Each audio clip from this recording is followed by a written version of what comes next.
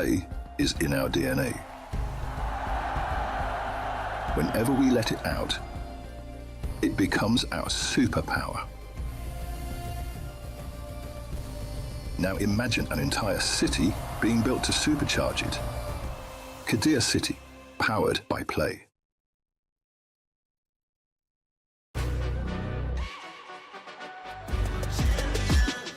This ain't no regular thing. I came for the ring, you know what I mean. You see my name in the lights, better get right, I'm champion.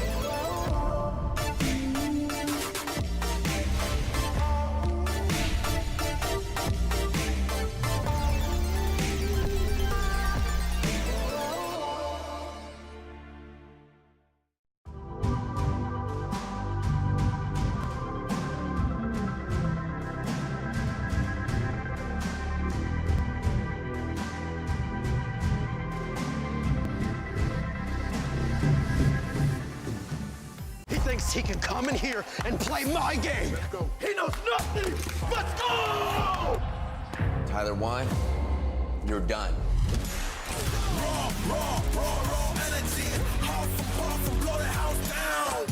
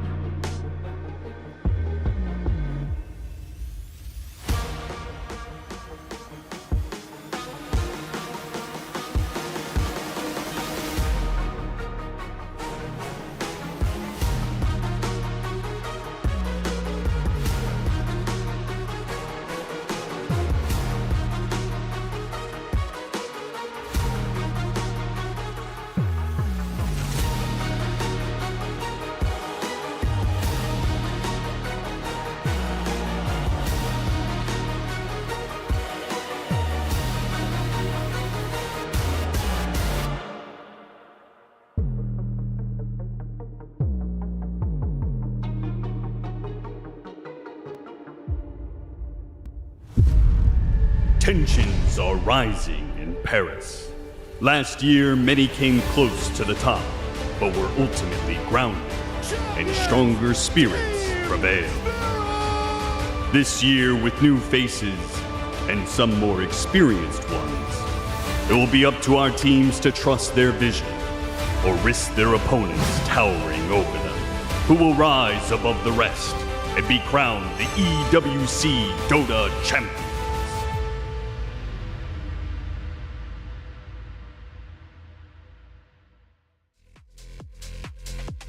A warm welcome back, everybody, to Dota 2 at EWC 2026, live from the Paris Expo Porte de Versailles. My name is Permsneeze. I'm joined by my wonderful co-caster, Winter, here today. We're going to be taking you through the festivities as per usual. If you've watched the past few days, you know what's up. But in case you're new here, welcome to one of the most prestigious tournaments that Dota 2 has to offer in this season. Huge money on the line, huge implications for these teams, and for a lot of the organizations, this is what they've been gunning for the entire time. In fact, many of these rosters that have made it here were specifically put together to try and make it for this huge event, Winter. Yeah, everybody wants to get a piece of that pie, you know. Try to bring the glory home, try to build a team. I think this tournament has a lot of value for everybody, the players, the orgs, and everybody wants to do well here. Absolutely. And doing well, it's easier said than done, right? Because there are so many teams, 24 to be precise, who have all made it either through invites. The invites were all determined through EPT points. So it's all about how well you've done throughout the entire season. And if you didn't, there were additional chances with the regional qualifiers. But here on Stream C, we're seeing a lot of matchups that are just straight off the bat, you're looking at it a little bit lopsided, right? You're looking at a lot of the invited teams, the top seeds in each of these groups, face off against very much the underdogs coming through some of these regional qualifiers. And that is kind of what our first matchup looks like for today. However, again, in case you're new here and you're not exactly sure what's going on, this is a group stage. It's best of two throughout, but we do have a video to make it even more simple for you. Let's have a look. This year, the EWC Dota 2 format is more cutthroat than ever. This is how it's going to go down. The tournament starts with the group stage. The teams will be split into 4 groups of 6, where they'll play in a round-robin format. The top teams of each group qualify straight to the playoffs, and the bottom 2 are eliminated. The remaining teams move on to the survival stage, which is a single elimination best-of-3 gauntlet-style bracket, the team's final chance of survival. The first round of the gauntlet bracket starts with the 3rd and 4th placing teams from the group stage. The winner will meet the 2nd place team from group stage in round 2. Only 4 teams will move on from the survival stage to the playoffs. The playoffs are a best-of-3 single elimination bracket, where a single mistake can be the difference between moving on and being eliminated from the tournament. A 3rd place decider will be played for a bigger chunk of the prize pool, as well as valuable club championship points. The grand finals match is a best-of-5 for the 2 teams that have fought their way through each stage of the tournament. Only one of them will remain undefeated and claim the EWC 2026 Dota 2 trophy.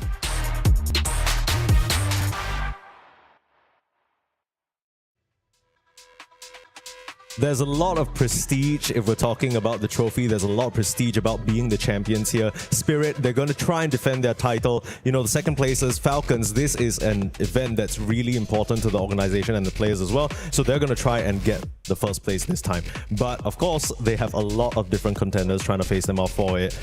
Part of the reason why this is such a big tournament is because, of course, we talk a lot about TI as the pinnacle of the competitive Dota 2 year, but some of it has changed, right? It doesn't really have that same level of prize pool as it did in the past. Compared to what we have at EWC, at this point, you win the first prize, you walk away with 750k. The prize pool is generous to say the least. Yeah, and there's also not a lot of room for error. It's a single elimination bracket after this, and even in the group stage, you play a bad series, it could just impact your positioning in the groups a lot, you know, so you don't really have a lot of room to make mistakes. You have time to rectify it, but not a lot of room for mistakes. Absolutely. And I think what's most important is a lot of this money is going to go a long way for some of these smaller, less established organizations, but that's what makes it even more important to make it out of this group stage, because if you get eliminated here, I think you guys just saw in the graphic as well, 7,500, that's still a good amount for placing 21st or 24th, but it's not quite as juicy as $100,000s of dollars that you can make, just maybe even into the next stage, right? If you just kind of push past that barrier, it's going to be a really big deal for these players. There's going to be a lot of motivation going into TI as well. But that is about our prize pool. That's not the only thing at stake here, though, because of course we have a trophy system that's pretty unique here at this tournament. We have a video to tell you about it. The Esports World Cup, the most elite competition in the world. Its trophy system is built to match. The Club Championship trophy, awarded to the one club that rose above the rest and reigned supreme across all EWC games. Every participant earns a key engraved with their name. That's their right to compete. Reigning champions hold a key unlike any other. The game trophy is the ultimate prize for every game's champion, incomplete until a champion's key is inserted. The champion's key frame is locked into the totem, a stone marker of legacy, etched with every EWC champion. The losing keys are crushed. The champion claims 3, a personal reminder of who they defeated. The rest are preserved beneath the totem in resin. Every fallen contender captured forever. Will you be remembered or forgotten beneath the totem?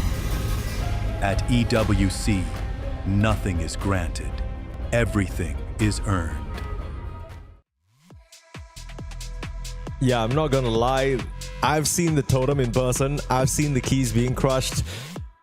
You know, just talking about it doesn't sound like a lot, but there's something pretty heart-wrenching about seeing the representation of your whole team and their right to compete just destroyed. And in some cases, especially for the teams that are rivals of each other, if you do end up winning, you get to pick 3 of your opponents to keep under your trophy, quite literally under you. Ooh, that's kind of an honor. Because is. it means that you are a problem. Yeah, you were the problem. Exactly. You were worthy of the challenge, you know. Exactly. I mean, you made them sweat. Absolutely, but making them sweat is not enough to win, though, right? And that's what everyone is gunning for. That big game trophy, put their place in EWC history. It's going to be a really big deal. But of course, that's the trophy system. And I think just now in the video, you guys might have heard the narration say something about a club championship, because that's the additional perk. There's a reason why it's not just an amazing and prestigious event for the players. It also means a lot for many of these established esports organizations, because as you probably might have imagined, apart from Dota 2, there's a whole lot of other titles happening here at EWC 2026, and every single one of these matters towards the overall club championship. So for example, for BB, sorry, when they try and compete across these titles, if they have other teams in other disciplines, that's where they might have the chance to actually earn points and get towards an overall bigger prize, not for the players, but for their club as a whole.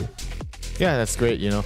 Get to work together. That's you accumulate some kind of team spirit. You fight together. Yeah, because usually you don't ever interact with the guys. Like if you're playing Dota 2, you don't really interact with the guys playing CS. No, you don't yell, you know, with the Apex guy. But right now, everybody's back there, you know, supporting each other. After the match, he's gonna go over to the Apex stage and cheer for BB and Apex. Yeah, something like that. You also have meals together because you are trying to push each other to get get the better result. I think most of the time, especially even if you're in the same organization, it's very rare that you're in the same place, because for example with Dota 2, the competitive schedule is crazy, right? You're always flying to different places, and it's hard to match that really with the rest of your counterparts. But you know, comparatively to here, everyone's in the same place for the first time in what feels like the entire year, right? So you get that opportunity to really fraternize, get to know each other. But yeah, Club Championship, there are quite a lot of specifics about that setup, so we'll let a video do the talking. $75 million, 25 tournaments, over 200 clubs, only one club champion. The Club Championship is the beating heart of the Esports World Cup. Over 7 weeks, esports clubs send their players to compete. Every placement, every win, every podium earns points for their club. At the end of 7 weeks, every point counts. The club at the top walks away with $7 million and the title of Best Esports Club in the world. It's not about being the best at one game. It's about being the best across all of them. Depth, versatility, consistency, pressure. One championship trophy, one title. Who will take it? Watch history unfold in Paris at the Esports World Cup 2026.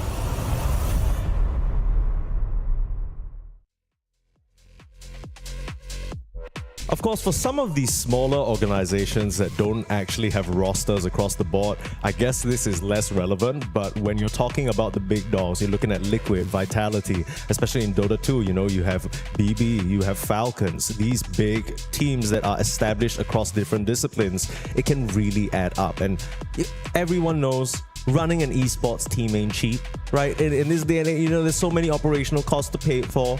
You need to fly everywhere. You need to feed the players good food. You need to get them all the support staff in the world to make sure they can perform their best. Esports is the real deal. And of course, it requires the appropriate amount of support to back it up. And money's going to go a long way.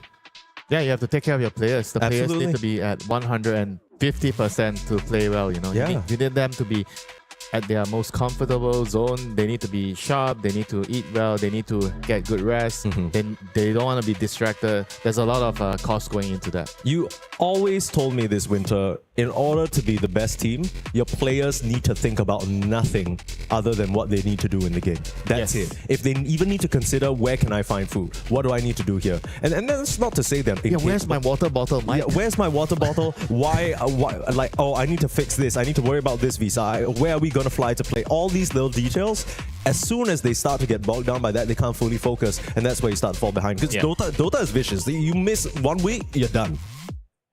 Yeah, it takes a lot of brain power. You go into the game, you start the game. Even before the game, the preparation, you have to figure out the statistics of the heroes. You have to figure out what our opponents are doing, where they're placing the wards, where they're smoking. There's just so much your brain has to handle. Absolutely. So if you have to even handle your flight plan, just imagine you have to handle your flight plan. You have to handle food. You have to handle the shuttle service, the time. You have to remember everything. It just gets overwhelming. It's a lot. That's what the support staff is for. But specifically for these two teams here today in front of us, they are both part of Group A, and we have the standings for Group A for you to view. So far, kind of surprising, I guess, that both BB team and Falcons have dropped kind of 1 game each in this current setup. I thought maybe BB would come out the gates a little bit stronger. It's pretty difficult to predict what's going to happen in the initial stages. I feel like in initial stages, it's unclear what heroes are the best heroes, and everybody, you have your own training partner, right, Mike? Like you played 1 or 2 weeks before, and you might come to a conclusion which is not accurate. Because what if the opponents you're playing, they might not know what they're doing? Yeah. You think they're good, but in actual fact, they are not good. They've scammed you. Yeah, and when you come here, you're like, what the hell? What are we doing? Why is everything different, And why are we losing? And yeah, why is it not working out? That's when you go back to the room and you're like, okay, we need to comb through all the replays, and it's going to take time, So I would say after the first couple of days, we're on the 3rd day now, you will see a better picture of who are the better teams and maybe what heroes are actually the best heroes, because everybody will come in to the group stage and think that we know what is best for the meta. Everybody would think that, And I will say, we touch on this topic a lot about the fact that each of these teams is only playing 1 game a day. Yeah. I don't know about you, and I've never been in this competitive setting, so I can't really say for sure. But sometimes when I'm playing some intense ranked games or playing pubs, if I didn't get a satisfactory result, like let's say I lost 2 games, I'm gonna have this itching feeling the rest of the day. I want to get one back. I want to, let me just get into the next one. I really want to prove myself. I'm sure I can do it the next time. And I wonder whether that's something that affects these players, because, let's say, especially for Rune Eaters, right? I think the big thing for them was on day 1, they took 1 game off XG. There were some games that felt like Rune Eaters, even though they were the underdogs, they could actually make it happen. But that must have left a really sour feeling for them. And then to have to spend the rest of the day, being the first match of the day, spend the rest match of the day rotting over it, mulling over it. I mean, at least for me, that would be so uncomfortable, because I just want to get back in there and prove myself again. Talking and watching, I would say, is 60-70% of the team. I think playing, I would say playing is maybe 1/3 of it. I think the talking and the watching part, you need to sit down, you need to look me in the eye, look you in the eye. I think what you're doing is wrong. And then you have to say some harsh words to each other. You load out a replay. Look at Falcons. They're winning right now. This is what they are doing. I don't understand why we can't do that. Why can't we do this, you know? And then, you know, a lot of Yeah. difficult conversations. If you keep playing, if you keep screaming, you have a bad day. So you just lost. Yeah. And then you keep playing. It doesn't really necessarily help the cause. It depends on like the problem. If the problem is we need to practice certain hero, or we are not so polished with, let's say Shadowfiend. We need to get more games under Shadowfiend. So then you can solve it by maybe playing more, the scrims. Yeah. But if the problem is a macro problem, or fundamental problem that you were saying a lot fundamental the previous problem, time. and then you have to solve it by talking, because playing more does not fix the fundamental problem. Yeah, you need absolutely. to talk. Well, hopefully Rune Eaters have had some long and hard conversations where they've looked each other in the eye, because ultimately, let's be real, Winter, this is quite a lopsided matchup. You fully expect Bad Boom to be able to... This is not an easy game for Bad BB. I feel like they are up here against a team where they could beat anyone. Like we saw from Rune Eaters, every day so far, the first game, they always give their opponents a pretty hard time. Yeah, absolutely. They have what it takes to, you know, take games off better teams. Yeah. Maybe not 2 games, but 1 game. Yeah, for sure. And they can even- tie up the series. I Even can in see the it. format right now, you lose 1 game, it could matter a lot. So Yeah. they could be a dangerous opponent. I think for me, I'm just a bit concerned because yesterday's Rune Eaters didn't necessarily look like the Rune Eaters we saw on day 1. And yes, you can argue to say they were playing against Falcons, that's a much stronger team, but they had these small little moments where they weren't doing the Rune Eater special, right? We fully expect from them, from what we saw in day 1, this is a tenacious team. They're going to try and find a lick back no matter what you throw at them. Even if they're down 20k, 30k, they'll still find an opportunity. And then there was this one game yesterday that lost me a lot of confidence because I'm waiting for them to do something. We both agreed that they had all the tools in the world to do something, and then they didn't. Usually that indicates a lack of leadership during that particular moment. So nobody really knows what's happening and nobody's stepping up on the plate. I'm not particularly blaming anyone, but usually during in a team setup, different portions of the game, different players need to step up to the plate to control the situation. If nobody is talking, if nobody is leading the game, you're gonna feed randomly on the map. You're gonna see someone dying here, and you don't understand. Usually, from the spectator point of view, what are they doing? Yeah. What are they feeding here? Why are they just split up? Why are they doing anything? Yeah, right? usually it just means that nobody is talking, nobody knows what's going on, nobody knows what to do, and they're just, you know, autopiloting, and they're gonna die on the map. And I felt like that was particularly the main problem I had with Rune Eaters. They have a lack of leadership during specific points of the game. I think in the early game, I mean, in my mind, I feel like in the early game, I would imagine Eki's calling some of the shots, it's right? fine. You can tell they kind of, okay, maybe sometimes they lose their lane, it's fine. Sure. That's another matter. But usually in the early game, I would say first 15-20 minutes, a very, very common pattern with Rune Eaters is Malik on his offlane hero, he would TP to assist his team. He really likes to help fight, especially in the mid lane. Yeah. So you can tell that's kind of something that they really like to do. TP the cores, or at least move the cores to contest the runes and fight around the mid runes. And that's something that I feel like in the early game they did well. But when it comes to the mid game, when it comes to who's supposed to be shuffling what wave, I felt like that was particularly lacking.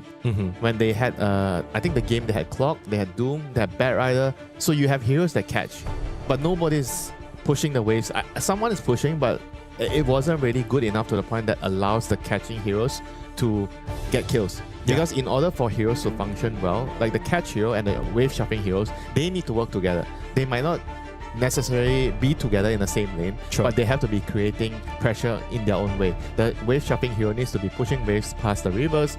You force the wave to the towers, and when somebody goes to the tower to pick up the creeps, that's when the killing heroes, the heroes they gotta strike. That's what they're waiting for. Yeah, but if you're not doing that, and then the heroes like, I see the Doom and Bat, they're just walking around. Hey guys, what are we doing? I guess what are we doing? You know, okay, let's just smoke. You know, like I see a lot of smokes that just happen because it just feels kind of random. They feel like nothing is going on. Something needs to be done. It's like, oh, I have my ultimate. Let me go press a smoke and hope for the best, right?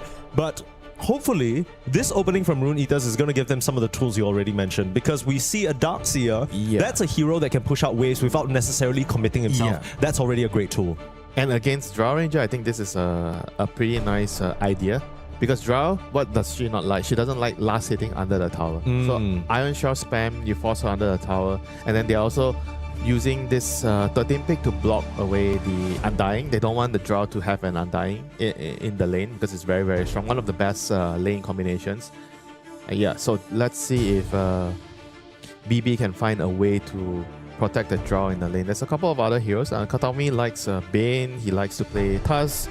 He doesn't have his Wyvern here, but there are He doesn't have his Bane either, unfortunately. Yeah, so there's Taz is available if he wants to, but they also have to keep in mind that it's against a Darkseer. So what do they want against a Darkseer? Techies at the moment for the Dispel.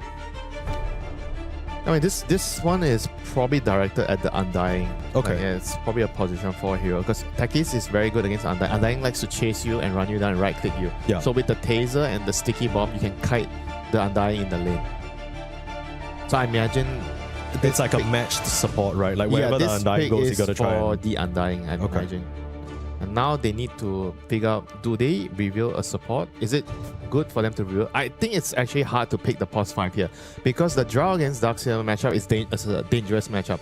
So I feel like you do not really want to reveal your lane duo. It's fine to reveal the Drow, but I think they should pick another core and save the position 5 for last, like for 23. Okay. So that you can see the whole graph and identify what do you need. Okay, that's the position 5 though. But they're gonna go with the Witch Doctor. So the Witch Doctor provides they feel like it's gonna provide the Drow with safety in the lane.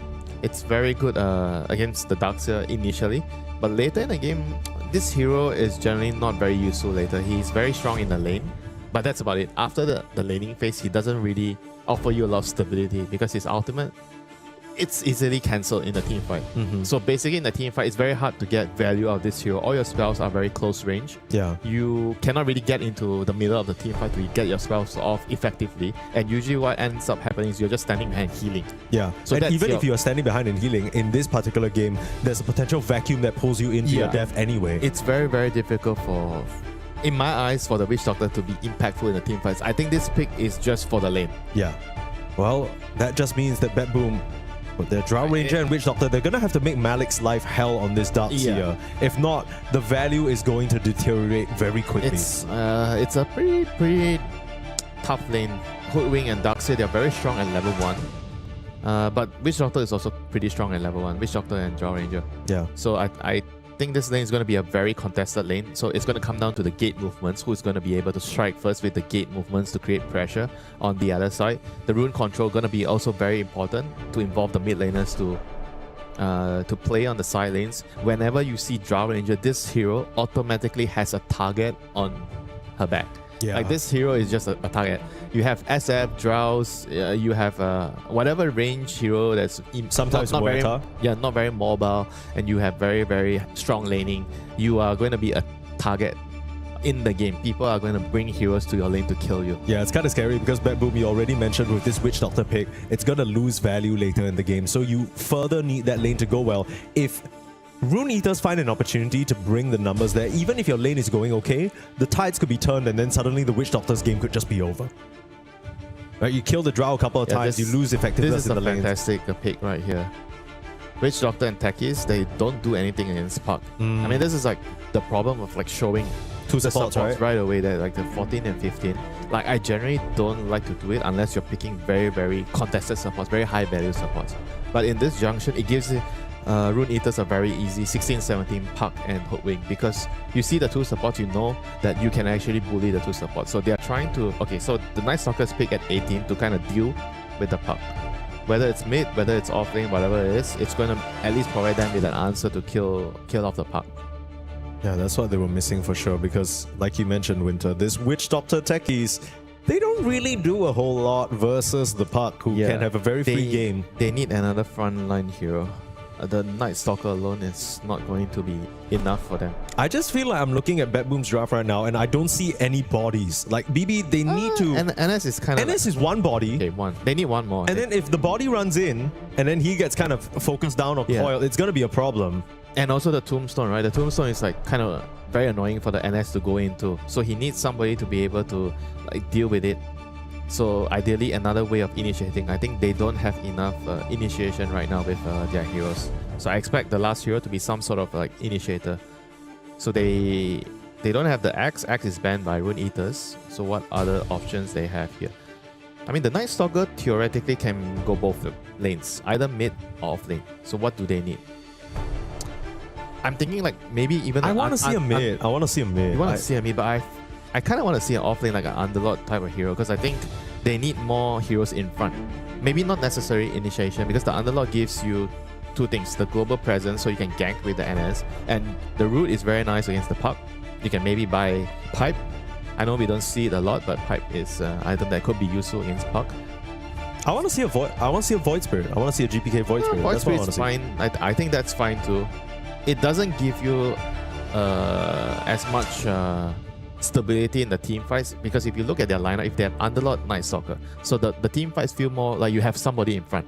But if you have Void Spirit and Night Stalker, these two heroes, they want to go in and out. Yeah. So you don't necessarily have somebody to hold the formation. Holding the shield in front, yeah, right? you need to hold the formation, because with Drow Ranger, it's very important that she's able to hold the formation in the team fight, so she can stand and right click. So you need some kind of like tied Underlord, some tanky hero. They might not be good for the lane matchup or anything, but it keeps the draft integrity together. So when you play the team fights, it's easier for the Drow to output damage.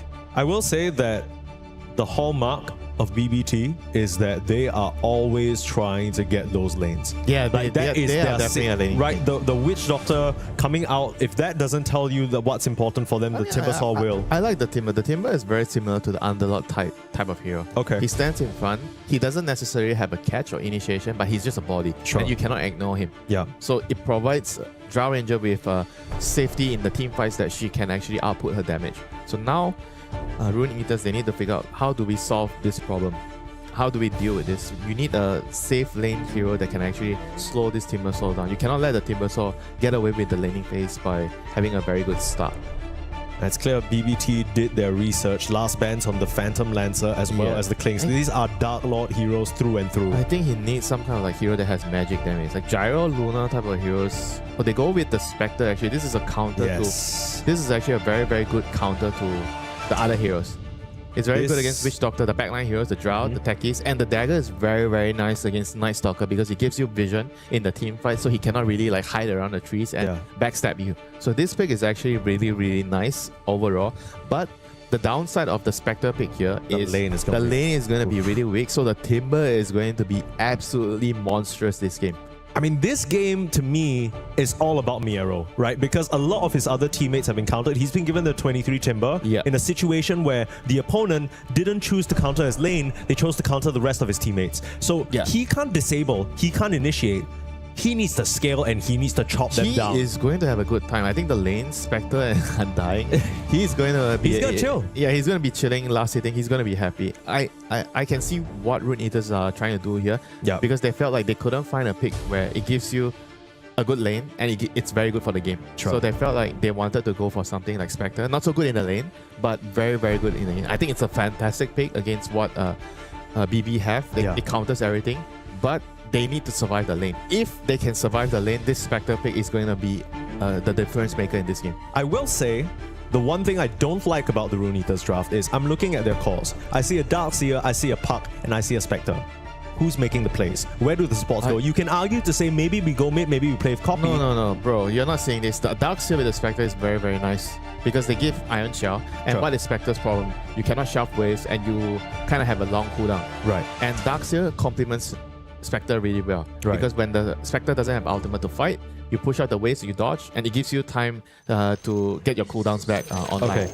So you're saying that instead of needing necessarily someone to play through in the early game, all you're worried about is just, okay, we're not ready to go yet? Ion Shell Shove, Ion Shell Shove, Ion Shell Shove.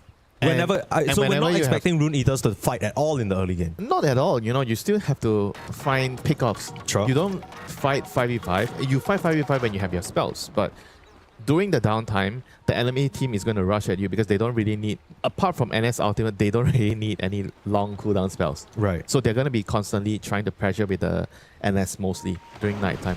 So it's about trying to identify when is a good time to fight. For Rune Eaters, the nighttime, daytime cycle going to be very important. They want to fight during the daytime and they want to shove the waves with the Darkseer. And you find pickoffs with your Coil. Your Coil and the Snapfire, not Snapfire, but Hoodwing. The Hoodwing is going to follow the puck. This is going to be the kill squad. Maybe the Undying joins, maybe not. Maybe the Undying is going to be placing wards, breaking smokes, whatever. But the kill squad is very clear for them. Puck and Hoodwink, they're going to be running around, setting up kills. Darkseer going to be shuffling waves.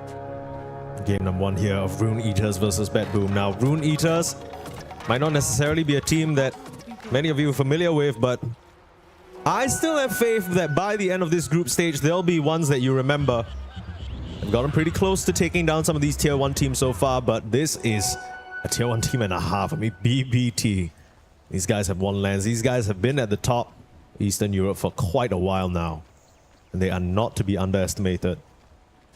I was going to say this, Winter, this is not necessarily about the Dota 2 itself, but more of the characteristics of these teams, right? With Rune Eaters, we know for them, they never give up. They've got that grit, they've got that resilience, they're a true underdog, they fight through the very end. But with BBT, sometimes, I feel like when you take that type of approach to them, they get offended. You know, when you crush them in a game, or when you just don't give up when they think they've already got you, they start to get a little bit mad, and when they think like that, that's where they're the strongest. When you've tipped them in game number 1 after defeating them, that's where they sweep you 2 games in a row, reverse sweep, and then win the series. That's BBT in a nutshell. So I wonder how that dynamic is going to shape up here coming into this series. But looking at the lanes first, though. Yeah, this is what the Darkseer does to the Drow. You force her to last hit on the tower, you pull the creep aggro, Witch Doctor's just dead. Can't TP, using TPs. That is a huge blow. That's a blunder and a half. Kiritich will find the return kill, but oh boy, I don't know if that's worth it at all. Kiritich is going to be left alone. I mean, at this point, I think Kiritich accepts that he should die, right? Because he's going to be 0 HP under the tower, pressured by a Darkseer TPing back in, and he ain't got a Witch Doctor by his side. This is a big mistake here. Dota 101, when you're about to die the lane, just die. Just die, bro. Even if he survives with the TP back to the tower, he's still in danger. So that was a very, very risky move there by Kataomi. I mean, I'm going to be real with you. I'm not that good at math, Winter. But I was looking at his HP. I was looking at the TP duration. I don't think that adds up. He was never going to survive that. Yeah, it just felt like wishful thinking, like almost like muscle memory, right? Like he just clicked it out of instinct and didn't really consider that. And it's also, Darkseer is a hero that you don't really play a lot nowadays. Yeah. This is a hero that's really, really strong if you can get the Iron Shell stacking on. And maybe you just don't really remember how much damage it does, you know, because you don't really play against the hero. You think you can get away with it, and then you just die. Omiero taking a bit of harass in the bot lane. They still will be able to bring down Ike, though. Yeah, this is what you talked about. Should be a pretty free lane for the Timber. This is a very free lane for the Timber. The moment you get level 3, your braces come, your items come, there's nothing the Spectre can do. Maybe the first 2 levels, the Spectre can still get some CS, you know. But after level 3, level 4, this is going to be a lane where the Spectre is going to get very little. And it's going to be up to Copy. Copy is the main hero. He needs to get the runes. I would say that right now with this setup, the runes are going to be the most important objectives for Rune Eaters. Copy needs the runes to move over to kill the Timber. I think the Timber or the Drow is going to be an extremely important targets in the game for the Puck to focus on, to elevate some of the pressure, especially the Timber. The Timber is going to be causing a lot of problems in this game. But is the lane matchup actually okay? Because in my mind, even though it's daytime, Night Stalker last hitting potential is pretty solid, yeah, right? Night Stalker doesn't counter Puck in the lane. It counters Puck in the game. So you have a way to kill him. Yeah, so what I'm saying is I feel like this early laning stage should be okay for Copy, right? Like, I don't think he's going to be too concerned. You just do you want to make the move after 5 minutes though? Because after 5 minutes, that's where it's nighttime, and then maybe Night Stalker matches your move. It could get ugly. I mean, it's difficult to match the Night Stalker's move, I would say. No, I mean the Night Stalker matching the Puck's move is what I'm saying. Okay. Yeah. Yeah, you can definitely match the Puck's move. Is that what you want to do? But again, you know, the runes, that's what I'm saying. The runes are going to play a very pivotal part. If you get a rune, it doesn't matter if your opponents match your movement. You have the rune. Stronger than them. Stronger than you. That's true. Rune Eaters, funnily enough, live up to their name. A lot of the time, when they don't get to eat the runes, they look really, really rough. A lot of the focus is around their mid lane. Of course, Copy, he's been... This feels like his best hero so far in all the games we've watched. Yeah, I would say Puck and Ember, pretty solid. Like the thing with Puck is it troubles supports a lot, you know. Like Ember, like it is... I think it's like not as oppressive in some games. Sure. Puck can be like a huge problem because you can't kill the hero. And Tony is going to go down again. Yeah, this is the Darkseer against Drow matchup here, and they're bringing in more heroes. Wait, what? They just changed the perspective there. Eki didn't see that one coming. And neither Get did surprised there. Neither Save. did I. I didn't see it. Oh, Malik gets blood grenaded, so he walks back in trying to help his buddy out and he ends up going down. So this time round, a blunder from the side of Rune Eaters. They stick around quite a bit longer than they need to and they give up 2 kills. That was a very good TP by Save. That was something that was very unexpected because he teleported after the Witch Doctor died. Yeah. But in the end, it worked out. They got 2 kills, so that kind of stabilizes the game for the Drow. She's getting a very good amount of CS, 29 and 7. Darkseer is not so much, 21 and 4. And so far, the Undying hasn't really been able to leave the lane to gate gang top, you know, because the Timber has been pressuring the Spectre a little bit too much. But on the other hand, I feel like if you stay in the lane as an Undying, what can you do against a Timber? Why not just leave? Yeah, I would like to see Ike start making movements. You've already stayed as long as you could. I would say after 4 minutes, you don't really have much to offer in the lane. And the best thing you could do for the Spectre is not be there. You give him the solo XP, he gets level 6, so he can jump to the Drow's lane and get a kill there. That I feel like is the best thing as a support you can do in this situation. Yeah, I kind of feel like when you pick the Spectre, you already have decided the lane is going to be, you know, if it is what it is, right? So the ideal situation is you want to set up the Spectre for success elsewhere. Once he gets at level 6, it's a little bit tough to gank GPK though. Oh, he misses the bush rat. There's still a tombstone. GPK in trouble. GPK brought down. Excellent move there from the supports of Rune Eaters. Cracking before the 6-minute mark. Getting over there and putting pressure on. That's going to be 20 seconds without the Night Stalker, which means this rune should be in the hands of Copy if things go well, but the Backboom support still sticking around trying to foil their plans here. They have to try to deny the rune somehow.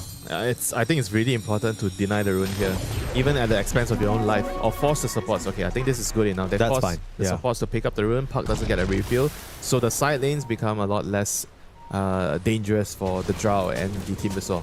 Speaking of the Drow, they get run upon here. Nice gust onto 2, but she doesn't really have the most move speed. Starting to get body block. That's painful. Bushwhack off the mark though. Eki. Bit of an uncharacteristic miss from him.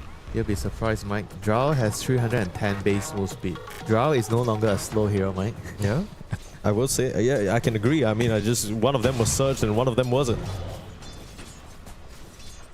Yeah, we were worried a little bit about this Witch Doctor Winter, and I feel like I don't know what Kataomi is going to do for the rest of this game. The lane didn't go anywhere near the way he expected. Silence comes out for the blast off on the high ground. This Puck had no idea this was coming. That's the power of the Night Stalker. And heading over now to the minute 7 Wisdom Shrine. These supports are going to be trembling in their boots because they know a Night Stalker is coming for them. Caught a glimpse of the techies. GPK on the prowl. Trying to set up a tombstone before he arrives. Maybe they can just settle for some kills, or maybe not at all. A bit too late to the party is GPK, so he'll just have to flap his wings and head off. That was close. That could have been a disaster. You know, killing the enemy mid and getting the shrine. That could have been a game-ending move right there for BB. But yep, lucky for Rune Eaters, they just lose the mid. But he dies again. Going to die again? To the same ultimate? No, it's not the same ultimate. It was just GPK, I guess, running at him from a certain angle and getting the silence in time. Oh boy. 3 levels in the Crippling Fear. That is very, very scary indeed. This is not a common skill build from the Night Stalker as far as I'm aware. Maxing the Crippling Fear. He has 3 levels in it at the moment. It is common against specifically Puck, right? Yeah, it is common. I think this build is probably the best build because it kind of also helps you farm to push out waves. And now this first haunt. Going up to the top side, haunting onto the Drow. This is what you were calling for, putting pressure onto Kiritich and bringing him down. Yep, the Iron Shell on the Spectre so you can chase and have the damage to run heroes down. Very, very nice. And now it's back to his lane, but Timber is going... Yeah, he's going to be a very, very big problem.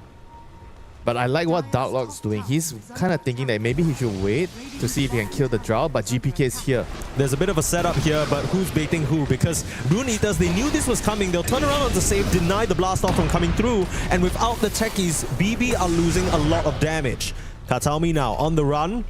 Chased down by Darklord. I mean, this is a perfect situation for Rune Eaters. They made the kill happen on the Drow up here. BB deliver a few more kills to their doorstep. And Darklord, even though the Timber is getting away with farm for free, Darklord's getting everything he wants in this top lane as well. And Kiritich is still sticking around. If he needs to get the hell out of here. He shows he's dead. Not fast enough on Eki. Not realizing there'd be a Drow right next to him. But yeah, I mean, that sequence really working out for Rune Eaters. Now you see the power of the Iron Shell with the Spectre. Indeed. Like with the Iron Shell, he's able to run heroes down. Despite not having ultimate, just dagger and run heroes down, he's going to have the damage. Because with Spectre, the issue that the hero always face is you cannot have enough DPS to kill off heroes in the early game. But with Iron Shell, it solves a lot of the problems. And you look at the net worth right now, Spectre is very, very high up. He's not poor.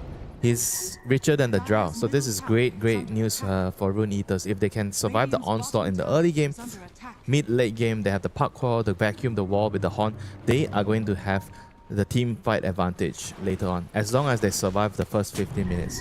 Yeah, I wonder if this was a bit of an oversight here from BBT. As we see some of these teams who are intending to pick the Drow Ranger and the Spectre the Drow Ranger and the Shadow Fiend pick the Spectre, ban the Spectre early on. I'm getting a bit messed up here. Katomi's dead. Save is baiting Ike for Miero to come in. Just wasting their time here. Okay, yeah. Space. Bring around the Rosie. Support for support, but one of these supports is a lot harder to kill than the other. There we go. Miero finally mops him up.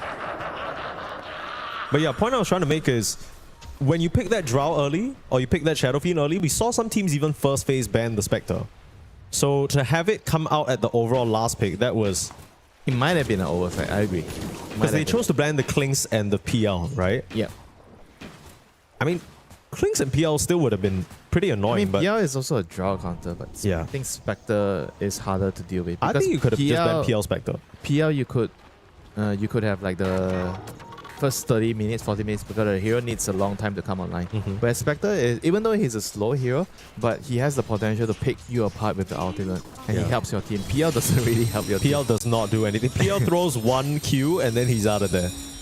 At least for the first 30 minutes. Throws one kill, he doesn't even show up. Yeah, I'm being a bit generous, I'll be honest. Blink Dagger complete from GPK now. Immediate smoke out. They're going to find Eki. Ultimate immediately. Is Eki trying to ward them off? There's the blink forward. Maybe you can get a surge on the sideline. Not too bad for Rune Eaters. Wait, what the heck? Eki is so tanky. I thought he was going to drop immediately, I guess. I mean, he doesn't particularly have any items, but he had the Dark Seer, Ash Legion shield helping him out. He didn't have information about where the other heroes are, so he didn't want to dive on the NS. I mean, that's a horrible first blink reveal and Dark Ascension use. Yep, Rune Eaters are definitely in the driver's seat right now in this game. They have Haunt. They are going to be looking for a kill right now. They can play very, very aggressive. Go into the enemy jungle, steal their camps. So just take farm away from the enemy side right now. I like what Malik and Eki are doing. They're running in. They know that they are very, very strong with the Haunt. They're connecting to the mid lane to get the tower here. Yeah, Katomi spotted. Even though he's level 6, that's not really going to make a difference, but they missed the pushback. Is that going to matter? Paralyzing cast, bouncing between the centaurs, but they still find the kill onto him. Only so much a little Witch Doctor can do. I mean, it's just the fate of the support, you know. When your cores use their ultimate, they cannot really help you, and you have to just be a sitting duck in the lane. There's nothing more he can contribute, and we've already spoke about this. This hero is mainly for laning phase. Outside of the laning phase, he doesn't really contribute a lot to the game, you know. So they are definitely feeling like they have one hero that doesn't do much, you know. The Witch Doctor is just walking around. He's basically just like doing warding, blocking smokes. He doesn't offer too much. Maybe you can go with the NS when NS has the ultimate. You get a kill with your Death Ward, but that's about it. You don't really do much on this hero. And Dark Lord is on his way to his Radiance. This item is going to completely destroy the supports and the backlines. I mean, the supports are already being destroyed. And Force Staff on Puck, usually the item to go for against NS. You need to get out of the silence. Now this is really looking good for Rune Eaters in this game. I think they have already survived the first 15 minutes of the game. Darkseer is top of the net worth, 7.3k. At the moment, he has his helm.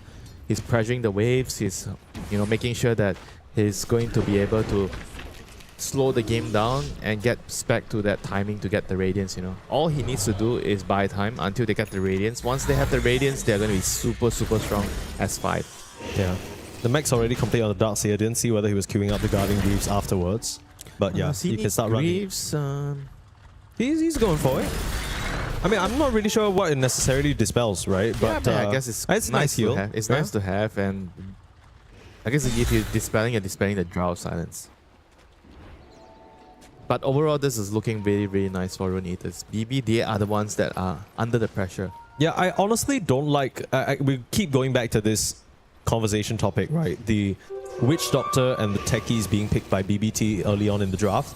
I just feel like you're looking at a 9-pick Darkseer that's completely unanswered. Like, how is he top of the net worth when he got picked 9th? I'm kind of wondering, BB, did you address this problem enough?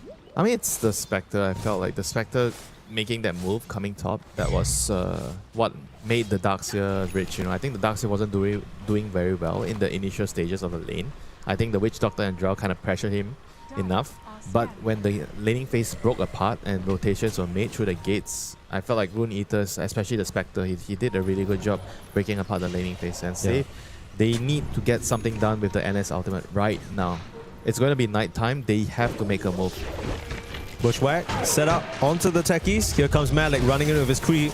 It's just a bit of a bait here for Courage to start laying into them. Malik now taking a lot of damage, turn around with the wall. Who's going to win this fight? Of course, with the help of Dark Lord, BB don't stand a chance. They don't even have the damage to take down Malik with his Ash Legion shield, and he's going to level up. A perfect bait there from Rune Eaters, pulling in the Drow and the techies and getting both of those kills. Yeah, didn't really feel like it was very, very good for BB there. They were trying to look for the Spectre in the bot lane, but they only found the Undying. So maybe they should have just tried to protect the Drow. You know, whenever you have a weak hero like Drow, you kind of have to protect her. You have to play around here. And GPK, he still has his Dark Ascension up, but Drow is already dead. They're making a move here with a smoke. They're trying to sweep and clear out their jungle, but the damage has already been done. I mean, you can see here, once the techies was caught, they just weren't really in position to do anything on the NS, you know. And I felt like okay, we are in a fight here. GBK uses his ultimate, he's going in, he's trying to look for a kill in the mid lane. They just can't really get anyone again and again. Malik's Ash Legion shield keeping them safe, and you're lacking the damage And now the on Radiance BB. is online now. Indeed. No Horn just yet, no way for Dark Lord to join this fight, but something they can look towards in the next 1.5 minutes. Yeah, another failed ultimate from the NS, not really netting anything. And I mean, maybe just a tier 1 tower? Rune Eater is going to be very, very happy with this. Again, you know, Spectre is going to have Haunt soon. Darks are going to be pushing wave, and the moment they have Haunt and the Dream Core, they're going to be able to, again, you know, make an offensive play towards the enemy jungle, try to claim some jungle camps. 60 seconds. Yeah. So they have 60 seconds. I feel like every time you play against a Night Stalker, at least for me, I'm so scared, right? Because I'm counting down the time before it's night again. But for Rune Eaters, I think it's a different timer they're on. They're just watching for every time they have Haunt. They're the ones in control. They're not really afraid of this Night Stalker at all. They're playing around their own timings, and that's the best way to roll. Here they are on the prowl again. Still a bit longer until the Haunt can come through, but maybe they just want to find a pick off. And they're still pretty strong, even though without Haunt. The 4 heroes here have a lot of magic damage. The Hoodwink with the pushback. Oh, that's a good try. That was close. It's unfortunate. Eki got revealed by the creep wave. But then again, I felt like this is the problem that I have with Rune Eaters. Why is Puck not in the smoke? Because if you look at their heroes, who is supposed to start? It's supposed to be with the Quirl. But he was pushing the mid wave. He was like, they needed... I felt like they needed the Undying or someone else to push the mid wave. And the people moving should be... Remember at the start of the game? Yeah, the duo, right? The duo should be the Hoodwink and the Puck. You know, this is the kill squad. They cannot really initiate reliably with the Puck and Undying. With the Hoodwink and Undying moving around the jungle. So this is what I felt like is a common theme across Rune Eater games where they don't really have the right pairings moving around the map. And the game right now becomes awkward. They are ahead, but it becomes awkward. Absolutely. I think this was something we noticed in the previous series as well. Copy on his part, he's very greedy. He does kind of play a lot for his own farm, right? He's less inclined to join a lot of these moves. And this is my concern, because we've seen it happen before. The Copy Puck, sure, it can scale really nicely into the late game. Sure, it's one of his best heroes, but you still need to get there. People still need to make the moves to try and help him out before that. GPK popping that ultimate. He can't afford to go down here. He's one of the only ways that BBT can make moves. Looks like they found Save in the cover of the Glimmer Cape as well. Try to TP out, but a vacuum will suck him right back in, and Save can do nothing but blast off as a last hurrah before going down slowly but surely. Trying to get the kill over to Ike, I guess. Okay, sure. They didn't want to waste more time chasing that techies. But another Dark Ascension used for not much gained, Winter. I feel like BBT, they put all their eggs in certain baskets like the Witch Doctor and the Night Stalker, and it's just not working out. Yeah, I mean, this is the problem with having not enough stuns. Remember at the last pick when they were picking the Timber, I was saying they might need a secondary, catch, because they don't really have enough catch, and I think you can see why, All the Dark Ascensions used, they don't really have a way to force the enemy team to take the fight. Every time it's pop, Puck's running away, there's a surge, Spectre's running away with a dagger, everybody's just kiting and running away. I mean, they have an ATOS on the Timber now. Very reflexive horn. That was Dark a Lord, trigger friendly. yeah, I think he got a little bit spooked Why there. did he? Felt like he was in no danger. He was not in any danger, but I think he felt like he was in danger, which is... Yeah, that's a big button to use right now. It's a long cooldown and it's 20 minutes. Automata is going to be spawning. So I think this kind of means that maybe they can't really fight and it's going to belong to BB. That was a costly mistake by Dark Lord there. Yeah, we... even in the moments where Rune Eaters have looked solid and some of the moments where they faltered, we also have looked towards Dark Lord.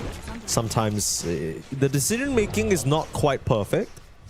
And it has to be perfect. It does. It really does. And that I think was a very costly mistake. Especially when you're playing a Spectre. Nobody died, but it's just very, very bad for the state of the game. There's 2k gold lead. Still comfortable enough for Rune Eaters to assert their dominance in this bottom side area. Meanwhile, you look at Bet Boom. They are split across the map, farming on every single one of their heroes. And why aren't they mounting an offense right now? Spectre doesn't have ultimate. They have Dark Ascension. Why are they just being afraid here? This is something that I don't really quite understand. Are they waiting for an item, perhaps? I mean, the more they wait, the Spectre is going to have ultimate up. I just felt like they should have some sort of urgency here to contest the Tormentor because Spectre does not have Haunt. I mean, the Night Stalker's been low mana for a while now. Yeah. He's just been farming jungle non-stop. Maybe... I think they just... Yeah, they're just not really feeling it. You know what? I think I have a hypothesis about what's going on. Last two Dark Ascensions, GPK pops his Dark Ascension, he dies. It doesn't work out. The rest of the team's not ready to follow up. But it doesn't mean you don't fight. It I know, but I'm just thinking, my hypothesis is that GPK is saying, you know what? Fine. If we don't want to fight in the early game, let's all just hit creeps and scale. Right? It's kind of one of those moments where maybe the early game didn't go in the way that they really wanted. So they just have to wait for the opponents to come to them. I guess so. I mean, that seems to be the case because GPK has done nothing but hit creeps in the past 3 minutes. I don't know. I think if you get jumped by Coil and a Haunt, you're dead. Yeah, I agree. Although BBT don't seem too concerned about that. They're happy to try and scale up. Yeah, let's just watch the game, See the story unfold. Roche is going to be on the top side. And you have Spectre and you have Undying. So, yeah, you have an easy lineup to kill the Roshan. So the next fight would determine the Roche as well. Tom is still up on the bottom side. Nobody really wants to go to the Tom right now. It's too far on the corner and Roche is the more important objective right now in the game. Rune Eaters currently with advantage over BBT. Yeah, Ike has his Locket as well. This is a huge item for Undying. Yeah. You can pump out a lot of sustain for your team. It's so funny because you look at the entirety of Rune Eaters and none of their heroes really give you Roche, but it's just the Undying, right? It's literally just Spec Undying. is a Roche hero. Well, your passive works on Roche. What's it called? Desolate? Desolate. I think it's mostly the Flesh Golem doing the heavy lifting, if I'm being honest with you. I mean, the Desolate is pure 67. Pure damage, damage. bro. It's a lot of damage. No, yeah. Do not underestimate that. He didn't even pop Manta, I think. He just hit it. And right now, with the Aegis at hand, surprised they give it to Spectre. Yeah, I was expecting the Puck to have it. Because Puck is the front line. He's the point of contact. Spectre is the hero that comes last. Hold that thought, BB on the prowl. Want to try and fight even into this Aegis, which is interesting to say the least. They have BKB down on team, but they feel like this is a timing they can abuse. I mean, the Night Stalker's trying to bait in front of the creep wave. This is going to be a very big fight, Mike. This could decide the fate of the game. They're jumping in onto Kiritich, full collapse in. The rest of the team pretty far away. Save has to try and do the Lord's work to get Kiritich on out of here. Try for the TP, but dies to the Soul Whip. Here's the rest of the cavalry. BB ready to clean up. Miero trying to cut down onto Malik, but the Darkseer healing up to full. Meanwhile, casualties on BBT while they can't find a thing. Kataomi now will be the next target on the chopping block under his own tier 1 tower. And the rest of BBT just have to run. A very disconnected attempt. It feels like they were just half a second too late to that play. Copy will drop really low, but still surviving through another beautiful Soul Rip. It's just doing the work. The Holy Locket, like you mentioned, keeping these heroes up and running, and the Soul Rip after Soul Rip after Soul Rip. You're counting the Guardian Greaves as well. These heroes on Rune Eaters are just impossible to bring down. I think the game is over right now. This is too much. The Spectre is too much of a problem for the Drow. And in the team fights, the Night Stalker cannot kill anybody right now. Too much sustain, too much auras. I mean, you see here, once they get the jump, it's over. The Night Stalker is weighing away. He's trying to kill us, but he can't even kill the Hoodwink. Can't even get themselves a single kill. Sent themselves straight back into death. And Miero, maybe too tanky of a target for them to attempt for. Still has his BKB ready to pop if needed. Yeah, this is the problem with like having no stunts, no catch, no proper catch. I mean, we were talking about how this is Miero's game to carry in a way, right? He has to be the one to do the damage. He has to be a problem. But there's no catch for him. Yeah. Like, you need somebody to stun heroes so your Timber can kill heroes and get your team going, you know. But he's fat, but he doesn't have anyone to help him get kills. The Techies and the Witch Doctor definitely going to be a point of discussion for BBT, I imagine. Going back to the drawing board, going to game was the number 2. 14-15 tech. That was the problem there. Even the Drow being hounded by a solo cheeky Hoodwink. Malik gets a kill while Eki trying to buy time for the rest of the team to come through. Got a Holy Locket, saving Eki for now, but now Kiritich straight at the firing gallery. Finds 2 supports for free. Okay. Rune Eater's getting a little bit too hasty. If Copy will still get the chase on. No coil available, but got quite a lot of damage to work with. Doesn't want to chase too deep though. Yeah, that was a pretty big blunder there by Eki. Giving away 2 kills there. It was not very necessary what he was doing. Yeah. His team was just way too far away. They didn't have Horn. And these are the things, you know, the macro play. They can get a lead, but they're just not clean enough with the way they're playing on the map, you know. You need to be very, very clear about how long your teammate is going to take to connect to you. You need to look at their positioning. You need to be, I think, very, very disciplined. When you're ahead, you do not want to be taking any trades. You are only going to be killing them and not giving them anything because you're ahead. Anything that involves any amount of risk when you're ahead is usually a no-no. Yeah? Why take that risk when you're already winning? If you're losing, sure, you know, go ahead. Take the risk, you know, you're behind, but not when you're winning. Yeah. You should always try and force your opponents into that bad decision, right? If you're behind. So specifically for BB, the more they can drag Rune Eaters into these risky situations where the profit might not be worth the initial risk, then that's where they might have a chance to come back in this game that's otherwise pretty dire for them, honestly. To me, I think the game is already pretty much 90-10, 9-10 right now for Rune Eaters. I think BB have very, very little hope. I mean, unless they can somehow find a miracle in an initiation, they can jump the back lines, but there's just too much sustain. If Rune Eaters are ready for the fight, they are not going to be losing heroes. The one upside for them is that Miero is still giga fat, like you said. Right, so if he actually has the opportunity to do damage in the fights, I just feel like it's hard, you know, alone. The Timber alone is not enough. He needs help, but his teammates are not heroes that can actually help him. And with the Haunt, it's just going to be so difficult. So you have the Haunt to worry about. Oh, no, Eki gonna get caught again. Just farming the mid lane, and you can see a little bit of frustration on his face because he knows that's not supposed to happen at this stage in the game. He's not supposed to be pushing the wave. Just let the Darkseer push the wave. He just needs to follow the puck or follow the Undying around to get a kill. Spectre has ultimate. They do not want to sit back and farm. Like, all these small little kills just matter a lot. It gives your opponent time to push out the waves. Because right now, if it wasn't because of the kill, how is this Witch Doctor pushing the top wave out? For free, like, right? For free. Yeah, precisely. Kind of crazy. All this thing matters a lot. And eventually, you might get to a point where the Drow can actually be such a huge problem in the team fight. You know, you don't want the game to get there. Right now, the Spectre is in control with the coil, with the vacuum, the Darkseer wall. But the longer you let the draw farm, the longer the game drags out, it's going to be harder for you to end the game.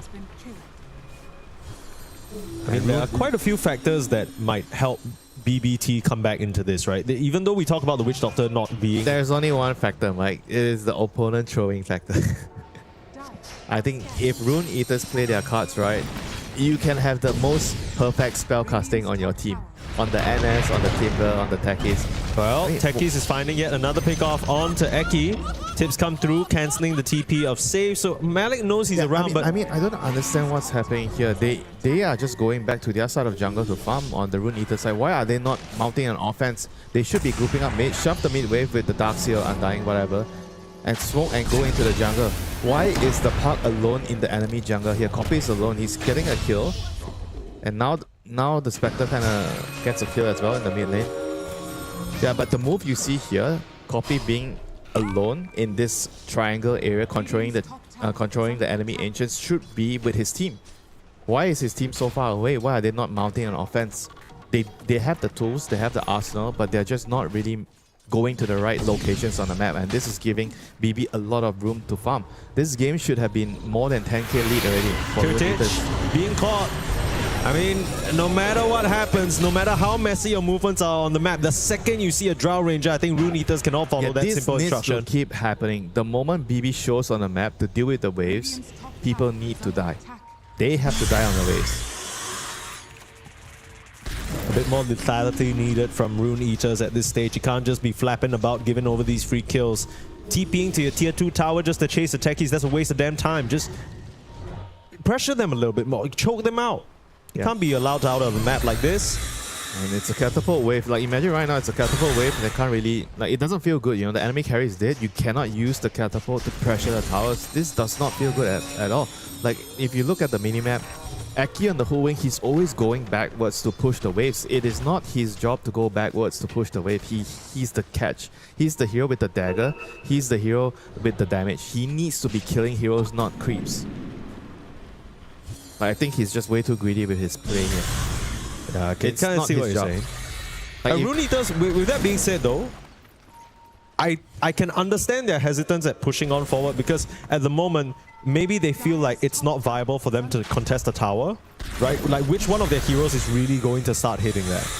If you kill them, I mean, they don't have the best tower hitters. So are you saying that maybe Rune Eater should group up as 5 and try and push together? No, not group up as 5. They need to play the map, wait for the horn, you get a kill, and then you hit the tower with your heroes. I bet we're doing a pretty good job sticking together at the moment though. The heroes that need to... If they're sticking together and you are farming the whole map, you're happy. Sure. They need to split up the heroes because they have a global hero. And you need to identify that the gang squad is always the Puck plus the supports. The Darkseer and the Spectre, these are the two heroes dragging the waves and farming the map. Yeah, not Eki. Nobody else other than that two heroes should be doing it. Someone revoked his privileges on Eki to farm a wave. I don't think he got the memo. Aghanim Scepter complete now on this Timbersaw. Okay, they're just poking. They don't have Horn yet, so they're waiting for the rune. They're gonna get the rune here. Invis and Shield rune on the Puck. High ground. Could be pretty scary. BB are gonna try and fight. Silence up on the Puck. The immediate blink forward. GPK knew exactly where he was gonna be. Meanwhile, backline Malik doing a good job disrupting them. He's in the tune. Copy will survive, and that is most of GPK's BKB running out. The Night Stalker. He's just got pulled in, and Ike saves the day with a tombstone. I mean, this Undying performance has been phenomenal so far. The Soul Rips to heal his allies over and over. And now they have Haunt. And now they have Haunt. And now it gets harder because you don't have Dark Ascension. You don't have an option to fight on BBT. Yeah, that was a very, very crazy goal under the Puck. Because the Puck had Shield and they saw it. They had a wall on the cliff. They saw everything. They just thought he might not be paying attention. He's Miero, but again, Malik finding the back line. He's just too good. Support straight up his vacuum. He's ready to suck them all gone. And now Kiritich, I mean, they have the horn. Kiritich is in trouble. They're trying to chase him with those illusions. Needs to John over. Kiritich will get pulled back into the base. They turn towards Miero, who's a much more difficult target with his BKB and Aghanims. I don't think they're killing this. They are not killing Miero, but they are happy to poke him into submission. And BBT, every time they show their hits, sure, it was a momentary, maybe 5-10 minutes where it was a bit messy from Rune Eaters, but now back on track. Every time they show up, they want to try and take a fight on BBT. They get hammered back down by the Spectre and Malik. I mean, beautiful vacuums as well. Why is he hitting a tower alone? I could not tell you why. Eki will die again. No, but why is his team leaving? They needed to hit the tower. Well, they're trying to take Roche is what's going on. A bit messy now. That was very confusing. They tried to do two things at the same time. We need to all get on the same page, hopefully. Miero trying to bait them in. You got the Drow around the corner that you see. Buyback there, nice vacuum again, but Miero able to escape. Kiritich might not be quite as lucky. Kiritich, he's gonna get chased down, hidden by the Glimmer Cape, surviving for now. Under the cover of the Dream Coil, can he actually escape this? Dropping far too low, and the Spectre Illusion needs a last hit. Ike's trying to get it. Copy will find him. A double kill for the Park. And now on to Miero. Timbersaw trying to chain up away into safety. His BKB is running thin. His HP is running thin, but he's got all the escape in the world. Still trying to spot him, still trying to tag him. Copy, last few auto attacks, manages to find it. And Copy making it an ultra kill here for the Park. Got counted out on the 18 by the Night Stalker, but it feels like he's the king of this game. Yeah, he is definitely the king of this game right now. Nobody can kill him, nobody can touch him. Like, very, very nice play on the Park.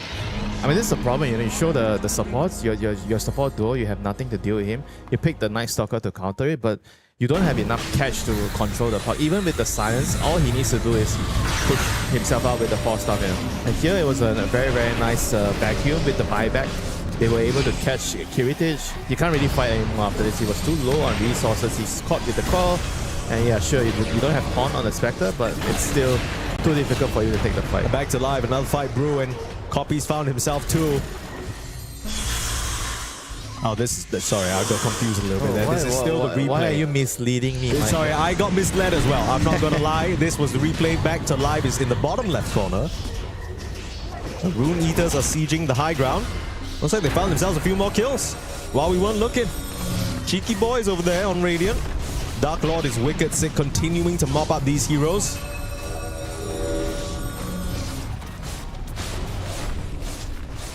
I mean, there's nothing more you can do at this point with the Drow. You're getting countered by the Spectre. You're losing your base. I mean, she needs a lot more time to be able to carry this game. Broken up, Spectre in trouble, saved by the tomb at the last moment, and the vacuum again. Malik always into the back line, just creating so much space, but can he get out? He's running out of duration on his BKB. The Surge is going to get him out to safety. And the Spectre survives the initial Maledict. Ike will be surged away as well. And BB team find nothing, Winter. Everybody just solo. They couldn't finish anyone off. The Locket, the heals from the Soul Rip, just keeping everybody alive. The Greaves. It's all these factors. The Surges, the Glimmer Capes, everything. 4 stars, Hurricane Pikes as well on the Park. It is so difficult for BBT to lock anyone down. Yeah, because they don't have catch. They don't have catch, and they had to buy a Gleipnir just to try and keep someone in place for half a second. It's not looking too good. 18k gold lead Rune Eaters. They've done such a great job this game at playing out their draft. Sure, there are still some of the problems that you mentioned with the fundamentals, but overall, can't be too sad. Getting a game off of BB, that's huge for them. I mean, if they ride the momentum, might even be the series, but they can't get too ahead of themselves. Job's not done just yet. It's a little bit hard for them to siege. They don't have the best tower hitters in their team.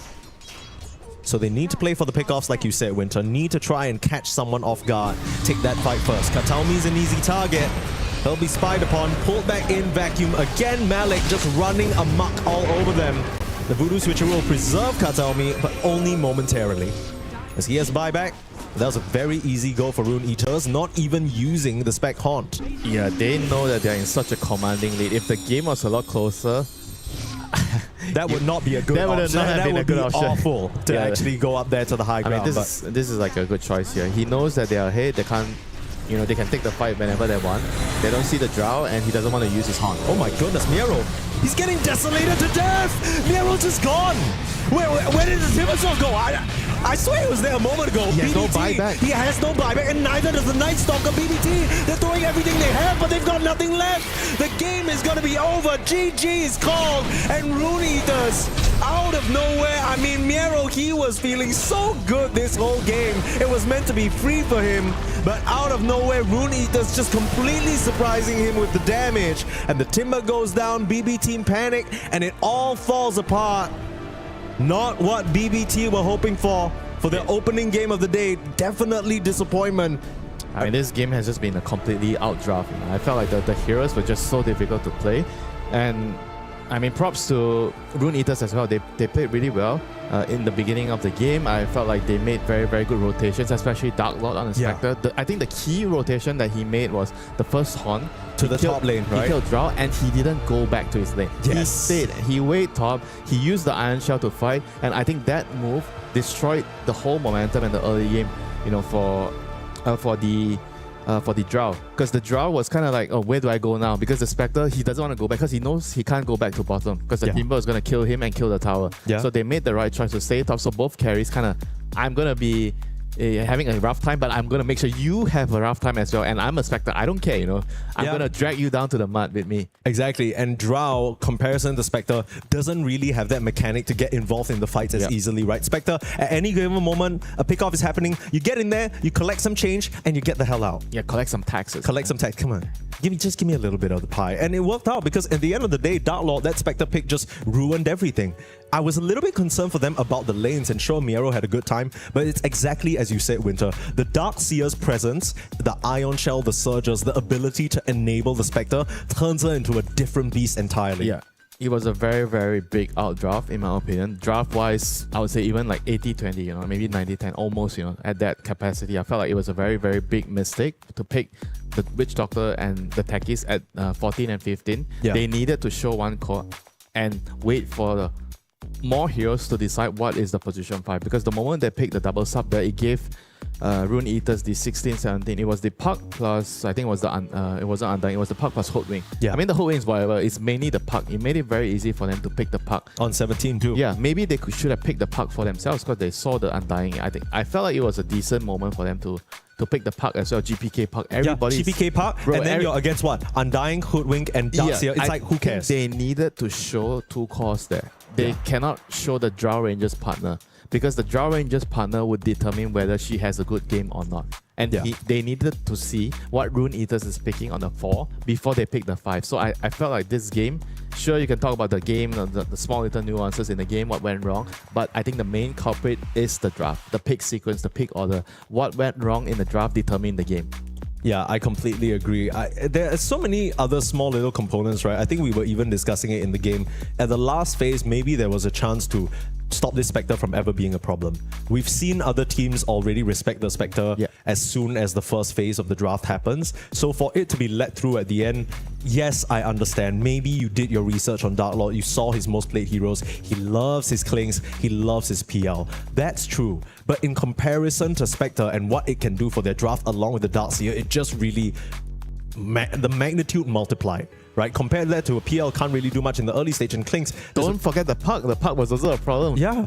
How can the 3 cores of the enemy be all problems in the game? You know, that really means that something has gone really, really wrong in the draft. Yeah. Not just that, the 9-pick Darkseer was a problem, the 17-pick Puck was a problem, and the last pick Spectre was a problem. So clearly, just not really covering enough bases here for BBT coming into this draft.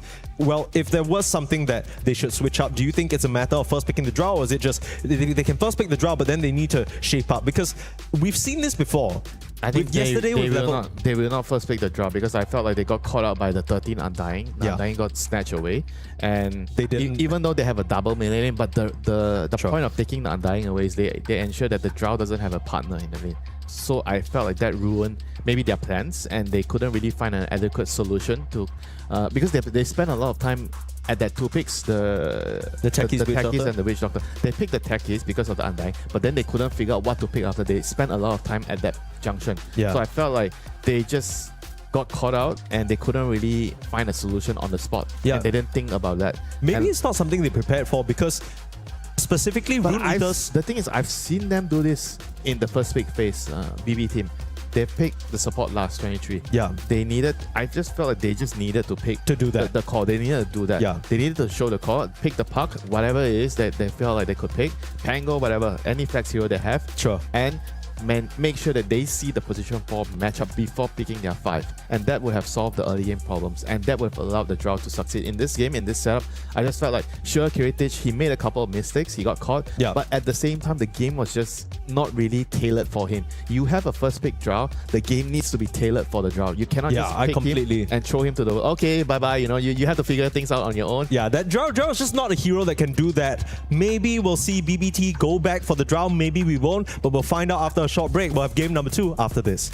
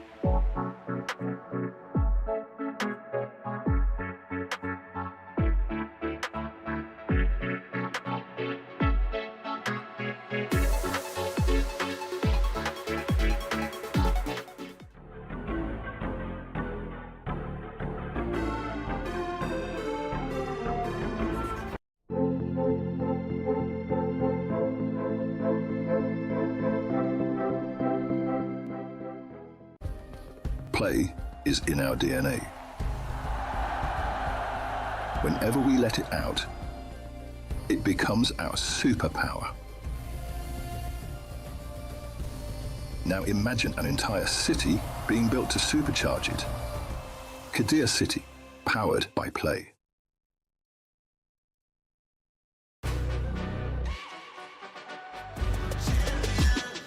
This ain't no regular thing. I came for the ring, you know what I mean. You see my name in the lights, better get right, I'm champion.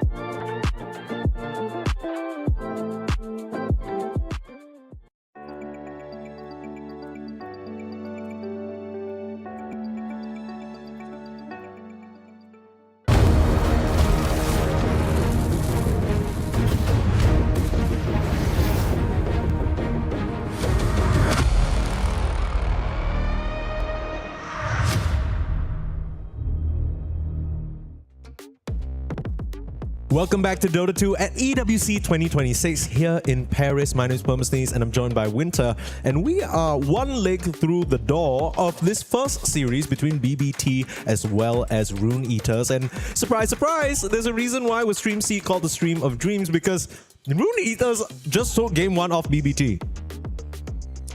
You're trying to make a reference about Katami playing in one leg? No, I don't know what you're talking about. That's not at all what I'm saying. What I'm saying is that for me, I think, and for a lot of people watching online, this is against a lot of our expectations. Yeah. For me personally, I thought BBT were going to come into today, smash. I think they were just playing on one leg because of the draft though. Yeah. That's my take on the first game. I think the draft just didn't really give them enough tools to be able to even play the game. Yeah. I think the game just... Sure, you can blame the mistakes. Oh, they wasted the ultimate here. The smoke was bad. This, that. They TP'd out, in the lane. The Bleach Doctor died and then TP out. He tried to TP when he was already... Yeah, that was already sure, at the beginning. Those mistakes, they were relevant. But the main cause of the problem, why the game was difficult, was from the draft. And I think without a proper draft, you are just going to struggle a lot. I think Dota nowadays, a lot of the results are heavily influenced by drafts because everybody's just that good, individual skill. You look at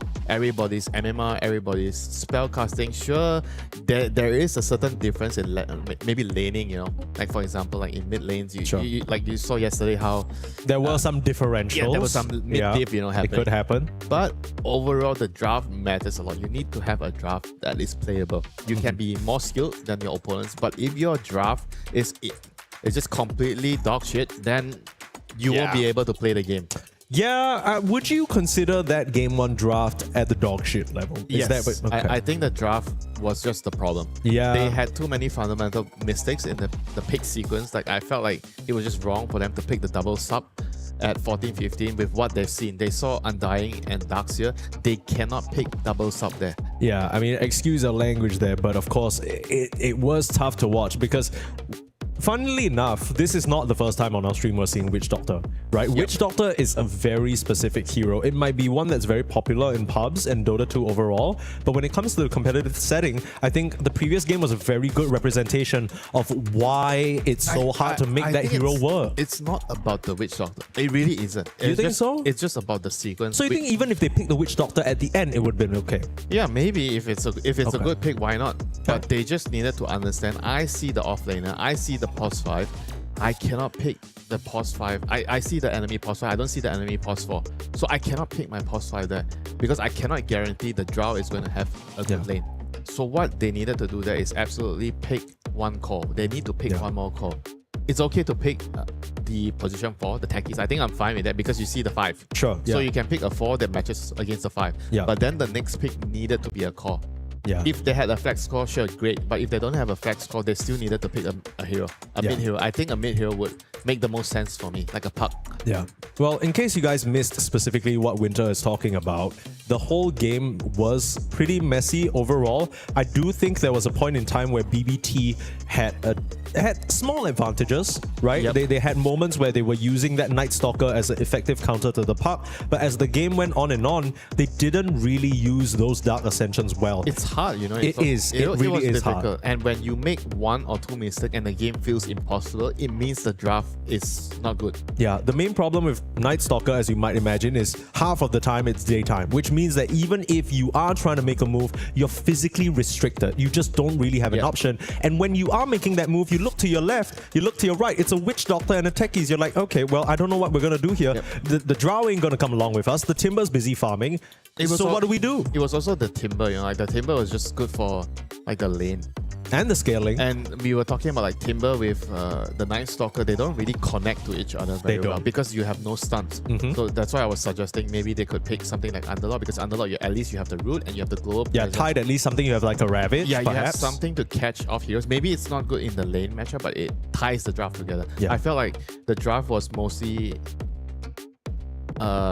coming from an angle where they wanted to win the lanes. Yes. Whereas laning is important, but there are a couple of more things that ties the draft together. Yeah, the 100%. synergy and having catch or no catch enables you to play the game, and the wave clear. So they had wave clear with the Timber. The Timber kind of gave them wave clear, but he doesn't have catch. And he doesn't have the synergy with the Night Stalker later in the game. So I felt like they just put too much stock onto the laning department and the whole draft kind of crumbled. Even though I agree before that, the 14-15 was already an issue, but even at the 23, after they picked the it could have been different. They could have still maybe fixed the draft a little bit. Yeah. But because they went for the Timber, which I can see why they wanted the Timber, but because of the problems earlier, they didn't have catch, so the Timber didn't fix the problems. Because your picks later in the draft, it has to kind of complement the earlier picks, or it has to cover the holes of the earlier picks, because you're picking some heroes blind. So those heroes are kind of going to be somewhat sacrificed in a way. So the latter picks needed to have some sort of complementation for the earlier picks or covering the holes. If you just pick a hero because you want to win the lane and your other picks don't really work with you, then you don't win the lane hard enough. What are your heroes going to do together? Yeah. I mean, the thing is, all I'm hearing is, Winter, you're saying that you put all your eggs in the lane winning basket and then you lose the lane. I mean, and then that gives you no options, right? Compared to if maybe you chose a pick that rounded out the draft a bit better, even if the lane didn't really work out, you might have kind of a sliver or some options to play the game. Compared to what happened to BBT, where they lost the lanes and then they're just kind of like, guess we go on to game 2. I mean, BBT is a team that has always been in history. They're a team that just wants to win. They want to win the lane. Yeah. But the draft needs to have some kind of balance. You can win the lane, you can prioritize. I'm not against winning lanes. I'm not against that. In fact, I love winning lane. I love winning lane. Yes. BBT also love winning lane. But there needs to be a balance. You can win your lanes, but you can also put a certain amount of priority. Where is the line? Do we have enough lane winners? And we have to address the issue of not having catch. We don't have this, we don't have that. And the pick needs to be considered. But sometimes we make mistakes, we overestimate how much we can win the lane. Because he didn't really win I felt like the lane wasn't like, he didn't win the lane to a point where he can solo destroy the lane the game with the Timber Sword. I felt like he was ahead, sure, but I didn't really feel his impact in the game. And I think it's one of those things that you mentioned, even if he did win the lane more, even if he did crush the Spectre, even if he killed the Undying a whole bunch of times, you reach a point in the game where he doesn't actually have anyone that can help him lock down these heroes, right? That's kind of what you were saying. He could have been the most fair Timbersaw in the world. No partner. Yeah, no one to even disable. You like maybe something like a support with a stun or a slow or someone to keep someone in place. Even if that support was absolutely feeding up a storm, you still reach the point in the game where he can help you throw a stun out and then you can get the job done. But the Witch Doctor, the techies just couldn't really do it. We're into the draft 2 of game number 2 here on Stream C. Best of 2, of course, so wow, it's only a matter of whether BBT get the chance to draw this series or whether Rune Eaters here today will take their first win in the group stage, which would be so huge for them, especially against one of the stronger teams in the group, BB. Undying has risen up the ranks, apparently. Undying is looking monstrous right now, I'll tell you that. Ike made it look spectacular. The Holy Locket build, the constant soul rip healing, and the tombstone saves. I mean, there's so much that this hero can do. I mean, it's also because he's a team fight winner. It's Yes. very difficult to play the team fights against this hero. And right now, I think the game is centered around a lot of important fights. It's very difficult to end the game, and the map is big. Yeah. So heroes that have a long cooldown spell, like the Flash Golem's long cooldown, the Tombstone, you kind of have a better time getting your spells off in the game because the game takes longer to end. So it's a lot more value picking heroes that have a very, very strong team fight that ensures that you're going to win the fights. So I think Undying is one of them. And not to mention, because all the carry heroes right now, they love Undying in the lane. Yeah. So you pick the Undying, you're basically denying it from your opponents. Still though, Rune Eaters will go for that Drow themselves with the Shadow Fiend being banned out. It's a flex pick as well for them. Like you can put it on the off lane if it's the right game for it. So you're talking about BB, right? Not the Drow, just to for clear. BB.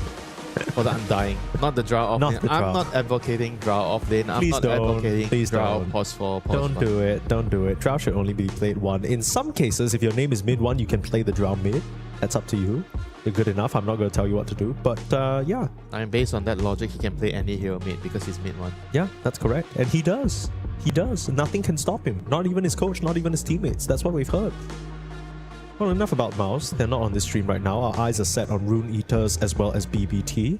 Very heavy focus on the support bans this series, which is something pretty interesting to me. Earlier on, one thing I wanted to point it out, because obviously the Witch Doctor is not a very common selection, but given how many support bans there were that Rune Eaters had targeted towards Kataomi, I can kind of understand it. Maybe they were desperate and thinking, okay, if we don't get Kataomi's hero right now, we're not going to have very many options later down the line, so we'll rather pick the Witch Doctor.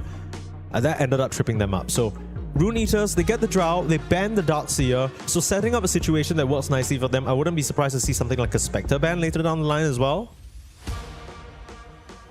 Earth Spirit. Maybe they can't ban the Spectre if there might be an 18-pick Spectre coming here. Yeah, that's true. I mean, Earth Spirit is a very, very also strong hero at the moment. It does a lot of damage. I think it works really well with the Drow because you create a lot of pressure on the map by rotating. I think Drow likes heroes that doesn't have a lot of requirement to farm and you can just go around and pressure. Cheap heroes, I would say, economically cheap heroes. You don't farm a lot, but you create a lot of pressure, you run around, you create action, people have to respond to that, and you can farm on the draw, or you can come and clean up heroes. I think the biggest thing with Earth Spirit for me is that he doesn't need items to necessarily do damage, right? Once he gets those levels, the magnetize, the kick, the pull, that's enough to bring down a lot of... If you're not giga tanky, you will take a lot of pressure from that in the team fight. You need something like a pipe, a bit of magic resistance, perhaps some consecrated reps to survive that. It's going to be a major problem for Hoodwink and Undying to take those long team fights that you mentioned against an Earth Spirit magnetize. Yeah, this time this is looking much, much nicer for BB. Hoodwink, Axe against the Drow, they have a very, very nice, I think, balanced trio. You have team fight from Undying, you have catch from Hoodwink and Axe, very, very strong lanes. I think this is something that it's much more balanced. So it doesn't matter what your opponents throw at you, you're going to have some way of picking your 18 and 23 to create answers. And now this is difficult for them to pick the 16 and 17 here. I think it's going to be like a double stop. They need to make sure they get good support heroes against this Hoodwink Axe lane. Is there no chance this Earth Spirit could be a +4? Could that be the flex instead, or is that just too weird? I don't know. I'm not sure if it's good to do it. Okay. I think you can do it, but whether it's good, I have no idea. Ooh, Disruptor. Disruptor draw. Is that meant to mess with the Axe and his lane cutting shenanigans? I mean, Disruptor kind of sucks in this lane against Axe and holding. I think you're going to get bullied a lot. Yeah. I don't know if the draw would offset it, because draw is a pretty strong lane. So you can pull heroes back.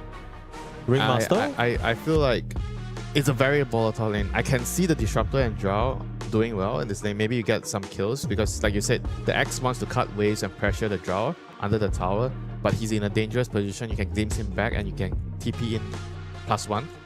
The post 4 hero or the mid hero can come in and kill the Axe, so it definitely creates some sort of threat against the Axe. You cannot just play so aggressive, cut the waves behind and just keep pressuring, because you can get ganked by the glimpse.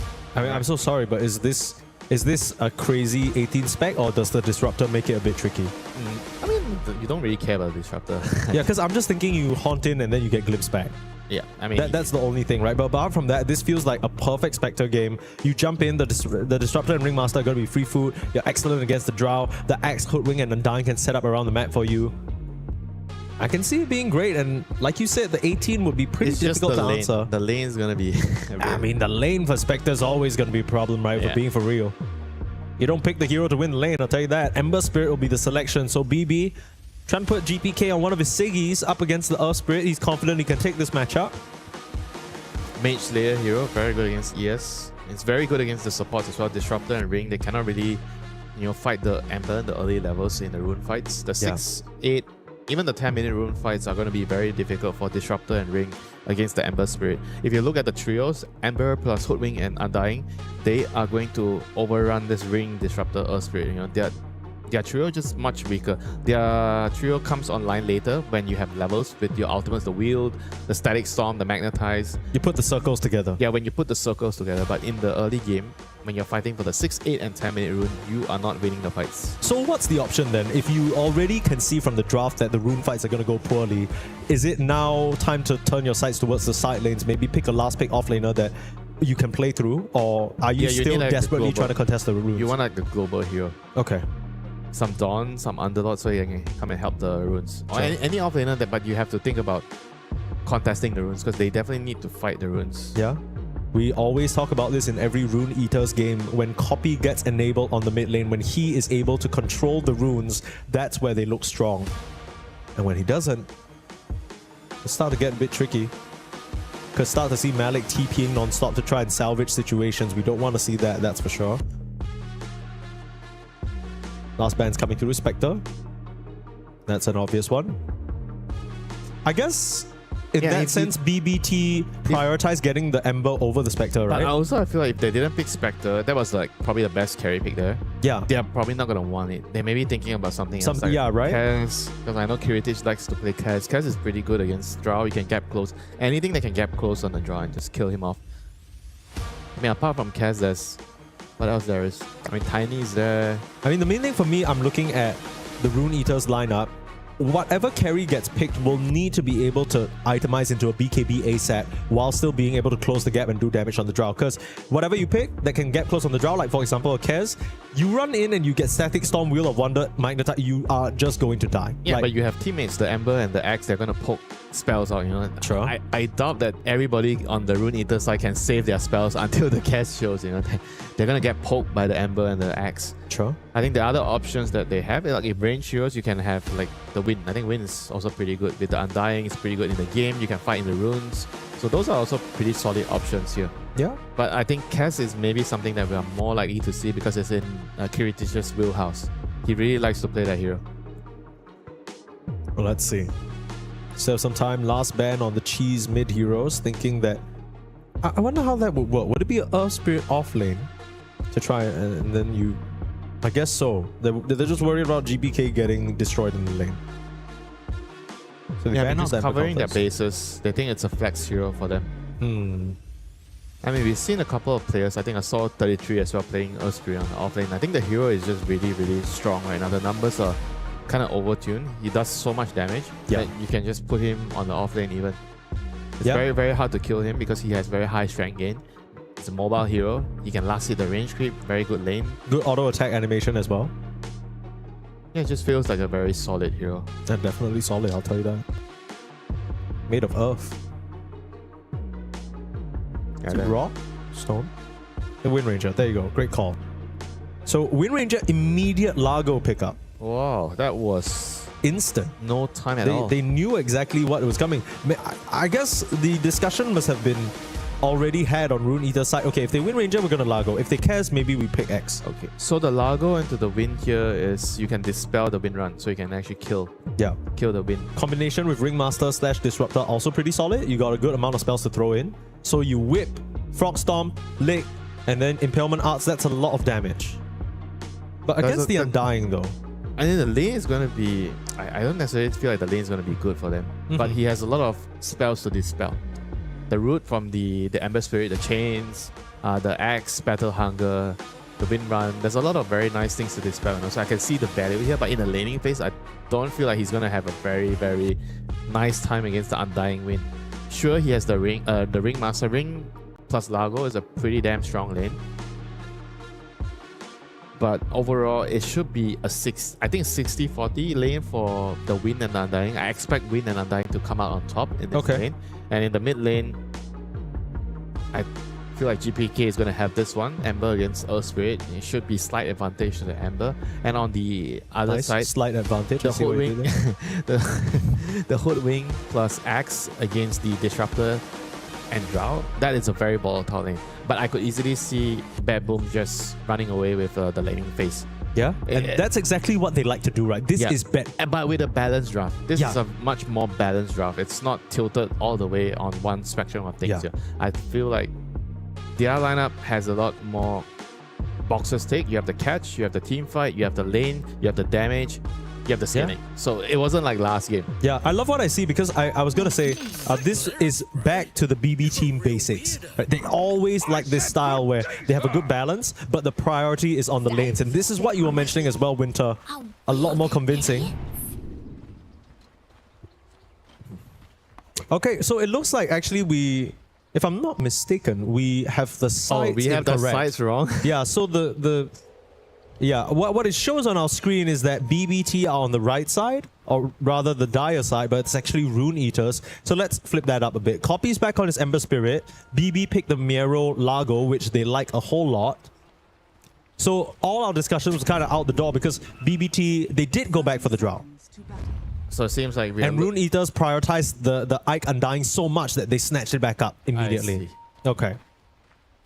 So we're actually looking at maybe Rune Eaters again. Having the better draft here. Yeah. In the second game. Just a little bit. And things start to make a bit more sense, right? Because you're banning out all the Kataomi heroes. Kataomi now gets his Disruptor, which is one of his signatures. You put Ringmaster on save. That's another signature in action. The battle begins. I still don't mind the BBT draft. Funnily enough, now that the players are actually assigned on the right sides, I like it because they have a lot of heroes that they're very comfortable with.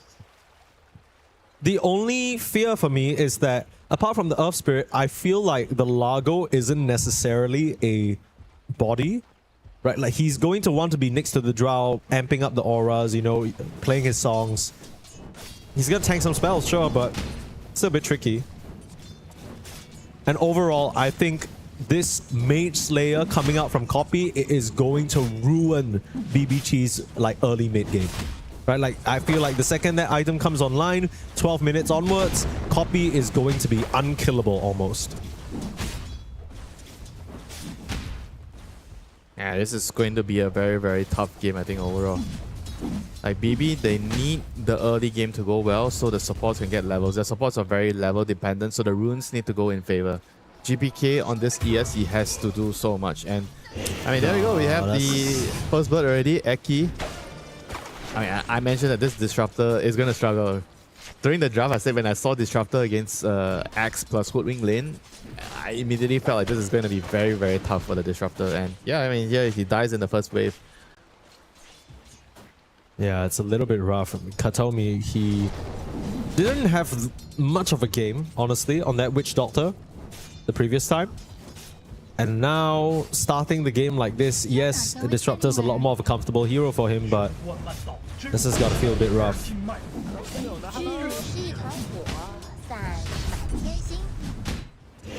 The Chinese voice lines coming out from these Eastern European teams. Love the cross-cultural pollination. Yeah, so how about the win? How is he doing? Is Lago surviving this lane? 5 last hits so far. I mean, we expected the win and the Undying to kind of get a decent amount of advantage. Yeah, pretty decent. Mid lane's completely even though. I mean, GPK is taking quite a bit of damage from Copy, but... Yeah, this is the critical lane.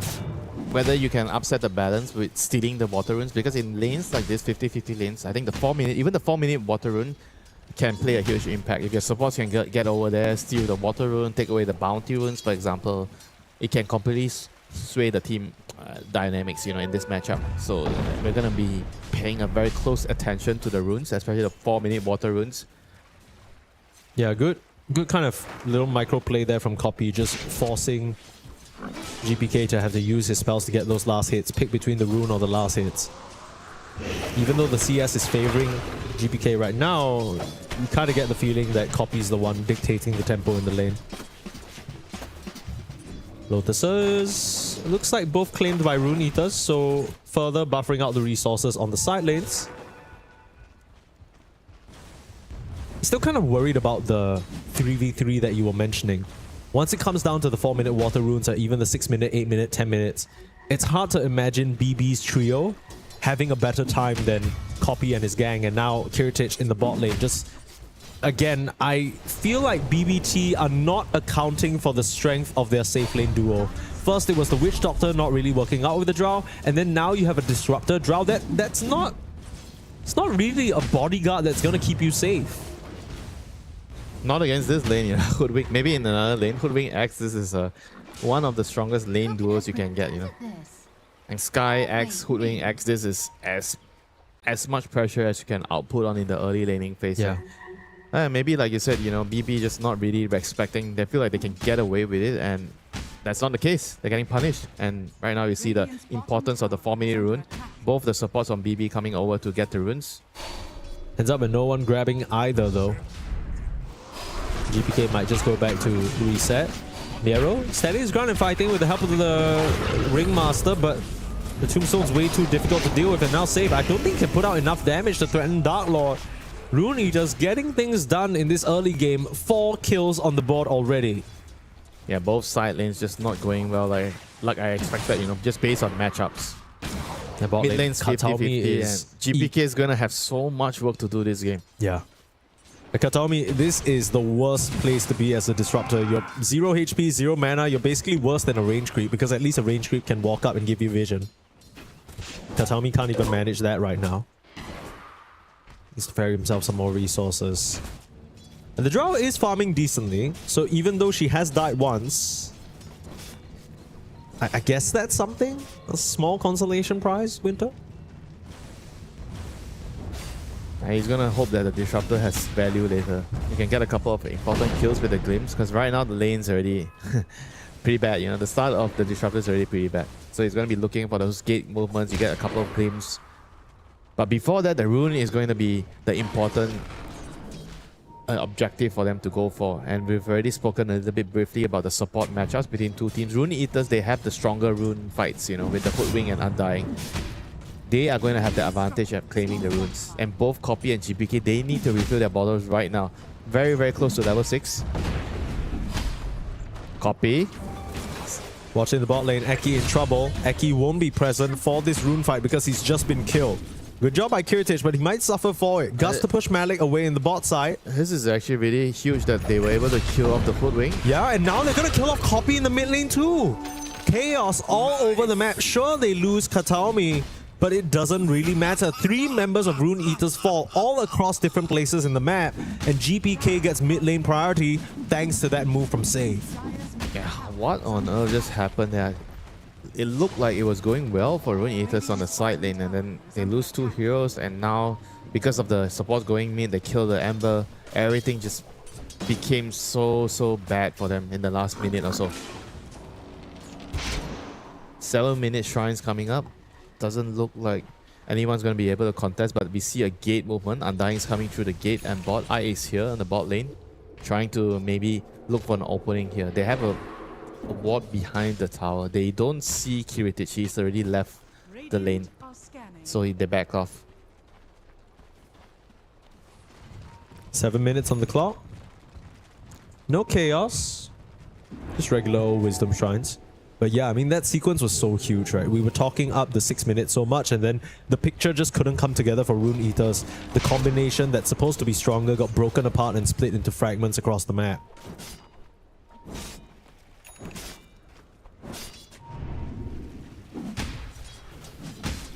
And GPK, you know he wants to get rolling. Nice stack here for Miero. Sentry comes a bit too late there. Still a little bit of EXP.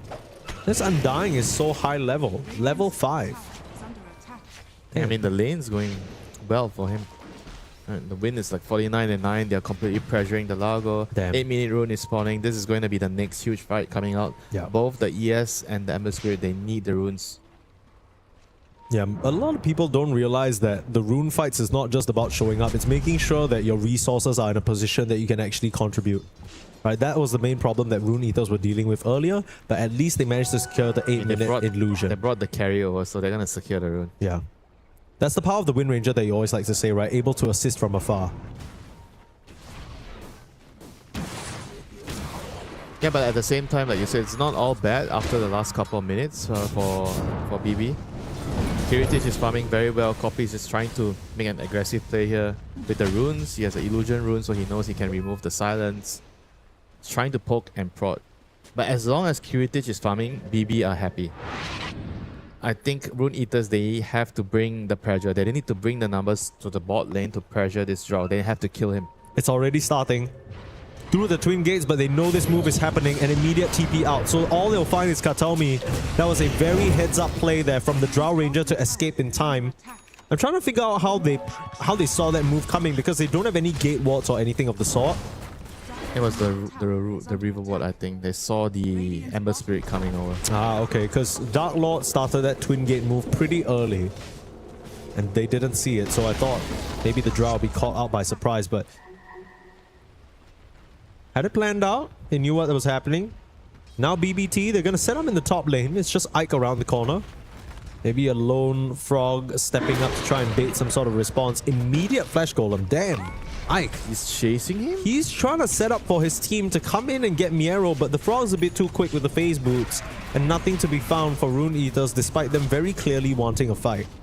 Yeah, that was really, really bad. Now they cannot fight. I don't think they can fight the runes anymore, the 10-minute rune. The 10-minute rune is actually way, way more important than this small little engagement. Yeah? Because now you don't have Tombstone, you don't have Flash Golem. That's a big part of what the Undying contributes. Yeah, BB are going to bring the numbers here. They know there's no Tombstone. Largo is coming over. Miero is here. Ike's still going to try and use his body, but they got the backline jump onto Dark Lord. GBK rolling through straight onto the carry of Rune Eaters, and he doesn't stand a chance. They will be able to return a kill onto save, but GBK is far too tanky for them to deal with, and this is where the Disruptor becomes a problem. They try and run, it's not going to happen. A secondary roll in past the Roach Pit, but Ike will not find himself a deny. Instead, GBK will get himself big kills, and Rune Eaters lose more. Yeah, GPK, he is the one that needs to step up in this game, and he finds the right target there. He gets the Wind Ranger because of the ward. They saw him running down the river. They get the Dispel on the lake. They remove the Wind Run, and there was no escape for him. You know, he gets the roll, he gets the Magnetize, they Dispel the Wind Run, and that was all she wrote. Yeah, amazing patience there from Miero. He understood. He didn't need to lick immediately. Had to save it for when the Wind Ranger was about to escape. They didn't have Tombstone. They were not supposed to fight here, even though they had the carry. Yeah. A bit too over-aggressive and ambitious there from Rune Eaters, thinking they would take that engagement fine. They end up all falling to the Magnetize, and now Spirit Vessel completed for this Earth Spirit. Yeah, this is looking worrisome for Rune Eaters. They need to take a good fight in the next rune fight. That's going to be another important rune fight in 30 seconds, and they need to save all their spells up for that fight. Bunch of Stone Feather Satchels being picked up here. Katami is also level 6. Ooh, yeah. And this is going to be a very, very annoying hero in the rune fights with the silence, the AoE silence. Save's trying to get there too. You just got your Wheel of Wonder, so both big circles on BBT are online. I mean, these team fights are not going to be viable if I'm if I'm not wrong. I don't know, even with the Tombstone, you run up into a Wheel of Wonder Static Storm, you're gonna die. I think Malik has dagger coming in the courier. Does he have a dagger? Okay, seems like they just can't really fight. So a copy actually picks up the rune. Nice little player using a slide to pick up the rune. So he gets the invis rune. Not the biggest rune, but yeah, at least it's something right now for Rune Eaters. They're still waiting for the right moment to jump, to fight. They're waiting for the dagger on the axe to start fights. It's only a blade mail for now. He's not really having the best time despite being left down here to his own devices. Yeah, the laning phase just didn't really go as well as I thought it would, you know, for Malik. And he was succeeding early on, right? He was doing a decent kills, job. You know, at like what, minute 5 or 6, the kills that happened. Yeah. Just some moment of lapse of concentration. Nice escape there, copy. Spotted by the sentry. Ike will not be quite as lucky. Whipped and killed. No ceaseless dirge to bring him back immediately this time. He might find Dark Lord here if he gets the vision for the glimpse. Wow. Static Storm. No way out, but maybe a TP. No one else around the corner. Save was too far away to really help. Static Storm wasted there, but it's okay. That just means Rune Eaters, they won't be able to defend this tier 1 town. They forced the carry out of the map. He has to go back to base. This is, I think it's fine. Yeah. They can hit the tower on the ES. They get this. They should be able to get the tier 1 on BB here. And just wait for the next ultimate. Try to be patient, wait for the next cooldown. And at the same time, Kiritich is absolutely free farming like a boss. Top of the net worth chart on the Drow Ranger. He has been unpunished so far. 14 minutes into the game. Dire's top tower has fallen.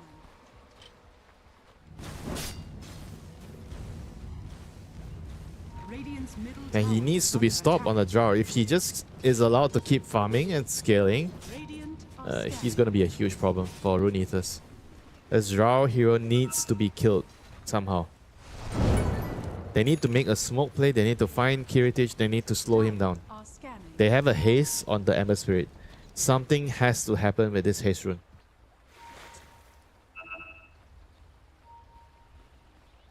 At this point, the Manta is going to be done before they ever find her. I also think that they're just really waiting for this dagger on the axe. But the Ember is actually strong enough to just pressure, you know. They need to bring the numbers with... just follow the Ember Spirit. The Ember Spirit is very powerful at this stage of the game, especially with the runes. All they need to do is just follow him around and just look for stray pickoffs like this, you know. The moment the enemy support tries to come in to reclaim the jungle, you just get an easy kill. Force the issue a little bit, but speaking of forcing, BBT for the TP in to try and defend this tower. Roll's gonna be off the mark. Copy immediate haste rune. GPK's initiation will fall flat. And they have a bunch of wards around the river and the enemy jungle for the Rune Eater side. They need to be able to use this to find kills. And I mean, I know he's far away from the dagger on the axe, but I don't think they need the dagger to pressure. They can just move with the Ember. The Ember is so strong right now. They're not doing anything. They're not doing anything. And how is Dark Lord going to farm if nothing is happening? BB are the ones making the moves. They are the ones looking for the carries. The Drow is the one that is just happily farming away because Rune Eaters, they're not doing anything. So it just feels like if Malik is not involved in the moves, everybody just kind of just sits back and farm. Especially the Ember Spirit. I think Copy has this issue of he's being too greedy. When he plays the Park, when he plays like the greedier farming mids, he shines. But when he plays like an Ember, and Ember needs to move around and pressure, he doesn't really show you the potential of the hero. He's not really pushing it to the limits, at least in the early stages. But maybe now with his Mage Slayer, because that's what it seemed like he was waiting for. He's going to feel a lot more confident running in and making action happen. I mean, it's just not enough. You know, I think he's already missed his timing. Ember is very, very strong between, minute 8 to minute 14, 15. And they didn't really get enough value out of the Copy Ember Spirit here, in my opinion. He's gotten...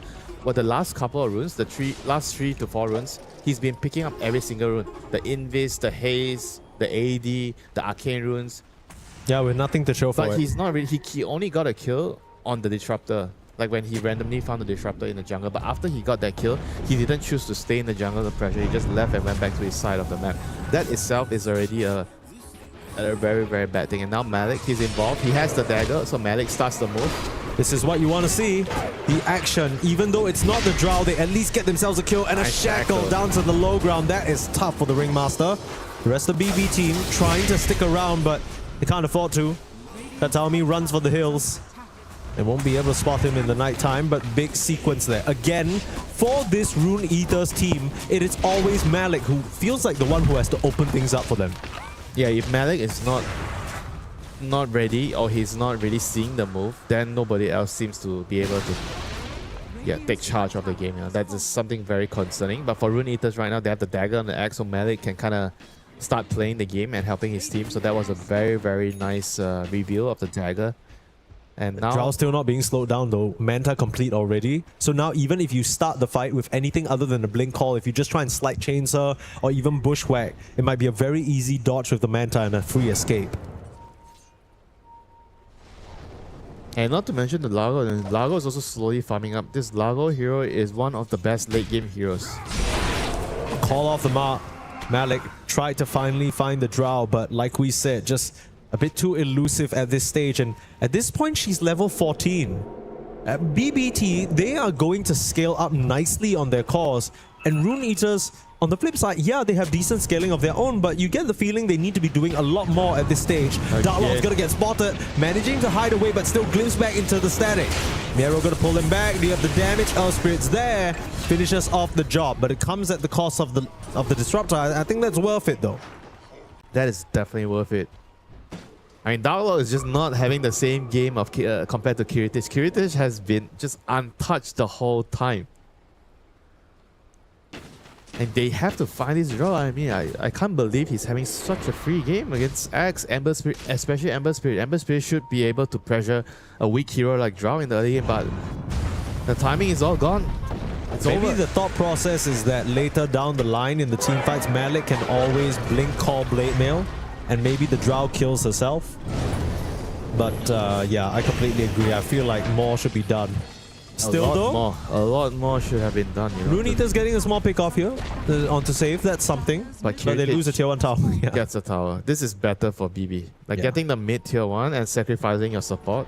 This is way more worth it for BB. They need to find the draw. I mean, 20-minute Tormentor right now. This is going to be an important moment, and Darklord finds Mirror. Really hard to get away from this. Very tanky though. Fogging him. Copy needs slight chains, finds it. Beautifully done. Copy will be the one to claim the credit on that kill. And can they use this time to get the Tormentor? Can they get something extra? They're going to play for the runes first.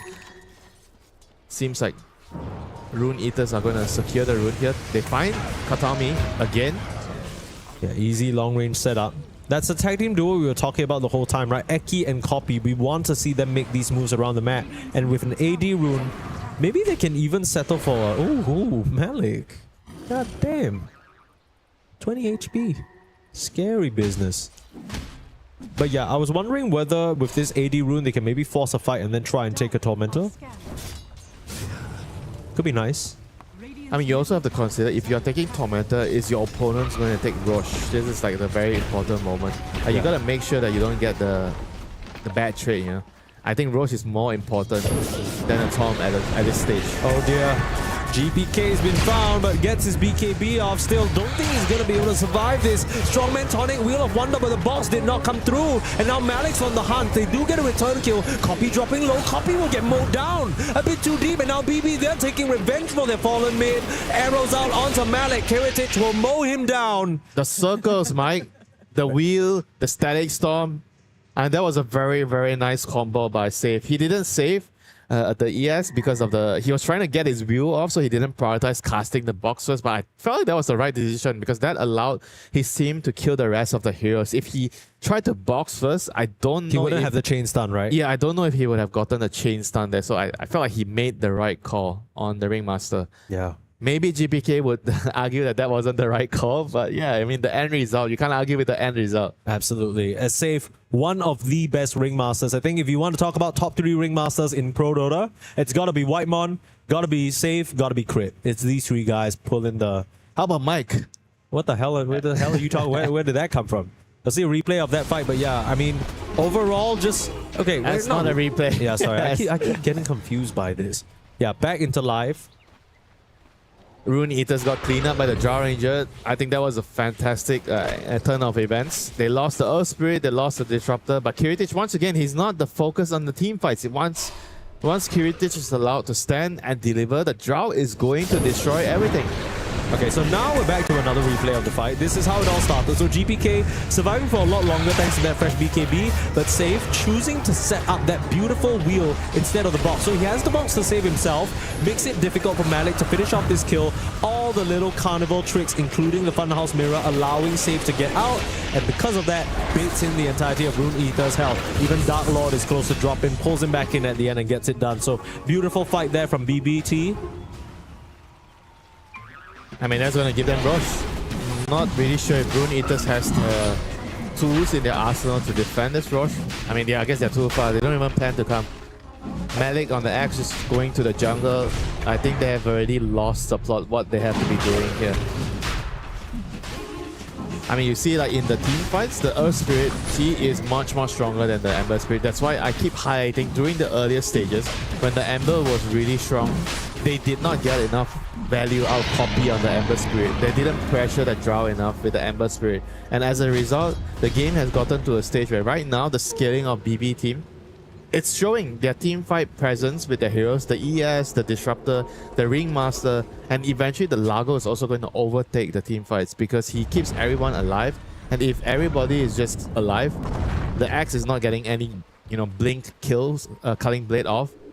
How are you going to end the team fight on the Rune Eater side? Because your team fight is basically, you're very relying on the Axe to blink and just destroy a hero off. And that's another kill here onto Ike. I guess they were trying to sneak. I don't know if they were they trying to sneak the Torment? I mean, they were trying to get the Tormentor on the BB side, and then the two supports on Rune Eaters tried to come in, cause some chaos, but end up giving up their lives. They get Kata Omi though, that's one kill, but again, as per usual, you sacrifice your plus 5 for all these plays, it's not that big of a deal. Yeah, the game is going really well for BBs right now. They get the Roche, they get the Tormentor, they kill the supports. I mean, Rune Eaters, when is their time to strike? I feel like it's long gone, long over. They have to try to play to defend the high ground, look for pickoffs with the axe. I don't think in the next 10 minutes they're going to be able to contest any team fights at all. They're just way, way weaker at this point of the game. I mean, they're just crumbling. He just TPs down when the enemy just get. I mean, they're literally in this area. They just got the Tormentor, they killed you with there. a tier 1 bottom tower. Why are you TPing What do you think was going to happen? He's just not thinking. I am telling you, he's just not thinking. They're autopiloting. They lost the plot in the game. They have no idea what's going on, and they're just playing without really looking at the situation of the game. This is a very, very common occurrence when a team loses the plot. And Rune Eaters, I've already said before, this team feels like during the game, there are some points of time where they do not have a clear leader, they do not have a clear direction, nobody's talking, nobody's taking charge. I think especially when Malik can't do anything, I just feel like... This team lacks direction, right? Yeah, they don't know what to do if Malik is not in charge. He needs to be large and in charge on Malik. If Malik doesn't know what to do, he's not making moves. The other two cores, they don't really feel like they're gonna step up on the plate, right? Yeah. And it's not fair to just rely on one hero, one core player. You can't keep asking him to do everything. Yeah. He's strong, he can do it. But when he's not on his timing, someone else needs to be able to step up on the plate. And unfortunately, I feel like this game, Copy doesn't really feel like he's doing his part.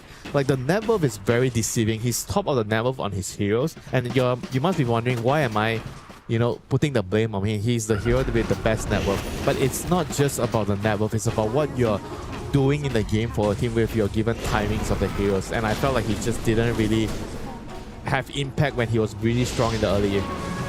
More and more heroes just getting caught here.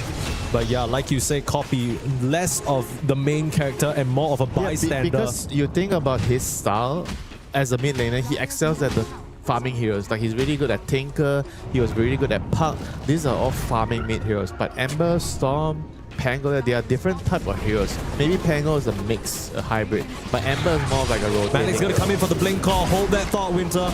But it's an easy save for now. Thinking about the glimpse. I mean, Kiritich is in no danger, Mike. He has the Aegis, he has save behind him. He has the pull from the Earth Spirit. How is he going to die? He has pull from the Earth Spirit, box from save. He has lick from Miero. So many tools. The constant healing as well. Still though, BBT don't feel entirely confident to keep the siege going. They're going to rotate over to mid where they have a fresh creep wave. Yeah, but still giving respect to the high ground, you know, the dangers of going up the high ground. Yeah, to be fair to you, they also have the Aegis ending in 1 minute, so they don't want to be caught in a position where Kiritich dies in an awkward spot. We'll just walk up though. Manta immediately. Ooh, spooky stuff. Big gust. And the damage started to pile up onto Copy big time. Saved by the tomb. Call is there. There's the save. We keep talking about it, but snipe through. They need to get him out of there.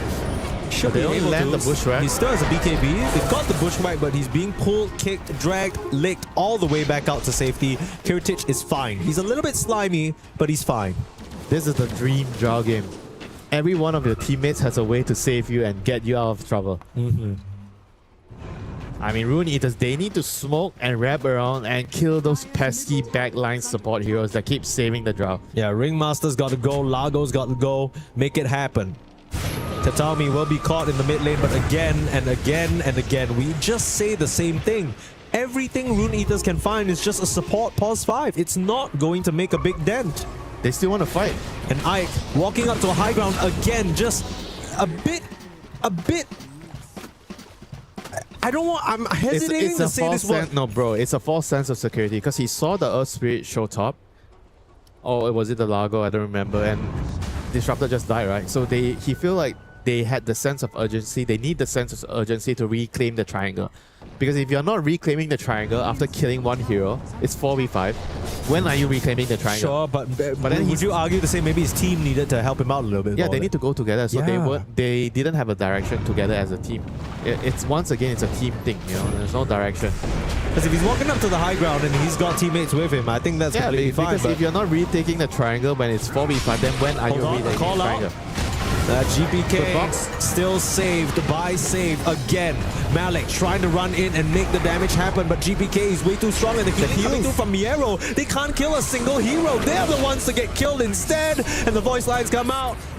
BB team continue to bait them in, and now Katomi's not even going to go down. The lingering BKB, do they have the whip? They don't have the cancel. The Nightfall out from Dark Lord. He should survive in the fountain, but Miero with the kills, keeping everyone up and running. Yeah, this is the scaling I was talking about with the Lago. The longer the game goes, the less damage you have to kill the heroes off. The amount of healing, the amount of sustain, dispelling as well. You dispel the chains, you dispel the battle hunger, you dispel the wind run. There's so much value coming out of this Largo here. And this game is just closing into territories where Rune Eaters, there's no way back anymore for them. It's very close there. I would argue it's maybe even already there right now. It's a good attempt there onto GPK, but everyone on BBT is just ready to save him. And this Ringmaster's having the time of his life. What a performance here from the position 4.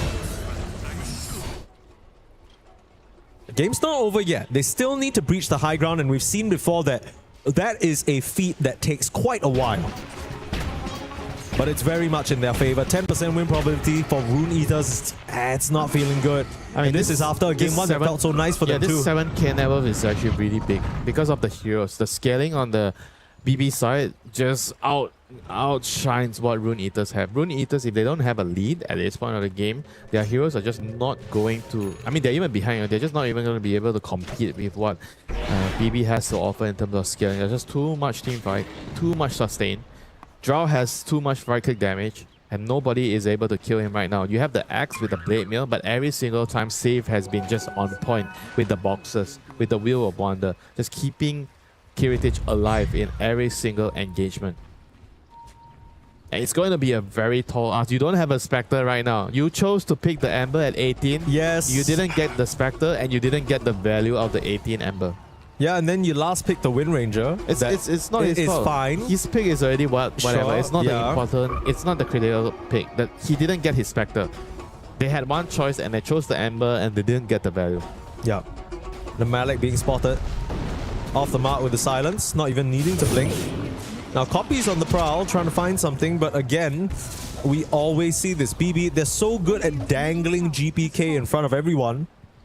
And then they've got licks, they've got boxes, they got everything to save him. He don't even need to pop his BKB. Still holding on to that illusion rune. Bro's pissed chilling. Radiant are scanning.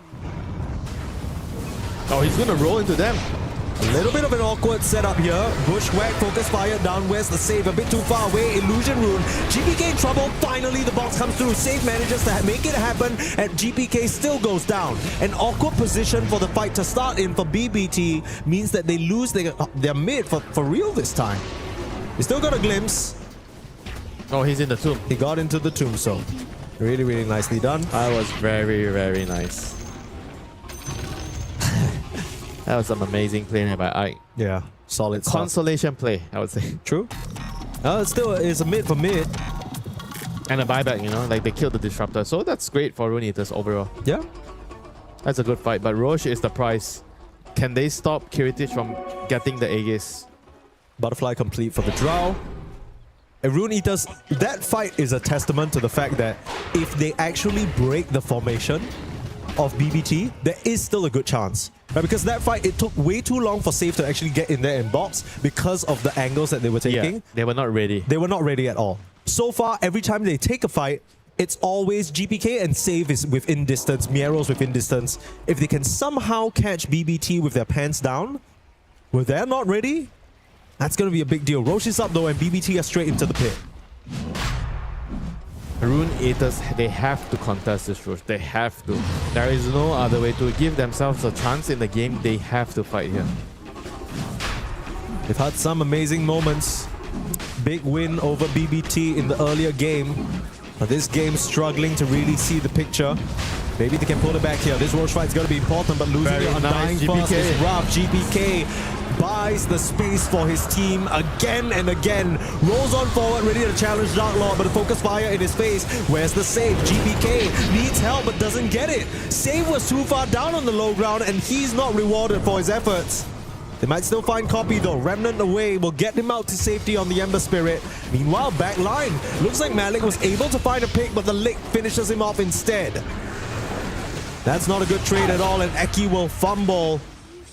Kiritich is beyond godlike. We knew this Drow was going to be a problem ever since the early stage of the game, but he has scaled up to a maximum 10-1-3. That was an amazing initiation from GPK. He did not hesitate even for half a second. He straight in. They were hitting the Roche. He saw the Undying. He showed his face and he just rolled it in because the Roche was really low. He needed to immediately make that decision to create space so that Kiritich was going to be able to finish Roche without any contest. Yeah, because the moment that Kiritich starts wavering, that's a small opportunity for Rune Eaters to actually come in. We don't know where the axe is. Sure, he died, but that was the right call. Yeah. That was the right play. GPK bossing up here on the Earth Spirit. Even in the maybe 60-40 he knows matchup. He's not the carry this game. The Drow is the carry. You need to protect your win condition. Absolutely. I'm sure Kiritich told them all about it in the break, right? Last game, they did not protect him at all. He said, brother, you can't just pick me the Drow and feed me to the wolves. You need to give me everything in the world, and that's what he's getting this game. Onto the high ground, Rax melting. We'll still try and mount some sort of defense, but the saves are always there. Miero? Maybe they used enough for him. Big static storm, Wheel of Wonder circles on the ground, but Malik's broken through. Malik's found an opportunity. There's the ice with a double dunk. With the Drow Ranger coming back with a second life, should be a bit too much for them to manage. And now GPK, big man up front, ready to rumble. Roll all over them, no hesitation. I might need to think twice. Taking some damage now, having to retreat. Another call. Malik finds it. It costs him his life, but they get GPK again. Copy will drop though. And maybe it doesn't even matter. They just don't get the Drow. The Tims come through because GPK just knows. I don't need to live. I just need to make space for you to shoot your heart content. Malik, he tried his best, Mike. He really tried. He did. And I mean, those separate calls, those were amazing. But you can see BBT, they're feeling good again. GPK is just having a laugh. He's out of the picture for, what, 45 more seconds? But he knows this game is on the hands of the man to his right. Ready to take it home. Dodge. I mean, Kiritix is just playing this game perfectly. Zero mistakes. Just one death from the laning phase. This is the recipe for success. You Yes. pick the draw, and the whole draft needs to be tailored for the draw. Bingo. You gotta line up all the cards. Everyone's gotta have a save. Everyone's gotta be on the same page that it is all for the draw. Once you have that mentality intact, you just build all around it, and it looks like this.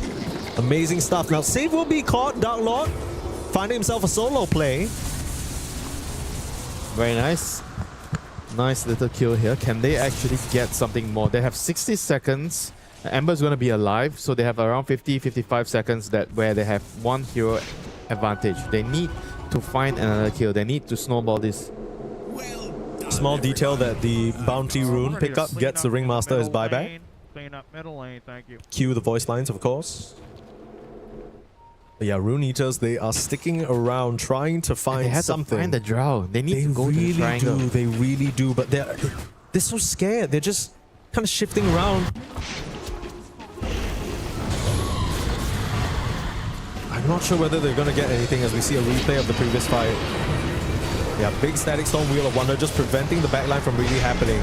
But I mean, Malik, he is doing so much for this team. He's just in there with the call, setting up the plays, and the second one, I mean, he knows he is dead in this moment, but he sets it up for the rest of the team to actually finish some of the kills.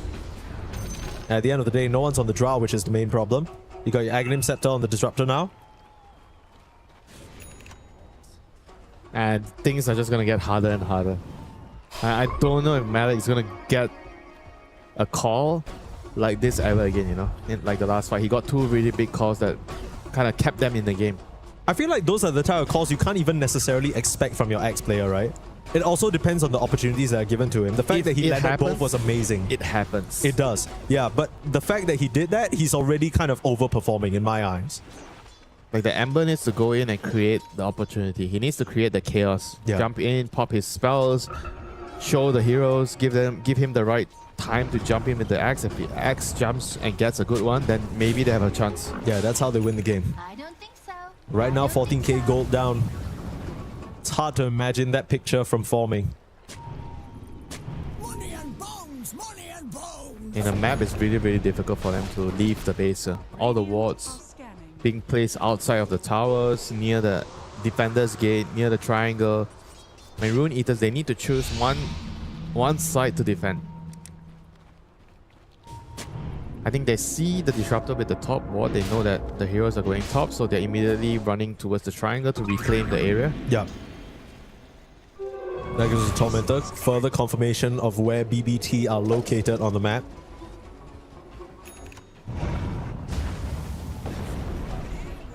A Spirit Shot. Really, really solid pickup. A couple of Prophet's Pendulums as well across the board. I mean, I feel like those items are... that particular neutral item is so fantastic. Further delaying the ability to burst you down within the call. I think out of 10 games, usually late game I always pick that item. Yeah, right? It just feels too good. Yeah. It's like you have Kanka. It gives you a chance to cast your spells, even if things go wrong. It gives your team a chance to save you. True. And BBT, they'll need to save his he's Ground the call. Ranger.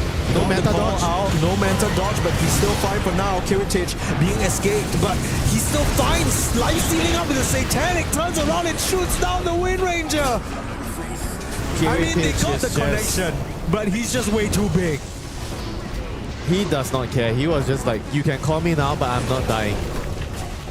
It is over. GG is called, and I mean, Rune Eaters, they put up a pretty good fight in this series overall, but I gotta say, in this game, we're seeing glimpses of what we don't really like about them, right? There's some moments where it feels like they lack that leadership. There's some moments where it feels like they lose the plot, and no one's really there to take over the steering wheel and bring things back into order. Yeah, unfortunately, it might be good enough for them in competitions where there's only tier 1.5 teams, tier 2 teams, but against the tier 1 teams, you absolutely need more than one player to pick up the mantle in the game, to direct the game, to move, to lead the game. Yeah. I think this is not a problem where you can just solve in 1 day or 2 days. It's a problem that you're gonna have to deal with with the foundation of the team, and you need to maybe try to slowly watch replays, and slowly try to talk about things and fix it, or maybe use heroes, because if players are playing their comfort heroes, they're playing their best heroes, then they would, I feel like, play better. But if you're like picking like a hero like Ember, like I felt like this game, maybe the story to talk about for Rune Eaters is the 18 pick, right? They've opted to go for that Ember Spirit, but it's not a hero that I think Copy is really good at. And they've chosen their critical moment to pick his hero. And they didn't really get the value out of his hero. I felt like he was very, very lacking in the first, I would say between minute 8 until minute 15. Ember Spirits, you need to go into the enemy jungle, you need to bully the enemy team, you need to find the Drow. Kiritich had a free game. Yeah. And Ember was the only person that could have pressure, and the rest of the heroes couldn't.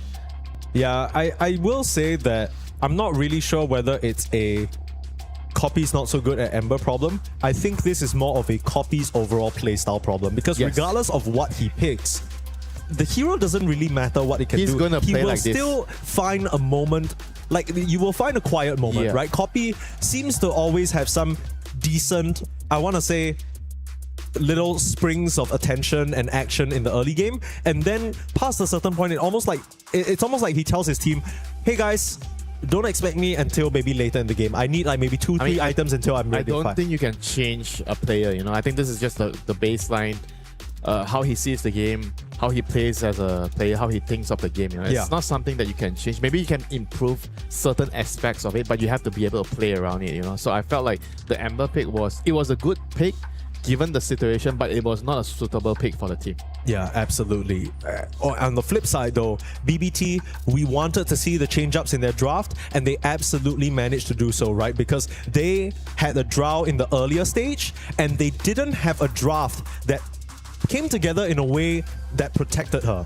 And that must have been so frustrating for Kiritich, because he's just being slammed, he's just being chased by Spectres non-stop, he can't really find any space on the map. But then whatever happened during that break, obviously it changed things around, because Kiritich probably told them, man, what the hell? You guys left me out to dry earlier on. That was not great at all. You better pick me heroes to save me. We saw the instant adjustment, and that's exactly what happened. BBT managed to take game number 2 in a very convincing fashion. And of course, perfect Drow performance, right? Nothing more you could ask for. Basically 0 mistakes. And of course, we had to talk to him. We had to bring him on. We have an interview with none other than Mr. Kiritich right here. He's standing right next to me. Kiritich, how are you doing? I'm sure you're very happy after that game number 2 compared to game 1. I'm happy. Yeah? After first game, when they fuck me, I'm happy. Okay. Yeah, I mean, it's always great to get your revenge, right? Because they put on so much pressure.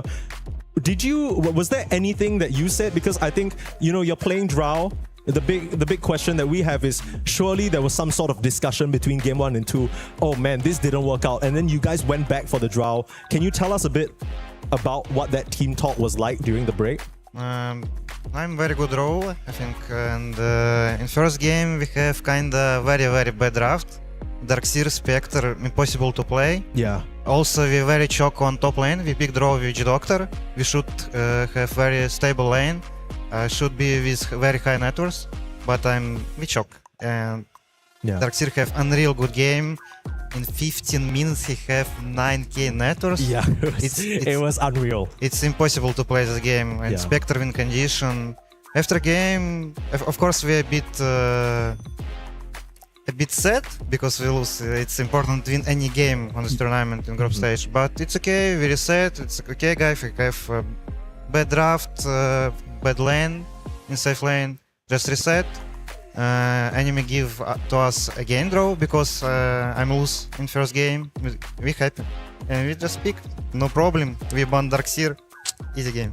Yeah, ban Darkseer, no more counters to the Drow. Winter, you got anything for this man? Yeah, so from the games, do you feel like Drow Ranger is something that it's very, very difficult to answer? Like if you have Drow opening pick, and it's very hard for the opponents to play the game if you're given the right situation. So basically from game 1 and game 2, I just felt like, was the priority just shifted? Like game 1, you feel like you didn't get the priority in the draft. That's why the draft was difficult for you. And game 2, you got the priority.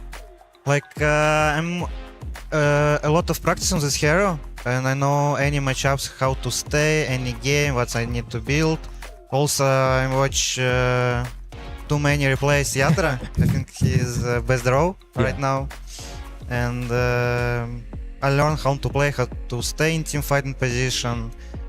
Some lanes a bit rough because like second game we have again more like in first game we have each doctor row, it's very strong lane, so we should have stable lane. In second game we have weak lane, we have disruptor draw, but in game disruptor very good anyway. We understand this and I mean, so would you say the laning is maybe not as important? It's more important to have a hero that works in the mid game because the games are long. So you can't really end the games easy. So it's important to have a lineup that is better in the mid and late game. Yeah, just very important to building very good on this hero. Like best game, what happens in second game? It's I dodge Gate Wind Ranger, dodge any gun, dodge Chamber. It's very big. How did you know? What gave it away? Because there was no gate wards or anything. The Wind Ranger took a gate. How did you see them coming? Feeling. It's all the instinct. It's the Kiritich instinct right there. That's what makes him a winner. Nicely done. Yeah, you dodged the crazy gank that was headed your way. They ended up bringing what, 4 or 5 heroes to try and kill you, and all they find is a disruptor. Yeah. We let them tower. I can't anyway contest this tower, contest this lane. I think it's about my death. If I'm one, 2 time die, game be very hard. Yeah, just one more question I wanted to ask you. What do you think about your opponent's Rune Eaters? Because they came in like an underdog team, and I felt like in a lot of the games in the first 3 days, they were really, really close to winning the series. And what do you think of their performance so far? They have a signature hero like AK on Hoodwink, Copy on Ember. They play very comfortable heroes. I think it's fine team, not very strong like Falcons, but of course they can take one map because we don't know what heroes they play, what they wanna do. That's it. Okay. Yeah. Okay, we won't take too much of your time. Thank you so much for joining us, Kiritich. We'll leave you to celebrate with the rest of your team. Big congratulations on the final win. I'm sure that brought back a lot of good feelings after that rough game number 1. And of course, that is Kiritich, the man who finished that match like a superstar. That Drow went sicko mode. And you can tell, he's very happy. After that game number 1, he's like, damn, we had a good lane, we choked. But I think what I find interesting is that even though he was talking about a bad draft, he still had some faith in it, right? It almost sounded like he blamed the loss more on, we supposed to have a stable lane, we messed up, and then that's kind of what happened. So maybe that draft was still playable. Maybe there was still some ideas that they thought about. And also I find he did say the draft was pretty difficult to play because you can't play Darkseer and you can't play against Darkseer and Spectre. It's too much. It's the Spectre, right? I think that's what really brought it all together, because just the Darkseer alone, maybe you pick some other carry, the gate potential might not necessarily be there, but the combination, that's painful stuff. Yeah, I think also he highlighted a really good point. I was trying to get him to enforce it, because their team is a team that really prioritizes in laning, and hearing him say, maybe right now laning is not as important. It is important, yes, but not as important because the games are long. You have to be prepared to play a 40-minute game, and your heroes need to be ideal for a 40-minute game. You need to think about post-laning phase. We need heroes that are useful in the game, whereas before, I think you could say, okay, I just win the lane, whatever, I'm going to snowball. But right now, I think you have to consider games are going to go long. You need heroes that are useful in the mid-game, like the Disruptor. They get a lot of very good kills with the Glimpse, the Static Storm. And this is what they needed in this game to progress. And the Drow got into the stage of the game where he could not be stopped. Yeah, I also appreciate that he's coming into this with good vibes, because I think BB team, it's no surprise that a lot of these tournaments, sometimes their own heads can get the better of them, right? And you start to feel that pressure, you start to feel sometimes a little bit of that tilt, a little bit of that angst. You lose games you're not quote-unquote supposed to, but being able to get on over that very quickly. I think throughout the past season, we've heard from them that they now have a psychiatrist, a psychologist helping them on the support staff. It's really gone a long way, and you can just see from the vibe of the team, the way they're responding to things, it's definitely paying off. So hopefully that continues to pay off for them. Presently, this draw puts them at 1 win and 2 draws within their group, which is not as... It's okay. It's okay. It's not bad, but I think BB team, I'm sure they want to firm up a little bit as we get deeper and deeper into group stage. And on the flip side, I think Rune Eaters, I want to say they can be happy with their performance today, taking a game off BB team. But at the same time, knowing these players and knowing what they're potentially capable of, I'm sure there's this feeling of we could do more here. They always feel like they're so close. Of course, we are also close to our second series of the day. Coming up next, we're jumping over to Group B for more Dota 2 action. It's going to be playtime against Level Up. That is going to be a really fun match after a bit of a longer break. We'll see you then.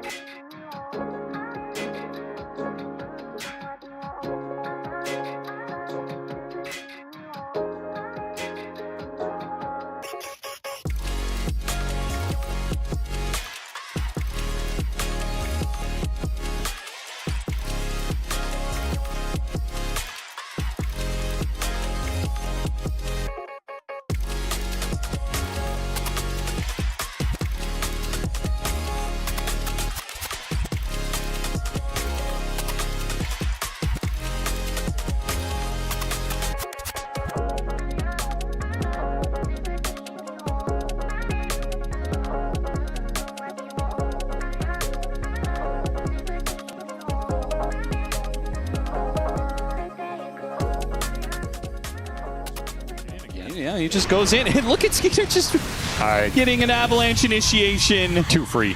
Yeah. Way too free. Yeah. RCY is going to desperately...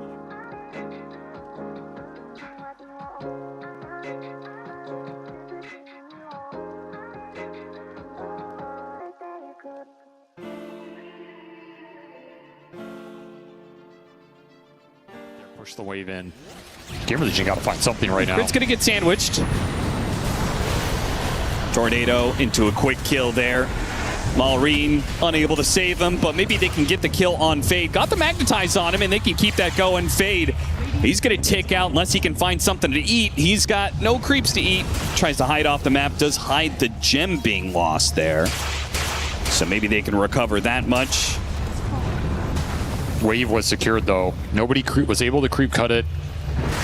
Invoker's only going to split push this so much. Yeah, if you're Falcons, you're not worried about whatever damage the Invoker's going to do mid. You can end the game right here. This is a fatal push right now, and you still have 2 minutes on this Aegis. Magnetize is still going, by the way, because he has the self-magnetize talent. Right, yeah. He is running a little bit low on boulders, but... This is almost infinite. With Octarine, I believe it is just about infinite. They're going to go for him. Scythe of Ice. They managed to get the Hex and the Nullifier placed onto him. Malrine's in some trouble, and he will finally die. They got him. Ghost is in trouble, though. Skeeter Puts a hefty amount of damage on him. Now looks at RCY's toss up in the air by the Tornado. Skeeter doesn't have the mana for BKB. He's got Aegis anyway, so it doesn't matter if he dies for now. Amar going in deep. Looking at both the supports here, has the Reaper's Sight. The Tombstone's going to be forced here, so there goes that save. Clockwork gets a 4-staff save. The Cog zoning back some of these heroes. Speed. Finally, the Reaper's Sight is going to be dropped. Amar now using that extra bit of reach in to push back RCY, and Ghost hit him with the Tornado. EMP. They can actually focus down Maureen a second time here, but he got the Self Boulder and a kick out.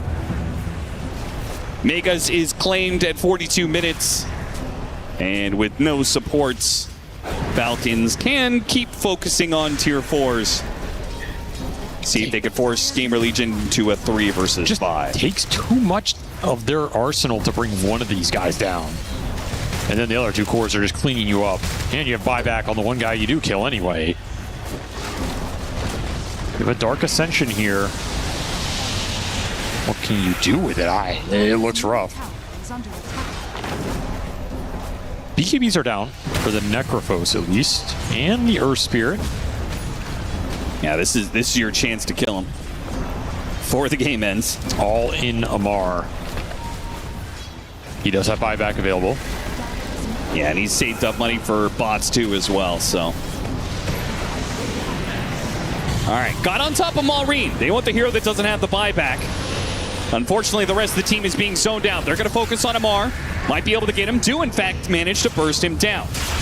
Got one. Maureen, big magnetize. Gets right in the middle of the entire team. And that is going to zone them out for perhaps the rest of the game. Speed's not going to make it back to the fountain. And from here on out, Maureen can keep the magnetize while they're in the fountain. They're taking too much damage. They can't even leave their fountain. The heals are the only thing that's keeping them alive right now. And they're just going to GG out before the throne explodes. A clean game 2 for Falcons. A rough one.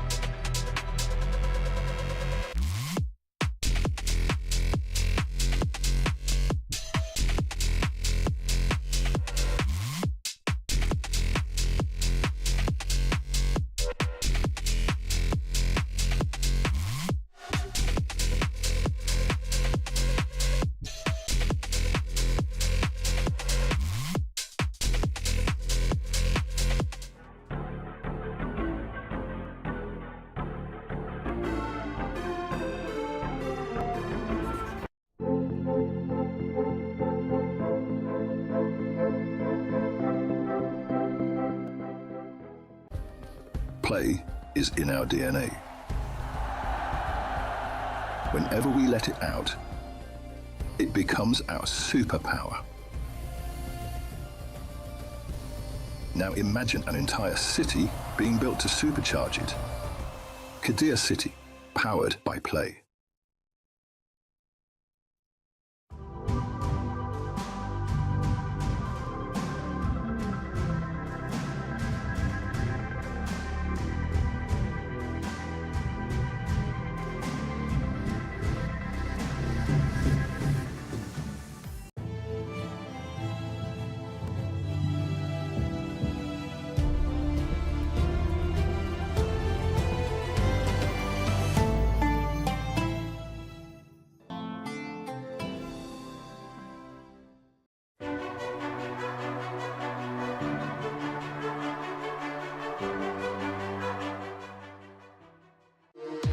We were there. For every click, every clutch, every respawn. We were there for the years of grind. And we're here. Now. The proud founding partner of EWC. Powering the biggest event in gaming. Shoulder to shoulder with the world's best. Making history. Greatness deserves a stage. Lenovo Legion. Reach your impossible.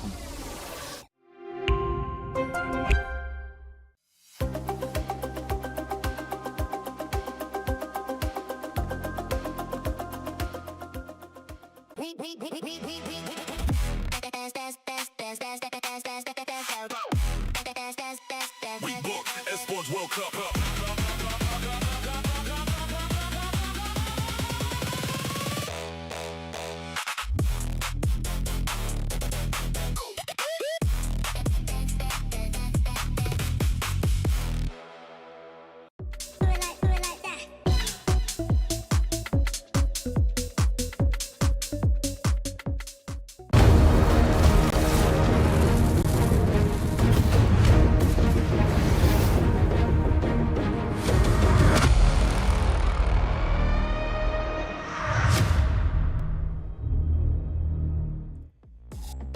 The battle rages on here in Paris with Dota 2 at EWC 2026. My name's Sneeze and I'm joined by the lovely, beautiful, handsome and glorious Winter Chan.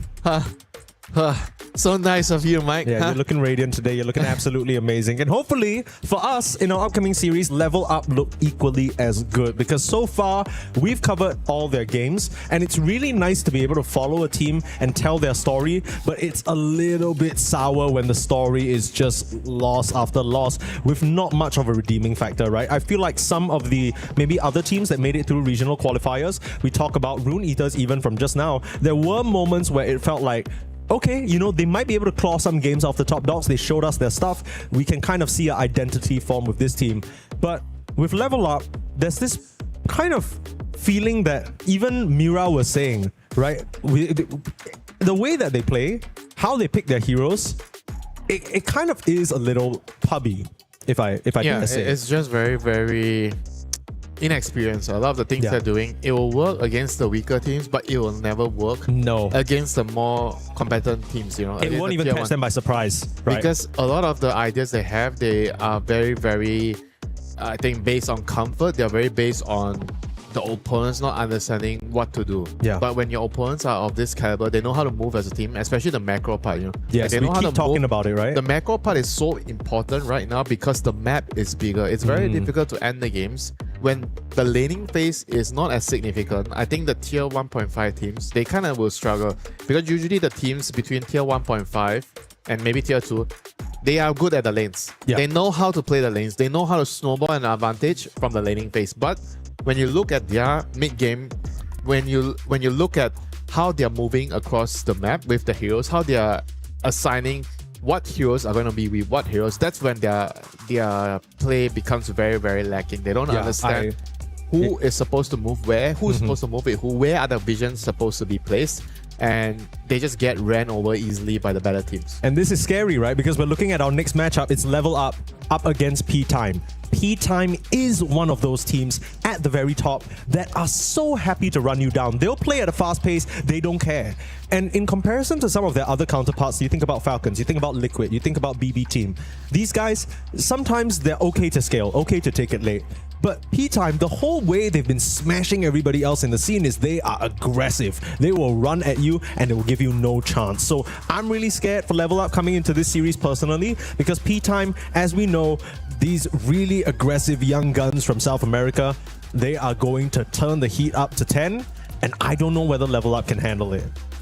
Yeah, unfortunately, that's just going to be the reality of whoever they play against. You know, I think this P-Time roster, they are very, very experienced. They have one young player from Wits, he's the newer guy, but the rest of the team, they are all very, very seasoned players. They understand how to play the map, how to work together, and I think they have the right formula. You need a young player somewhere. One guy.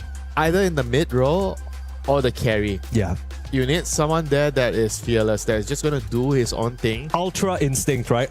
He just feels the game and he just trusts himself. And then everybody else kind of reins him in when they need to. Going too far, you know, the old man is going to leash him back. Come back, you know. Yeah.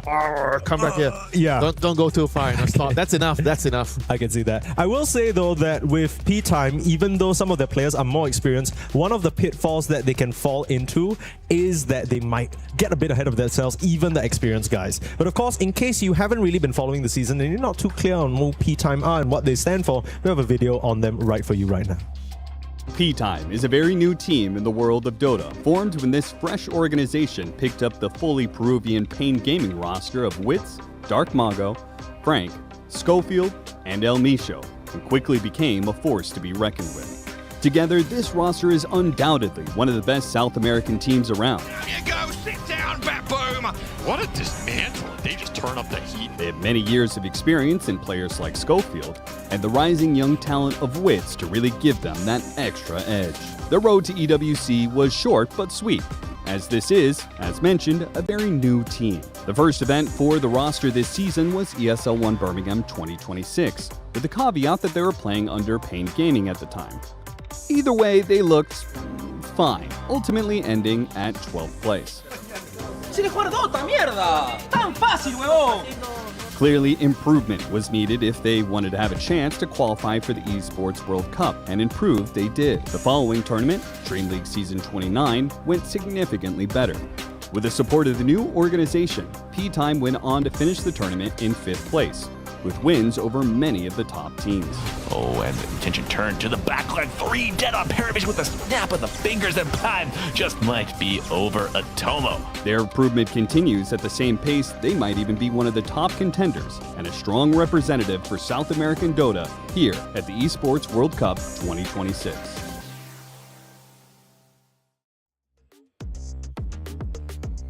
That's the thing, right? Even though P-Time are a newer organization and a newer team, these players are no strangers from representing South America on the top stage. Especially one of the people you saw in that video, very, very big impact. The coach Vintage himself. He's been coaching Beast Coast, all those old EG rosters. He's always been at the forefront of South America Dota, so it's no surprise to see another team that he's leading on its way here. And it's interesting to see as well. I didn't expect that. You know, he came back into the booth, he was like shouting at them. I think you can tell that the support staff has gone a long way in terms of helping this unpolished gem of a team improve. Yeah, with a lot of colorful language. Yeah, with so much colorful. He was not happy, but clearly his efforts have taken them here, right? They don't really feel like this type of team where you look at them and you're wondering, okay, maybe this is just a honeymoon period. Maybe this tournament result was just a fluke. When they win these games, you can tell for sure they are solid, they have great ideas, and they have the skills to execute them. That's kind of scary for Level Up, because Level Up, I mean, even on a fundamental basis, we were talking about it, there's some stuff that's lacking already. Yeah, a lot of fundamental stuff, the draft, the strategy, the macro play especially. I think there's a lot of problems they had. Like even from the series yesterday, we saw some laning problem. They got quote-unquote mid-div you know, in the game, and they couldn't really play the game. But that is probably something that will only happen once, I don't know, in 20 games, 30 games, 40 games. Like it's not something I feel like it's going to happen a lot. It's just unlucky. And you can tell, you know, once the laning phase just goes bad, there is no plan B. Yeah. They do not have the understanding on how to come back after the laning phase. What do we need to do? We need to bring heroes to a certain location, defend an area, and get kills. Because when you're behind, you cannot be greedy. You cannot just autopilot. You cannot split your heroes up on the map. You have to be together and you hold a position and you defend an area. Especially against these better teams, right? You can't... I feel like if you're playing in these tournaments with weaker opponents, even if you're behind, you can kind of just split up, farm, try and get towards your timings. And a lot more often than not, your opponents are going to give you those chances where you don't expect them. So you just pick them up for free, you come back into the game, it's all chill. But even if P-Time get an advantage early on, they are going to make the pressure even harder, right? They are going to turn things up. All their moves are going to be intentional. You're never going to catch P-Time slacking.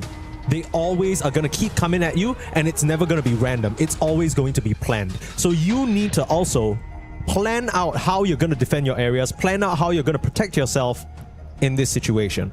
Of course, we're starting out the draft now. Level Up snatch up the Bane to start. And that's in response to P-Time's immediate Hoodwink selection. So that's pretty interesting. Hoodwink as an open. Worth noting that at least in the opening phase, both teams had Drow and SF available. These were only banned later down the line. So both teams choosing not to immediately snatch it up.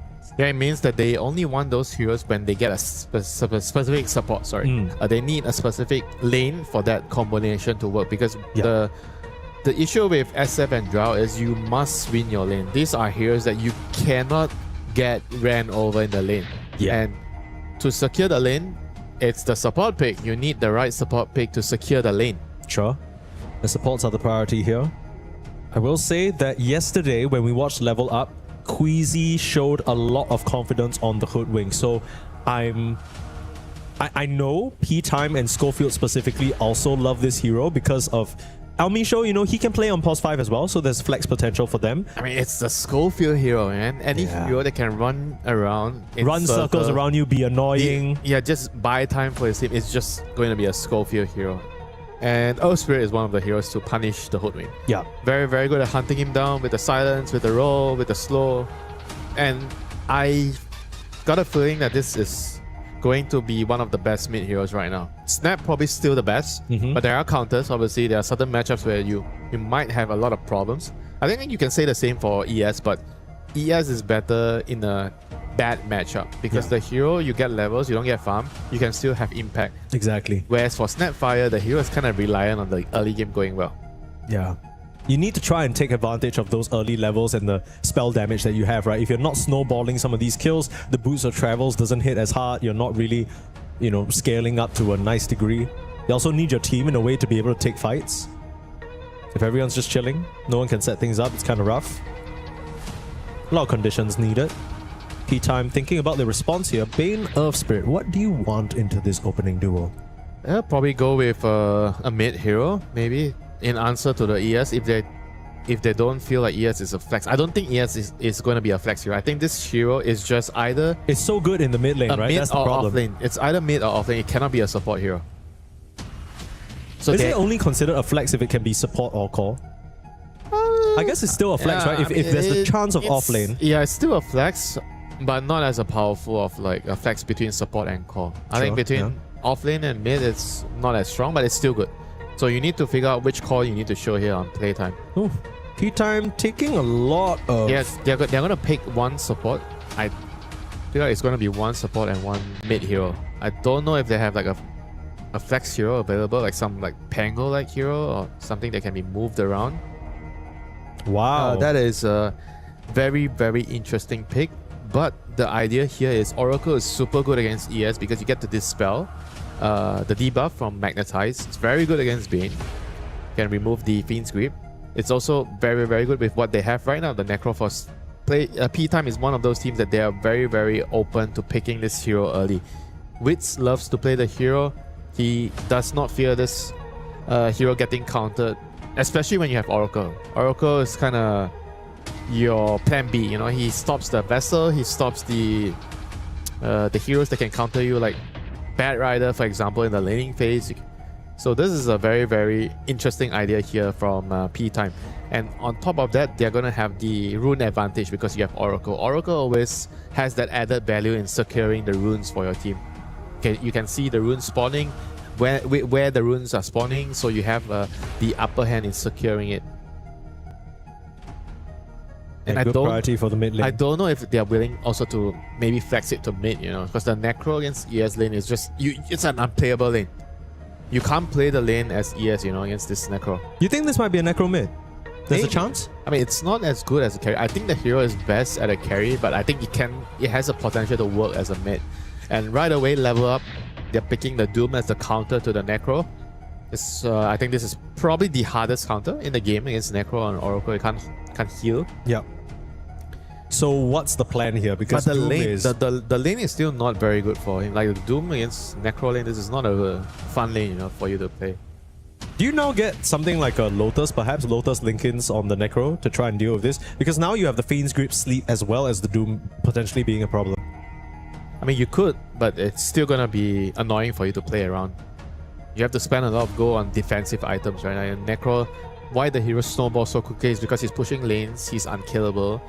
He can go to the lanes and shove waves where usually most heroes cannot do that. Yep. But because you're unkillable, you can do that, and it creates a lot of pressure on the map. But against Doom, it's a completely different story because you are killable. You cannot push waves as aggressively as you would want to. And this is the Bane plus Wind lane combination. The sleep into the power shot. Very, very potent lane. Very strong lane. Can kind of drag you into a spot to shackle follow-up as well, right? Yeah, and they don't know their matchup, so this is one of the most solid, blind picks. If you don't really mind playing into a Centaur, I think Centaur is probably the hardest counter to the Wind carry. Okay. But P-Time going to go for the Enigma instead.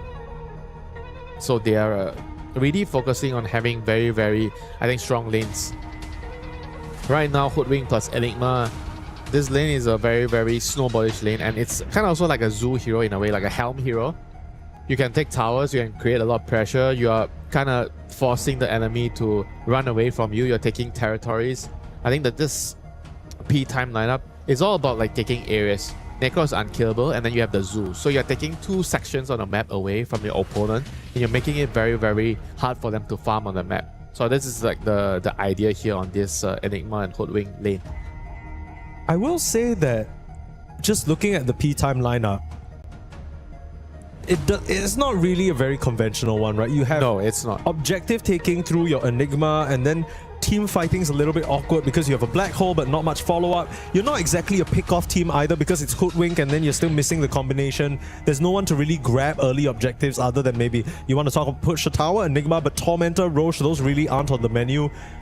The play options for them are rather awkward, I feel. If you don't win your lanes, it's just all gonna come crumbling apart. It's not so natural to find what to do. Yeah. It also depends on the mid lane hero. I think if they can tie everything up, if they have a mid hero like a spirit hero, I think they need a cheap mid hero that doesn't need to farm a lot. Yeah. Pango, Ember's ban, Storm. Storm's an expensive hero, he needs to farm that. But they need some sort of rotating mid hero to balance out the whole draft, because they have Oracle. Whenever you have Oracle, you want a spirit mid because you have control of the runes. I have a suggestion that I think would suit Dark Mago very much. What on earth? Mid Necroforce, they are determined to just play for the lanes. I wanted to see a Kunkka. Come out from Dark Mago. I feel like that would be pretty good. Not this game, Mike. Not this game. We got ourselves a Klinks. What's the Klinks supposed to do here? Just to win the lane. Versus the Doom? Their heroes have no apparent synergy with each other but to win their lane matchups. That's all I would say, for P-Time. So are you saying that if they don't win their lanes, it's basically cooked for P-Time? It depends. It really depends on what do you mean by don't win their lanes. Like how bad is the situation? They have team fight from Black Hole. They have I think Oracle hooping like single target spells, but in the team fights, I still see there's a way for them to win the team fights in the late game. And now Medusa's pick. This is also a very, very slow lineup, but they're moving their lane matchups because they want to avoid the Enigma. They want something that can deal with the Enigma. So Medusa is very good into Enigma in the lane. You can kill off the summons. In the team fights, you have the Stone Gaze, so he can't really jump in and black hole you. But this is like a super, super greedy lineup. I would say it's greedy on both sides. I would say it's pretty greedy on both sides. I think it's more greedy on level up side because Medusa and Doom already, you have two super carries. I mean, you have the ES. I think ES has to do so much this game. And he's in a game where the hero that needs to do the most in your lineup has a very, very bad matchup in the lane because he's going to be laning into a Necro. So the hero that needs to move is going to be destroyed in the early game. So what is the plan after that? Because there's no way around it. Right now, they cannot change their lanes. This is going to happen. What can you do to offset this pressure from the Necro into the ES? I think at some point, you're probably going to have to sack the lane on ES. You can't play the lane. You need to roam. You have to play like a support, and the Wind has to take the mid lane. I think something like this, some sort of maneuver like this has to happen. The three heroes, the Wind, the Bane, and the ES, they have to take turns walking around the map in groups to move and to create plays, and they have to take turn farming because nobody can stand in the mid lane against the Necro. Yeah, it is kind of a free one for Dark Mago here on his mid lane. The heroes aside though, I think Level Up, they have not really shown us much to inspire so far. I think the individual players, maybe apart from 1 or 2 games where Inkrat actually there might be a rainbow today, you know, who knows? That's what I'm hoping. No, that's what I'm hoping for, right? That's kind of what I'm alluding to. I think P-Time, they have set up a draft that is quite unorthodox, and that can work out very nicely for them if their early lanes go well, because that's what they drafted for. But maybe there's an opportunity here for Level Up to show us something. Topple over the lanes, get an advantage, and then the P-Time draft is very awkward to maneuver. So maybe, you know, at least on Level Up side, things make a lot more sense, right? You're looking at a Medusa, that's your late game carry. You're looking at a rather cheap, as you like to put it, Winter mid laner. He's going to be able to make space on the map. But we're going to have to watch out for Level Up because we already raised issues about how they assign heroes in uncomfortable positions, right? They're not really playing the macro very well. And you're saying that they need to make sure they have their kill squads rotating in a very healthy way. If not, maybe the Earth Spirits game is going to get completely screwed up. I mean, he's going to get screwed. You know, it's all about surviving. He has to find a way to survive by making rotations. The lane is going to be bad if he just keeps sitting in the mid lane. He needs to find a way to move, create pressure, kill the Klings, kill the Enigma, play the side lanes. Yeah, and on paper, his support should be able to help him do this. Game number 1 of Level Up versus P-Time here, Group B. P-Time so far more like draw time because they've not been able to win a single series, but against some pretty strong opponents like L1 and Liquid, taking 1 game off them each. On the flip side, Level Up hoping to get at least 1 win on the board because at present they've had nothing but L's. And it's not even losses that seem close, right? They've just been completely diffed in some games. Not inspiring to say the least. Maybe this can be their rainbow. Off of the back of the fact that P-Time's draft, it's going to do very well in this early stage, like you said, Winter, but then if it doesn't, the direction's not too clear. Oh, it's already tanking quite a bit of harass early on. This Kling's Oracle lane doesn't feel like the strongest duo. Yeah, no, Oracle is not a very strong laner by nature. They pick the hero not for the lane, but for the for the save and the synergy with the Necro first, and you get the runes. I mean, the runes, I guess, is not so important for the Necro. But yeah, it's more for the save and the dispels. The mid lane and the Enigma's lane, I would say these are the 2 more important lanes. Like the Oracle Kling's lane, maybe not as important for P-Time to get like a huge lead off, like, or at least a good start from. Because you're going to be playing through the Enigma and the Necro in this game on the P-Time side. So you need those 2 heroes getting a very good early game start, especially the Necro Force, because it's in such a one-sided lane. And this lane should be a total wash for him. And he needs to be able to get a huge advantage and use it to be an unkillable force, you know, and he needs his team to back him up when the Doom decides to rotate to kill him, because Doom is the only hero when he gets level 6 is able to kill the Necro Force. Yeah. This Doom should be having a decent time because, like you said, the Kling's Oracle not going to provide much pressure. What about the Enigma though? Because we know what that pick's supposed to do. Supposed to be able to give them a bit of team fight, a bit of split push, but so far, safe lane between Woe and Hatred getting the first blood. We find Schofield creeping around trying to block that small camp, and even though he's successful, he does give up his life for it. Yeah, good start for them. This is why they wanted this lane, the Medusa into the Enigma lane. They counterpick this lane, and as a result, they're able to get some sort of advantage right now out of it. Enigma is still farming well, 9 and 2, to the Medusa's 8 and 2. I don't think the Medusa, the Enigma is going to be too bothered at the moment. And again, you know, this mid lane, so far, still so good for the Earth Spirit, is 10 and 3. But the lane is going to get harder and harder the more levels you get on the Necro. So the matchup is just going to become, yeah, very, very difficult in the next couple of minutes. So earlier on, you were explaining to me a little bit about the Kling's pick. Can you tell me more about what it does for them here? Because I understand that Oracle's a weak laner, and maybe you pick Kling's because he can help the Oracle out a bit. But it's still not necessarily a one lane, right? At some point, if the Oracle starts rotating over to the runes, I feel like the Klings could be very I mean, he's exposed. also a hero that's good against Doom. You don't really care so much about getting Doom on Klings. You're still outputting your damage. You're standing and hitting. Your archers are hitting. Okay. But the lane, it kind of helps the Oracle because Oracle is very weak in a lane. You want your core to be a self-sufficient core. You want your core to have some sort of like ability to survive on its own, you know. And Klings, I think, is that type of core. Because the Oracle wants to play around the gates, you want to gate. In this instance, you want to go to the Enigma's lane. You want to go to the mid lane. You want to fight with the Necro. Those are the heroes you want to play with. You do not want to be babysitting a Drow Ranger, for example, as a Oracle. Yeah, that's fair.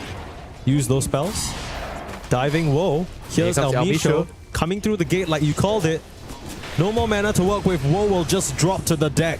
P-Time finding opportunities here in the bot side. First they kill off Hatred, and then they mirror the kill into the Medusa, sorry. Meanwhile, Wits taking some pressure in the top lane, but able to juke his way out of trouble. Even the Fairy Fire sidestepping the power shot.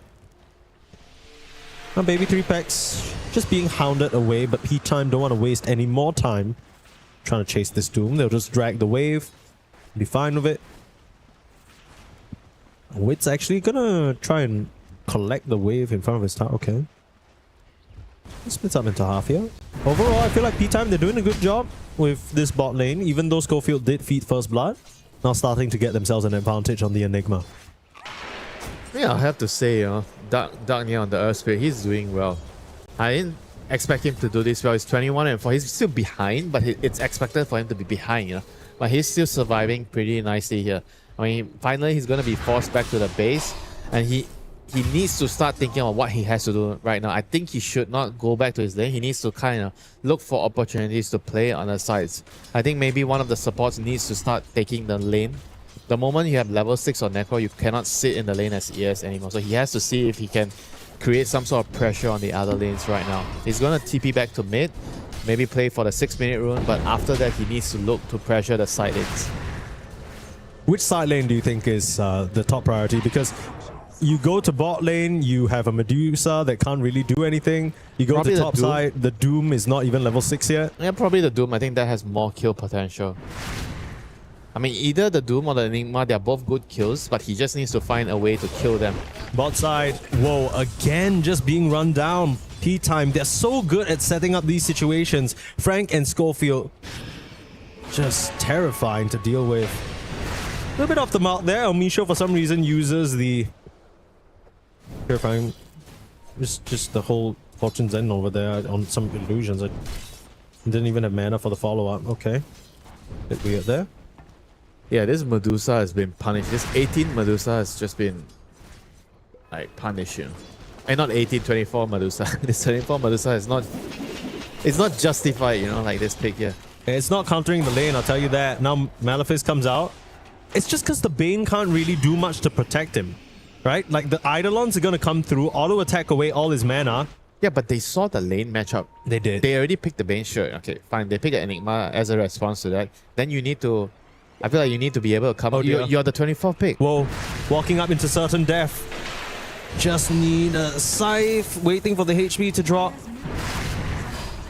Are they not even going to bother? They're not even gonna Scythe Okay, it? there we go. There we go. Dark Mago will Scythe him at the very end. Just wanted to make sure that he got it. Because Medusa's got such a low HP pool, it's going to take a while before you crack that percentage for the insta-kill.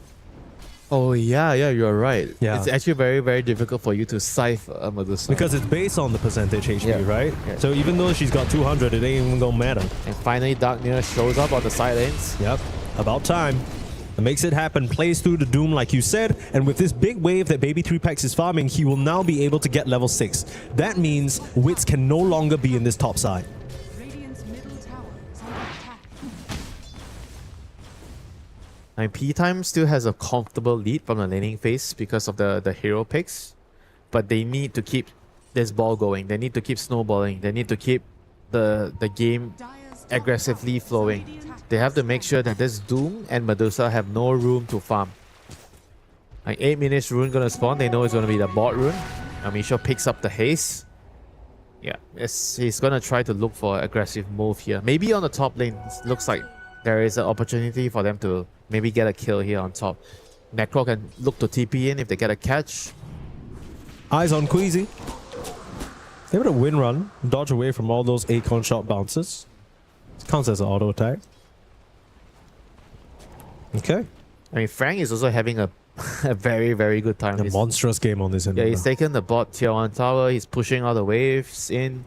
And the next thing he wants to do is maybe look for a move to connect towards the mid lane to get a kill with the black hole and get the tower. So this is something that he's going to be trying to accomplish, on the Enigma here. Especially fighting at the runes. You also want to fight at the runes with this hero. Every time you have black hole. Yeah, so just posing a huge threat on the bottom rune, especially for the Enigma. And in level up, they need to slow this game down. They have to make sure that they can keep farming. But unfortunately for them, the map is getting smaller because they are unable to have access into their own jungle on the right. And Enigma is farming the camps, and you only have like a limited amount of camps on the sides to farm right now. So the map is way, way smaller on level up. Like Warrior doesn't want to just stay here and farm these 2 camps in our screen. He wants to be able to go into his jungle. But at the same time, the ES is taking some of the camps. He also feels like he needs to get some farm going, So the map is very, very congested right now. And I think that the ES, he needs to sacrifice some of his own game to enable the other cores. And even the supports. Always scampering about has left Schofield pretty low level, all things considered. Still not at that level 6, far from it, in fact. Still trying to get the level 6s on the Bane and the Wind Ranger as well. It's all good. Blink Dagger being queued up by Mr. Frank. Like you mentioned, Winter, the map feels rather small now for level up. You really want to see some sort of smoke move, and there it is. Aincrad on the prowl with Hatred. Looking for some action. This is exactly the lane they want to play through, but El Misho breaks the smoke around the tree line. Why did he back off? He's so strong. Why is he backing? Well, I'll show his face now. Waiter for the Bane to take first contact and finalize the kill on El Misho. That was a bit strange. That was very strange. That tells me he's afraid. Like, he should not be afraid right now. Oh, I think I know what's up. So he walked up, he didn't see the Bane behind the trees, and he realized he didn't have a dust on him. So he didn't want to... Yeah, but he's... Either way, he needs to walk up. So there's like a chance that it's a cleanse. What if it's not a cleanse? That's a free kill. If it's a cleanse, so what? He can't kill you anyway, so why are you backing off him? Yeah, but I guess it's like they didn't know whether the cleanse was in the small camp or the hard camp, so they wanted to get the jump surprise with the dust. I can understand it. Meanwhile, Doom out onto Mr. Wits. Is he actually gonna survive? He's gonna survive. And now they're onto Baby 3-Packs. You need a bit more move speed though. He's moving quick. Miss Schofield's gonna hunt him down here. Waiting for a bushwhack, trying to dodge it. Secure it with the Malefice, and the damage comes through. First Doom of the game gonna end up in his demise instead. Not ideal. P-Time bring the numbers to make that one happen. Nothing much level up can do about it. Yeah, this is looking rough right now. Like P-Time, they're doing an exceptional job connecting to on the silence, especially Frank. He goes mid, he goes to the top, he gets the kill, and now he tries to pressure the tower. P-Time just doing a good job choking level up out of the map, Every time level up thinks that they can reclaim certain areas, P-Time is there to defend the areas, especially Frank on the Enigma. He's not worried of like making moves. Like he's giving his Hoodwing. You mentioned Hoodwing was low level because Schofield was running around trying to look for heroes, giving information, and as a result his levels has suffered, and Frank is giving him back the levels around. He's giving him the lane, and Frank is the one moving with the team. So I like that balance, you can't always have the same person moving and sacrificing his own game for the team. You have to take turns. Somebody already reaped the benefits and he has to be the one working the next shift. You know, you can't have the same person working the whole day, the same shift. Yeah, that's not fair. Gotta make sure everybody get the money. Radiance complete for Dark Mago. Every timing on peak time is being hit right now. They are having themselves a stellar start to this game. And then on the contrary, you have Level Up struggling to even secure parts of their own jungle. Now the triangle might be in jeopardy. Bunch of camps stacked to try and set up for the Medusa, but P-Time very easily waltz on over. Eyes on the Doom. Need a nice bushwhack, finds it. Dark Mago waiting for the scythe, chops him down. Try for the roll now. Off the mark there is Aincrad, but he's still got to magnetize to work with. Could be a bunch of good damage. But he got the Oracle behind him, and as soon as they see that Fortune's End come out, they know that their luck is no longer with him. Because Dark Mago, no matter what they do, they won't be able to bring him down with the Oracle backing him up. Queasy tries to stick around, finds himself at the receiving end of Frank on his Blink Dagger reveal. Another kill falls the way of P-Time. And that is a very, very nicely done kill there. Bringing the Necro and the Hoodwink. This is what I always say with this Hoodwink hero. You need to be able to create like some gang squads. Yeah. And run around with smoke and get some pickups, you know. It's not the most conventional one, Hoodwink with Necro. Yeah. But they get the job done, you know. That's why when you look at these tier 1 teams, they may not have the most ideal heroes to make the move, but they understand when to make the move and who has to make the move. And I think one thing that stands out to me about P-Time is they always break their hero into components of what they can do, right? Which one of you can wave clear? Which one of you can get these kills? Which one of you can be in this kill squad? And because of that, their drops, even though they look weird in terms of the heroes that come together, they still tick all the boxes and they get what they need to get done.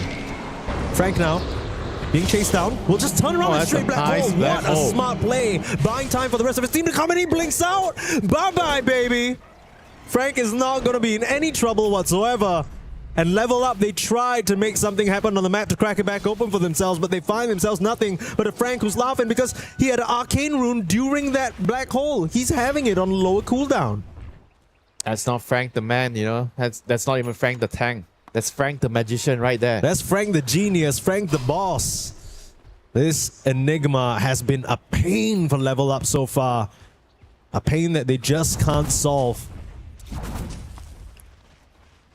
And that's allowed Wits a lot of space on the map to catch back up after a more difficult early laning stage. Not that he did poorly or anything. It's just, you know, he was making up for the fact that the Oracle was a weaker laner. So his, you know, receivings from the lane haven't been ideal.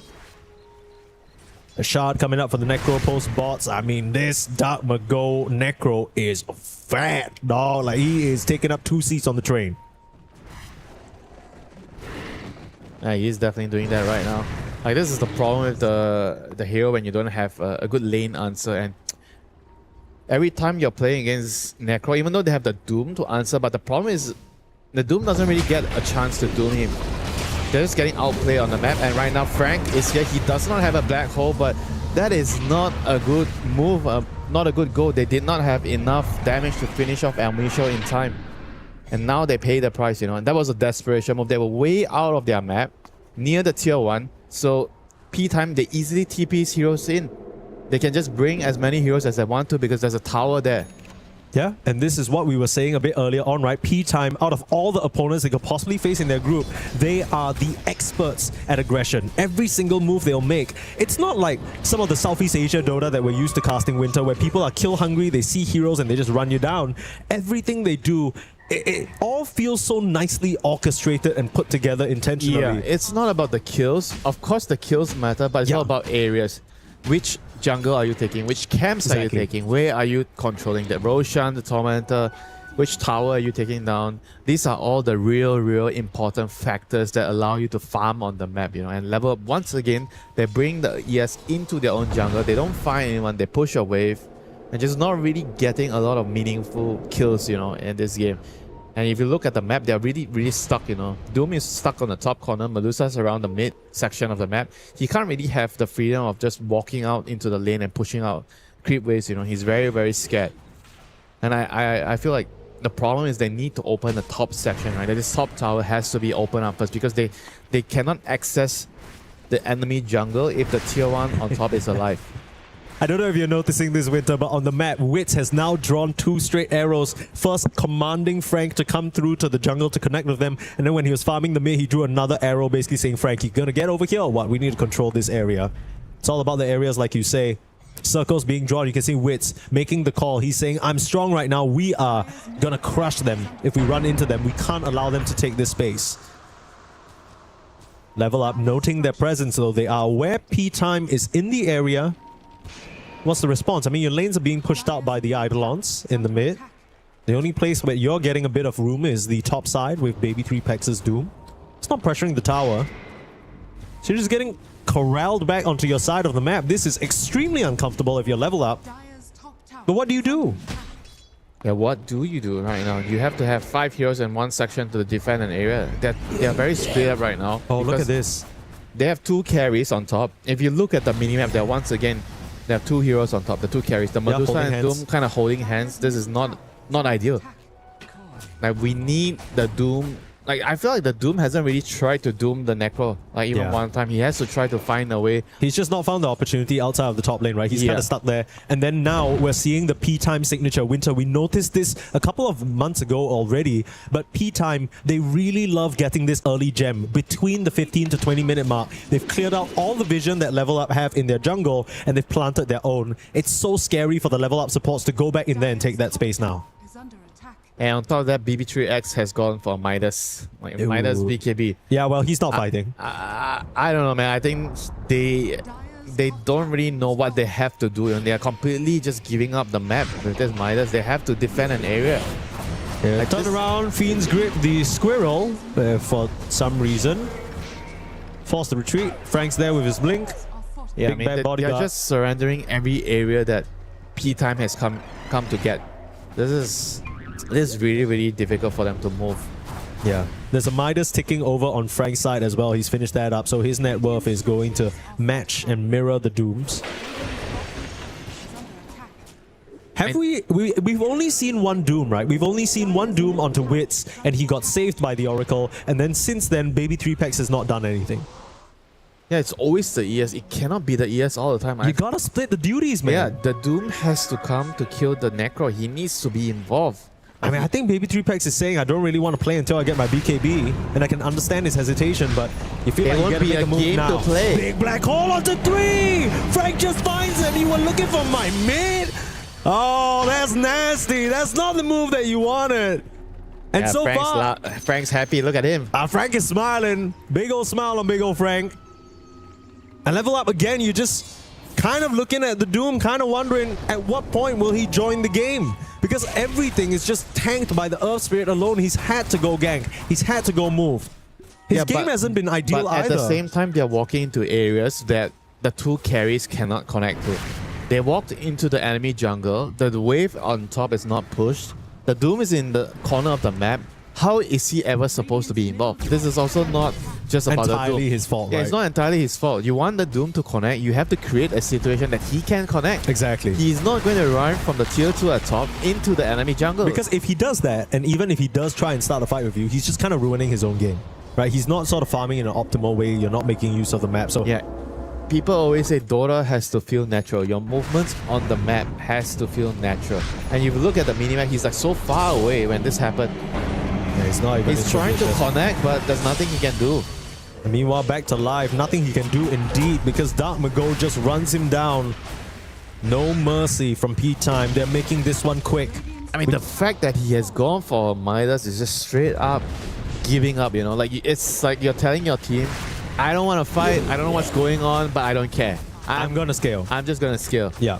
Well, there's not going to be a late game to scale into at this rate. And this has to be one of the most one-sided game we have here, you know, like this is 21 minutes onto the high ground. Yeah, I'm going to be honest, I feel like Level Up not really giving us much to speak on here. Nice roll in. Can you kick in the clings? No vision. So the Magnetize is rolling. This is a lot of damage, admittedly, and the Medusa's here as well. Baby 3pex back from the grave, but meanwhile, Hatred just randomly dies to the Skeleton Archers while trying to chase. So that's the attempt suspended. Yeah, and look at what happens right now. P-Time, they force the TP, the 5-man TP back, and Guess what? They don't rush it. They don't force the high ground. They go back and farm. Even though the enemy wasted Magnetize. Look at the discipline, Mike. They back off. They know that the enemy is stuck 5 heroes in the corner here. They don't rush. They just go back and farm. And now level. They don't have a choice. They feel like, oh my god, we are stuck in the corner. We have to smoke out. And the moment the waves are cleared, P-Time runs away. Smoke's gonna break. This could be a big one. Got the Doom out. He's in trouble. Oracle nowhere nearby. Dark Mago finally gonna go down for the first time this game. Shot down by Queasy. That is a big kill. But it comes at the cost of baby 3 packs, and Queasy now trying to run. We got El Misho. The luck's over. Fortune Zen coming through. Queasy rooted in place, I think. And this was what we were waiting for. No the chance. Doom onto Necro. This has to happen. It's about time the Necro gets punished, you know, for being so greedy. Yeah, first play of the game for this baby 3 packs Doom. Makes it count. Ends up paying with his life for it, but that is something, and it's something that needs to be repeated a few more times if Level Up want to stay in this game. Shout for El Misho. There's your Reign of Destiny for the massive amount of healing. But you can kind of see, I mean, you pick the Doom as a counter to the Necro, and then you just never line up a situation where the Doom can actually be on the Necro. So it's a little bit of a confusing one, but maybe, just maybe, if Level Up can draw this one out a bit longer, they can actually scale with this Medusa, with this Midas Doom. There's a chance here. The BKB complete on Inkrad as well. Any hero can scale, Mike, if you're given the time. Do you think P-Time is going to give you the time, Mike? Well, we'll have to see. I mean, they're on the move with the break, AD. Though. He's coming in with the AD. Revealed in the middle of the lane, but no vision. Easy kill. Yeah, they're running into the triangle now. They're trying to take, and again, you know, taking over sections of the map, removing camps for you to farm. It's very, very nice play from P-Time. I will say that the Medusa already has the butterfly, and she's been, as much as her early game was not ideal, she has also been untouched for a while now. She's managed to keep herself out of harm's way. There's a price. Yes, there is. The rest of the team are paying a huge price for that. Sure. But then if somebody has to suffer, wouldn't you say you want your Medusa not to suffer? I prefer no one has to suffer. Yeah, okay, well, ever the pacifist, Winter. Love to hear that, thank you. Sacrifices must be made, though, unfortunately, when you're 12k down against P-Time, and they're ravaging all over your map. Straight into the Roche Pit, no contest from Level Up. This will be a free Aegis over for Wits. I was wondering if they were going to give it potentially to the Necro, but I guess the whole idea of putting Aegis on Wits means that he can hit towers. Always give the Aegis to the tower hitters, Mike. Yeah. Don't give it to the Necro. He ain't gonna do jack for you. He's just... He'll kill somebody. I suppose he can hit the tower slowly. Very, very slowly, yes. Well, this game was looking very much like it was speeding towards an early end. But now things slowing down a little bit. Level Up, finding some much needed time to recuperate. Net worth wise, the Doom and the Earth Spirit still very far away. But now with this Aegis, the Klings will breach the high ground. Need the full defense to come in now. Got all your ultimates available on both sides. Try to imagine a fight that would work out the way of Level Up. I assume they doom the Necro and then... I don't know. Oh, okay. How? What? What? You just... Okay. A rip? Yeah, rest in peace, Hatred. I mean, my goodness. You know, this Bane was first pick. Make it look a little silly. Black Hole immediately in. They know there's no save for the poor Medusa. All the mana's drained away. You got the Doom out onto the Klings, but he has an Aegis, so he doesn't care so much. Scythe is a little bit awkward onto the full HP Medusa, though. Not really sure why P-Time were committing on that hero. Maybe they thought they had enough damage to get it done, but clearly not the case. But why is the Doom on the Klings? I think Alvisho is dead to the Magnetize. Why did they black hole the... Okay, a lot of questions needing to be asked here, but... No answers right now. No answers. Okay, I don't really... Push right off the mark. They smoke up. They think this about... Necro is unkillable now without Doom. He is, yeah.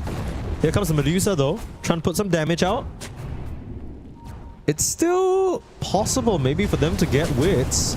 Need some vision, dust him up, turn around with the arrow. Suddenly you need to start running.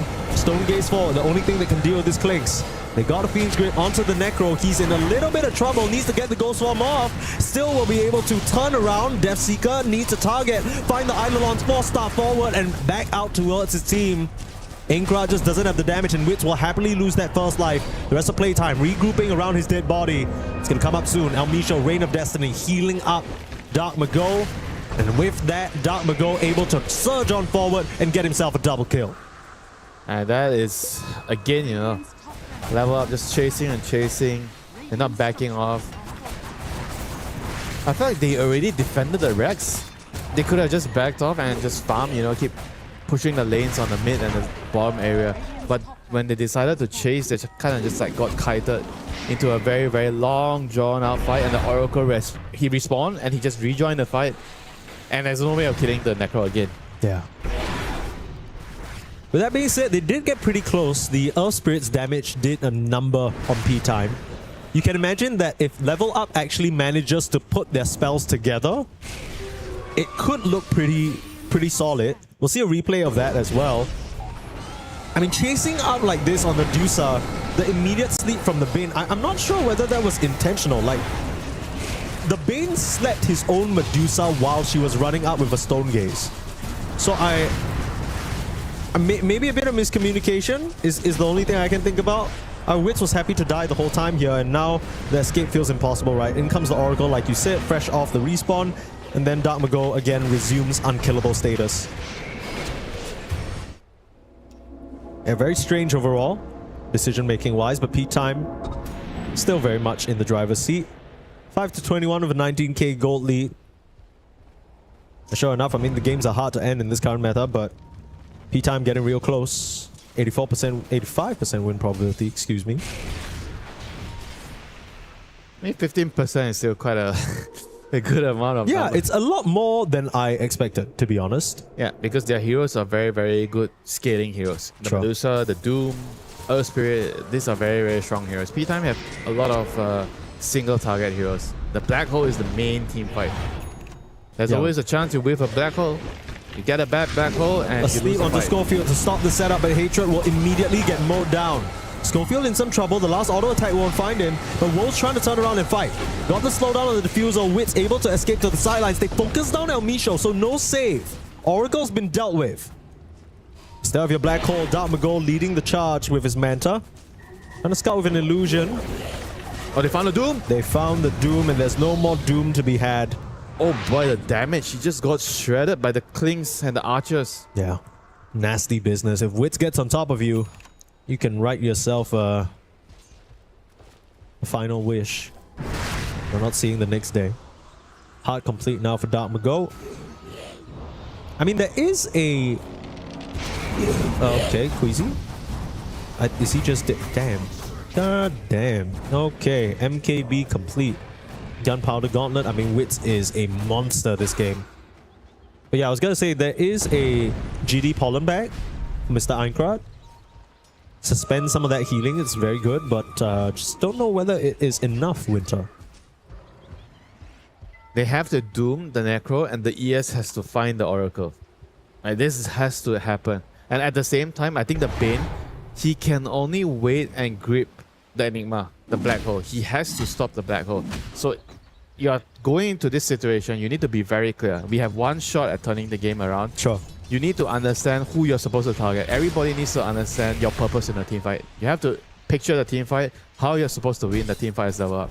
The Bane has to grip the Enigma Black Hole, Doom has to Doom Necro, and Medusa has to just frontline.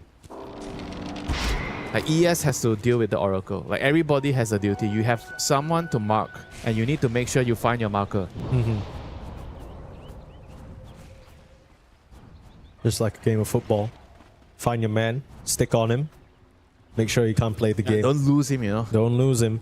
Disappears from his side, suddenly your whole team gets Black Hole. It's going to be bad look. That being said, P-Time still furthering the gap between them and their opponents. But we are talking about a late game Medusa, and we've seen already earlier on P-Time try and commit all the spells in. I think thing about Medusa though is that you can get her low, but you'll only get her low mana, so the Reaper Scythe isn't really a factor. Necro's damage is also a lot of based off of percentage HP, right? The Heartstopper.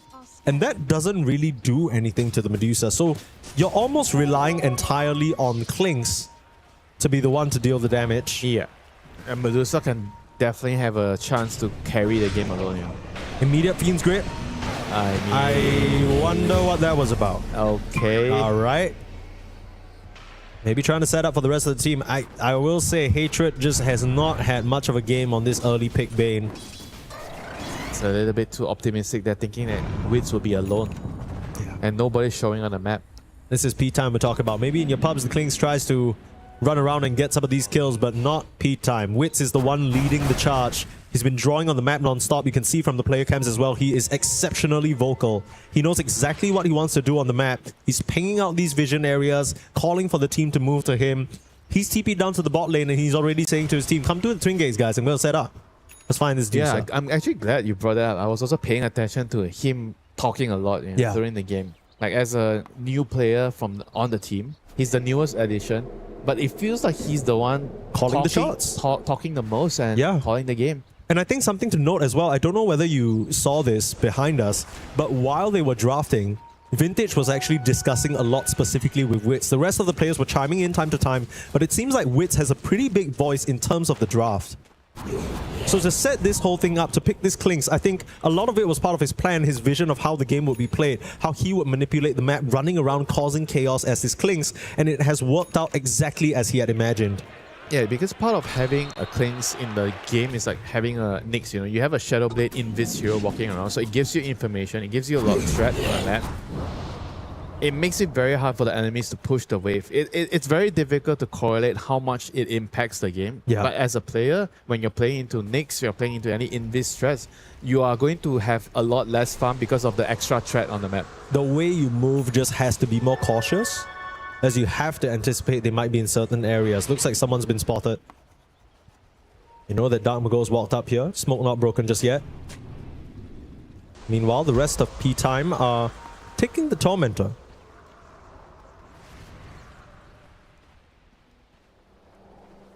I mean, level up. They need to get the right initiation. They need to mark the right heroes. They need the Doom on the Necro. Can they Doom him? They found him. They got the Doom, but where's the rest of the backup? P-Time, are they just going to bail on him? He is in big trouble. There isn't a save, waiting till the last moment for the false promise in the black hole. Baits him in, but there's the grip. Everyone on level up trying to mark their man, but the problem is they're way too far behind. They don't have what it takes to bring them down, even though they've selected their targets well.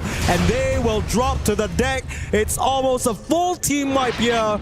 P-Time. This time round, level up made it happen in the sequence that they needed to, but it just was not enough. It was everything you asked for, Winter. The Doom on the Necro, the grip to cancel the black hole, it was all there. Woe on the Medusa frontlining, but she just couldn't do enough. Yeah, it was just far too late. That was as good as it was going to get for their initiation, but they just could not win the fight. And we're gonna see it again here. Like, they get the Doom, he Manta dodges, he creates some sort of opening, gets the Doom onto the Necroforce, but they just can't really have enough damage to burst him, you know. Amisha, you're very, very clutch with the save. They get the cancel on the black hole, but just too far behind, you know. They can't deal with the sustain from P-Time. And I gotta say, stellar positioning from both the P-Time supports, right? As soon as the fight breaks out, they both dodge to the corner in the right side. It doesn't really make sense to be positioned there, but because both of them have blinks, they can afford to be a full screen away. Just off of that play, looks like the game's gonna come to a close. It was a hard-fought, just uphill battle non-stop. I don't feel like at any point level up really stood a chance. No. It is what we call death by 1,000 cuts. For real. The discipline that P-Time has, the way they played the map, they were very methodical, they were very patient. They did not make a single move being rushed. Everything felt natural. Yes. They knew where they had to go. They knew the kill pass, who is supposed to play with who. They knew that this game is in their control. They were able to claim the objectives after objectives, and I think the driving force behind this game, it has to be like Frank on the Enigma and Wits on the Clinks. Dark Mongo, he stole the show for sure with the Necro, but he had an easy game because of his team. Yeah.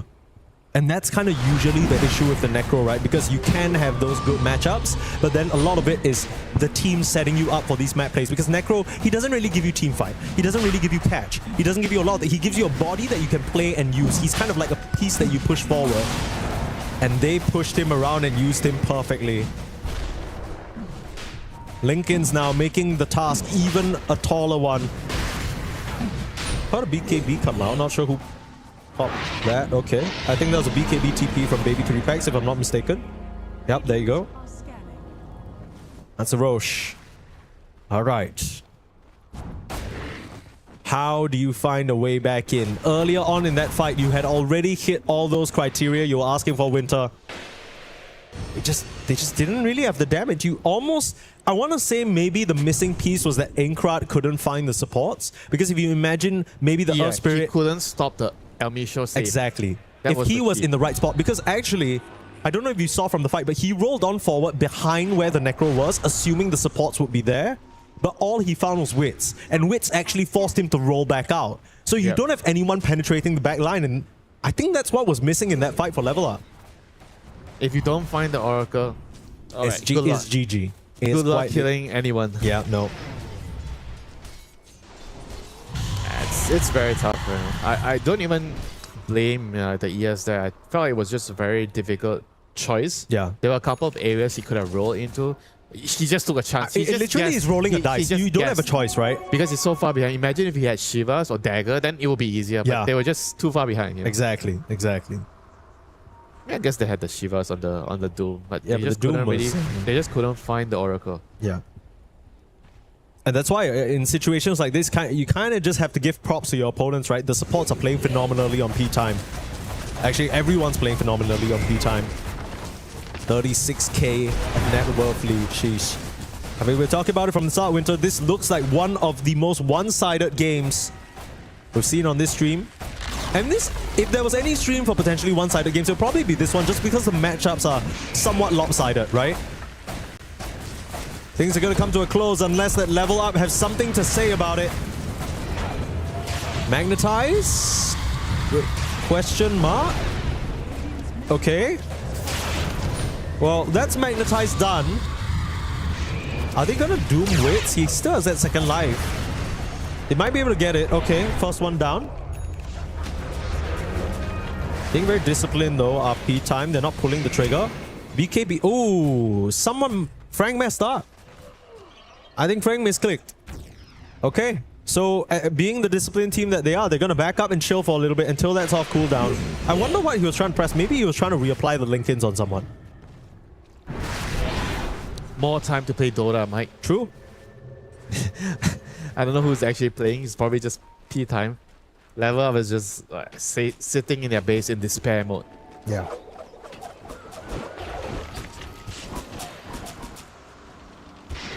Oh, the cast range on that Dandelion Amulet is going to be huge for Elmisho.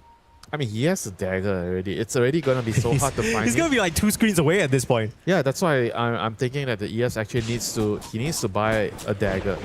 He needs to have a dagger so that he can find the Oracle. The whole game, I haven't really felt like the Oracle was kind of exposed in the team fights. Yeah, Every no, not fight, all. it just feels like he's hiding somewhere. They can't find him, and it's GG.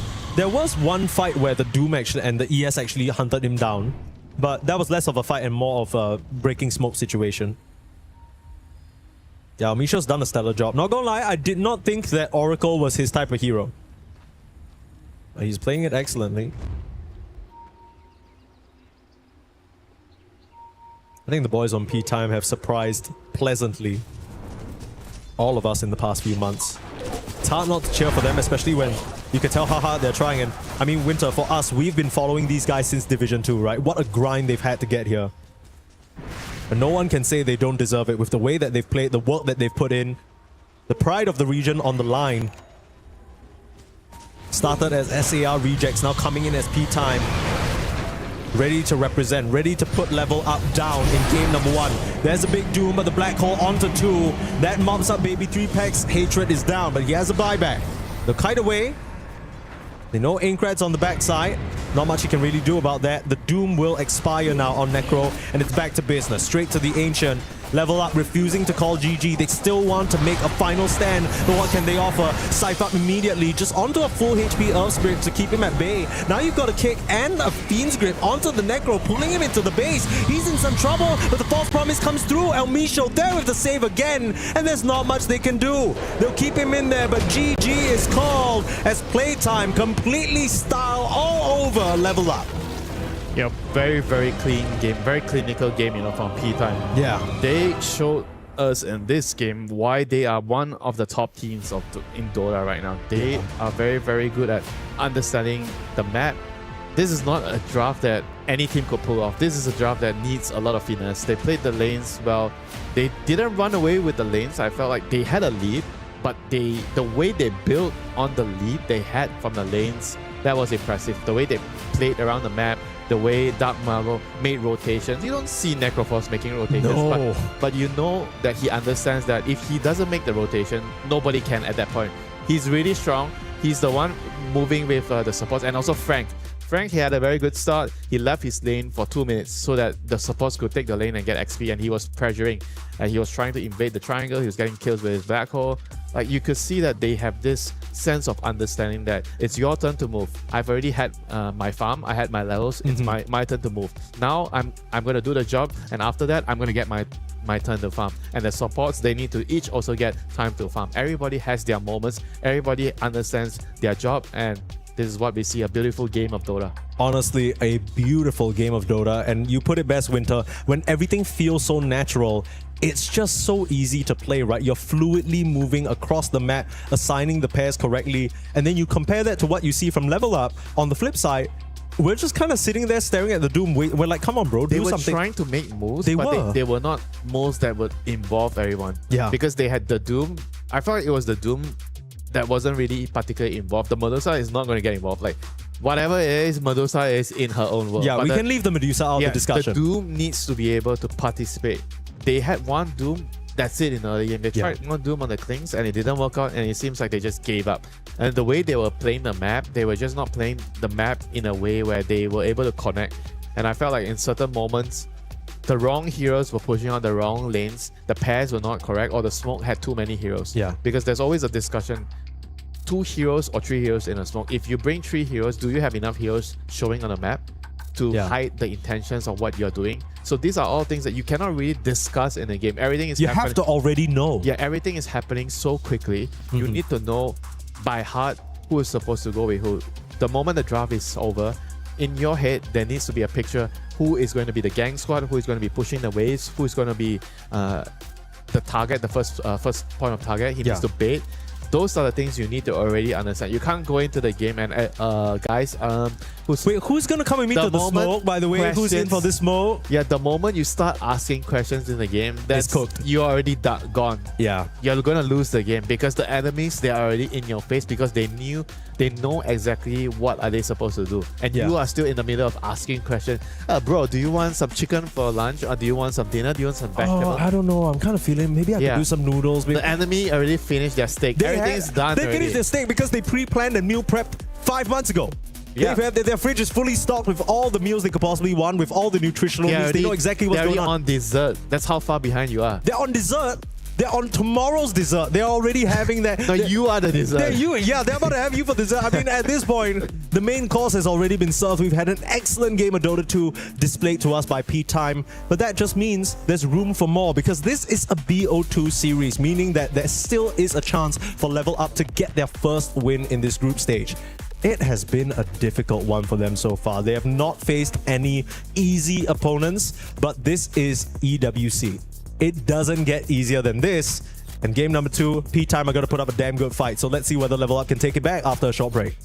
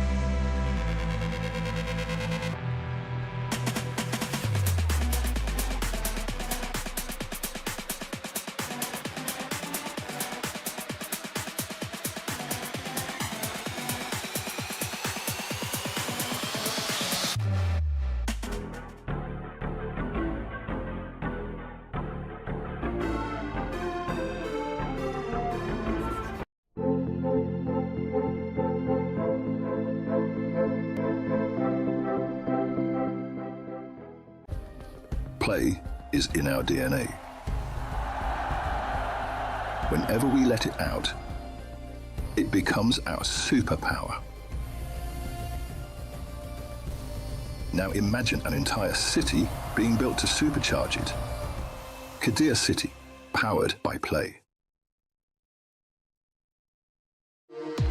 We were there. For every click, every clutch, every respawn. We were there for the years of grind. And we're here.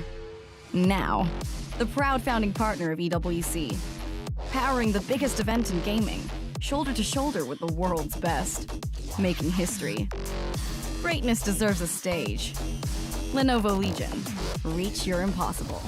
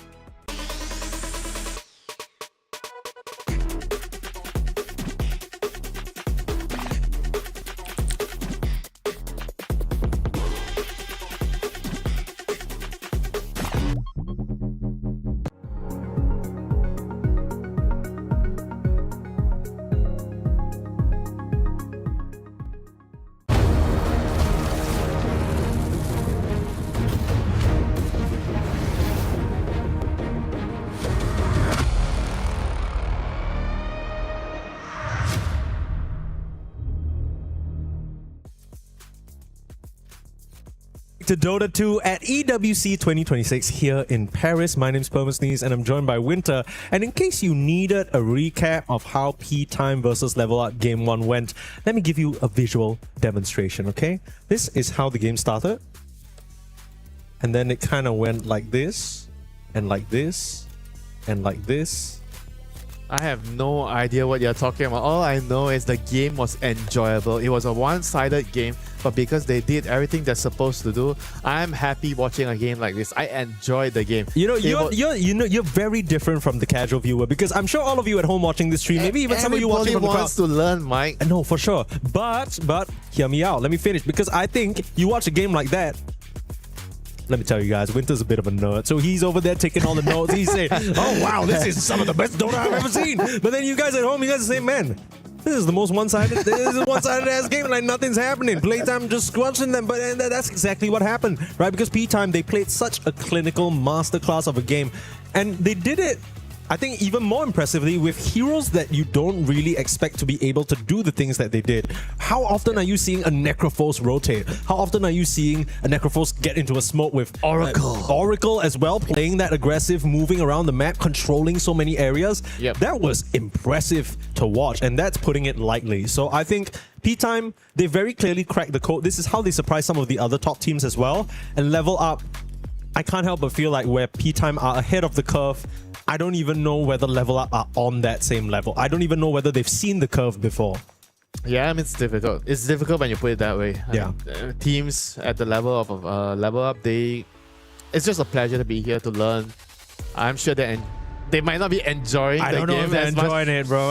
It's a little tough. I'm enjoying the learning experience because I'm not, on the opposing side. I'm not at the receiving end of it, But I guess the question is, you need to learn, like from the Level Up standpoint, every time you come to this sort of events, sure, it can be demoralizing looking at how big of a gap it is you have with the other teams, but at the same time, this is a wonderful opportunity for you to learn because they do not understand a lot of the macro stuff as well as the other teams. Yeah, I get that, Winter, but I feel like just saying, oh, it's a great opportunity to learn, maybe we're boiling down something that's extremely complicated into a simple sentiment, right? It's so easy to say, hey, just look back at your games and learn, but when the gap is so wide, you've said it before, it's not something that happens overnight. I think even if after this event, let's just say things continue and there's also an important aspect. Okay, I'm listening. You're trying the broth, but can you identify the ingredients in the broth? That's what I'm saying. That's the concern, right? Because after all of this, the conclusions that you draw, you might start to think, oh, it's sweet. There's cinnamon in it. You taste something sweet, you're just like, oh, that must be sugar. Not necessarily, it could be honey, it could be cinnamon. There's a lot of different things, but then you don't know what you don't know. And who's gonna tell you? That's the thing. All you have are the games that you got spanked around on. Outsource it, Mike. Outsource. Okay, well, not everyone's got the resources, okay? Winter, not everyone's got Pete Time and their coach, their analysts, the full org support. You know, they've been boot camping as well. I know they are supported very nicely. And honestly, this is no flame or no hate. I think they deserve it. Because they have worked really hard even back when they didn't have resources. They were grinding, everyone was putting in the work, and it's brought them to this point. Can you imagine, Winter, what a story for them? Div 2 to EWC, and I mean, hell, even if they top 3, top 6, I feel like this would be a great achievement for them in my eyes.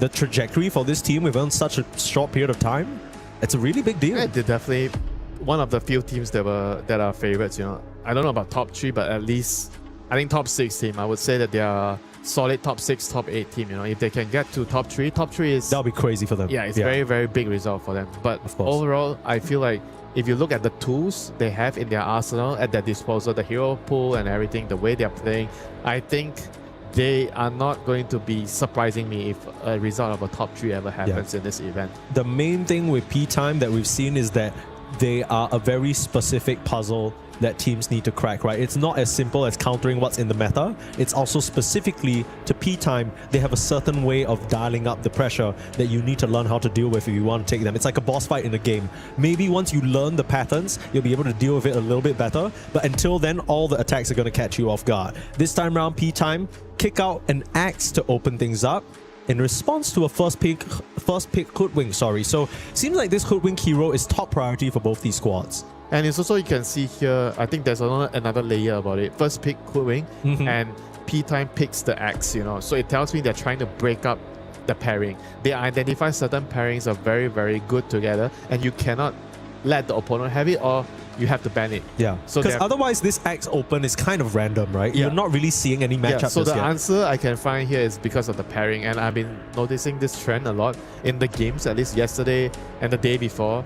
There are certain specific pairings that some teams favor more than the others. I think we've seen the Undying plus SF, Undying plus Drow is something that like Falcons were running non-stop. Yeah, it has been really prominent in the group stages. Then obviously there are certain off-lane combinations like the Axe plus Hoodwink, for example, very powerful lanes that you cannot really deal with, you know. So I think Dota has shifted more towards like having the right pairings. They might not be necessarily strong in the lane, but they could also be very good in the lane or in the mid game, like the Darkseer plus Spectre. There are certain combinations that you have to keep your eyes out.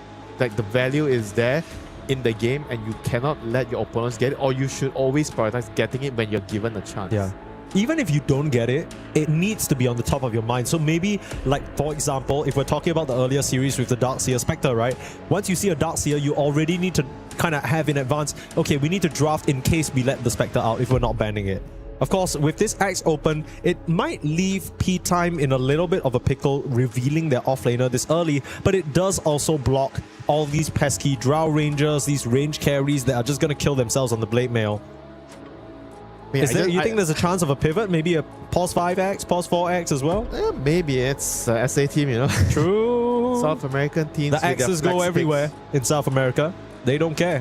They'll toss them up. I mean, I just love it that the drafter is actually the youngest player. Isn't that such insane? Bro, if they win, I want to talk to him. Because I want to find out exactly how he's approaching it. What if he says no? He says, my coach is going to take the spot. That's fine. Then I'll ask his coach, what's up? I'll ask anyone they send me, I'll ask what's up. I don't care. I need to know because it's so cool. I mean, I thought you said it like you had a plan B. You know, there's no way this guy is going to say no to me. I'm going to drag him on stage. If he's running away, I'm going to just hook him back here. Hey, dismember him. I'm going to be real with you, Winter. You and I are both Dota 2 players. We know things go wrong all the damn time. We're used to it. You know what I'm saying? And I'm pretty sure Level Up, this is not their first rodeo. I did a bit of looking up their history, of course, how they made it to this point. They didn't necessarily... They had a convincing 2 weeks where they were better than some of the other offerings in Europe. But then specifically, like after that, once it came down to TI qualifiers, they fumbled. They didn't really do well against their competition. Even in smaller tournaments, they were finishing, for example, second place to poor Rangers now, as they're called. It's just, you look at the team's previous caliber, it doesn't quite match up to what we have here in terms of a level of competition. Yeah, just a step too far, right, for them at the moment. Perhaps. Yeah. They need a few more sort of training wheels before they get to this stage. And that's not to talk down to them. That's just, it would be such an amazing story if starting from now or starting from tomorrow, they turn their group stage around. But with the way it's presently looking, it's hard to imagine that happening. Yep, so here they go for the Darkseer. As it's interesting, they don't see any... I don't know if Darkseer counters their hero, but I guess they think that it's good against the Undying Pulse 5. You just don't play the lane. Yeah. And it kind of blocks some of the drow? The drow heroes, you know. Sure. It's in the pool, so maybe that's the idea here. But I do like the Warlock idea against the Axe. So Axe, you want to play the first wave, you want to clear the wave, you want to pull, and you want to play behind. So against Warlock, it can be difficult because the first wave meets Fatal Bond. So the wave is going to push out, so it kicks the Axe back towards his tower. And then he has to play the lane like normally, yes, right? He has to. It's going to take him a long time before he can control the wave enough that he can go behind the tower to pull the wave or play behind the tower. So I kind of like the Warlock. It's not a very conventional hero right now. It used to be a bread and butter of the meta like a couple of months ago. For sure. But now it's not so much. To protect the Spectre too. So now you have a lane that's very much a defensive one that can survive and sustain versus the Axe. Darkseer Spectre. That's the combo, baby. That's the combo. We talked about it. I mean, these two heroes were not really seeing the light of day up until recently. And then suddenly we come into this event and the qualifiers before it, and you notice Spectre being banned out. This is what you were talking about on day one, right, Winter? With the rock, paper, scissors, the wheel is turning. We were looking at all these range carries being the problem, the SF, the Drow. What's the solution? Well, you have some of it in the offlaners with the Axe and the Darkseer, and the Spectre's a really big factor as well. It's going to do wonders into Klink's Axe and I mean, hell, this is a great Spectre game. The lane is also pretty solid with the Warlock. Yeah. You can actually just farm in a stable environment. You're not going to win the lane, but you're going to get your own farm, you're going to get your own CS, and you have some sort of combination Darkseer with Warlock as well. The vacuum into the upheaval, the soup, you cook them in the broth, you cook them and you make sure they remember the ingredients of the broth. Yeah, well, that's that's certainly one way to put it. A lot of cosmic jank that level up have to toss into the soup along with a few nuts, of course. Hopefully, just make sure you have the secret ingredient. And what is that, Winter? The yum yum, you know. The yum yum. Oh my goodness. All right. Earth Spirit comes out for P time. That's going to be likely the mid laner. Tempo control, good backline reach, can make lives hell for the Warlock and the Hoodwink. But so far, no Dispel for the Warlock, which is a concern because I feel like once the fight kicks off, if Warlock gets a nice Fatal Bonds on these heroes, oh, it's going to be tricky. 3 melee heroes. 3 melee, exactly. All having to clump up in one place. Looks Warlock, like a good Fatal Bonds. Lotus game, maybe. A good Lotus game, maybe. For the Axe? Yeah. I don't know if he wants to get it as a first item, but maybe this game it can be good. So they ban out the Doom and the Slaughter. So Slaughter, because of the combination against Slaughter plus Klink's, very strong. And the Doom, I guess Doom is a Darkseer counter in a way because he removed the Surge. So what do you want to do into Spectre Darkseer? Wait, they as ban out P-time? Doom? So they think... Yeah, they ban out Doom. So they think that the Axe... Okay, so they're convinced the Axe is a support. Okay. Covering their bases, right? Because right now they feel like in this current setup, the Spectre is set up to succeed. They need an initiator right now. Just like some hero that has some small little disable, some catch. That's Ember Spirit, Void Band. Void Band. That's Storm. You want to do Storm? Park. Yeah, okay. Those are okay. Park might be a bit too greedy, not gonna lie. Still fine though. The Spectre Park Darkseer was what succeeded for Rune Eaters in their game that they won. Taking time to consider. Huh, they banned out the Snap. Yeah. I guess Snap could have been okay also. Yeah? Fatal Bonds into the Mortimer's kids raining down. Oh, that would be horrific. attacking. I'm not gonna lie, Fatal Bonds into the Snapfire Kisses kind of feels like what the Heat is like in Paris right now. Yeah, this is... You don't like that. You don't like... I'm looking at your body language. I was thinking of Pango because it's a cheap hero. Just the hero got nerfed a lot, but it definitely fits the bill of their lineup. They need somebody with low CD stuns, catch, so you can play with the Horn, you can play with the Iron Shell. Pango is nice with the Iron Shell. I haven't really seen this hero very much these days. Yeah, because he got nerfed a lot, but I think the function of the hero is still the same. Yeah? And what's the response here? So... Now's the big reveal, right? P-Time, is the Axe going to be a support? Or better yet, is the Earth Spirit going to be a support? I think they might just pick a pause 4 Actually, can't you do Undying 3? I mean, you could. Undying 3, Axe 5, and then you last pick the pause 4. You could do a lot of things here. But what rounds their lineup is something like... I feel like Skyrath, or they need some kind of damage here. I'm liking the Skyrath here. I think with the Sky and the Axe, they can form a two-man. Because if you look at their heroes, who is the two-man? They need someone that makes the two-man. Isn't it Earth Spirit Axe? I guess Earth Spirit Axe is so awkward, it's right? Awkward. That's so like weird. You need Sky, Earth Spirit, or Sky Axe. True. Something like that, you know? Ooh. I think this is a Dark Mago mid Bat Rider, if I'm not mistaken. So what's happening? Yes is... Oh, Frank Bat Rider. Okay, there you go. So Dark Mago on that Earth Spirit mid, Frank Bat Rider to ruin the lane for Woe and Hatred, and El Misho's going to be playing that Pause 5 Axe, as we expected. And Schofield's on a Pause 4 Undying. His specialty. Face boot, Wraith Band. I've seen his build. Face boot, Wraith Band, Undying. Just walk up to you and right click. All the armor in the world, nothing to be afraid about. Any draft you're liking more, Winter, going into this game number 2 between P-Time and Level Up? I think the Level Up draft. Yeah? I like their draft. Okay. I think it's less mischievous. It's a lot more reasonable. Yeah, no, that's fair. I think I would characterize P-Time's drafts as mischievous. Like, they always are up to no good, right? Like, you see their heroes, they got some funky stuff, but they always find a way to make it work. On the flip side, you have Level Up with something more conventional, but then the question has to be asked whether Level Up actually have what it takes to beat them in an honest game. Because P-Time are coming at them with heat, P-Time are coming at them with aggression, and some matchups they might not be very familiar with is the problem. How much have you played Spectre Warlock versus Bat Undying? 0. Yeah, me neither.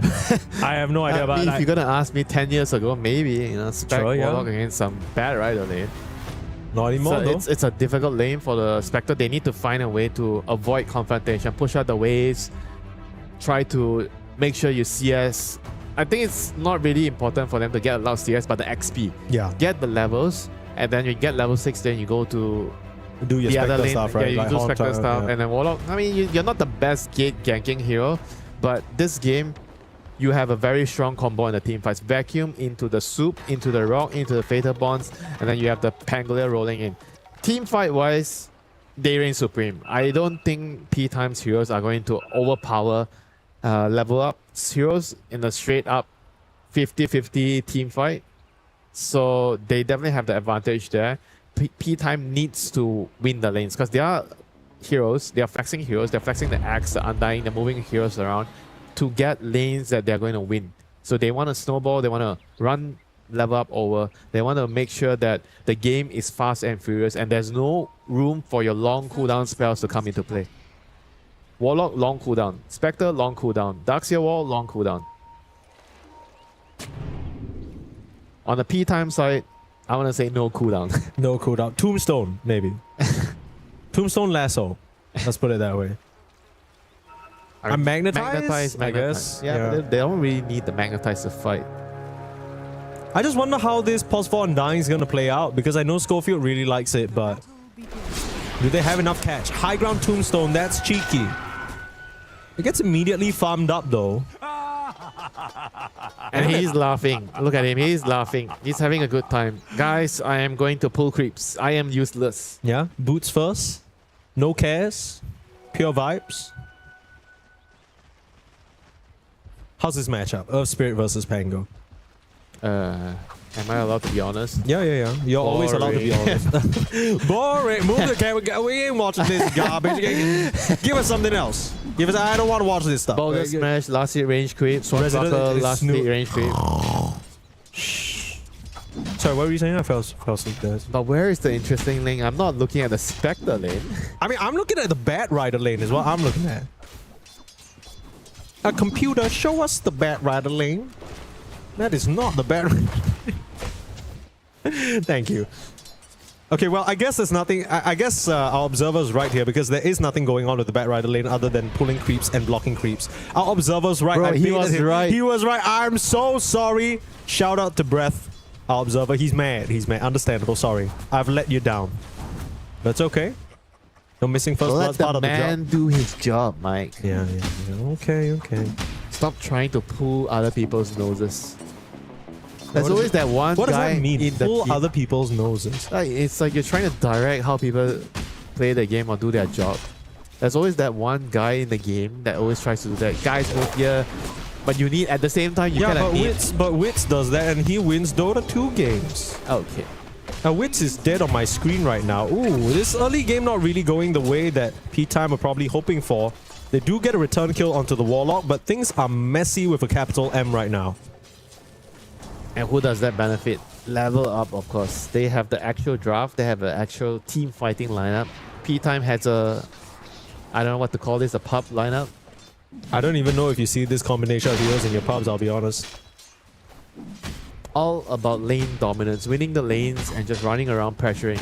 I think it's also important to have an Invis hero. I was gonna talk a little bit more about like having an Invis hero in the draft because the map is big. We keep saying the map is big. There's a lot of farm on the map. It's very hard to traverse the map. But if you have an Invis hero like Klings, he runs around quickly. He doesn't go through the observers. He runs around. He's not detected. He can cross the map to get kills and farm. I think Frank might be in some trouble here. Flame Break to keep Woe back. Still dropping low. Looks like Hatred can't reinforce. Queasy will be the one to actually go down in the bot lane here. And El Misho trying to turn around the corner. Fairy Fire still will find it on Baby 3 packs. And Wits can't slow him down. Unfortunately, not a Drow Ranger, so no Frost Arrows for you. 3-minute Lotuses going, I want to say the way of playtime, but Schofield's actually going to get chased out of this location. You can't fight the Spectre, but desolate. He dead? Okay. Oh, alright. Space created. I guess Woe doesn't have boots, that's why Yeah, there's also something to be said about this Undying against Spectre matchup. So the Undying Spectre matchup is always like counter. Undying is like a counter to Spectre because when you place the Tombstone, zombies spawn. Yes. It deactivates the Desolate. Oh, because that's okay. the unit. No, I mean, I also thought that in general, the Undying Flesh Golem makes the Spectre very easy to take down and it's hard to escape. But doesn't that make everybody just feel like paper, not just Spectre? Sure, but then some heroes actually have a way of just maybe mobility spelling away. I mean, we're talking about all this stuff while Baby 3 packs is dying on our screens. It looks like the Warlock fell on the top side as well. Meanwhile, mid lane still absolutely nothing going on. So maybe the side lanes are where we should be looking. Frank narrowly surviving. Double Bracer on this fine afternoon. Now this Warlock Spectre lane is doing a lot better than I expected. I feel like P-Time thought that the bat might cause more problems. Nice little Fatal Bond. Schofield is going to be in trouble. Yeah, I was saying, Frank, you're taking a lot of damage for your buddy over there. All the bracers in the world ain't gonna save you from this, yeah. Oh, so that a complete... is a bad death. You know, he's gonna miss a wave under the tower. Yeah. Oh no. I mean, just kills happening everywhere. Yeah. Just like a public game. Everywhere but mid. Nothing is happening in the mid lane. This is why we were on point when we said the mid is the snooze lane. Yes. I'm glad that you're dragging me into this as well. You're saying we. Yes, I totally was part of that. Thank you, Winter. You were part of that. You were. Okay. You agreed. Yes. I did. Why are you trying to dodge responsibilities? I'm not. Just, I'm hoping everyone forgot that I missed first blood there, but I don't even know. I'm gonna be so for real with you. What? Yeah, what 1v1? Don't run? Yeah, what? Who is this even good for? I feel like everywhere I look, heroes are dying. Okay, let's take stock of the situation. So, straight off the bat, both off-laners are suffering. The safe laners are doing pretty decently. Schofield's died a lot more than I've expected. I guess Wits is the happiest about all of this because he's just free farming again on the Klings. I mean, you are indeed a Klings. You pick Klings to win the lane, to snowball again. Rolling Thunder trying to fight into a tombstone placed cheekily again by Schofield. He got the bumps out. That's a soul rip level, but the swashbuckle will bring him down. The zombies start to chase down Hatred, and now you have a magnetize. So a spell for a spell. Still dies in the fountain. Not enough healing. Not enough healing indeed. Maybe needed to buy a Fairy Fire. No time. You don't have time. Barrett is putting some pressure onto Woe. Maybe this is what they picked the matchup for. Ooh, okay. I guess that's how it works. Yeah, I don't know whether you saw that, but Queasy was like so annoyed. He just rolled his eyes and like sighed. Maybe he's like, yeah, okay, typical Bat Rider player. The baby 3-packs meanwhile just gonna get hunted down, tries to vacuum to stop the kill from coming through, or maybe push the axe away, but P-Time starting to bring things into their control in this early game. Yeah, the last 2 kills on the 2 cores, the Darkseer and the Spectre, definitely blew the game wide open. Those were 2 kills that were completely avoidable. Especially the top one, you know, the Spectre on the lane. Yeah, like, I don't even know how that started. The way it looks so weird because by the time we started looking at that kill, Woe had what looked like 6 or 7 napalm charges on him. And he's gonna have his ultimate. So it's time to play on the other side of the map, the mid and the bottom lane. Indeed.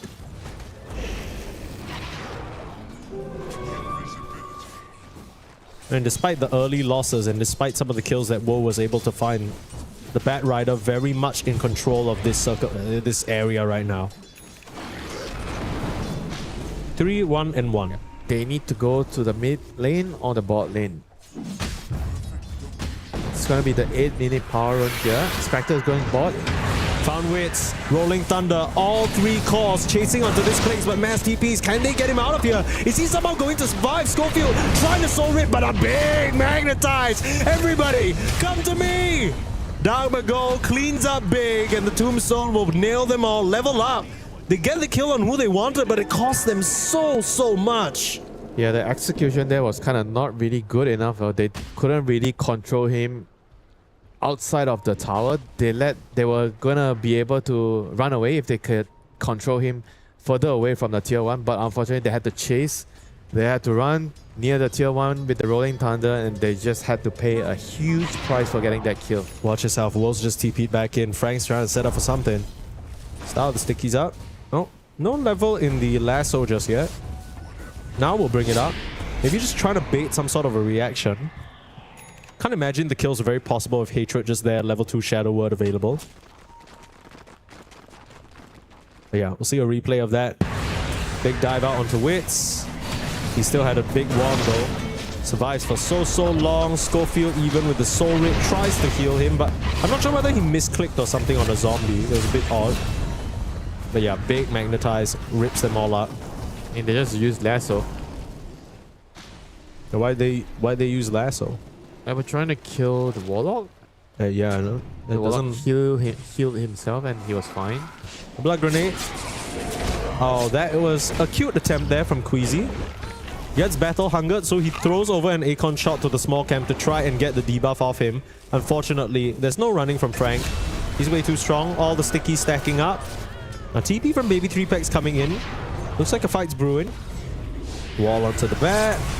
Chasing on. Aincrad is here, and Aincrad will collect on the Bat Rider. No real way for them to penetrate this area, especially the wall right in the middle.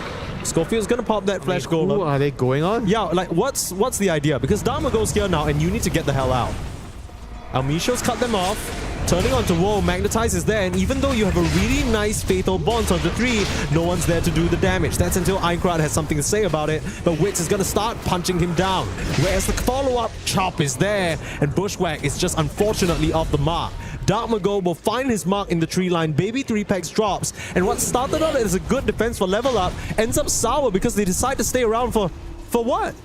I mean, it was also a really forced defense, right? They PP in the Darkseer. There was a big wave in the bottom lane that they kind of ignored because they wanted to fight top.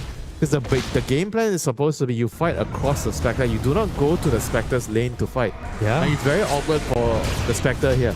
Like, his team is just next to him. Everyone is here. He can't farm. You want the fight to be across you so you can farm on the Spectre and you can haunt to get some kill steals, you know? Yeah. But this is not ideal for the Spectre. The team is supposed to bring the party somewhere else and then you show up with the late arrival, but instead, the party starts 6 a.m. at your house and that's not where you want to be. That's not cool. Yeah, you have a choice whether to join the party or not to join the party, but when they move the location next to you, you have no choice but to accept the invitation. Yeah, even if you're tired, even if you're sick, you just want to chill, you just have to show up, smile a little bit. Get some drinks poured down your throat, even if you're not in the mood. And I mean, the Spectre is has a long way to go to climb back up because net worth-wise, she's not doing too hot. Yep. Yeah, okay, El Micho. He is doing very well for himself on this axe after those kills. Got a couple of dunks to boot. I mean, actually, both supports on the P-time side getting some decent net worth. Soul Rip max here for Schofield. That's what he's going for.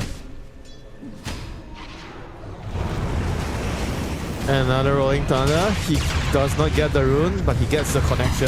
He picks up the rune now. I mean, this is still a huge magnetize from a goal. El Micho will come in and look to collect on the kill on the Squirrel, gets the chop out and moves out to the side. Meanwhile, Frank has to watch out the damage he's taking. Soul Rip will keep him up and running. He will manage to survive somehow, despite all the fatal bonds. They need to nuke Schofield, but it's not enough to finish off Frank. So they will find the Undying. Ceaseless Dirge brings him back to life immediately, and that will be the fight ending.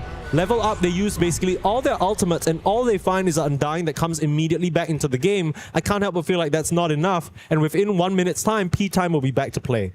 Schofield is just one of those players. Every time you kill him, it does not feel good. It never feels good. It never feels good. He's playing like some clock. He's playing some task. He's off on the map and then you kill him and then what? Oh, he's the Undying. You kill him and he's back. And that's why this hero fits Schofield so well. He's always a clutch player as well. He finds a way to make those soul rips really count.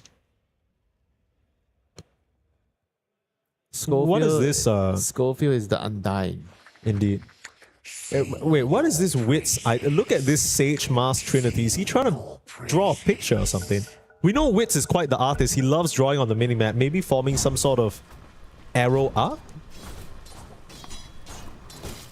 Love the creativity there. Yeah, I'll leave you to decrypt the secret message right there. Okay. I'm sure Wits is trying to tell us something. He's just trying to tell you Sobby Mask is a very efficient item. Sobby Mask. Sage Mask. Yeah, there you go. Thank you, Winter. I love the good old Sobby Mask. Ring of Aquila. Don't even start me. Poor man shield. Iron Talon.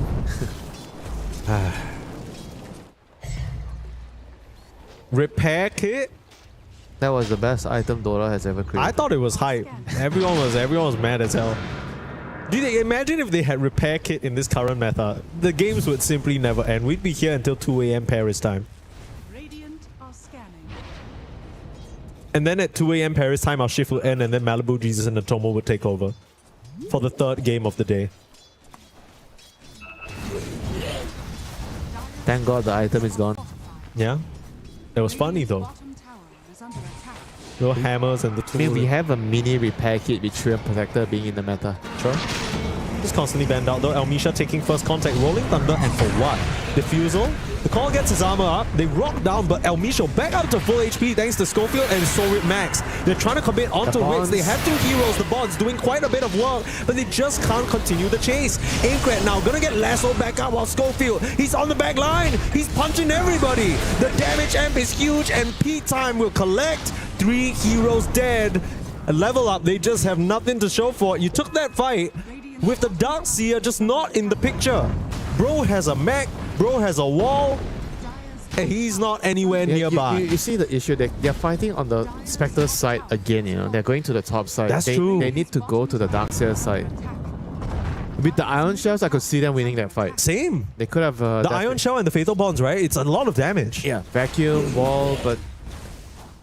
It's the same as last game where they couldn't involve Baby 3X in the action when he was playing Doom. I think it's a very similar thing. They're playing on the wrong side of the map and they don't understand what they're doing wrong. They know something is wrong, but they don't know what. They know the broth tastes good, but they don't know what's the ingredient. Is it the salt? Is it the tomato? Is it the chicken stock, you know? What is making the stock good? Right, first and foremost, excellent positioning from Elmisho, right? He smells that something might be on its way, positions himself in a really tricky spot. But what are they doing? There's no damage, there's no darks here. And no one's hitting the tombstone, the supports are busy. Schofield decides to take the opportunity to walk on over and bury that poor Warlock under the bodies. And then Woe's now in, like, where can he even go? I mean, when your Spectre is queuing a Midas, you know the game's rough. You have the Blink Dagger on the axe before the Midas comes out. It doesn't matter if your Spectre is queuing a Midas. If any carry you have on your team is queuing a Midas at 15 minutes, the game is tough. If you don't have your Midas yet at 15 minutes as a first item, this is real bad. Roll in, Dark Mago off the mark. Still a Magnetize though. Being kept at bay by that Bushwhack and Sharpshooter, and Baby 3Packs had the grief, so he just heals himself out. That was kind of a waste of a Magnetize. Radiant are scanning. Owitz will still come through and collect on this tower though. 4 Lesser Charges already. This gold lead is pretty immense for P-Time. Trying to find a way for maybe level up to come back, and it just looks like it has to be a 5-on-5 team fight where all the spells connect with the Fatal Bonds, right? Some sort of vacuum into Warlock, Fatal Bonds, and Rock on top combination. Dark Mago would have to be controlled on the side. The soup, you know, the vacuum into the soup. Well, I haven't seen the soup this game yet. That's why I've left it out. Where's the soup, Winter? Still boiling? Yeah, no, it's being prepared. But level up, maybe someone needs to tell their chef that the game is already happening. The soup needs to be out now. The people are hungry. They want some gameplay. Oh yeah, with the Darkseer, Mike, finally! Saved. They are with the Darkseer, but they just don't have the damage, and Elmisho with his fresh blink reveal sets up for Dark Mago to come on. There's a rock on top of a rock, but one of them is stronger than the other, and there's no secret about it. Dark Mago with a shield rune chasing on forward. They cannot get a single member of playtime. All these soul rips, they are way too tanky. Fatal Bond be damned. Try to hide in the tree line. Zombies got your back. A DK. Chase down by Schofield. That is brutal. We're going to see another pretty fast game, Winter, I think.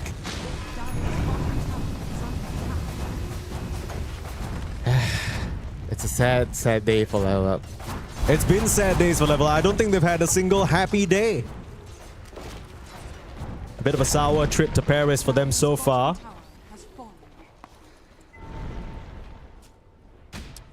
I mean, they just lack a lot of like fundamental understanding about what to do. You know, the macro play is just very lacking. I think the laning was fine this game, but when it comes down to the lanes breaking down, people need to start moving around the map. They just do not really have a good understanding of what is good and what is bad. And when something goes wrong, they don't really rectify it even during the game. You know, sometimes you see teams, okay, they make one mistake, oh, they go like, crap, you know, we're not supposed to do that, and you never see it again. Yeah. But in this game, you see them going to the Spectre's lane like 3-4 times. 3 times at least on my count, you know, in a row. Yeah.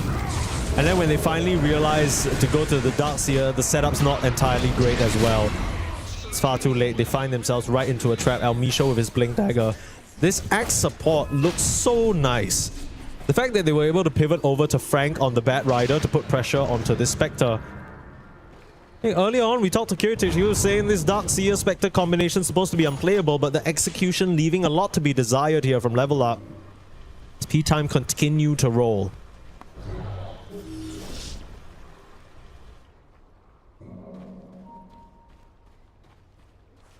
I just kind of feel like the Pango's not really hitting. Right, he's coming through, he's rolling Thundering, but a lot of the times he's just conflicted as to who he needs to go on.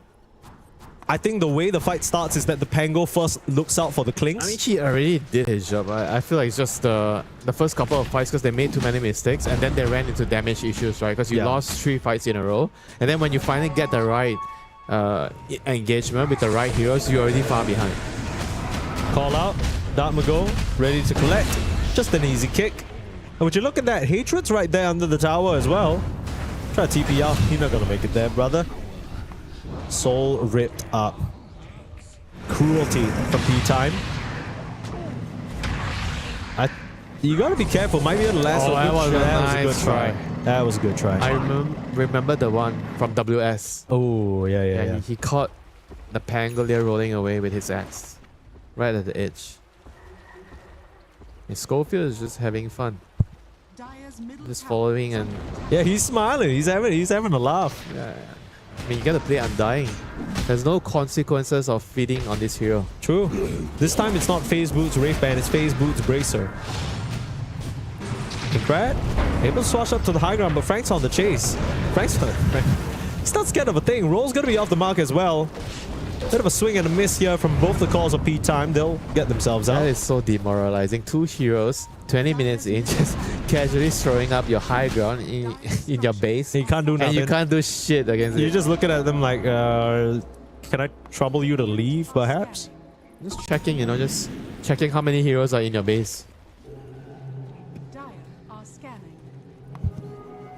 I mean, Dota can be such a brutal game in instances like this, but at the same time, it's a progress, right? You're on the receiving end of this beating, and you need to learn from it. You have to understand what went wrong, which is the hardest part here. You need to identify what is the problem, what did we do wrong, and change it for the next game. Well, at least in this series, there won't be a next game level up. They need to make this count. Heading towards the Tormentor. No clue where P-Time are at the moment. Now they'll see Wits in the top side. Perhaps a twin gate rotation over. The tier 1 tower still up for P-Time down here in the bot side, which makes any semblance of a move pretty tricky. Maybe they can just rush the Tormentor. That's what they're thinking at least. Troubles are brewing. Schofield's around the corner. Can they even kill it? I don't think so. TP's coming in. P-Time ready to respond. Frank's on the chase and a full retreat. Level up. They're being corralled into the corner. They're ready to drop the rock, but it's going to be one that will cement their depths in a tomb. Schofield standing right in front with a tomb that Woe is desperately trying to finish off. But the heroes, they're dropping Winter. They can't stand and fight. Even with the Fatal Bonds on all these heroes, all they find is Schofield. And Dartmago will roll up onto this poor Pango. Wits there to finish the job. That was disastrous. It was like a catastrophic event happening in slow motion. And we got to see from their perspective, you could see the thought processes come through, right? Winter, they were thinking, oh, we'll come down here and look for someone. Oh, wait, Wits is in the top side. I guess they're not here. Maybe we'll try the Tormentor. Oh, we're trying the Tormentor, but wait, Schofield's around. Uh-oh, Schofield's around. And then you could see them slowly realize they were cooked. You're always thinking, is Schofield alone? Or does he has his entire team behind him? Yeah. It's always the dilemma when you and regardless of what happens, it's a loss for you. Frank just on the chase. Big flame break, pushing them into such uncomfortable corners. Queasy doesn't even stand a chance from the very get-go. Dartmago with his roll in, magnetize, all these heroes dropping. And we can see the Fatal Bonds is still doing a decent amount, all things considered. Yeah, it's too far behind. They are too far behind indeed. Inkrat tries to TP out, but right in the face of a rolling boulder, that's disrespectful. And Wits is there to clean up shop. How often do you see the Earth Spirit be the highest net worth hero in the game? That's pretty impressive. Quite often, Mike. You ready? Yeah. Earth Spirit is a very, very powerful hero at the moment. He gets a lot of kills. It's very difficult to die. Yeah, well, I guess when he's 8-0 and 13, he's bound to be top net worth. Yeah, you have a lot of damage from your spells to get kills. Well, the GPK Earth Spirit wasn't very high net worth, I'll tell you that.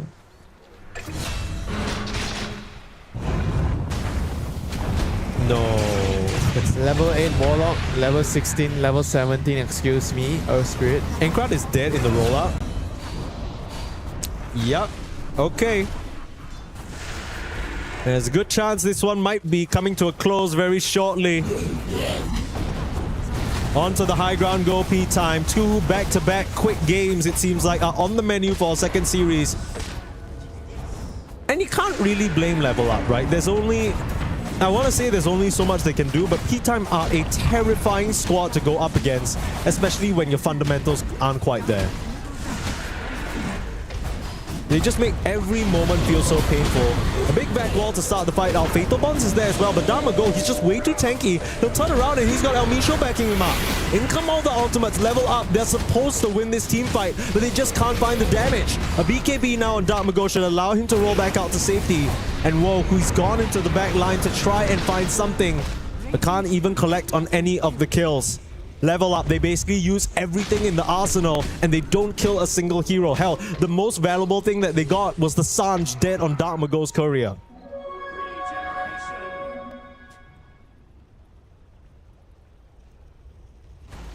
And nothing much they can do from this point on. The suffering continues for them.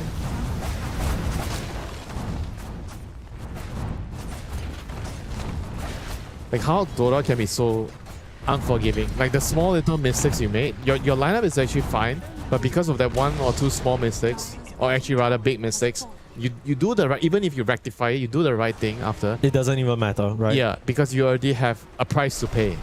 I think the same thing happened in game number 1, right? When Level Up finally put the pieces together of the Bane cancelling the Fiend's Grip, the Doom on the Necro, it didn't matter because they didn't make this realization earlier, right? They had to have they were behind, but they had their chances to rectify the problem. But they missed it. They just did it too slow. They did it too late. Yeah. Staring down the barrel of a 20k gold lead. I'm sure in Level Up's mind, it feels even more drastic than that. I'm still trying to figure out whether there's hope to hang on to. There's just so much damage on P time. I guess you're just telling yourself on Level Up, if we can get the Fatal Bonds, if we can get the team fight, on paper it should work out. You're telling your teammates to cope, but you don't have a choice because you still have to play the game. You do, and that's what sportsmanship is about. I mean, Level Up, they came all this way to Paris to play, but they probably didn't imagine that it would be this sour, this brutal. They're learning things the hard way. Sticky Napalm Bat Rider along with the Clinks just ripping these towers asunder. Bit of a last hurrah here. Need a good team fight connection. Still waiting for the ultimates to come back online. Warlock, no chaotic offering just yet. You're also still waiting for the Haunt on the Spectre. Meanwhile, P time, they're ready to rumble. They're ready to strike. See a hero, they're gonna go straight in. Even the Tomb on the high ground, just one last hurrah. A bit of insurance with Clinks. The one-ball combo, the soup. Here comes the Rolling Thunder. Where's the follow-up? Witch will just get 4-star. Bushwhack is off the mark now. They've jumped in. Lasso onto the Hoodwink. Hoodwink's out of the equation. Has to buy back. Witch will jump on the first life. There's the buyback. They need to stand their ground and fight. Where is the Fatal Bonds? It has to come out with a Warlock. He's silenced up. It's far too late. The damage isn't spreading, but Schofield might go down. Witch in the middle of it all. That's his second life. The Witch Clinks is dead. And finally, the gunk has come through and prevailed. El Micho still caught out in the back line, trying to do something to Queasy. A defense is there, and maybe, just maybe, Winter, there could be a little bit of hope starting to creep back in.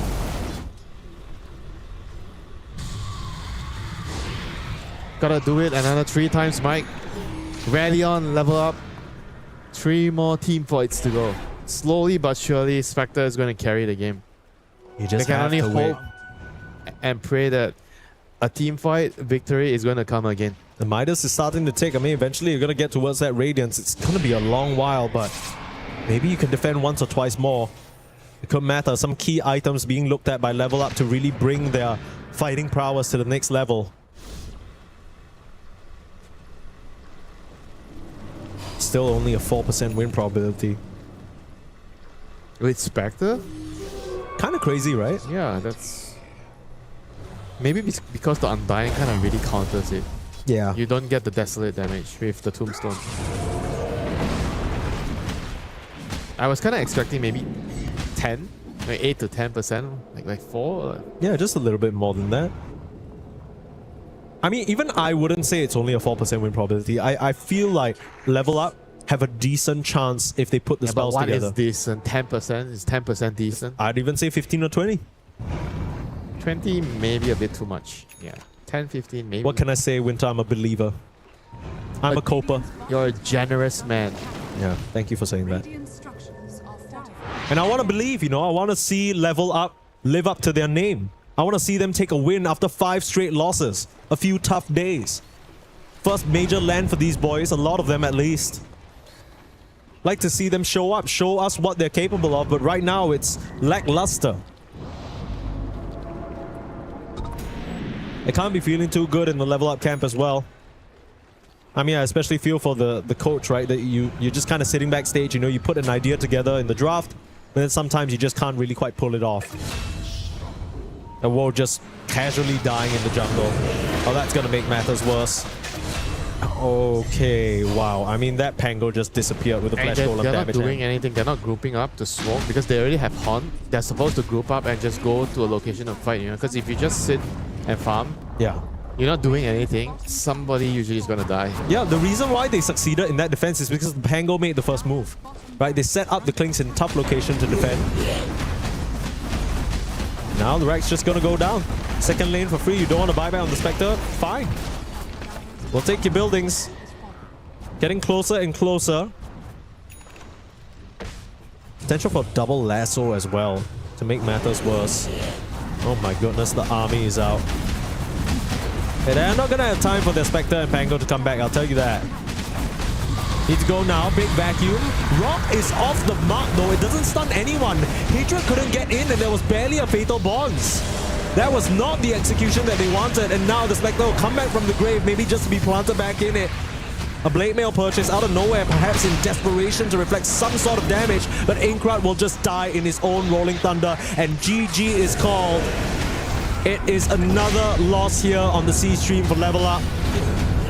As P-Time continue their domination, finally winning a series after 2 days of draws against Liquid and L1. I'm sure the boys are going to be feeling very happy about that, their hard work paying off. And smiles on the faces of those guys, you know, they finally put it together. Maybe a shaky first few days to start, acclimating a little bit to the Paris environment. Yeah, today was a fun day for them. Yeah?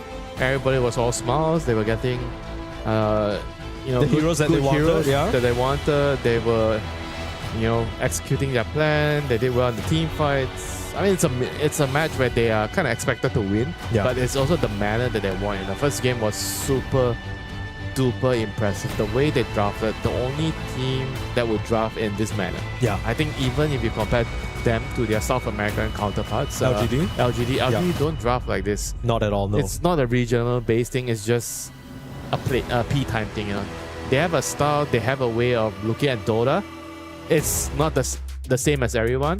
It's unique, but it works. The main thing is it works. Yes. You see them, the way they move around the map, the way they group heroes up. 2 heroes here, 2 heroes there, who's doing what. Everybody has a job. Everybody understands their job, and everything comes to perfection. Yes, it is. You may question a draft, but when you watch the game, oh, this is why everything makes sense. This is why they wanted Klings. Yeah, this is kind of what I was saying with P-Time.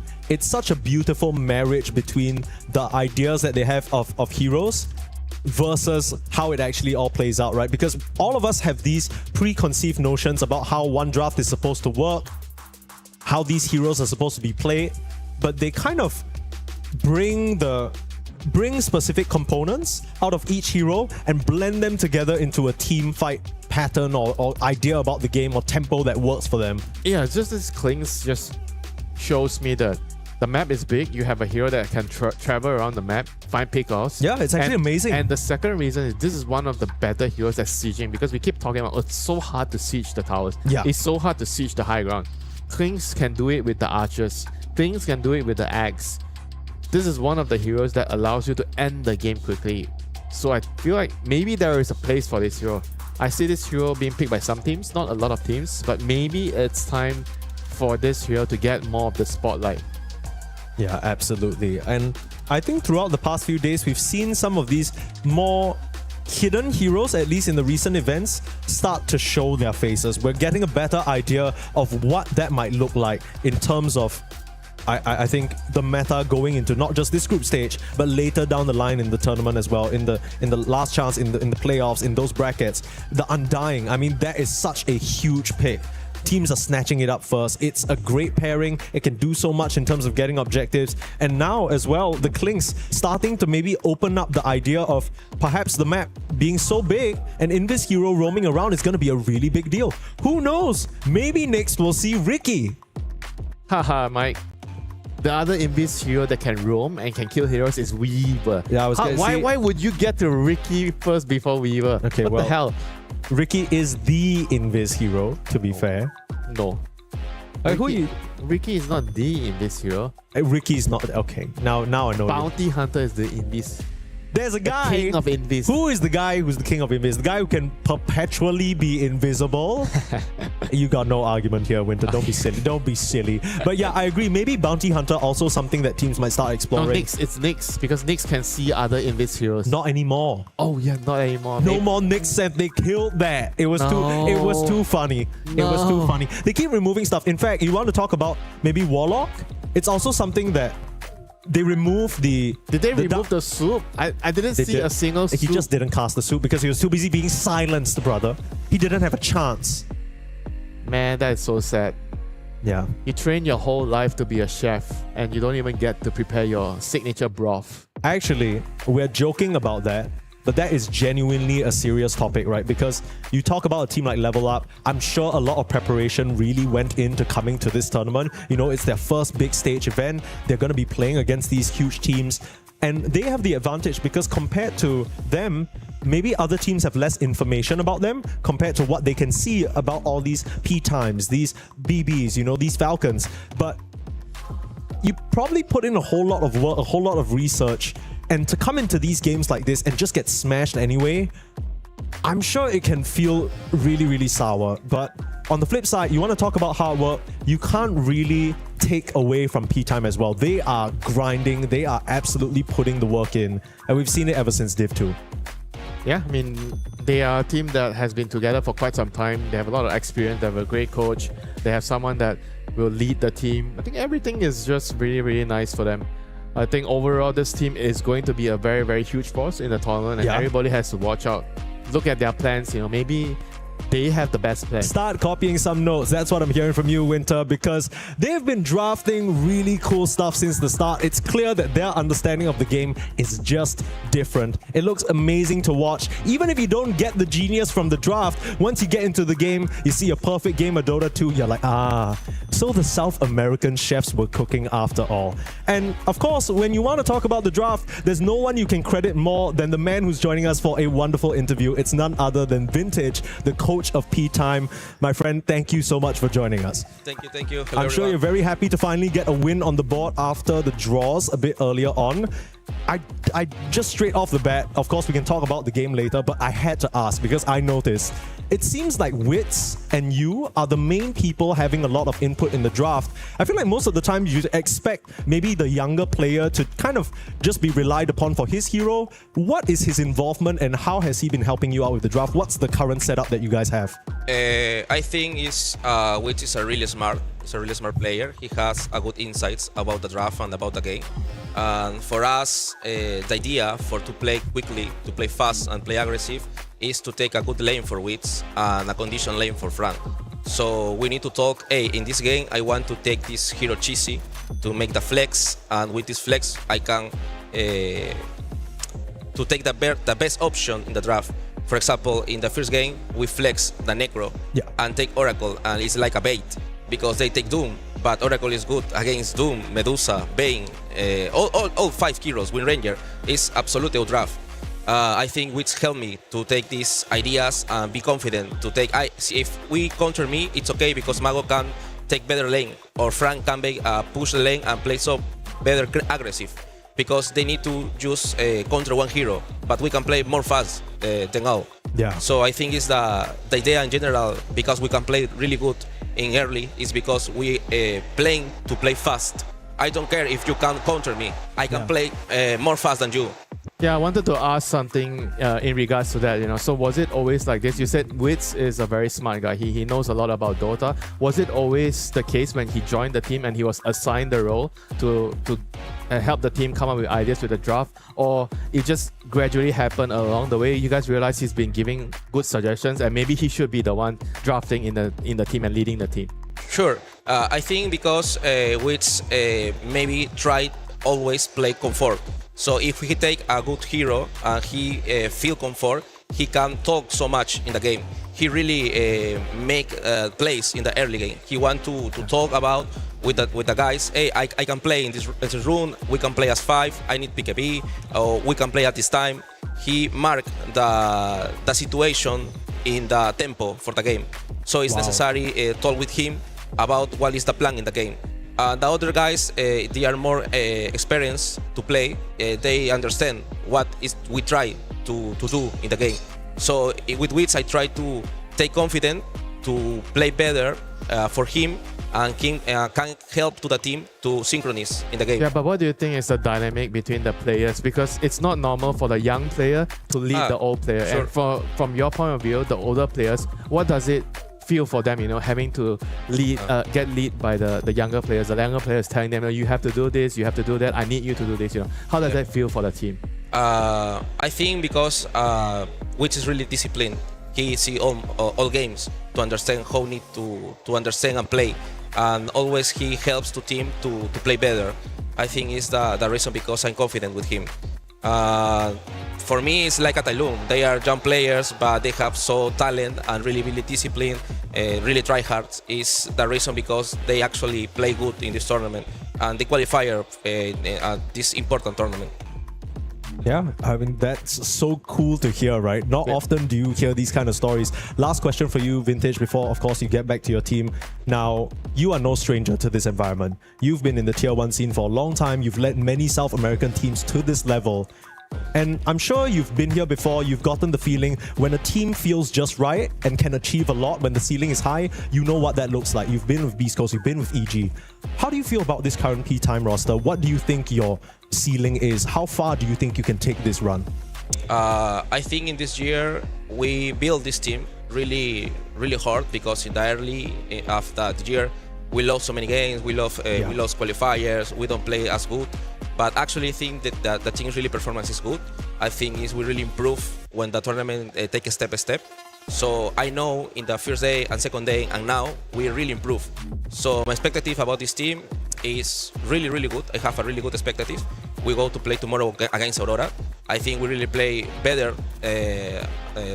today.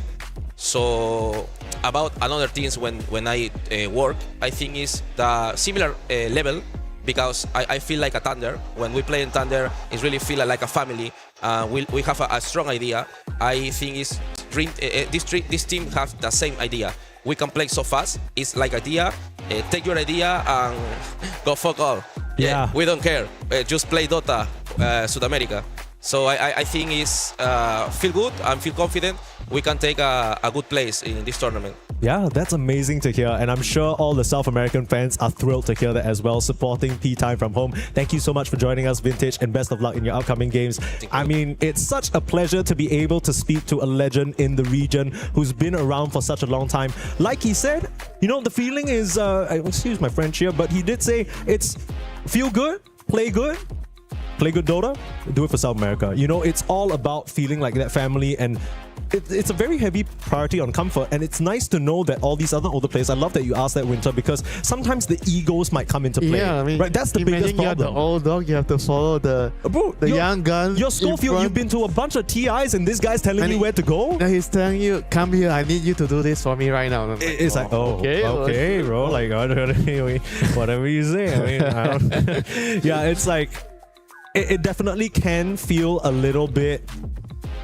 You need to put that aside, right? Because the priority is in your ego at some points. You want to focus on the winning. Yeah, it's tough, but at the end of the day, I always say the results are what matters the most. You might not like how the team is winning, you might not like the heroes you're playing, but if the team is winning, you have to shut up and just follow the game. Exactly. And the best part about all of that is you look at the player cams, you look at the way the team is treating each other, the way they're talking. It's not even I guess I'm winning, so I'll just shut up and deal with it. They are all having fun. Something that Vintage said as well. They believe fully in Wits, right? They know he makes the team better. So it's not about putting your own ego aside. It's like you genuinely believe this guy can bring you to the next level. And that's just such a great story to hear, not just for South America, but for Dota 2 as well, because they will always be such a thrilling team to watch this peak time, and we'll keep an eye on them moving on into the next days of the group stage. But we are also moving on to the next group. It's Group C, brought to you by Malibu Jesus and Atomo. Coming up next, Reconics against P-Vision. This is going to be a good one.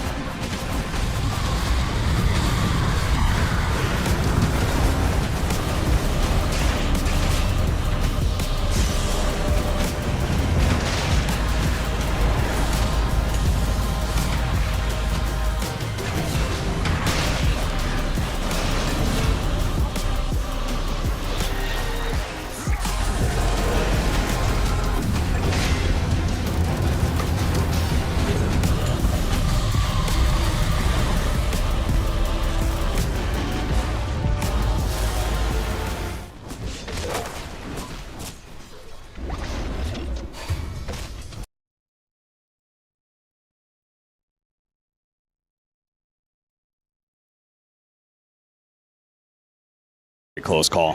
Lycan can solo this Tormentor, by the way. So Enigma Galaxy can just take it off the back of his strength. Don't know where his big creep is, though. It's mid. Well, he's got some support help, so that'll make up for the lack of ancient creep. Brother, this is... Samael soloing Boxy. Oh, they got the... Gale, that's the shard I think you want here just for some extra control and lockdown. Like, it's really nice in this lineup. Yeah, you relocate in on somebody. They're trying to run away. They're getting Gale Force pushed back into the relocate.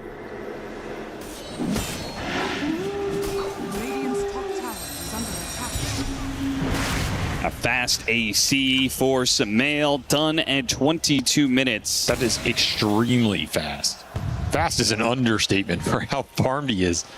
He's double the Axe net worth. Is this faster than his last Alchemist game? Yes, for sure. 20,000 by 22 minutes? I don't think the first 10 minutes were faster, but the overall trajectory is steeper. I mean, he's not only having a free farm Alch game, he's killing heroes on top of it. And he can give away an Aghanim Scepter that will in turn benefit him, right? Do you think this first Axe goes to Devi and then he gets the Wolf Bite? I think so. I don't think the Necro Axe is really doing anything this early in the game. Yeah. So who else are you going to give it to? Give it to the Lycan. He bites you. The Io can tether. And you're just off to the races, right? You're an absolute monstrosity. There's no way Drow can stand there and fight you. So awkward that Axe has built for these auras. You put a good case why it's very good in this game, but when you're so far behind like this, you can't actually take a team fight to utilize the auras. So now you wish you just had a Blink Dagger for like pick-off opportunities. You're not picking anything off in this game, no. Certainly not going to be contesting Roshan. You have the information, but you lack the damage. Very quick Rosh. Yeah, that is really fast with all that minus armor. And you know, the nice thing about being this rich is you can just kind of itemize to make up for any deficits your lineup might have and just make the game even easier to play. If Enigma Galaxy just want to buy extra stuns here, they can do it, right? Throw a Eul Scepter in there, throw a Scythe in there. Yeah. Throw an Atos if you really have to, but you can also just itemize to go high ground early in this game. Because you have so much sustain, you can just tank up, take a tier 2, start hitting the tier 3, dare Liquid to fight you. They are going to fight at this tier 2. Great coil. A beautiful coil on 2, and the Alchemist is going to die quickly here. Now the second life, he's going to have BKB. Let's see if they can stop the Blink Dagger at least. Oh, what a shackle again! Samael gets off the BKB, pushed back a little bit by the Cogs. The multi-shot trying to slow in, down here, roll in. Boxy does manage to hit the Magnetize, Unstable Concoction, landing on a 2, and nothing really stops Samael. Once he activates his BKB AC, they lack the damage to handle it. They can't kill anybody. It's going to be 4 dead on the side of Liquid. An easy team fight win for Enigma Galaxy. And Devi effectively just solo killed the puck. With the Orchid plus the Desecrate on the backside of that fight, he should just got 100 to 0'd. Because he has no defensive item. Nope. He got the latest Blink Dagger I think I've ever seen him get, which means that second item is so far away. This game can just end. I mean, they're at 1,000 net worth advantage per minute, basically. And when you have these sustain lineups, it's just all gas. There's an Ags. Straight into the Lycan. Wolf Bite is available.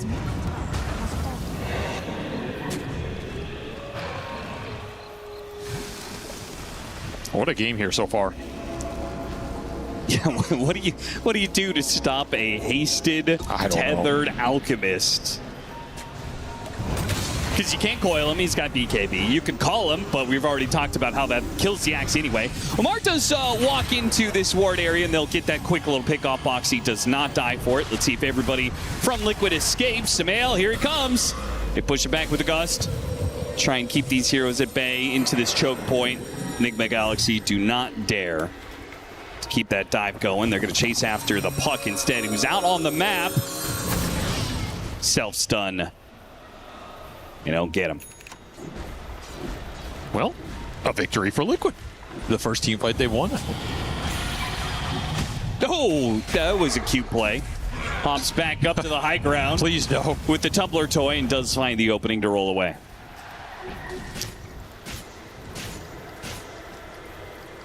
Pretty much it continues that the wins, quote-unquote, for Liquid are them surviving Enigma Galaxy's aggression, not actually turning anything back around themselves. You need time for Mickey to get items here. Yeah. Like that is just, you're just praying this Drow can get to the next item, Did survive that Aegis period, I guess, and you got a D-wards. You have a little map control to work with. I mean, it sucks because he can't go straight damage to threaten these heroes. He thinks that it's a requirement to get a Linken's, which I don't blame him. Like, one unstable concoction, he dies. But at the same time, it feels like you're just going to be lacking in damage because the rest of your teammates do pretty much nothing. Maybe you're supposed to just go straight Daedalus here. I don't know. I do kind of feel like you should go all in and just, you know, whatever. This game is probably lost anyway. You might as well just try and get some sort of fight where you are magically not targeted by Enigma Galaxy and free to hit heroes. Well, if they can abuse buybacks and just kind of throw bodies into the fight, if Mickey gets 2 to 3 multi-shots off, you probably win that? You don't sound confident. I'm not confident, but that is what Drow's designed to do. If you can keep the Drow Ranger alive in a team fight for 27 seconds. Yes. A 30-second fight, that's all it takes. You get 3 multi-shots off. 30-second fight, somehow Enigma Galaxy simultaneously don't run away, but they also don't kill all of you. You need the hypothermia pops, basically. You need to stack it up on some heroes, get the big pop, and just chain it. You can land a big coil. BKBs are going to be obnoxious, that's for sure. You have to kite those out somehow, but there is a route to a teamfight victory, however narrow. You do have Linken's on Nisha. Perhaps you can start playing more aggressively around the map, pushing lanes a little deeper, stall this game. They give him a gem here as well. Pretty necessary against all these Lycan Wolves that have been very well micro, just scouting everything out. Yeah, if he's spotted somewhere on the map, there's potential of a blink instant unstable concoction.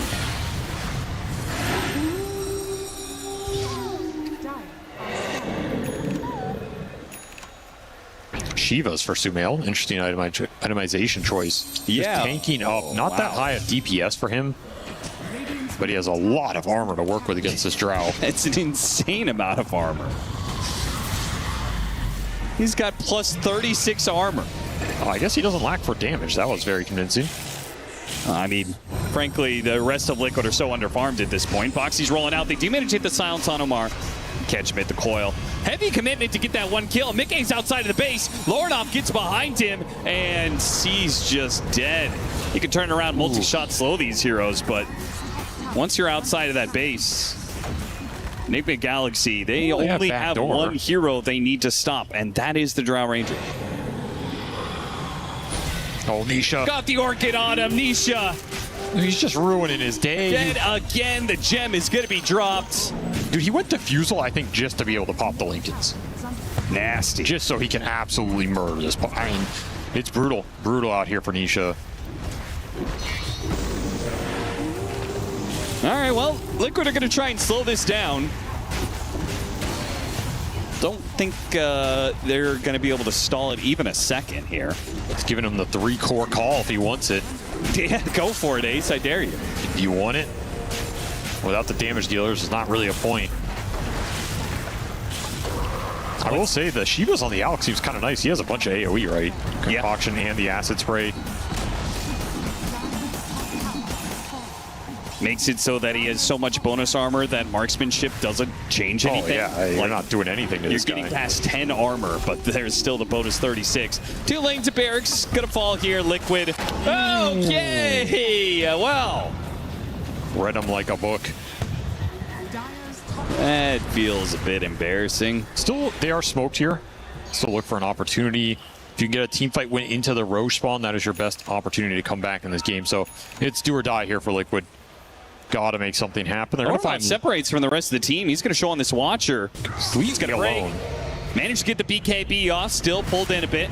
Lornoff, though, is ultimately fine because the Liquid are not certain they can take that fight. They don't know how many heroes are here. They're gonna get the Wind Ranger again. Boy, they hate Omar. I don't know if they hate him. That's just the only hero they can kill. Yeah, that's fair. 8 vessel charges on Ace.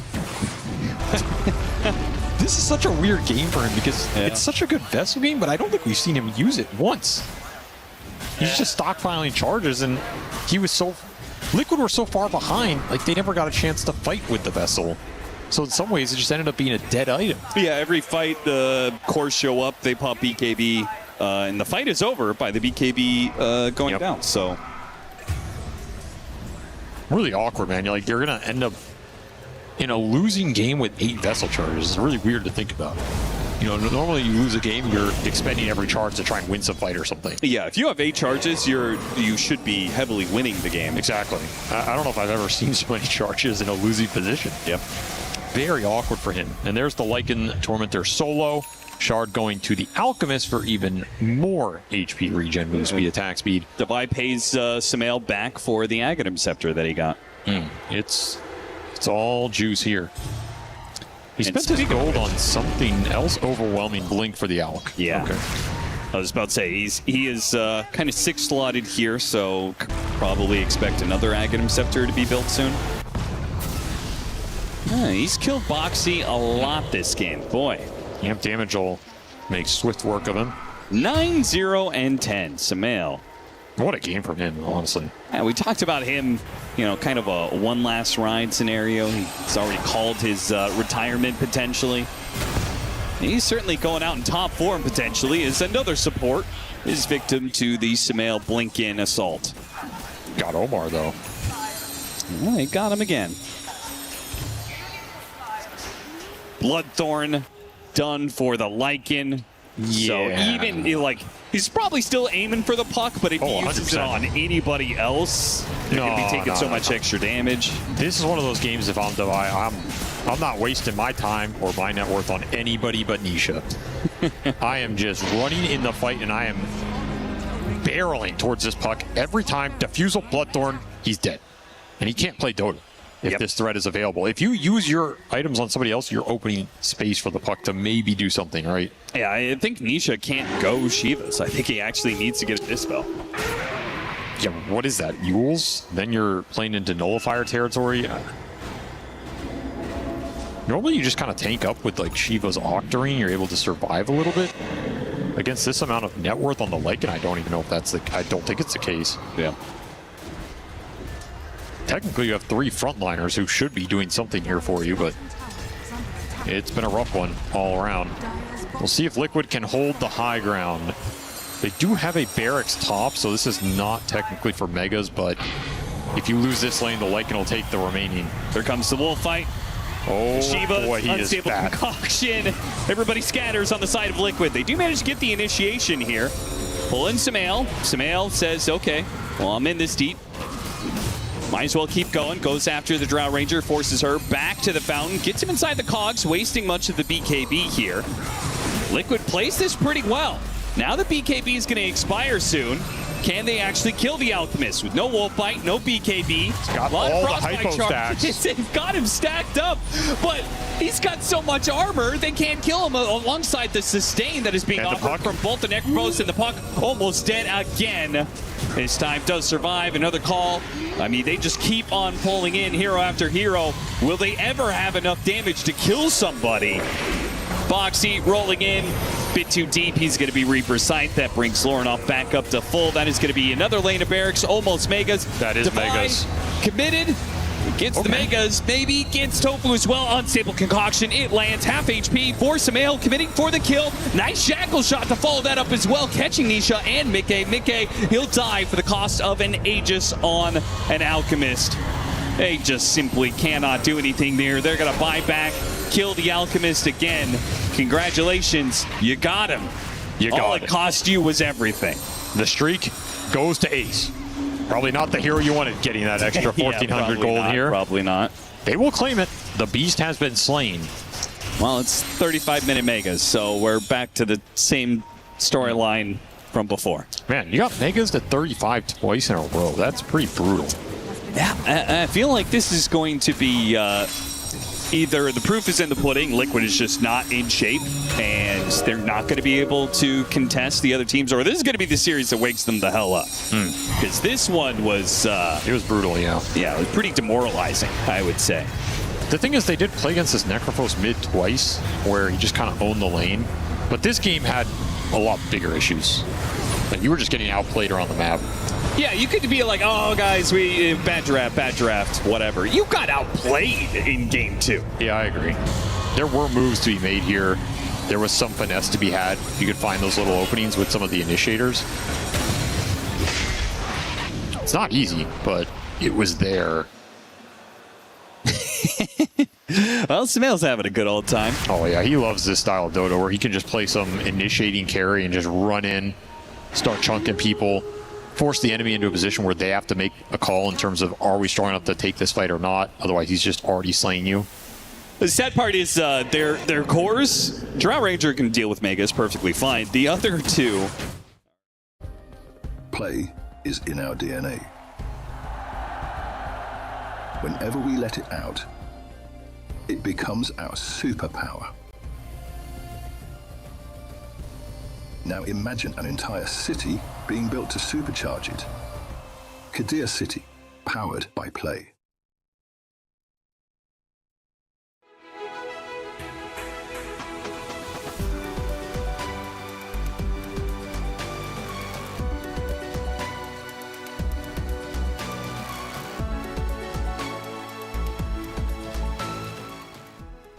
The human body was built to move. Not trapped at a desk in one singular posture for 12 hours a day. It's time your chair evolved. This is Secret Lab Titan Evo. Ergonomically engineered for you, gamers, hybrid workers, artists, backing your every move.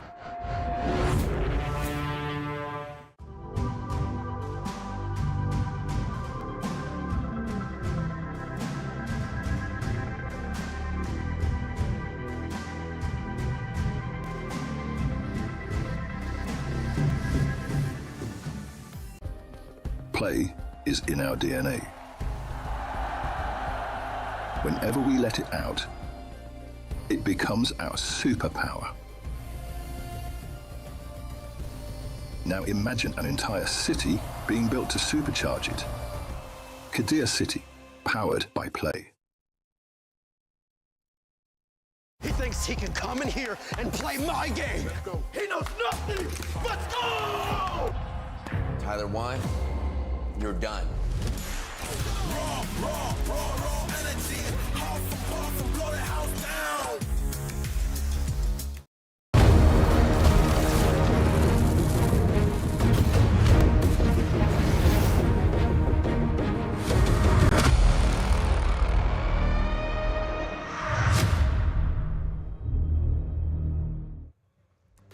Hello and welcome back, Dota 2 fans. We are here to continue our third day of group stage play here in Paris, France at EWC. We'll be continuing the action here in Pool C. I'm Malibu Jesus, joined by my partner Atomo, and we'll be taking you through Reconyx taking on P Vision. Reconyx still on the hunt for their first win. P Vision on a dominant spree here through the group stages early on. And Atomo, we have some orders of business to attend to. I'd like to say happy birthday to Reconyx. Yes. The organization has now been, in Dota for 1 year. I believe yesterday, but we didn't have them yesterday here on our broadcast. Dude, I don't know if you can hear the crowd over there, but it is getting live and rowdy here with the collection of titles that we have at EWC. And they're cheering for Reconyx, taking on P Vision. But it's also the birthday of Dota 2. 13 years old for open play, 15 if you count the beta. But what a wonderful journey it's been. Joyous journey. And of course, Atomo, P Vision, you know him, you love him, you hate him, depending on if you're the fan of the favorites or a fan of the underdog. But I don't know, what do you got for us? What are you hoping to see here today? Well, I mean, on paper, this looks like maybe possibly the beatdown of the century coming forward. We have, it's unfortunate to say it like that, but Reconyx has been a team that qualifies from those close qualifiers, comes into LAN tournaments and doesn't do it too well usually, unfortunately for them. And P-Vision's looking like they're in their best form right now. Yes. They're 4-0 versus 0-4, so you have the exact opposite in terms of the standings for the team. And Reconics, you only get like 5 matches to play. And going 0-6 is very hard to come back from. Bottom 2 in the groups get eliminated, so it's a tough matchup for Iconics. It would be incredible if they can take 1 win, and it would be a miracle if they can take 2. It would. And, it would be a miracle, but it's not entirely impossible. Reconics, they've been paired up against some other tough opponents, but they've dragged out the game some pretty lengthy. And let's take a look at those teams. At our graphics, what do we got here?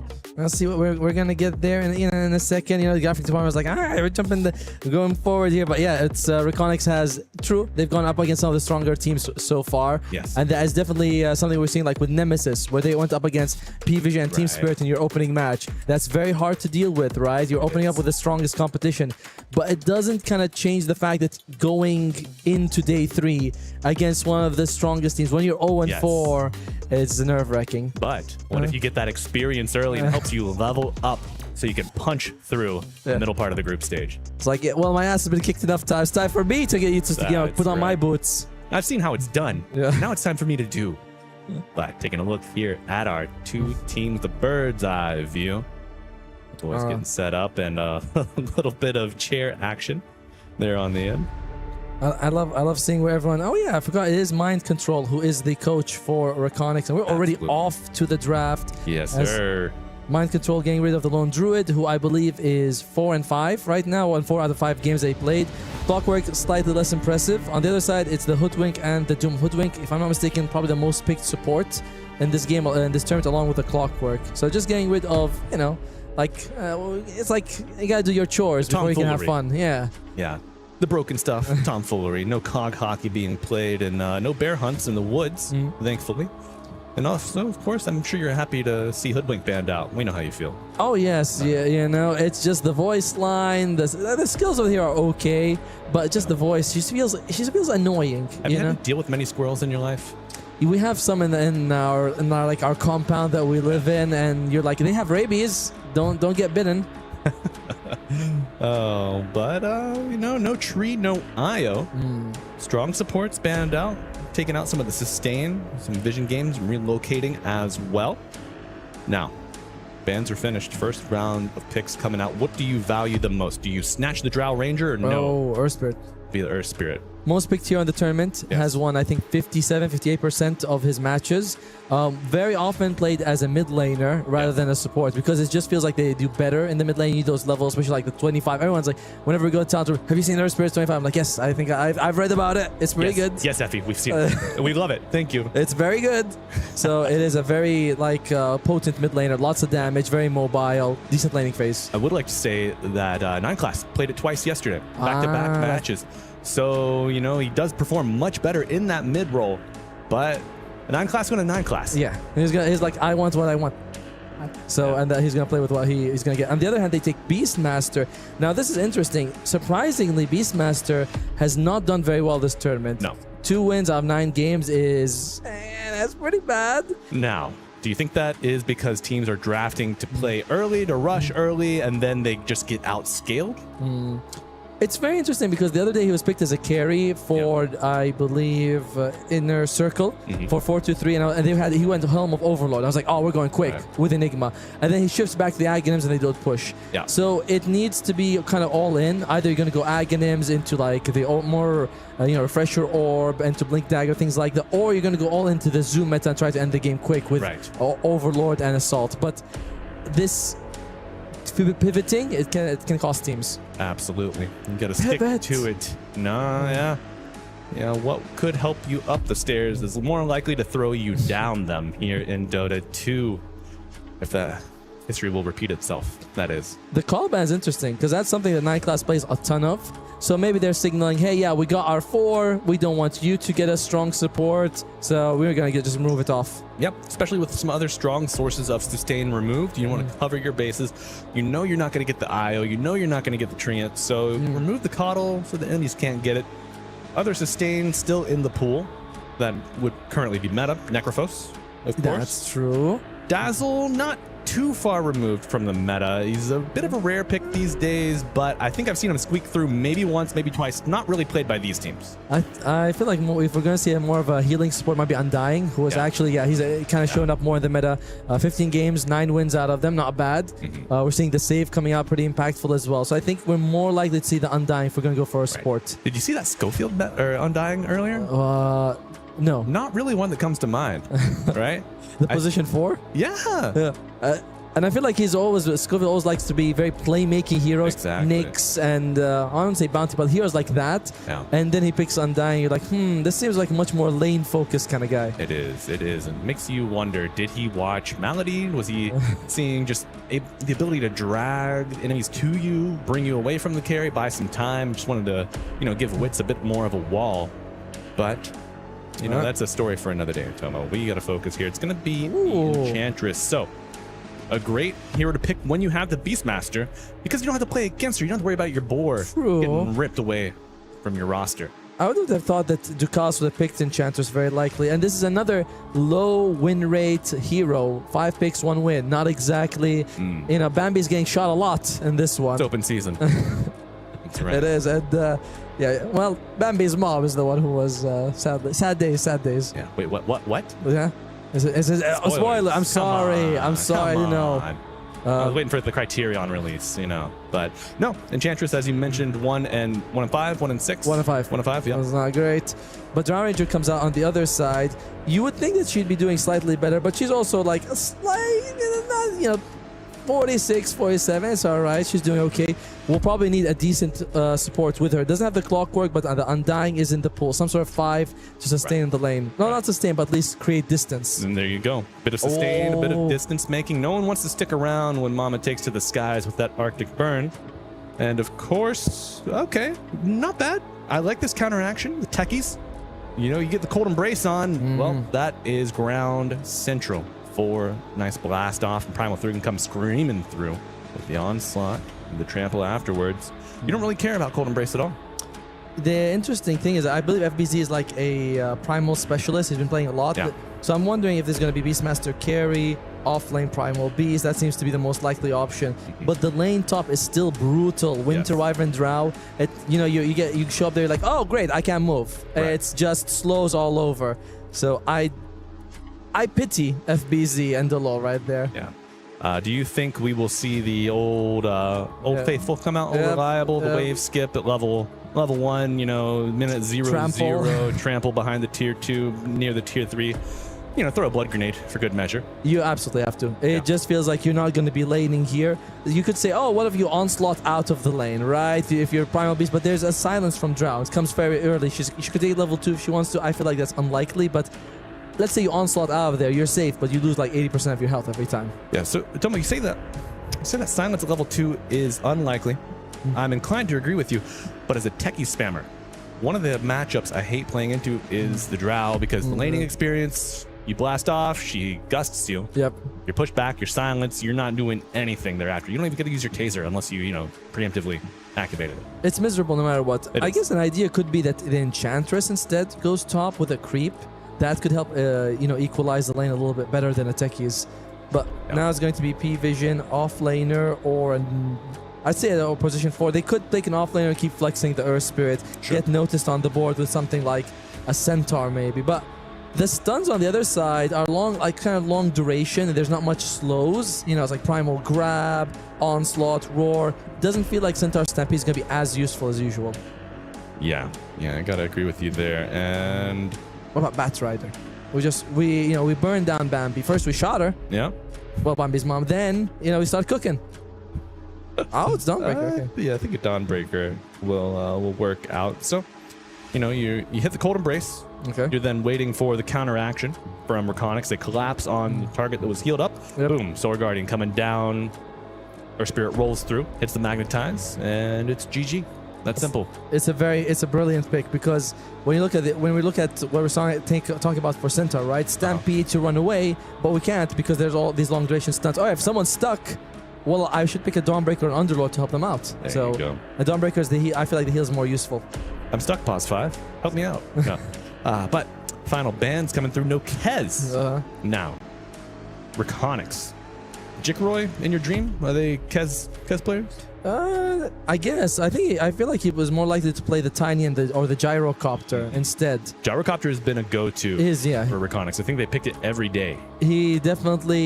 He's very good with it, to be honest with you. They haven't had success with it in this tournament just yet, but he's like, it's his favorite hero when he can get his hands on. So I think it's more likely to be the Gyro or the Tiny as the last pick. Okay. As for P-Vision, because of the Earth Spirit, we're not quite sure where it's going to go. Right. And we're going to keep flexing it there. Yeah. Giving themselves plenty of room to draft their final slot here. No Storm Spirit for no one. I guess we're also wondering if the Beastmaster is one or the one or the two, because he is flexible. So there's a bit of flexibility for both sides. On P-Vision, it's 2 and 4. On Reconics, it's the 1-2. But it's definitely going to be a core for them. Yeah. And Kez and Necro kind of fit into both, right? We've seen Necro 1-2 and Kez 1-2. 1-2. Kez 1-2. 1-2. And then you start dancing. I start dancing? No, well, I mean... You might be a better dancer. I'm always dancing. There you go. There you go. One more band to come through here with Mind Control at the helm for Reconics. Who are you most fearful of? Is this a good sniper game for no one? Sniper's usually picked if you're up against like a puck or someone you have to keep your range from, right? Yeah, no puck in the pool. Yeah, I don't know if he's gonna pick the sniper in this one. He could. Yeah. We've seen a bit of a rebirth of Lena. A little bit of a renaissance. She is won all of her games so far. 3 of them, to be fair. That's not much. It's only, but you're winning. It's a sample size you gotta work with. You won 3 games out of 3. And I think that was strictly a day 2 development. At least 2 of those games were played. I know we saw one of them where he was able. I forgot who was the player, but he used Light Strike Array as a black hole was about to come out. Yes. And he interrupts the black hole, solo black hole, and I was like, that's insanely good. Yeah, game over. Game over. Cool. Oh, but Reconics using plenty of time. Take full advantage of that reserve time while you use it. That's my drafting advice. And I'll give it to you for free. Use all your time, huh? Yeah. But they seem to believe that it's going to be a Earth Spirit for 9 class, and the mid laner is going to come up next. Now it's up to P-Vision to either prove them wrong or to actually, pick a mid. Yeah, I mean, this would be a really, really strategic swap if the Earth Spirit's going to go to no one. So they established the pattern of 9 class playing it twice yesterday, give Reconics the idea. It's probably going to go to 9 class again, but last minute swap, potentially here with this Dark Willow. We know this is a specialty of 9 classes, something he's very, very comfortable on. Ton of damage, very good amount of control, pairs well with the Dawnbreaker, limits the effectiveness and the reach of the Primal Beast. I'm liking it. I wonder if wait, Doom's gone. I was thinking about Doom because you're up against a Winter Wyvern, so you want to make sure you pick a hero that doesn't have like a ton of physical damage. Yeah. So both the Doom and the Necrophos are both gone. So options on that core that is not physically reliant are limited. There is Leshrac. There you go, the Tiny. Well, Tiny's got a bit of both. Maybe more one way than the other. Is it going to be the Jikroy Tiny? There you go. Yeah, so Tread, Echo Saber, probably Soul Ring in there for a good measure. To the Shadow Blade, and he can burst people down very easily. So I like the Tiny pick. I've been kind of saying for a long time that I want to see him more in the tournament. Yes. Feels like the first few days we didn't get a single Tiny pick. No. So it's our first time. So Jikroy's on Tiny. I like this a lot. You have FBZ on Primal, which he's been spamming. You have Beastmaster mid to set the tempo. It's a solid-ass draft. It is. From Reconics. But we'll have to see if they are standing on solid-ass ground. Because seems to be a bit of quicksand over here on Stage 3, Stream C. But I know that Reconics are not going to panic when they start to get enveloped by the smothering play of P-Vision. I mean, it's hard to... I'm not going to say root, because you can root for whoever you want, but it's hard to sort of... I mean, the best word is it would be bet against them, right? Because P-Vision, they are in a really dominant spot. I think they're one of the few undefeated teams this whole tournament. Yeah.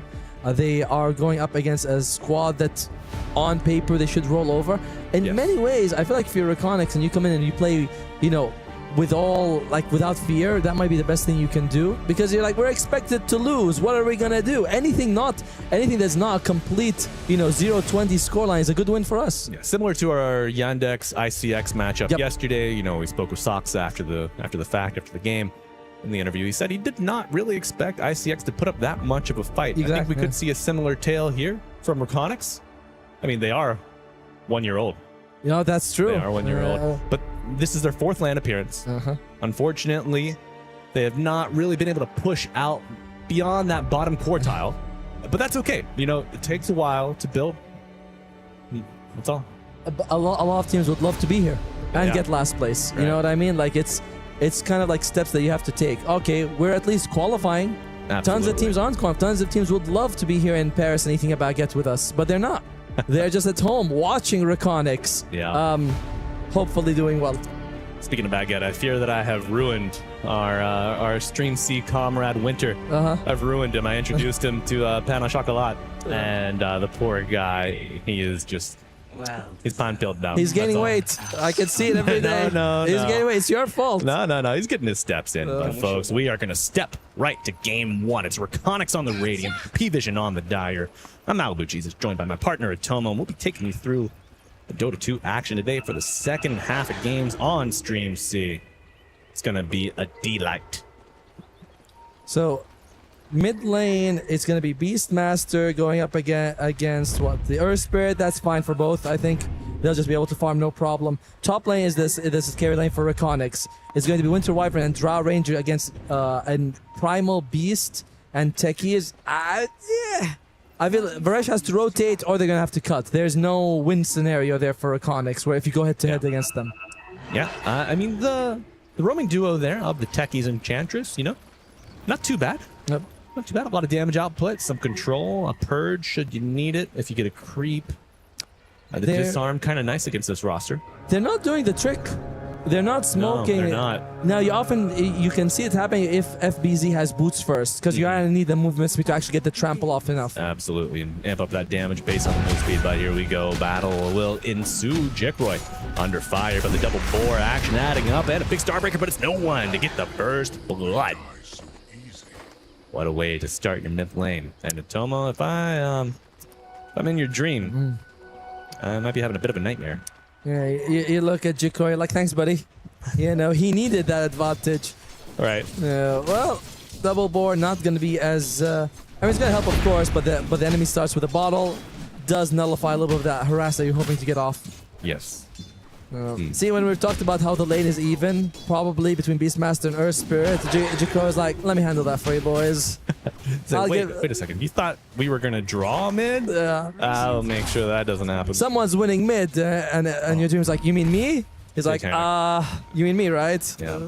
So Delol, in his eagerness to drag the wave, gets his courier killed, a little bit of the golden fusion going to P-Vision there, and now Arch Burn fighting through the disarm. Delol losing a fair amount of HP, and the creep wave will not splinter. Very good. Too much. Just lost one. But Mr. FBZ, the primal specialist, Frost Arrow slow adding up. He's got to cut tail and run. Getting away from this ranged duo in the safe lane. Now level 2. Holding that point should he need the armor. But bottom lane, Notice going to pick up a kill on Jikroy. Notice earning that finalized roster spot. Top lane going a little bit better at the start, right? At least getting some CS. They have this lane between the two towers, which is nice. But unfortunately losing Jikroy twice right now. All right. The Dawnbreaker hitting level 6 early is a huge problem. Because that means that suddenly all your aggression is like, oh wait, there's a Solar Guardian that can hurt us. Yeah. Solar Guardian, not quite as dangerous as it used to be pre-Ags nerf, but still a great spell. It always forces you to say, am I committing or am I leaving, right? Because the moment you go in and you're like, okay, I gotta kill this guy in less than 2 seconds or that's it. Right, and you're gonna have the damage buff after you land, right? Thanks to the innate. How long does that linger? No, I think that's only if you have the Ags that you keep it the daytime for about 6 seconds. Okay. Yeah. If you have the Ags, you can turn full daytime for 6 seconds. Gotcha. Oh, look, oh, nice. Courier. There you go. A little bit of courier revenge coming out from Delol. Says, you got mine, I'm gonna get yours. But taking a look at the CS here up top. Satanic doubling the primal. A little tough, but Techie's getting a few of his own. 3-2. Do you expect this this off lane to fall back and stack? That would be one of the solutions they have. Anything any plan that involves us facing the enemy is a bad plan. Any plan that we're like, oh, you see that little icy courier? So cute. My God, so cute. You can't even see it. That's beautiful. It's absconded by the radiance. It looks like it's a cute dog or cat or possibly a chicken. Cute dog, cat, or chicken. But notice the level 2 skill point for Delol took the sticky bomb. Notice he's not jumping in. And we mentioned that there's a potential gust, right? Oh, here we go. Oh, he's got someone else to jump in for him. FBZ with a trample afterwards. And a little bit of icy hot on that Satanic Drow Ranger, but he is still losing HP at a rapid pace. One more click will do it. And they say you can't beat Satanic, but you might just be able to stop him for now. That's a good skill. I mean, I hope we get more of that. It also gives FBC a chance to get some creeps going for himself. So if you are able to sort of be good in a good spot sort of health-wise, you can onslaught and trample. Yes. You just sort of expect that P-Vision will not let that happen. But hey, a little bit of an opening and Reconyx jumps on. Well done. Absolutely. Makes me wonder, what's the current skill point allocation for Drow Ranger? I didn't see any points in Gust. I think it's 2 in the Frost Arrows and 1 in the multi-shots. So, such hubris. Yep, Gusted. Is it Gusted 4? Satanic's like, alright, sorry guys. To be fair, I told you to take point in Gust. Why did you not take it? Yeah. Well, when you're young, you're more confident. He's only older than Dota by like 3 years. That's right, that's right. He's room to grow. Room to grow, right. And your dream's doing well CS-wise, despite the sort of free bottle that no one was able to get. The gift. Yep, and your dream's doing a good job. Yeah. So it's only FBZ CS-wise, but that kill goes a long way towards equalizing the lane. It does, because usually, I mean, this is a matchup. Their Spirit, decent armor, good damage, especially with the innate.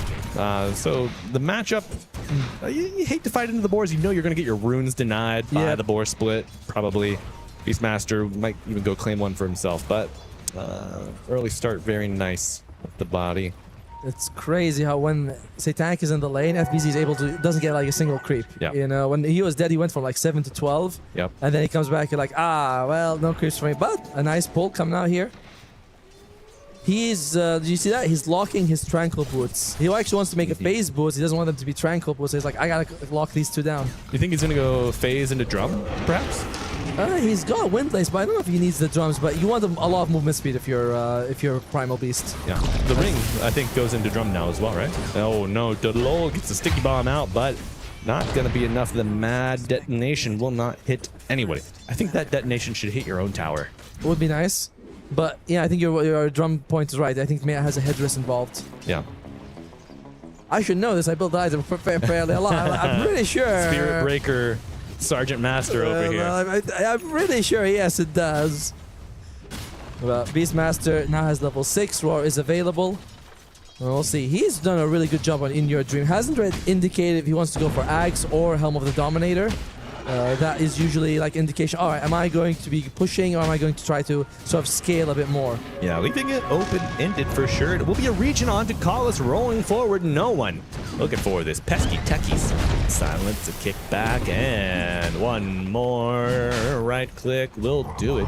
Roshan going aggro, and I hear an onslaught, but I don't see an FBZ unless trample after the fact. Courier coming through. No one might just get a free beat. A little bit of a gimme here. Sticky bomb landing with boulder smash with the roll out, and he will be able to TP from the high ground. No one able to reach. Not bad. I mean, they kind of waste no one's time. They stay alive there. He doesn't get the ruin that he wanted to, but ball lane, Jikroy. He's been looking for a way out of dodge, but we might just see 2 Radiant heroes dying across the map. Jikroy with the jukes, but Satanic looking to bring down Varush. Will die, actually. Beautiful joining from the Primal Beast. And, you know, it's a carry for carry, but the P-Vision still out on top, net worth-wise. I wonder if the Reconyx is going to consider that good for them, right? Like, you're 2k behind, you're able to carry for carry. FBZ is going to be one of your big playmakers. I think that's all right for Reconyx. Like, you know, Jikroy, this is his 3rd death. It's like, he's been here before. Okay, Roar coming out, sticky bomb after. You need to block the roll here, prevent the escape, but the boulder smash into the roll. Good play, good skill coordination coming out from no one. Now FBZ gonna TP out, no stun available, and no one else on P-Vision around to interrupt. Could use the uproar just to ensure that he has that extra armor to ensure he makes it out. But oh, look at that net worth. Even though FBZ's got like 2 kills to his name and Jikroi's got 3 deaths, the CS is really hard to work with. I wouldn't want to have to right-click my crepes in this lane. You prefer sweet or savory crepes, Natomo? Oh, sweet for sure. Sweet? Yeah, come Big on. dessert guy. Yep. Yeah.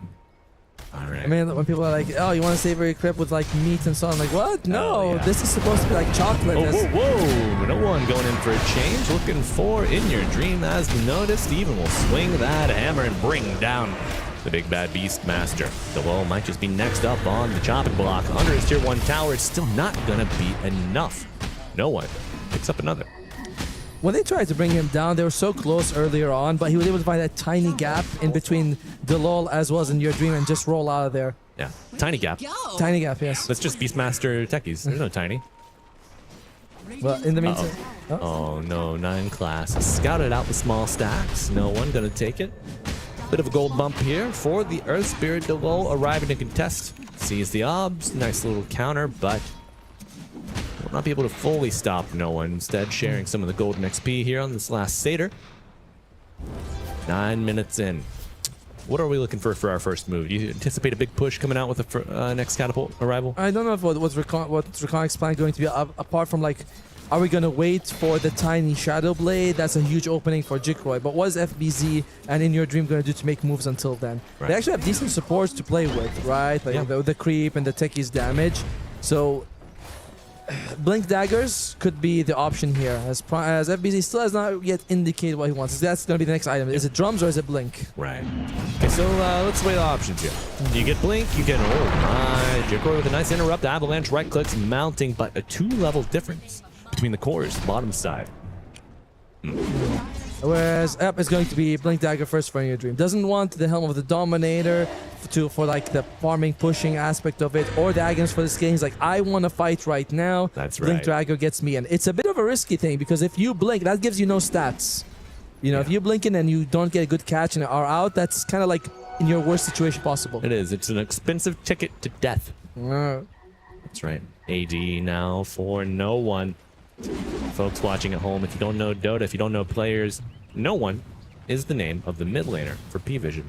He's playing the big Rocky Boy. Well, another big Rocky Boy. There's one on the left side of the screen as well. But Blast Off coming through with an onslaught afterwards. Disarm Satanic trying to find a way out. Notice does pick up one. And Satanic, gets hit with collateral damage on the Pulverize. But nobody, well, Notice gets another revenge kill from his Drow Ranger. Very cute move by FBZ. Oh, wait. Yeah. And gonna try to TP out. Centaur Stomp to interrupt a further go. And now In Your Dream feeling a little confident. No one doesn't have his ultimate. But did not finish his stack. Also 9 class, the cheeky Sentry to block it from further stack creation. The Radiant Sentry gets pinged out. They see some axes. He's changing his mind. In Your Dream, he's not going for Blink. He wants to go Ags, wants to scale. Oh my god. Cut down the trees. I don't know if you like what you see. Roar, but matched with the Shadow Realm. Gets the Curse Crown after. Throw another set of axes to maximize your impact. Willow to go down. And looking for more. FBZ saying, hey, Roshan, wake up. I'm going to slam a gem on this Earth Spirit, but he's in a roll right out of dodge. And it's a beautiful reset for P-Vision. Meanwhile, Satanic farming away to his heart's content bottom lane. Almost a sure shot to get that tier 1 tower. But Reconics don't seem to mind. They're going to stay grouped. Look for damage, look for kills, and match the map aggression. Yeah, there's been some really nice move by FBZ. Earlier when he killed the Drow Ranger, he wasn't able to get on top of him, so he actually grabbed someone else. Yeah. And the onslaught damage was, the onslaught damage was able to pulverize damage was enough to bring her down. Aftershocks. That was super cute. Right. It was very well done. But now they're going to try and get a tower here for Reconics. Interesting move by In Your Dream. He feels like the game state allows him to get Agnams. Like, it's not as fast as he thought it would be that he needs to get a Blink Dagger. Yeah. Bold decision, honestly. It is. I mean, 4 to 8 kills, 12 minutes in, 1 per minute. We've seen faster games. However, that was a pretty fast death on Varish there. It's an interesting adjustment for In Your Dream. But will he be punished for it? Because by now you could have had the Blink Dagger, but you still need like 2,000 gold to have the Agnams. By the time you farm it, the game state could have changed dramatically. Right. Meanwhile, Jikroy at least has got the Echo Saber and working towards his Shadow Blade. That's going to be another big timing. So Ags, Beastmaster, and Shadow Blade Tiny. Oh, Jikroy, they got time on his ass. Master rolling in on Tiny, but Bramble's gonna miss the mark. However, this last avenue could be blocked off. The Boulder Smash kills a tree, and now Magnetize coming through with a toss back by Jikroy, getting low, and he will go back to the fountain. Courier getting hit by the tower, but it's fine. And FBZ doing what he does best, trampling, stampling. Does he have a headdress and it's still locked, or am I crazy with that ring of regen on? Yep. Yeah, he's got. So it's like, hey, this is all right. This is efficiency in ways I don't understand. You know, like I'm not sure what he's doing. He's doing something. Yeah. Well, there you go. Maximizing his inventory. You know, he wants something in every slot available. Even buys the recipe before stat item. In what cases is that valuable? Whenever you have like extra gold that you're gonna lose on death? I suppose. I mean, I don't understand why he would just lock it just then. But he's got the drums now. It's irrelevant. And he's gonna go for a blink after, so he can jump on people. That's gonna be their main starting point. Is yeah, very close. Just 900 gold away. Yeah. Terrible thing about Aghanim Scepter. Costs so much. You want to go in and get something else with your money. But I mean, you know, 10 stats here and there adds up, but you buy the first, buy the second, you're like, ugh, Blink Dagger would be nice about now. The value of the item is useless, is like very little until it's filled. Oh, here we go. Oh, Solar Guardian. Keep me safe. Noticed. Level 11. Maybe even higher than Satanic. I haven't seen that in a while. And going forward, no Harpoon yet, I believe. What? Did you see that? That kick. Boulder Smash into the Starbreaker does not cancel it. That is something. Turns Noticed into a final like whirling dervish of death, essentially. Delol with a nice dodge, but now he has to worry about the kickback and will blast off. Unfortunately, I do not think he's going to go out, even cancel the TP, get a final spell off, but will not be any consequence for P-Vision. And they keep going. They want more. They do, and more they might just find. Terrorizing the Tiny right back into the maze of brambles and arrows and hammers and all manners of torture. They're probably looking at they're like, have you finished your Aghanims yet, buddy? Because we're paying for it with our lives. And this is the difference. If he had gone for the blink, they might be more able to take fights if they were Chronix. But this was a choice. I want my Aghanim Scepter, which means that for a while, I'm out of commission. I'm not doing much. And that's giving P-Vision a lot of room around the map. But he's gone now. Denied. Yeah, he does. All right. 15 and a half minutes in. Aghanim Scepter, we've seen faster timings, but, you know, given the pressure P-Vision's able to exert, not bad, not bad. It's a fair timing, considering the state of the game, definitely. Also, in your dream, out-leveling no one on the Earth Spirit. But I feel like no one, when you're playing Earth Spirit mid, you do a ton of damage, but, you know, ultimately you are the facilitator. You're the quarterback. You're rolling in, you're hitting targets back to your carry, really making sure these fights stay divided. You can pick and choose, just like a bit of a Dota buffet. I always thought the quarterback was the guy who scores, but now I'm guessing he's the guy who's behind and they give the ball to and he chooses who he throws it to, right? Quarterbacks, well, quarterbacks can score. Okay. Are you ready? You ready to do another sport? I know we hit baseball on the first day. Yeah. Explain the football thing to me. We don't have the time for it. We don't have the time for it, no. But we do have FBZ almost finishing his Blink Dagger. So Varesh, He noticed finish the Solar Guardian stun coming out with a Starbreaker on top. Not going to be able to get out of that one. Paster and bottled up on no one as well, so maybe anticipate this boulder to start rolling very soon. Your point about the mid lane is interesting because while they're very similar net worth and levels, you can see what each team has, like, no one has enabled Satanic and Noticed. Oh. He has, and we will see. No, we won't see a damn thing. More spirit reduced to pebbles.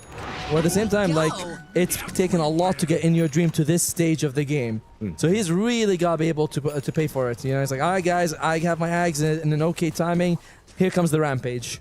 At minimum. Rampage. At minimum. We saw Rampage yesterday. We did. It was a good one. All right, here's in your dream. He's got Ags, people. Turns, roars, and runs. Wow. Didn't see that one coming. That's a warning roar. That's a warning. The first one, the first one's like, hey, get away. The second one's, you know, I'm going to kick your ass. The second one follows up with a bit of a bite, right? It's like you can't be alone. If I had my homies around, Yeah. things would have been very different. Yeah. And FBZ's got the Blink Dagger. We're working towards the BK, but he can at least initiate with the Blink Dagger. Yeah. And Blink Dagger, nice. I think Ducalis planted that in vision. But let's see. Curse coming out, holding in place. Full duration with the creep wave there. And plenty of damage coming out from the combined forces with the 3 members of P-Vision. Satanic picks up a relatively easy kill, given just how, how much the Primal's been able to acquire. Can we look at Jikroy, the Beastmaster, sorry, the Tiny for a second? Ah, okay, there you go. Almost has the Shadow Blade. That's going to be the second big time. But we've got to engage at some point. I feel like Shadow Blade is the latest you can go. Yeah, hit by this is Distiller. So you mentioned the Shadow Blade, necessary pickup on the Tiny, but also that Essence Distiller, a great way to find Invis heroes and share vision as well. Oh my, beautiful proximity mine placement, and it will be enough for the solo kill on 9 class. I do like the techies into the Willow. It's great. The taser play against the Shadow Realm, if you're able to get attacked beforehand and disarmor, prevents a lot of damage. Honestly, Delol has been playing magnificently this game. Look at his, he's very fast, he's very rich compared to the state of the game. He's done really well for himself. 4-4, like the top lane would have been a big disaster if it wasn't for him. So kudos to Delol. He gets a star next to his name. 1 gold star for Delol. And this is so nerdy, so small, but Tiny activated the Shadow Blade as soon as he got it. Yes. Enable his farm, put it to use right away, Well, they also have the Blink Dagger on the Beastmaster. Here we go. Just gonna show them that I have it, Have you ever activated the Blink Dagger special text for Bane in game? There's a special text for it? Or a special voice line? Oh, no. Oh, it's very good. I just really haven't heard it? I'm just playing the base game, that's it, Oh, you don't have the expansion? double DLC? voice flip-flop pack? Yeah. Roche Bash. Dickerler with the double going to the low ground, going for the stud afterwards, but he's silent. Solar Grinding coming down, will crash onto the Quarryman himself. Smash him into bits. Roar coming out onto the Wyvern. No curse just yet, but a blast off. Doesn't quite get over the cliff. And how is this Wyvern so healthy? What the hell is going on? Rolling through. A 1-for-1 kill. But we'll find the techies after the Primal soon to follow, but do bring down the enemy mid laner. It's 2-for-3 trade. Don't quite know if it's over yet. 9 class positioning. I think they got more gold on Reconics than P-Vision, despite losing 3-4-2 in that one. Can we? Oh, well, no way. All right, it's way different. Then he's like, all right, what? This guy. But it's not like the complete disaster. They at least keep Roshan alive. Good guy techies. Doing the most. Delo's doing a lot for them this game. Yeah, he's got those quick little techie hands that only 3 players could have. You get 1 extra multiplier on speed per techie. All right, Jikroy, let's see what he can do with this Shabbat. Unfortunately, he doesn't really have great heroes to work with, like Nozu. Oh, all right. Another solo kill coming out, maybe, but Slobo surviving for now. Ducalis joining the fray. 9 class still contributing spells from afar. Primal coming in with a big pulverize. Axes ringing through the air, but still not enough. And now P-Vision showing up in spades. They will bring down the Primal. Balls rolling for the Dire. Has a Shabbat to get away. Love techies for this reason. Scouts out aggressive moves, smoke plays for very low investment. Jikroy is going again. He's like, I still have my invis. I want to find someone. But Roshan being taken here by P-Vision. Will they try and contest it on Reconics? Maybe. Have another Solar Guardian. Thanks to the 15 talent. You've got another. Look at that. They can see that graphic. Big Aegis picked up here. 21 minutes. 22 almost into game 1. And it's on Satanic. So is it tower time? They've taken, I think, you can take, pretty much all the tier 2s, as starting with a tier 1 top at least. But what are they going to be doing here for Recons? I think BKBs are the on the menu. 1 for the Beastmaster, 1 for FBZ. Jikroy, not sure if he wants to go for the Silver Edge first or the BKB, but FBZ still needs some time to get there. Yeah. And now, will we have that time, Atomo? Will we have that time? That's the question everybody's asking at home in the audience. What do you got? I think they're going to have the double BKB soon. It's not going to be. It's not. The game's not ending like the next 3 minutes. Famous last words, of course. Oh, here we go. Well, you've seen it before, but a big kill here on Wyvern to start things off as the Dawnbreaker crashes down, looking for the next target. It will be Tiny. 9 class notice joining forces. Fear, but a pulverize to cancel any aggression as Jikroy saved for now. We'll throw the big bad beastie in. But left side of the fight, Payment Vision falling on all fronts. Will get the BKB TP out. Wow, what a usage of that. Safe escape for now. Great start by Jikroy, finding probably the best person you can catch, which is the Winter Wyvern. Because there's like Winter Wyvern and Dawnbreaker have saves between them. Catching the Willow is kind of risky. No one's tanky. So Tank has an Aegis. So he's like, yep, I found the one guy I should always go on. And then they're able to, and great save by FBZ. He's like, my carry's in trouble. Maybe I should help him out this time. Have one guy that I should go on. This Winter Wyvern, yeah. Winter Wyvern's good. Oh. Some damage. Spronky doinky. Okay. Extra mobility. Help to get away from the Wyvern, from the Willow. Prevent double Cursed Crown coming out, or Cursed Crown, rather. Okay. So, Reconyx. Tomo, you know, they faced up against some giants here so far at EWC in Paris. Managed to push games, hold their own. Yep. But our underdogs so far, Nemesis, Reconyx. Look at that. ICX. Looking at this. They're playing like they belong here, but the Titans of Dota, the Juggernauts, they seem to be able to weather this 20-minute window, this 30-minute window, and just come right back out of it. We got a pause here. We sure do, folks. A little bit of a tech pause never hurt nobody. Well, unless hydration your break. Computer hydration break. Yeah. That's right, folks. We're splitting it up into 4s. Get your water, get your coffee. Stand up, take a stretch, shake it out, and look at our beautiful items. How many players are greedy? 3 on the Dire, actually. No one. He's like, my damage is coming from a magic. Why should I get anything else than the greedy? Uh-huh. The LOL only? Just the LOL. There you go. 4 greedy boys out of 10. It's still strange to me that Varesh doesn't take it. You're like, maybe he just wants the stats. Sorry, the mana regeneration, bit of magic resistance. But yeah, we have Harpoon now available, and Silver Edge not far away for the Tiny. Nice bit of extra damage that he could definitely use. It sure. I've seen the other games that Reconyx has played, and it wasn't this close at the 24-minute mark. It's like, yeah, the game goes to 40 minutes, but it's more like, oh, it's competitive for the first 15, and then the other team is just very careful. And they're doggy. Yeah.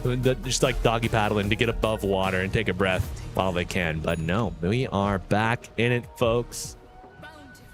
Hope you enjoyed your hydration break, because we're thirsty for some more Dota. We got water bottles too as well, actually. We should have taken one sip ourselves. We're going to go back into the game here as Noah's got the shield drone and the BKB ready. Well, BKB on the way, about 100 Just goals. kidding. Otomo, grab that water bottle and start chugging. You're not chugging. Good. No, well, I didn't know that. You may have thought he was with the silence, but fails to follow direct. Not this time. It looks like he took the level 5, for the Arctic Burn on Winter Wyvern. Yeah. Generally, once you reach like level 5, you just eat it then and get the max level instantly. Yeah. And I mean, look at that team. You got Beastmaster, you got Primal, you got Tiny. High HP heroes, that extra max percentage burn adds up over the course of the game. And he's also got the Blink Dagger flying out for him to enable him. And make sure that he can catch whoever he needs to. Because once they make the move on Reconyx's side, they blink in. It's generally, they're not going to like follow up. There's not like Ember Spirit where it's like, oh, I catch one guy, then I jump on the other. Right. Here is I generally committed to the same person. Yeah. Confused, Roar. Why are we paused? I love that Dawnbreaker has that level 10 talent right now. The fast it became a talent is a very good one. Yeah. Yeah. Interesting to see how Valve, they erased facets, but implemented some aspects of them. They baked them in, It's like it used to be a separate meal. Now it's like, we'll just put everything in one thing and call it, Plat du jour. A combo. Yeah, late of the day, baby. We're lining up here. What's been your favorite maintained facet through the talent tree or otherwise? Maintained facet. Oh, damn. Just what I was waiting. I wish they had kept through and through. That would have been the one that I liked a lot. I was playing a lot of bounty. It's so good. I was getting rich. So were my teammates. Maybe the Celestial Hammer is very nice because I never used it as a skill, right? I just never had it. But now that's actually there, I never picked it as fast because you always take the Luminosity for the one that gives you better cooldowns. Yeah. Here now you have it. It's like, oh, this is a really good one, so I like it. I like that as a facet that was kept in the game. Okay. Drow Ranger, we had the high ground damage. Yes. And the second one, which most people went with. The moving while you can use multi-shots. Multi-shot. Was it kind of both of them kept in some way or another? I think the damage is now tied to the shard. Is that correct? I think the damage is tied to the innate, actually. Take a look. Attack range bonus. Oh, high ground damage bonus. Boom! There you go. That's your Divine 5 tip of the day, boys. Hope you like it. Well, in the meantime, we'll see what they're going to go with. Night Class also wants to get the Blink Dagger so he can jump on people. Yeah.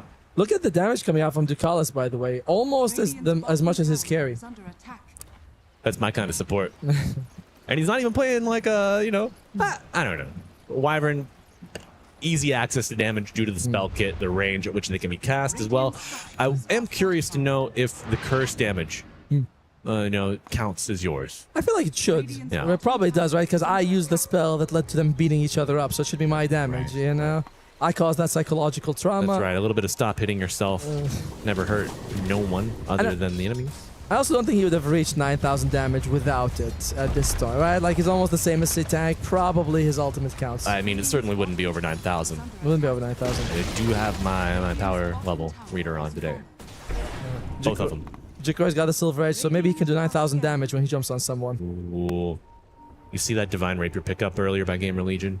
No. Did they win it? They won. Why? Shut up. Don't. Oh. It's Falcons, man. Falcones, they did some dirty things. A 70-minute game. Well, at least you got a show out of it. Yeah. Well, I mean, these groups are insane. Like, any of the 3 top seeds can just win. It's so competitive here at EWC, but competition topside. Harpoon pulling Jikroy back. Has that Silver Edge and a Harpoon. Probably going to Harpoon to the high ground. Gets out of the curse. Oh, no. The Bramble will not find him, but the rest of B-Vision still on track. And toss to maximize damage and impact. Avalanche with big spell damage coming out, but no one else on Reconics around to capitalize. I hear a Solar Guardian bottom. Let's take a look to the picture-in-picture FBZ up to the high ground, but back to his demise. Noticed. Gonna clean up. And a little slow thanks to that sticky bomb. I think there's something pulling you down, bro. Oh, Roar, BKB, but Satanic playing the role of bodyguard. That's me and Winter in the bottom lane down there. Keeping my boys safe. Oh, Notice almost losing his life, but just the damage from Satanic is too high. You can see it in your dream. He's like, I'm gonna commit to it. And he's like, nah, It hurts, it burns. It's frost arrows that burn. What is this? Frostburn. Yeah, there you go. Yeah, so he goes out of it. It's unfortunately that's 2 cores down on Reconics, but the Aegis has expired. And a big part of the reason that P-Vision was able to do these moves was they knew that Satanic was going to be safe regardless. Yes. Yeah, absolutely. Aegis keep him safe for now. I want to see some antics. I want to see tiny toss back into 3 techies' minds. We used to call that the grenade, but we used to. That's when you used to throw techies to the person, he'd explode. That was fun, but we'll see if he can do it. I mean, if he stands in his own minefield. Problem is that there's a Dawnbreaker and a Winter Wyvern, so there's plenty of saves. Yeah. Oh, big blink from In Your Dream. Looking for a couple extra Z's. Gonna go for the Roar, but the Solar Guardian would cancel down any potential TP with the hammer dropping. It will be Beastmaster popping, dead for 70. No chance to get out of that. And P-Vision splitting the map nicely, looking for another kill in the mid lane. You'll see Primal Beast under threat of death. Big Terrorize coming on the 2. Techie's unable to help his ally. Satanic picks up 1. Can he get a second one up? Back to the high ground. Onslaught armor coming out, but Ducala's coming in, and a stun will pop, slows him down. Satanic, top net worth in the game by almost 4,000, ahead of any Radiant core by about 5. And taking a look topside, your picture-in-picture, you will see Jikroy out there left window, folks, as we pass by. Be sure to drop a wreath for him in memoriam. I mean, they did a really decent job. Remember 4 minutes ago? It was an even game, but they were able to make good use of the Aegis of Satanic and Reconics.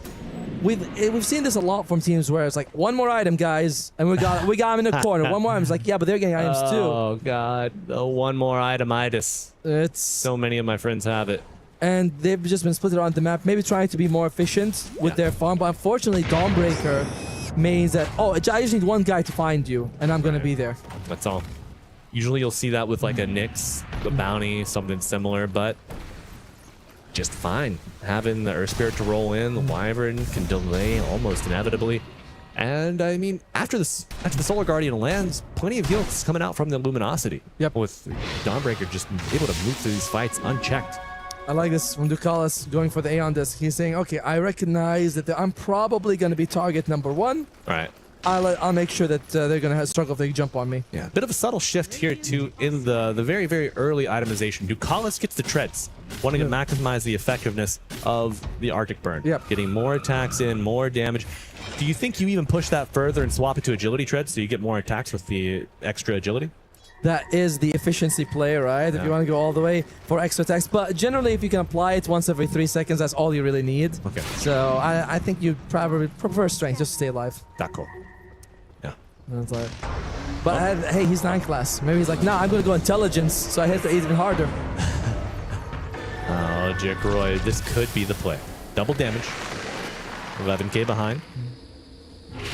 30 minutes in. Let's see. Roshan is up. You know, P-Vision want to get that second Aegis, that banner, take high ground. But will Reconyx give it to them? There's going to be a lot of sentries around, which kind of nullifies the advantage of the Silver Edge. It might... The best thing could be if Jikro can jump and catch someone, but I don't think he's going for Blink Dagger, right? He doesn't want that. He's just, Harpoon into BKB with the Silver Edge, so he doesn't have that jump that the other 2 guys have. He's going to have to walk in and hit someone. Right. I mean, Harpoon. Harpoon. I like it. Harpoon's Blade. Yeah. You remember that item? That was an item, wasn't it? Yeah. The magic crit, right? Is that what it did? Yeah. Okay, Harkin's Blade. Turn your attacks to magic, and then they could crit after or while in use. Beautiful thing. But Jim True Sight, Kai Assange, BKB. We haven't really looked at no one's inventory in a bit. It's been after the Spirit Vessel, I think he went for Kai Assange and BKB, and now he's got the gym, so he's able to just make sure they remove all the vision. And he's going to be the one who's kind of the most mobile. You don't want to put it on 9 class or Ducalis, want to stay a bit behind. He's like, I'm rolling in, and especially when Tiny might want to jump you, you're like, oh, I see him coming. Oh lordy, coming.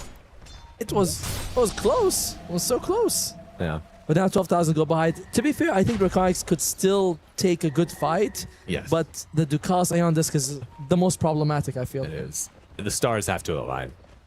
It has to be a birthday gift. It would be, but their birthday was yesterday, so they're out of luck. All right. You're gonna have to wait till next year.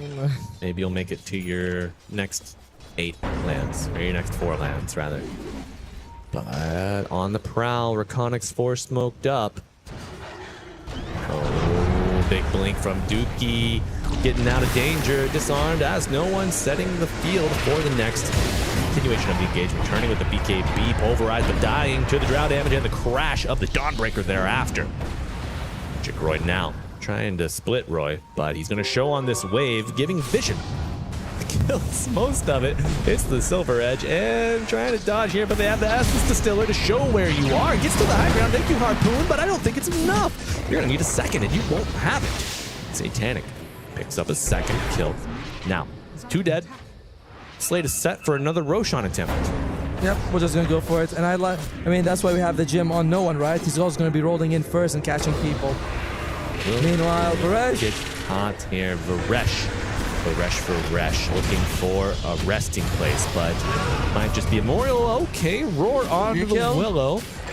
A little investment here, but he gets some return. Bird saving you. Wow, how nice. And I think maybe the only reason you don't die there is because the Satanic had noticed up there doing Roshan. And Ducalis, I think he was like almost mid-animation with his ultimate. They're like, if you had Aether Lens. He's like, no, I want Aeon Disc. Aeon Disc is the right thing. But to be fair, it was a decent trade from Reconyx using Varesh, but getting 9 class. It doesn't change the state of the game, though. No. The A just goes to the other side. Like, that may be a decent trade kill-wise in the bottom lane, but man, they're in trouble. Techie's my boy at the top of the charts on gold efficiency for damage. The LoL has played really well. Yeah. awesome. 9 class, 0.67. Primal trying to get out of this one. Coming down. Gonna have to BKB TP. I don't think we have a basher yet, so no risk of death there. Good job getting out of there. Kind of wasting a Solar Guardian. It's a bit lower cooldown though, thanks to those talents. He's almost 24.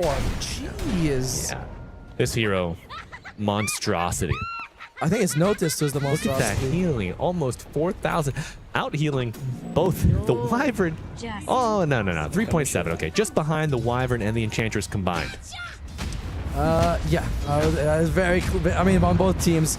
But there should be a Greaves on Techies, and he's only healed 600, which kind of shows a problem. They've been very split on Reconics. I already feel like they're actually going 5-on-5. No. They're often someone's like pushing a different lane, and you see a core is getting caught left and right. And I think that's the product of the one more item, itis, that you see so frequently.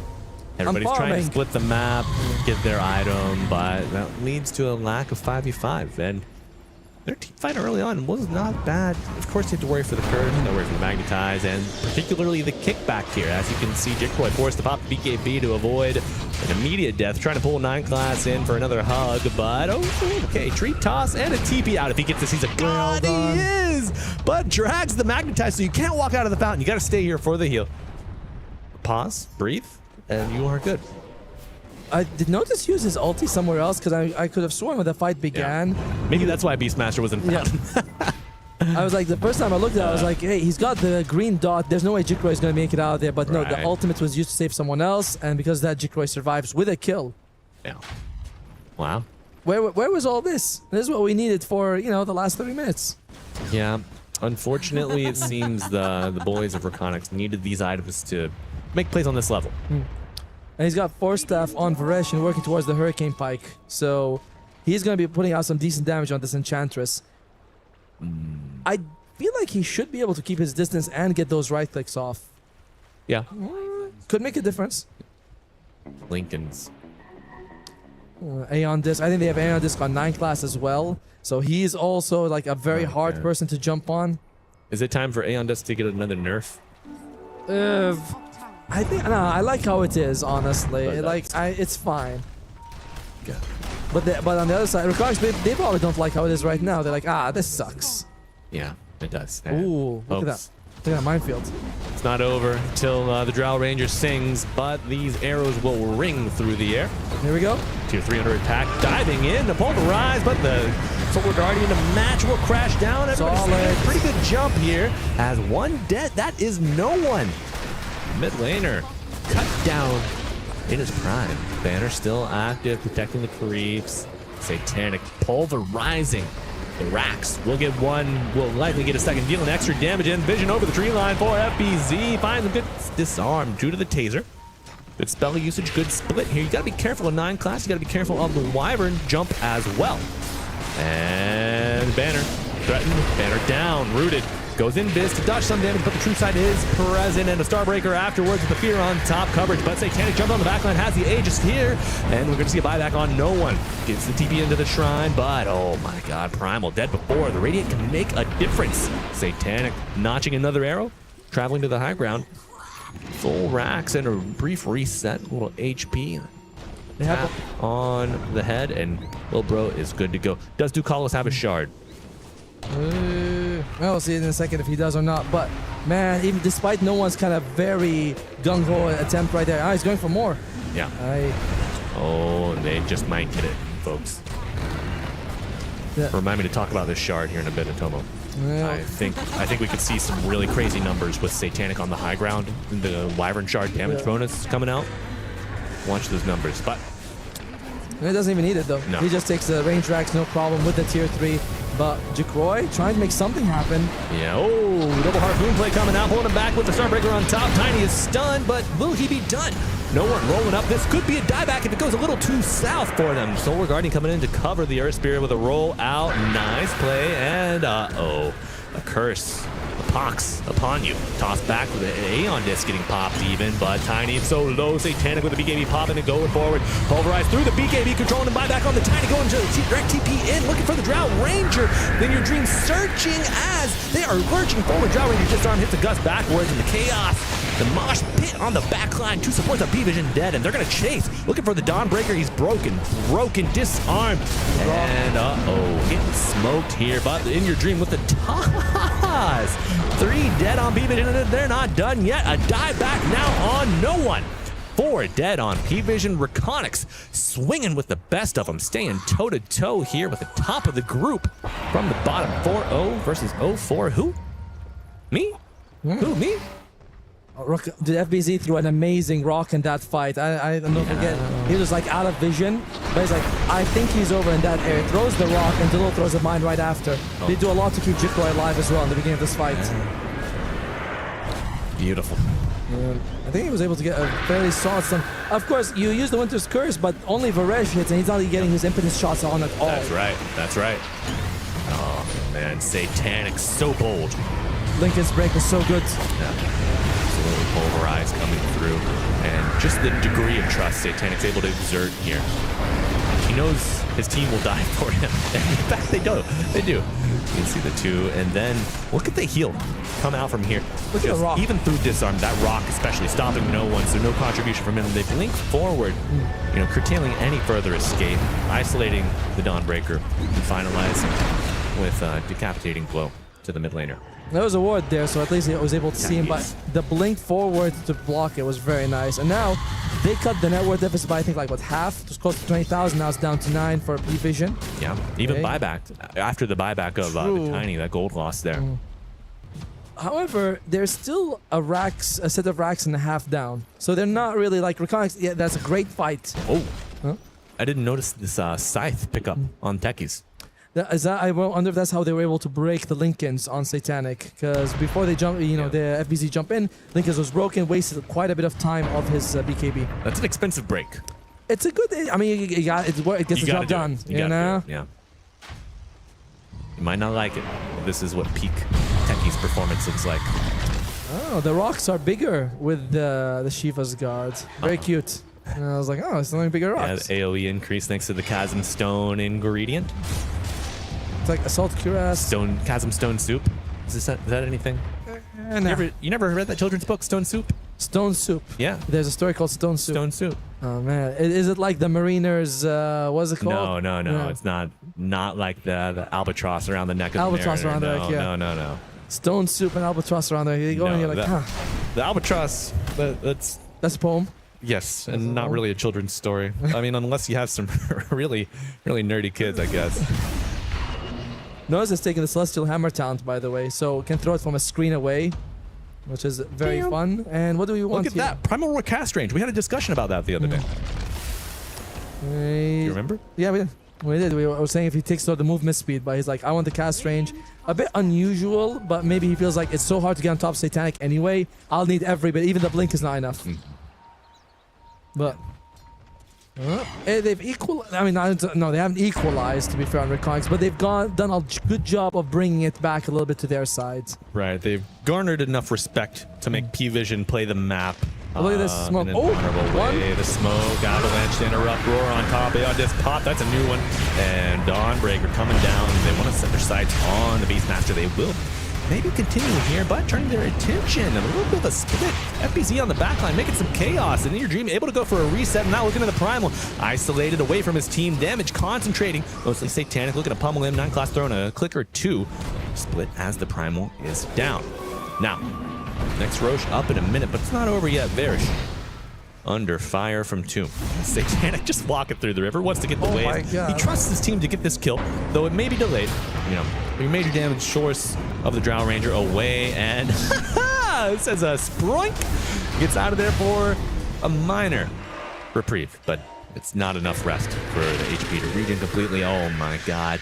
P-Vision spreading the map, playing beautifully. However, DeVol jumping in, looking for a reverse kill, but you do lose your Tiny, and that is a dieback. You can notice he's dead for 2 minutes. Uncharacteristically long respawn timer. It might have been because did he use his buyback earlier? Probably that. Yeah, that's the dieback. That's a long one. and looks like the game might be over here because they found no one. But you have Dawnbreaker and Winter Wyvern. That's always going to be the issue for them. Is no matter what you do, you kind of get rid of the Winter Wyvern because he's not worth Solar Guardianing, and then you can win a fight like that. But okay, last defense possibly coming out here for Reconyx. They're saying it's our birthday. We'll make you cry if we want to.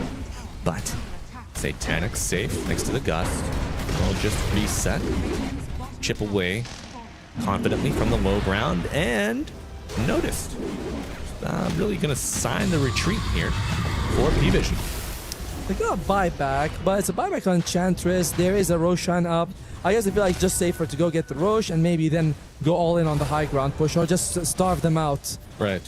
Like, they have gone high ground. Look at that roller coaster of a graph. Yeah, they've been punished by Reconyx, so P-Vision, they have a little bit of that PTSD going on. They're like, nah, I don't want to do that again. Yeah, I think you're starting to see now just how Reconyx, even though they're winless currently, they've managed to drag these games out and really give themselves a fighting chance. But they'll need more than a chance to make it through the group stage here. Satanic critting for 1,200, 1,300 against Roshan. The Daedalus certainly proving useful. He's going to be picking up his namesake as the next item as well. That's right. As another Lincoln's here for Noticed. Yeah. Hey, they've been dealing with that problem. They're like, okay, the first shard on the Dark Willow, double terrorize. I guess that's something. I imagine he's gonna give it to someone else though. I don't know, man. I think you double Bramble. Sure. Double Bramble, double terrorize. Bramble doesn't get to play the game. Like makes for a very easy Winter's Curse too. Could work. Double's Curse, not bad either. They're trying to go for a backstab here on Reconyx. They spot you got to. They find 9 class, but he goes to the Shadow Realm immediately. Dole going for the high ground reset here. No one is isolated, but a Solar Guardian will bring his buddy right next to him, Hexed. But it doesn't matter. Techie's already dead, and a Rock Throw coming through with the BKB activated right at the right time. A toss on a 9 class, but the heal cutting through. Tiny's damage, stopping it in its tracks. FBZ on the retreat, but I don't know if he's gonna make it out of this one. No one rolling in, looking to continue the aggression. Satanic with a split shot. Finds another one, and they say attack. Attack, go for it, but TP from Tiny barely gets him back to the fountain in time.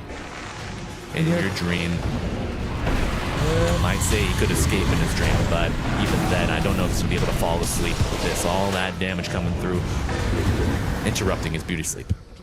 Well, there's not gonna be much beautiful sleep tonight here for Reconyx. It's gonna be a bit of a tough time going after this game because it's just been P-Vision all over them.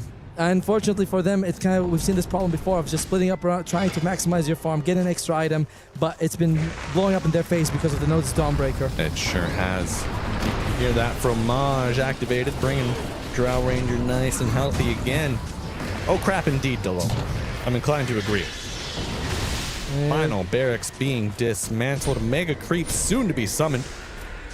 What's our buyback status? Satanic? No one? No one's got it on the Radiant. Oh my god, that's not what you want if you are a fan of Southeast Asian Dota.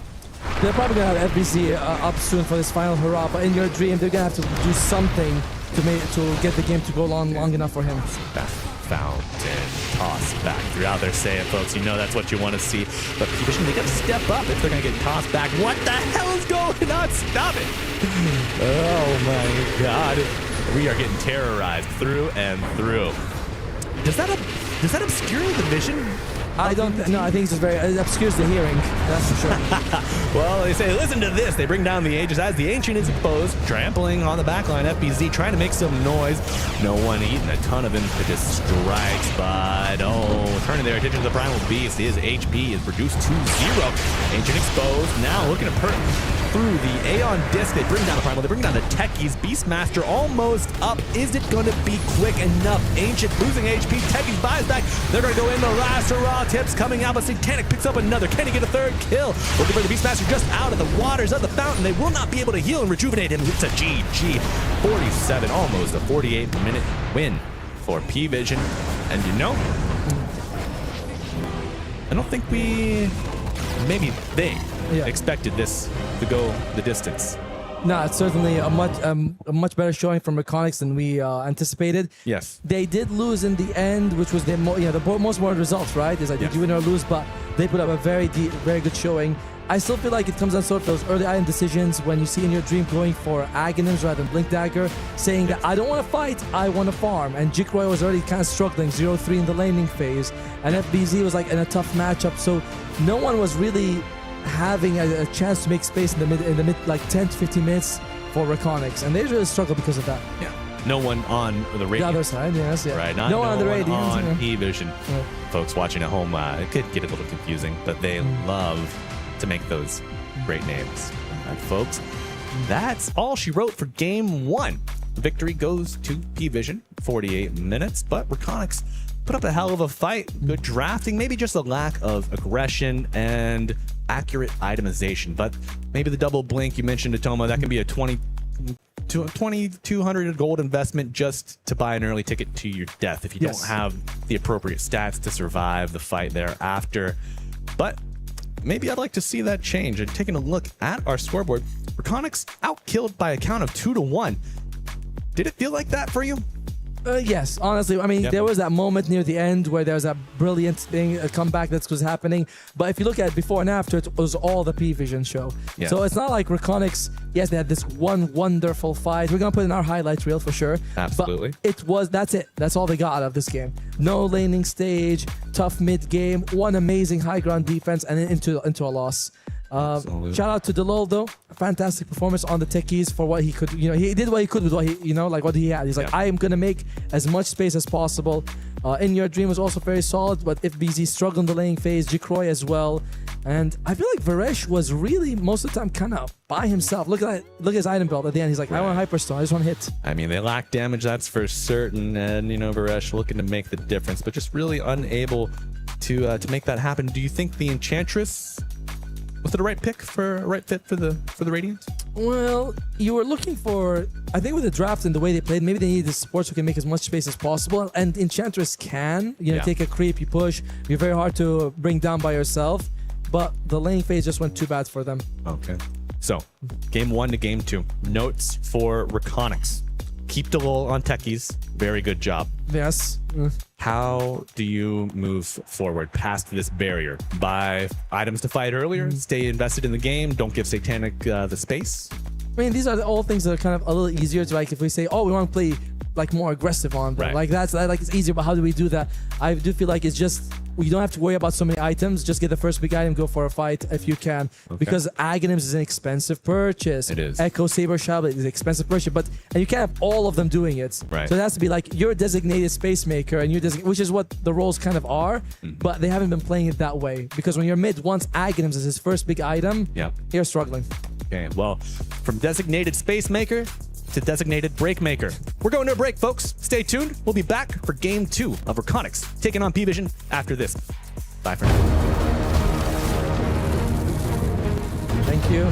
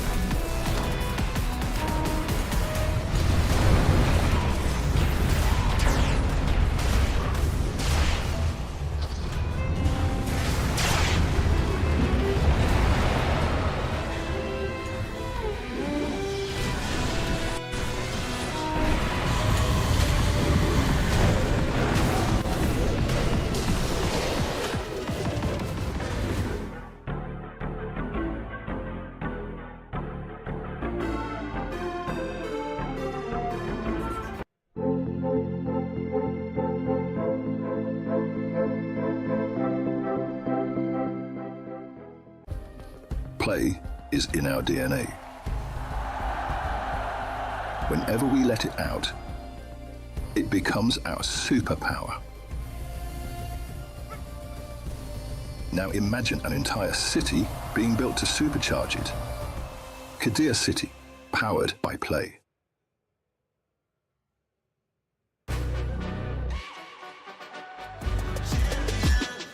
This ain't no regular thing. I came for the ring, you know what I mean. You see my name in the lights, better get right, I'm champion.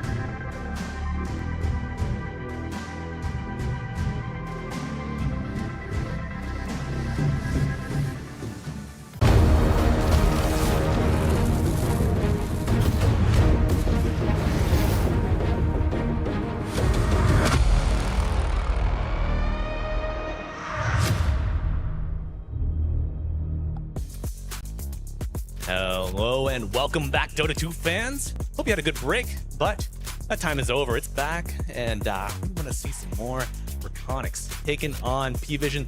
They were so close to fighting their way back into that game one, but just didn't have the gusto to make it happen. Tomo, do you think they can do it in game two? I hope so, man. Like, you feel like that was actually a decent game, right? Like, we were talking the first 24 minutes, they were really well on Reconics. And if you look at the other replays, they were actually struggling. Yes, the games may have gone to 35, 40 minutes, but they were struggling for, like, the most of it.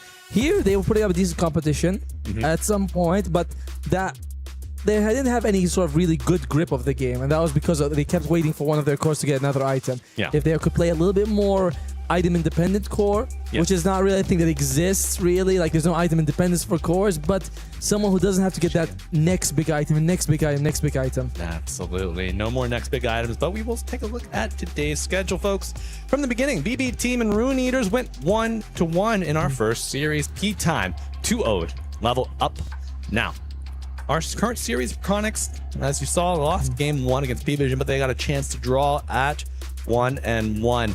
Now, OG, ICX, that's going to be my game of the day coming up next. I think that is going to be the knockdown, drag-out brawl of Stream C. Exactly, because I believe that group already has like 3 teams kind of almost guaranteed at the top, which is 1W, PSG, LGD, and I forgot one other team, but it's kind of VP, OG, and IC competing for that 4th spot, because 5 and 6 go home.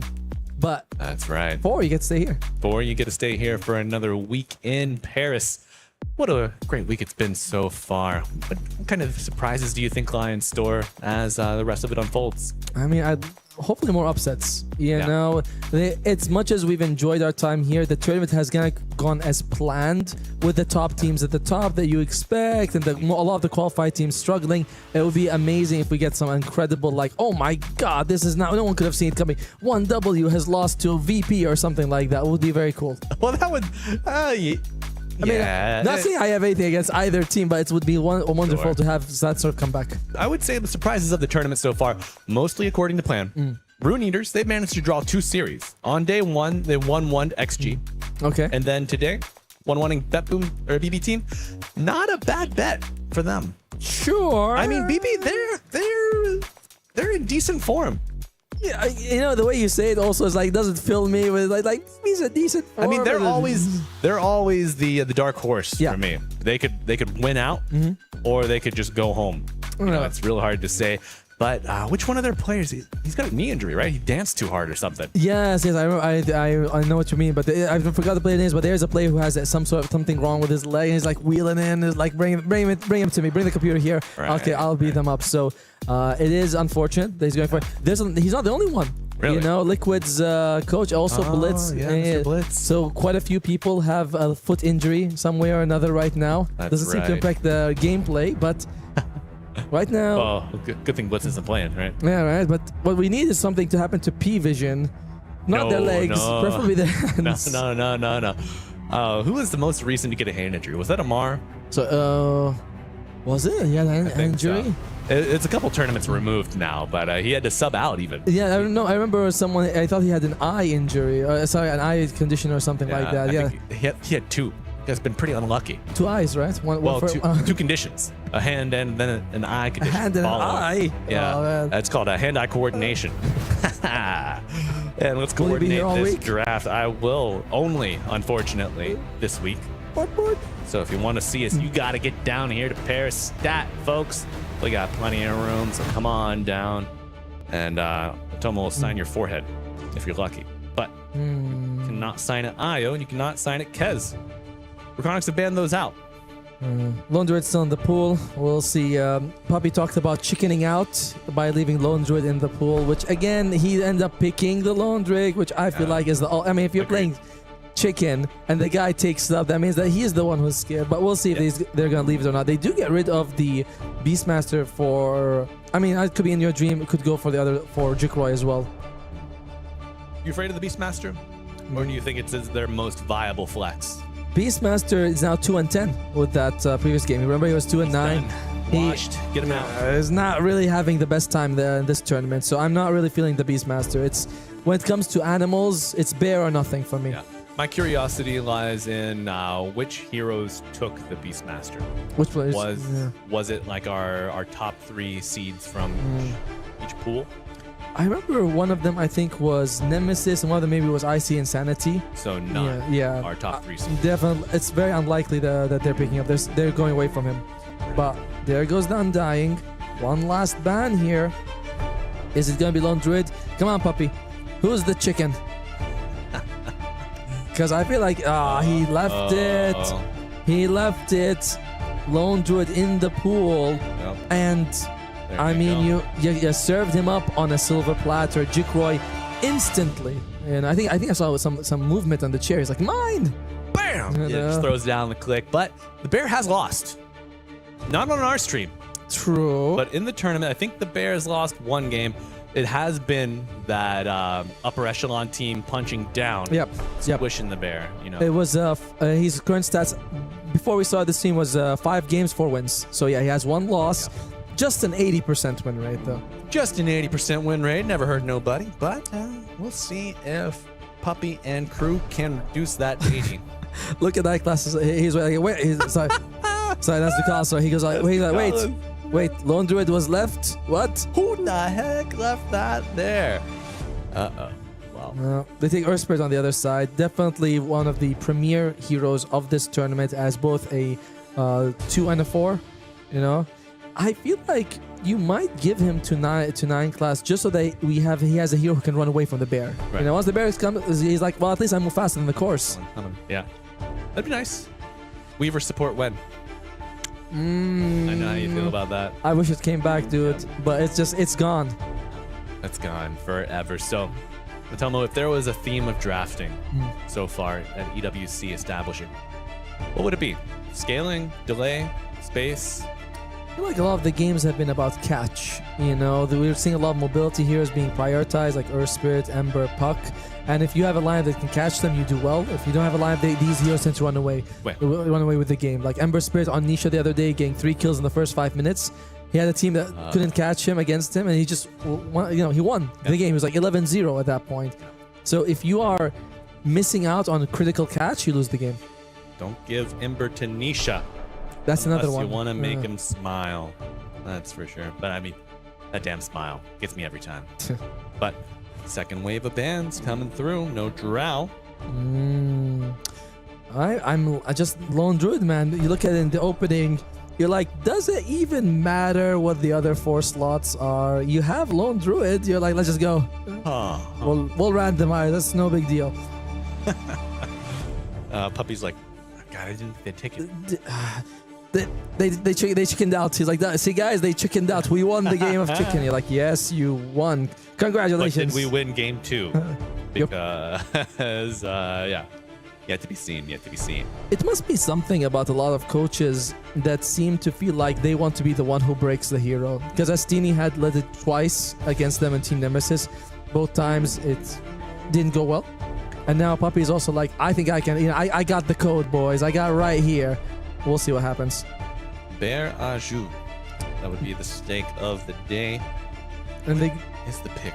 They got rid of 2 meta heroes as well for the carries. The Drow and the Shadow Fiend, who have both been extremely popular. Okay. Shadow Fiend in particular, I think he's won like 65% of his games, and he's been picked 3rd most in this tournament, so like 25 games or something. Gotcha. So you're looking to protect the LD by eliminating turret carries. Yeah, anyone can keep their distance, right? We'll see what... And of course, the Kez is also removed for Tank, so no Kez.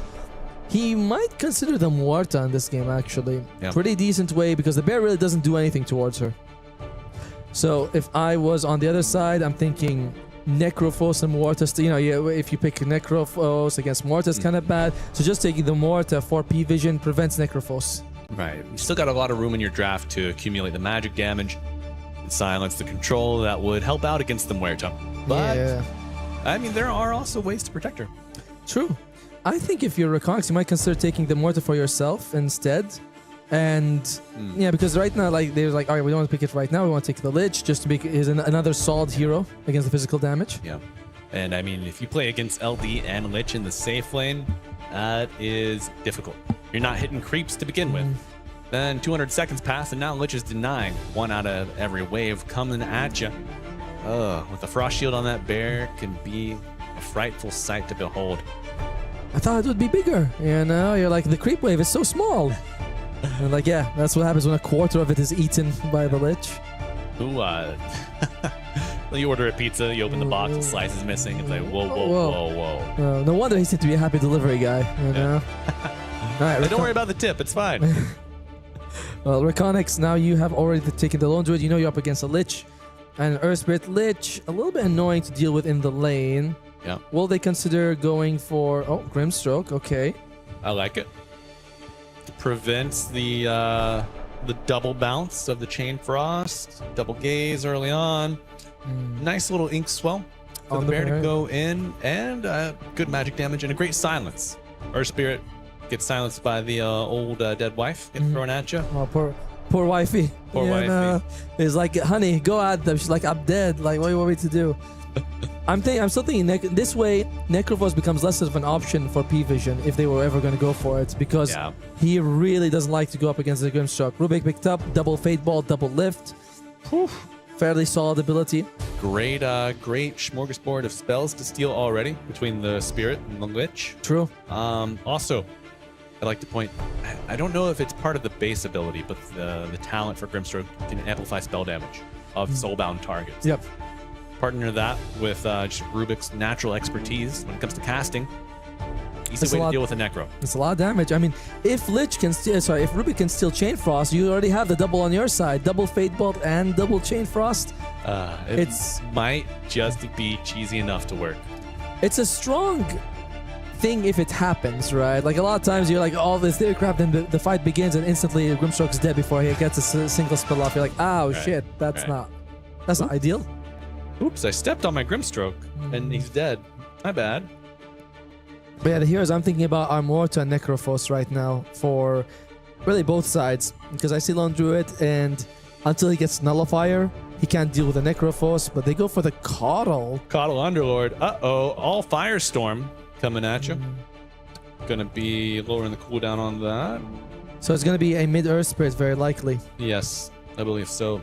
Unless no one is feeling a little crazy. Yeah, mid-call is okay. It's not too bad if you. But usually it's picked in a situation where it's like, I can't lane. Right. You know, like they pick some sort of like Huskar pick, and there's no option, so I take Coddle just so I can avoid the laning phase in general. Well, they could still pick a Huskar, so not too far out of reach just yet. There is a Doom if you want it for FBZ.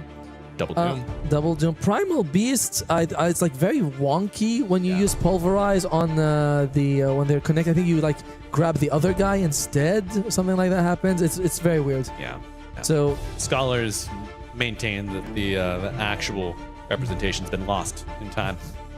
So we'll see if they want to go for Doom here instead, or they're going to go Primal. I wouldn't mind the Centaur as well, just to get away from the Underlord's Pit of Malice. Yeah, could be good. A little stampede, a little pep in your step to get you over the bump. That's a good lane too. You know, Rubik, Centaur, ton of damage coming out. Instead, they take the Storm Spirit. You do have the double pole, which is solid. I like that with the Grimstroke. He's also a great target to be Inkswelled as well. So there, and you have the Dispel. It's a good, solid pick. Nothing wrong for it. It's in your dream's most played hero as well in the last few months. Huh. So comfort is there at least. Right. How's he been doing on it? It's been his most played hero in the last few months. Let's not talk about it. It got him here. That's right. It got him qualified for EWC. 4th land performance of the year for the old Reconyx lads. Would be a great way to continue that progress. You take a map off of P-Vision. Would be huge. Would be huge. This would be it would be an upset basically. Like there's no other way to see it besides that. They get rid of the Doom. We were talking about Doom. Smart. Yep. Reconyx, they need an offlaner, they need something for FBZ. I feel like Doom would have been the best. Not only is he again another great Inkswell target, of course double Doom is cute. Yes. Maybe you can eat a creep that also gives you double ability, which is nice. But for P-Vision, they need a carry. It's gotta be Satanic's hero, and there's not many options. Like a lot of the best heroes, the Drow, the Kez, and the Shadowfiend are gone, and the Lone Druid is picked on the other side. Yeah. And there goes Necrophos. We mentioned this as a hero, but this leaves Muerta. Muerta is in the pool. Muerta. Not a fan of Los Simpsons. No, I mean, I am, but I don't actually watch them too much. Like, that's the problem. I watched them when I was a kid, and I liked it. There you go. Alright, so Muerta could be the option for P-Vision. On Reconyx side, they need an offlaner that's not Doom. Centaur, I feel like, would be just solid. A nice body. Because Lone Druid, until the bear has a few items, he's not joining the fights. Right. You're going to see that 1v3. Double edge. Double edge. Not bad. Double edge. Strength gain.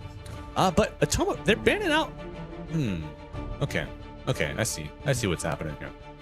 Is there any world where LD returns to the off lane in this map? Does FBC play it at all? I don't think so. Okay. I would be very surprised if that happened. I know Jikro has been played a little bit when he got his hands on it, so I'm much more inclined to believe that this is going to be just a carry, all Lone Druid, standard stuff. Okay, because you keep talking about the Muerta, and I think the threat is real. But if they get crazy with it, have to deal with this magic. Okay, Centaur. Had to be a Centaur. All right, on the other side, we need a carry right now. Again, my first choice would be Muerta. We'll see if they want to go for something else other than that. How does Ursa deal against Lone Druid? A little bear on bear. Bear on bear, right? Usually you got to pay for that, but they get it for free. I feel like he'd do okay, but it doesn't seem like it matters. Like every hero, the only reason I like the Muerta is because she's actually functionally immune to the bear. Yes, and if you get a nullifier, it's going to be 4th, 5th item. It doesn't even matter because she stays in ultimate form anyway. It can't be nullified. It's not like the Necrophos. True. So it doesn't matter. But like every other hero feels like, oh. All right. They say, I see your physical damage and I raise you Sven. How about some armor? How about some cleave? It's also much better matchup against the Centaur because Muerta, her damage is good, like DPS is high, but her DPS is more high attack speed, not so much damage, whereas Sven's the exact opposite. It's like, I hit like once a second, but it's 1,000 damage every time. Now, does the cleave trigger retaliate damage? I don't think so, no. You have to, unless you're attacking the main, like the guy himself, you know? Right. It's so not you like, get free harass without suffering the consequence. Not bad. I like the Sven pick. It also helps protect your allies. You have now Atrophy, Aura, and Sven. This is quite a lot of damage mitigation for the bear. Okay.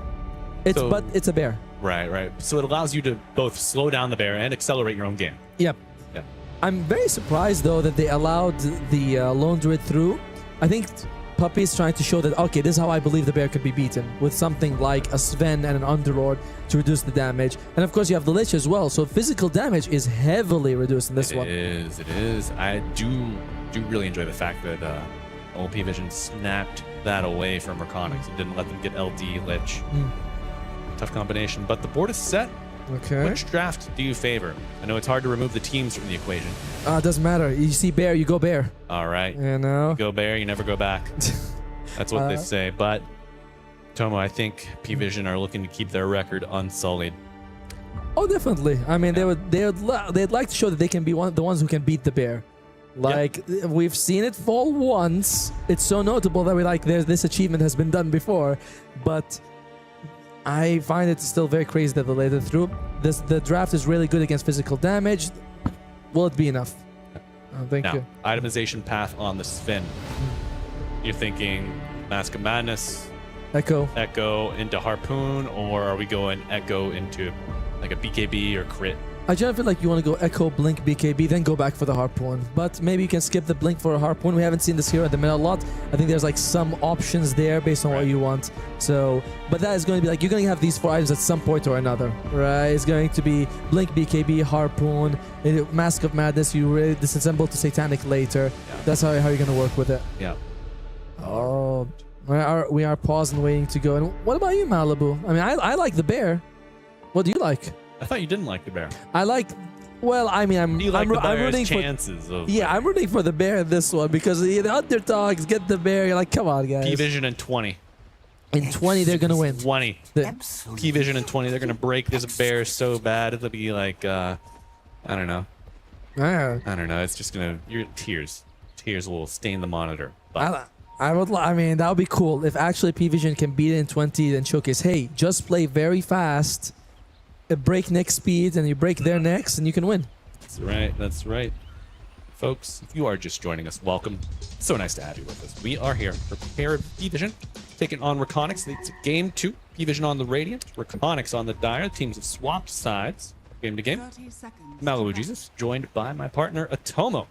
I'll be with you for the rest of the day here on the Stream of Dreams, C-Stream. Smoke is broken. P-Vision, with their Lich exposed. Crime in 48 states, continental U.S.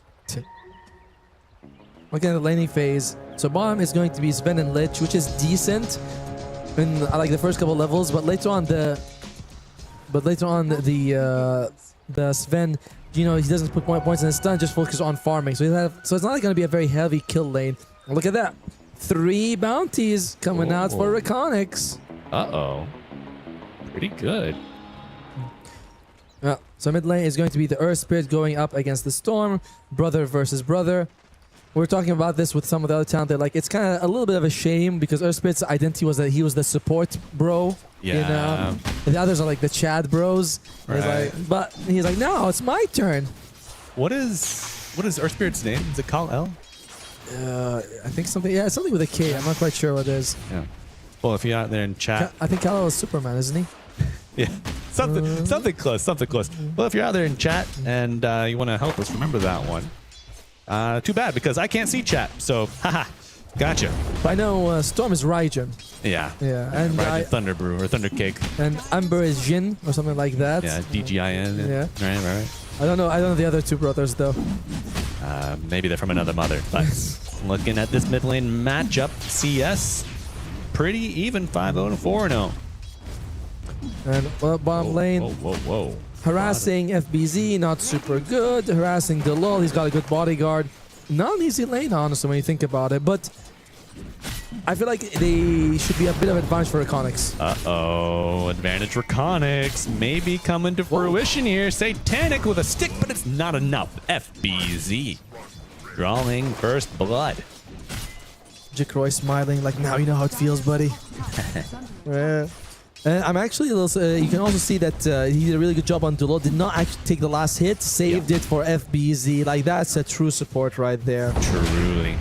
And mid lane getting funny. Dulo now. Support. For support. Fade Bolt lowering damage, but just buys a little more time. Does not get you safe passage. Satanic even giving the deny there. Good laning coming out. Death remove. Mid lane, Boulder Smash, gonna be dodged, and a little Water Rune for a little Storm Spirit. Same for Earth.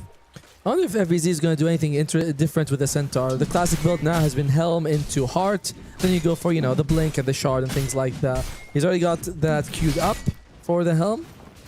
I don't feel like there's any reason to diverge from it. It's like Heart's so good.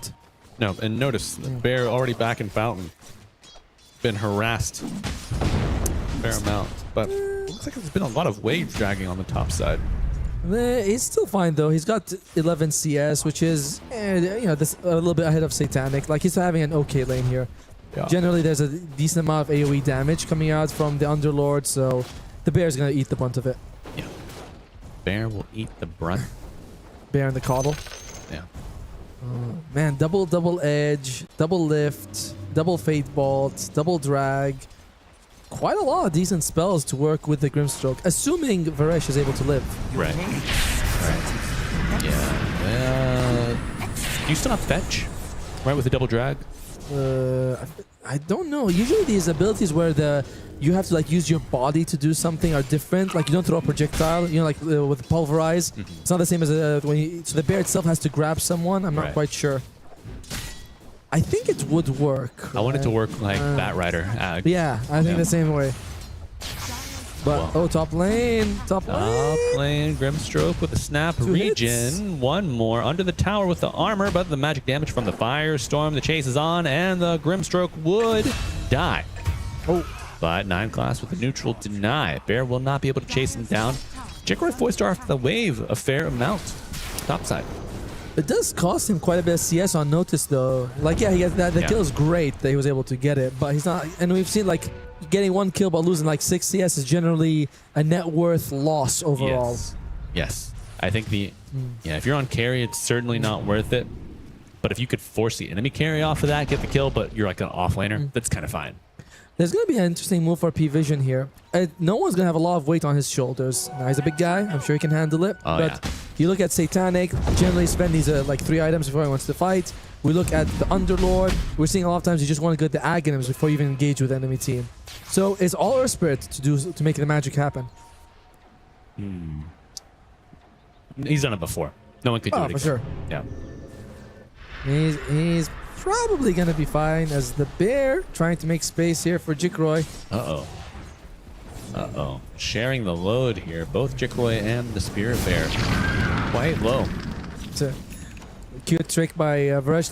That facet was now built into the spell itself, which is when you throw that Stroke of Fate, you know, you can already make draws how you want. It's very cute. Right. Buff up that damage nicely here. 9 class coming from the left side with the blinding light pushing back. We'll not get another root on the lone druid, but the bear, the Spirit Bear, is low. Clicks landing, but not enough. Instead, now notice threatened. 3 Reconyx players make it happen. They feel like maybe they can make a move, bring him down early, slow the bear, but it's not working. And then your dream hits level 6 at 5.5 minutes. Could rotate if he wants to. Has a bottle. I could have basically full mana with the Soul Ring as well. That's right. And I mean, a full bottle with the action rune approaching. Just 15 seconds until the spawn. Pretty nice situation to be in for this storm. And we're rotating mid as the bear might be going down top. Yeah. I don't know. They'd like to make a move here while they have this. Oh, they saw him coming though. That ward's very good. Double damage. Waiting. Waiting in the water. Oh, whoa. Magnetize coming out for a quick cheeky kill. Pulls Varish off the room, but it does go to In Your Dream. In the meantime, Rubik falling. Nice little gold snap for no one. As Satanic benefiting from some early stacks thanks to his Lich. It's a very small stack. Doesn't really. But he's a small guy. Yeah, it's true. In the beginning, and I was like, I gotta eat my, get my vitamins and my protein. Big boy. You know they call him Milk Teeth.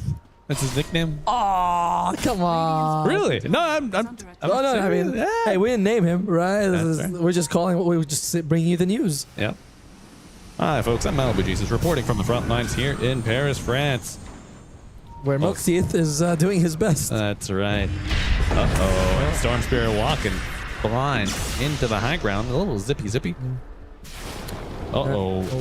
you contest. go. You always see this damn Spirit Bear on the shrine. And it looks like they will claim it and the life of a Lich. You want to beat the bear, but it's looking zipping aggressively to dodge the damage, and he gets another one, breaking the ankles and the hearts of all the people out there in the crowd. I think he could have gone for the call kill. Ooh, the TP. Nope. Yeah. TP's under vision, but still makes it out just there. As here comes Noticed. Nice pit, but I don't think it's going to get a second match. They do bring down the call. 5-3 kill count.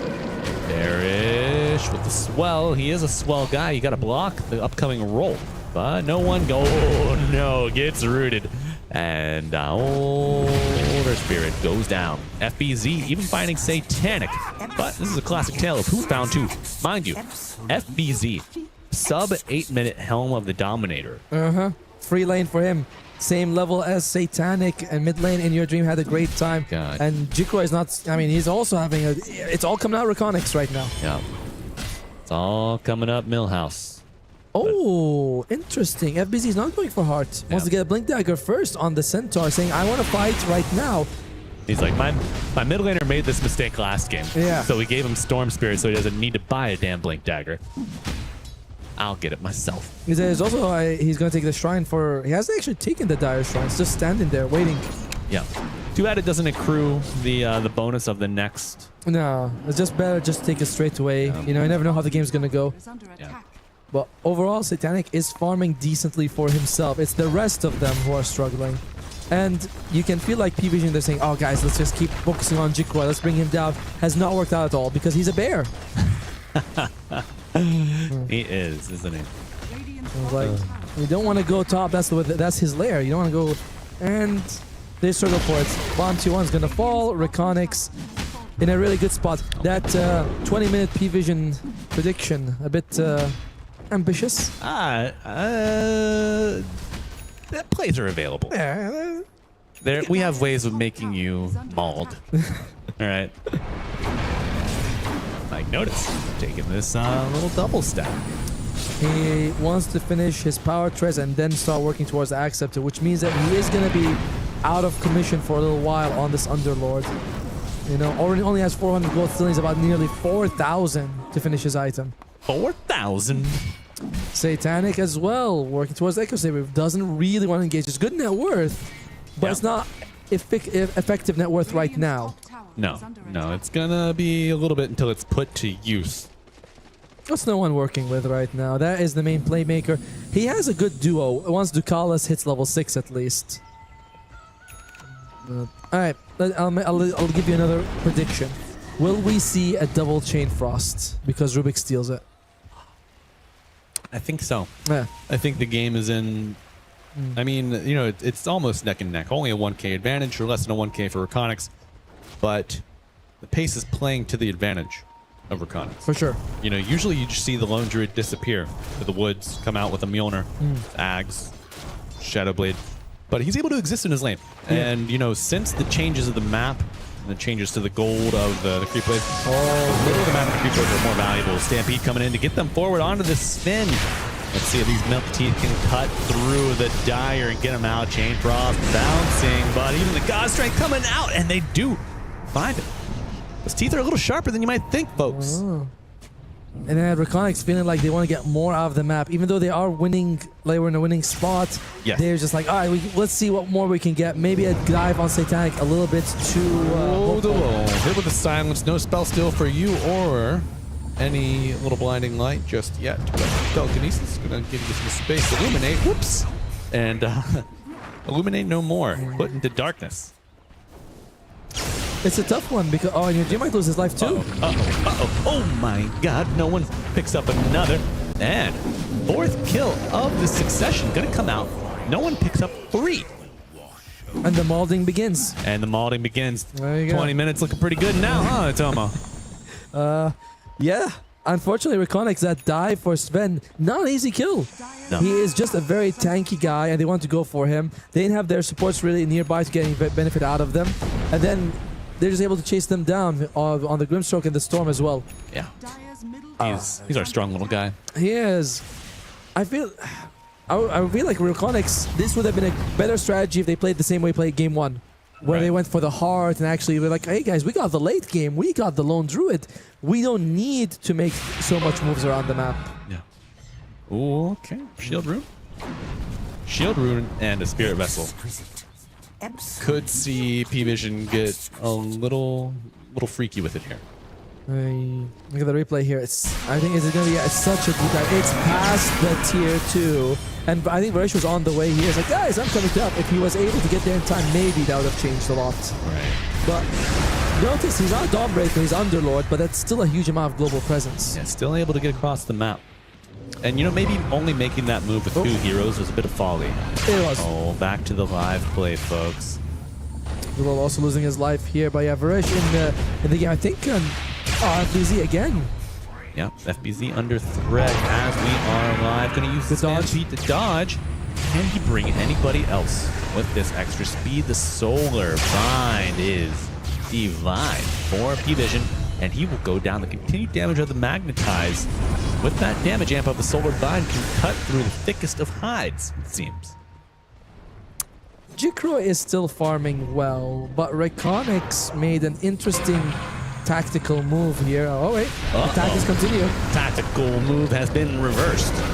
And 1 for 1 as the Grimstroke goes down. Still no Soulbind. Gotta be level 6 to get that one. Must be this tall to ride the ultimate. Snack was gonna be coming here, but decides, nah, I'll keep farming. Yeah. Staying 1 for 1, but is P-Vision in firm control of the game. Burst Spirit just straight up BKB. And there's really nothing they have on the other side to control him. I think only like Soulbind Silence. Yeah. Will probably be the control the Soulbind for now. If you can steal Sinister Gaze or Stormhammer, or if you steal his own Silence, could be pretty good. And once he has the BKB, he won't have to worry about anything except the Soulbind though. But okay, noticed. Still durable though.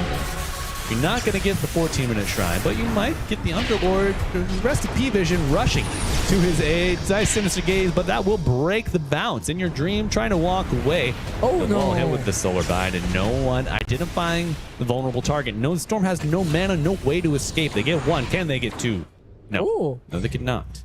He makes it on. He keeps the Firestorm, a great spell to have. Gives you that percentage damage. It helps him farm a little bit if he wants to use it. But you did trade 1 for 1. Right. Certainly got to be level 4 as well, right? It's level 4, yeah. It's a max level Firestorm. It's so tough to play Underlord because you're like, okay, I can either give him level 4 Firestorm or level 4 Pit. And it's like, maybe I'll give him Feeds Gate, and he has the Aghanim Scepter. He's like, thank you. I get Pit too, actually. How'd you know it was our birthday? All right, there's Molineer being finished on the Lone Druid. 15 minutes. Mr. Brightside is happy. Yeah. Now, again, what's the win percentage looking like? Even with the 2,000, 3,000 bunch for P-Vision, yeah, I'm 45 for Reconyx teams. Or I would have been surprised if they were the ones who had the 50+%. Really? Yeah. Okay. It's still the bear. Like, I'm all in on the bear. I think P-Vision might just shake that bear. I don't know. That makes him angry. Yeah. He didn't want the bear to be angry. That's right. Satanic has gone for a very fast Blink Dagger just because he wants to be able to join the fight. He's very aware that Reconyx, they're scary right now. Even without the bear showing up, he's like, I need to have this Blink Dagger available. Not going for a Harpoon or a BKB. Oh, dear. Spin Blink. They find the Centaur. Would be a nice way to start, but Stampede could just be what you need. Uh-oh. No damage. You get to reset the Blink timer, and you get out for now. Boulder Smash won't hit, but the Pit finds its way into the Stormhammer. Now right-click's mounting. God's Strength still active. A decent commitment to bring him down, but in the end, he does fall down here. Can we look at what he's building next on FBZ? Because I'd love to see that heart coming out at some point. Oh, Lotus Orb. Okay. Yeah. Helps to remove the Call slow. Reflects the Chain Frost. It's a solid Lotus Orb game, but 9 class.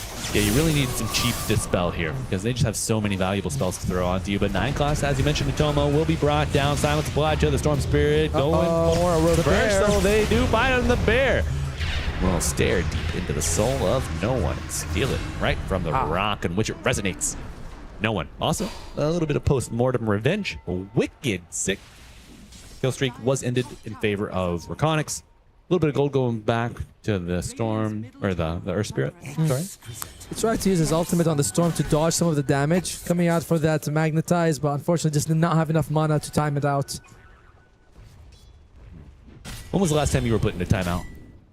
Oh, no, now I'm giving out timeouts. See? But probably the last time I visited my mom, he's like, why aren't you smiling, being happy? You're on a timeout. Not Dota chat? No, no, never.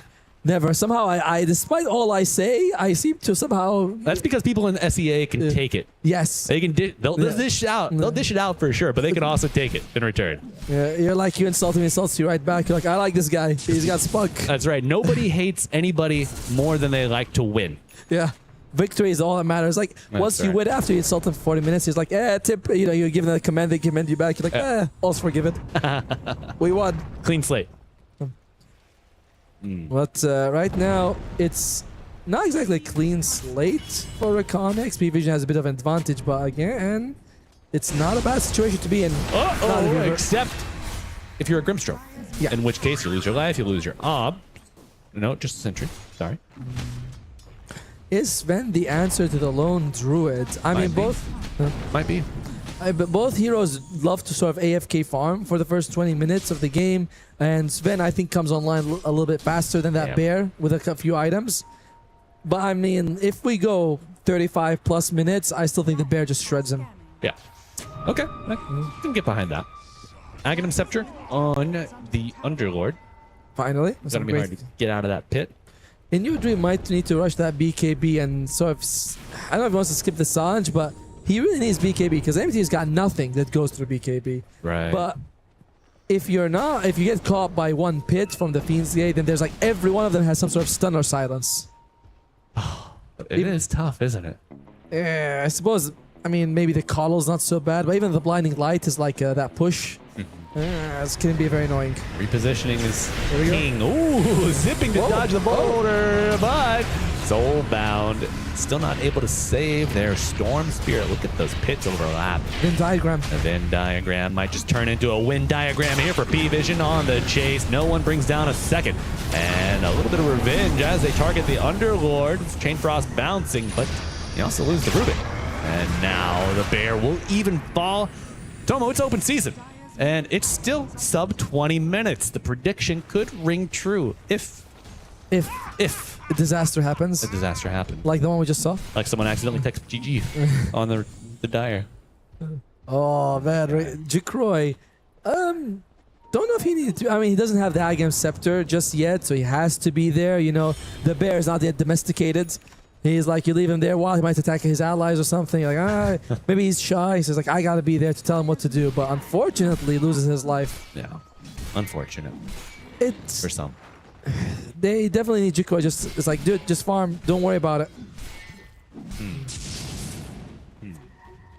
Look at that win probability, 75 in favor. All right, Jikroy, and now he'll impress us in the end. You'll see. He'll show us what that bear can do. Although, hopefully that's going to be very soon as 9 class loses his life. FBZ, good kill. Looks like 2 people were helping him out. So not solo, awesome. Amp damage left for Satanic. Oh, he's hitting for 700 nearly. I was going to say before God's strength, and then he does the nice thing, courteous thing, extends a helping hand to me. Press his arm. Yeah, Ice Spire being used just to keep the Roshan hits. Yeah, momentum. And then it doesn't actually slow the attack speed, just movement speed, but it's fine. You put the frost armor on it. Right. In your dream, I don't think he can really play the game until he has a BKB. And Jikroy needs the Aghanim Scepter. He should have it by now, though. I feel like his net worth means that he should have the Aghanim Scepter. Oh, no one takes it. Wow, okay. Back-to-back deaths here for 9 class.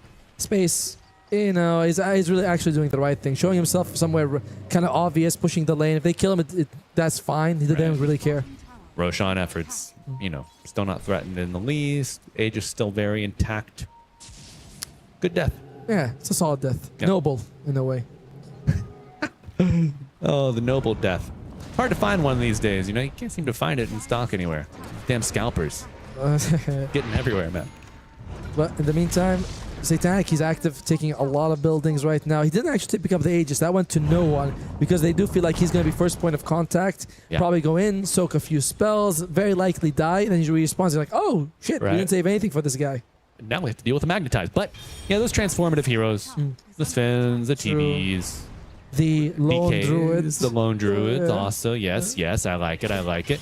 Back Any in the old others? days. Terrorblade, right? I already said TP. I said TP. You said, oh, yeah, short. sorry, yeah, Terrorblade. That's all good. Morta, kind of, with her ultimate. Yeah, that yeah. counts as well as a transformation hero in a way, right? Now Lion, when Death you ulti, Prophet. you become melee. Oh, but then I wonder when you resurrect from the Aegis, do you get the... You're the- probably in range for me, yeah, probably. Well, no, do you get the return from death buff? Back to Oh, hell. I think so. I think so. That makes Okay, sense, a little right? cheeky there, but cheeky play on board here. Sinister Gaze pulling back the Grim Stroke, and it will be... I'm going to abstain from that, but he's dead. That's all you need to know. Alchemist another transformation. Did we mention it? Yeah, no, we did not. Yeah. Mr. Razzledark Bro! Oh, they are going to get the bear. They are, unless the bear turns around, but I don't think there's any better luck on that far side. Fiend's Gate still... that actually might be the best spell to give away. Yes. Without his Aghanim Scepter, that Dilla's like, man, this sucks. Can't you give me Right. Pit? Can't you give me Fire? So he's like, no, I'll take this one. Jiko immediately resummons the bear, but Sven is 5,000 gold. Oh, sorry, more like 4,000 hits. Solar Bind and the Storm Spirit is going to zip shortly. Goes for the DP out. They see him. Or they do see him, but little too short. Reconics, 10,000 gold lead. Sorry, 10,000 gold behind at this point in game. Oy. You know, I still can't help but feel like they were really ahead until that move bottom when they went for Satanic. Yeah, outside of the tier 3. And 4 people die because of that move. And now Jake Roy. Bye-bye, Bear. Well, this one's a little too hot. This bear's a little too cold. You know, watching this being played, you're like, maybe the bear's balanced. It seems like in this game because they shut him down very well. Yeah. So, Underlord, Coddle off lane. Yep. A lot of spell damage coming through. Don't really have to step up to bat to trade with the bear. You can wait till the wave gets low, and you know he's going to have to step up to get the kills. Oh, zip after the God's Strength. Yep. There's an answer for that. It's a harpoon. And no, the tip. The tip. I'm looking back to see. No, nothing has changed in his demeanor. Paragon of discipline at a young age. This Satanic lad. He could have like jumped away further on the storm, but we're seeing it happen, dude. And the pickoffs left and right that P-Vision won them game 1, and now it's doing wonders for them in game 2. What's the answer?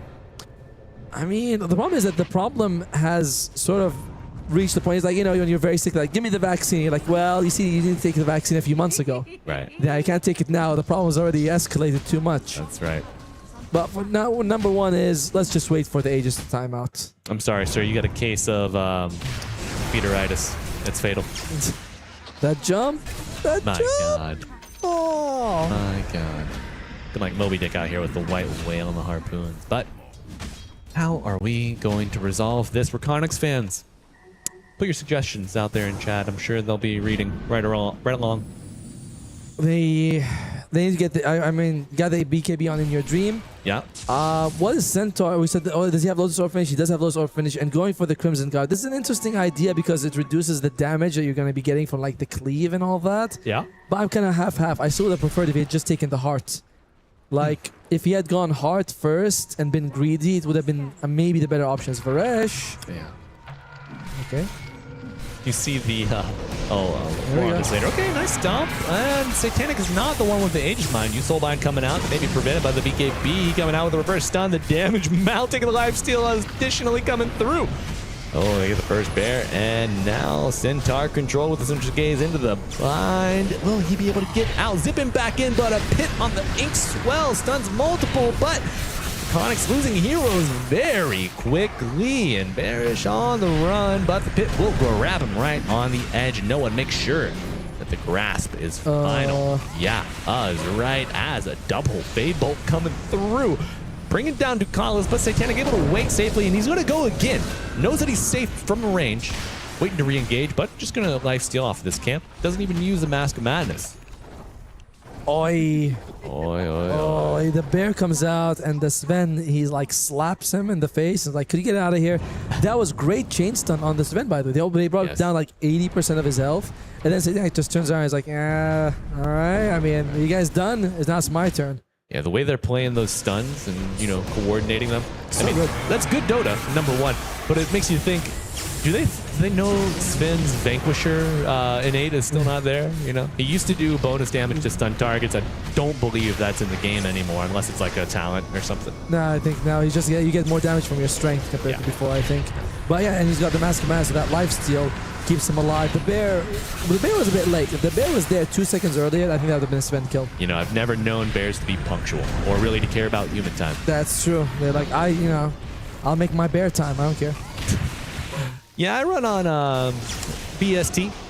That's Bear Standard Time, for those that are curious. It's 12. I don't know. The winter behind. It's 20,000 gold ahead, though, for P-Vision. Against the lone druid. It's like... That's what you get for chickening out. Yeah, I mean, it's, we'll ask him about that. Unfortunately, we had an interview with Puppy, so we can't ask him about the chicken thing anymore. Yeah. Unfortunately. Chicken killed his father. He's very sensitive about it. But the Lich to fall, a little bit of a gift. In their defense, it was a big chicken. Big chicken and a big centaur. FBZ stands for First Blood Zoomer. And he is dead. Okay. Both supports dead for P-Vision, but I don't know if it matters. Satanic gonna pick up a second. Oh, get out there, Jake Roy. Blinks past him, but he will find the Rubik a consolation prize. Maybe who he originally had his sights set on. I've never seen the bear himself the lone druid. You know, usually you see the bear, but this time I'm seeing the lone druid himself. He's like, all right, boys, watch what I can do. Maybe I'll just throw my body here. Well, that's going to be a set of racks coming out for P-Vision. They are in a very good spot here as Reconics. You know, I heard you said 29 minutes. 29. They would win. Yeah, for P-Vision. That's right. Glad you heard me right. I did, for sure. And Satanic picks up his namesake again. If you have to burst him down from 100 to 0, because he gets one hit off with a Satanic active, and suddenly he gets all his life back. Especially if he has God Strength. I really don't like what FBZ's item build in this game. It's kind of cute that he wanted to go for this Crimson Guard and Blink to sort of mitigate damage and escape, but I mean, the Heart build was working. Yeah, Satanic getting a free ride to join his team in their pursuit of the bear. But Satanic not one to hit it while the Mjolnir is active. Discipline. And Jikroy was under vision. He was next to a ward. No, not like this. Jikroy. He was very forward with the bear, by the way. Like, very much with the druid himself. Yeah. I don't know, man. Should have hit one wave and then thrown the lightning shield on your creep, perhaps. You just gotta go shove when you're in a situation like this. But Reconics, you know, they're down, but they're not dissuaded completely. We're gonna make a smoke play, trying to find an isolated target, but no one has taken the bait of this mid wave shoved in. Instead, going for the high ground. They've taken the mid lane, so Notice able to smoke around the left side of this tier 3, as you can see. Bit of a wide berth here for P-Vision, making sure they don't get jumped from any inopportune angle. This is a very long, roundabout way to get. Look at how far they went back. All right, boys, charge! You know, they need to get like running speed going. Yeah. You know, like with horses, you can't just you can't just gallop in. You have to get some distance to go to full speed. So they're accelerating for like halfway across the map. Cavalry charge. Let's see if it's enough to bail them out against the infantry of P-Vision. But sorry guys, they already took our whole half our city. Maybe that wasn't Shadowblade. We had some spare bedrooms anyway. It's fine. The neighbors can crash for a little bit. They can stay with us. Alright, yeah, the Crimson Guard, interesting, I must say, because I wouldn't have liked it too much. It's usually amazing when you're up against high attack speed, high number of minions where they're doing like 50, 60, 80 damage and you're blocking all of it. Yes. Sven hits you for 900 and it was like, hey, now it's 800. Right, ouchie, ouchie. There you go, it's not 900, it's 800. And Did you see there was a Bane that picked up a Crimson Guard this tournament? Yes. Didn't work. It was against a Clink. Yeah. That's ward damage, and Searing Arrows goes through that as well. But Aegis picked up by old no one once again. Still keeping it on the non-transformative heroes. Good idea. It makes no sense to really give it to the Sven. Although I feel like at this point it's fine if Sven just uses it on the God Strength for the second life. He clicks for what? 300 or 500 already. 500, yeah. God strength gets down to like, what is it, 1,200, something like that. Because it's more than 100% extra. Yeah. Oi. Oi is right. In your dream. What are they doing? Alright, do you think this event counters the Lone Druid, or do you think that 12,000 gold lead is the counter? Oh, okay, could be a nice. But finding no one with the Aegis could be a great start. But I hear God Strength and I see a jump. Mr. Storm Spirit dead and the Grim Stroke to boot. Pulled him back with the Harpoon. Third one will be brought down. Making a fourth. The Bear and his master brought down. And folks, that's a GG. Not quite 20 minutes. They only make it to 32. But a 2-0 for P Vision. A great way to continue their tournament domination here at EWC in the group stage. Oh man, even with the Lone Druid Master Puppy, you know, he shows us why he is, you know, the coach for this squad, what he's been cooking up against them. Mass damage mitigation, mass physical damage, mitigation there. And the Lone Druid just getting hunted down a little bit early on. I want to praise P-Vision for this victory, and they deserve it. They did really well. But you go back to Reconic's fumble at the 10-minute mark when they were ahead, and they dive past the tier 2 for a kill on Satanic, and then they start being very active around the map. And you know, the item build again for FBZ, like this Crimson Guard, it's a cute idea, but it's only against the Sven. Sven, he don't care. You know, he hits you for 900 and now it becomes 800. It doesn't matter. Yeah, I mean, that's just as simple as. Sven seems to be one of the counters for the Bear. But you mentioned also just economy. Yep. Being able to just run through the wall of the Lone Druid. Do you think it was just a skill out match at the end of the day?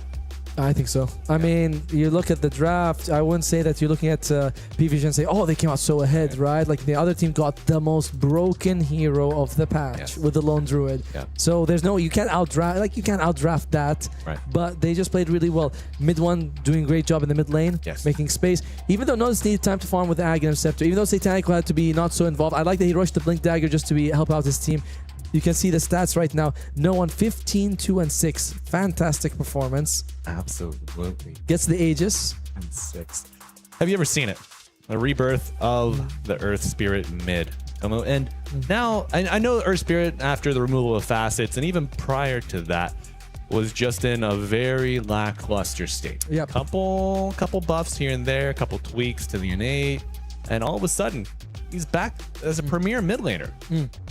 It's the innate. His old innate was that I can use one of my spells, which is the rock thing. It was a shitty innate. It was like what he always had, but now he has an actual value, which is the extra damage per every few levels based on the rocks that you have. And well, no one put on a masterclass. I really do feel like a lot of this victory came to him. And I mean, I could talk about him. Good. But why not have him talk about himself? Isn't that so much better? I think it is better. Just get the information from the primary source. And folks, coming up shortly, we're gonna have an interview with no one from P Vision. So stay tuned as we get our favorite lad here on set. But if you are just joining us, just to re-summarize, P Vision take the win of the series, 2-0 over Reconics. And folks, as we come back to the stage, welcome. We do have no one joining us on the stage after their 2-0 win over Reconics. But gonna have to wait a moment because they cannot hear us. No sound yet. Yeah. But dominant display as P Vision continue their display. No sound. Yeah. Well, we can hear you. Yeah, but I don't hear you. I can do like this. Yeah, let's do like this. Okay, so no one, congratulations on your 2-0 victory. You've been very dominant through the group stage so far. What's been the basic theme of your Dota here so far? What's the basic theme? Yes. What's the idea? How do you play when you draft? Cold, fast, and smart. Smart. Hell yeah. I like that. And how do you guys beat the Lone Druid? It feels like the strongest hero of the patch, but you guys beat it very easily in game 2. How did you do that?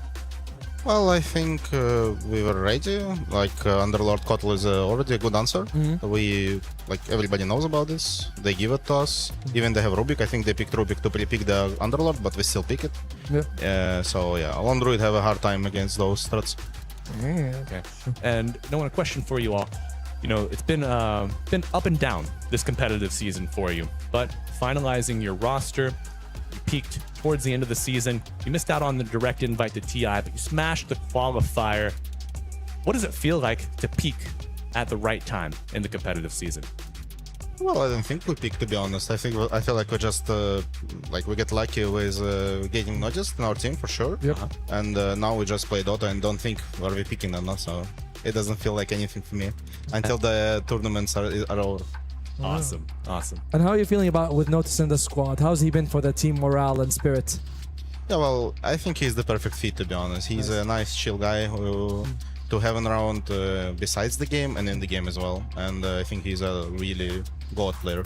You say he's nice and chill. What do you guys do outside the game to have fun? On the bootcamp, we played card games a lot. This tournament, we played like some, it's called Bank, I think. Okay. Like 7 players. You play like in Western. Shoot, you have Sheriff and all this stuff. Yeah, it was pretty fun. We just talk a lot. We walk a lot outside. Here in the tournament, it's, I mean, it's hard because it's only BO2, but it takes for some reason 7 hours to play it. Because like from drive to another one to another place, so you don't have much time basically to chill, to be honest. So we just probably like spending 90% of our time to play Dota right now. Okay. So you said this game, that card game, is 7 players. So 5 members P-Vision, Otomo and Malibu, right? That's how we do it when we chill together. My manager and coach already took the stats, anyways. So tell me about the teams. Who do you, outside of P-Vision, besides you guys, who is the strongest team in the tournament? I think there is many of them, to be honest. Everybody says for some reason that it's us or Yandex, but I think there is like 8 really good teams in the tournament that can play like really good Dota. Okay. So I would not choose one, but maybe Yandex is one of the brightest. Brightest is like right word, right? From all of them, but as well, like I think Playtime is a really good team. LGD can play really good Dota. Liquid can play good. Bad Boom can play good. Spirit. There's like so many of them. I can even like more. Tundra as well. I don't know. To me, Tundra is one of the scariest team as well. Is there any team that has surprised you? One of the invited teams, you're like, qualified teams, you're like, oh, this team is better than I thought. On the qualifier? Yeah, or any of the teams here. I mean. Here? Yeah, any of the teams that surprised you? You thought they're stronger than you thought. Like Reconics, did they play better than you expected?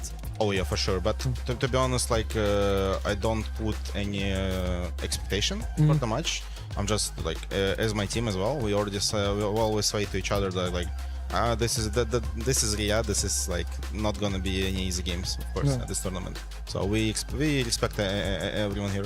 Actually, this is not Riyadh. This is Paris. Oh, sorry. No, you can tell. EWC.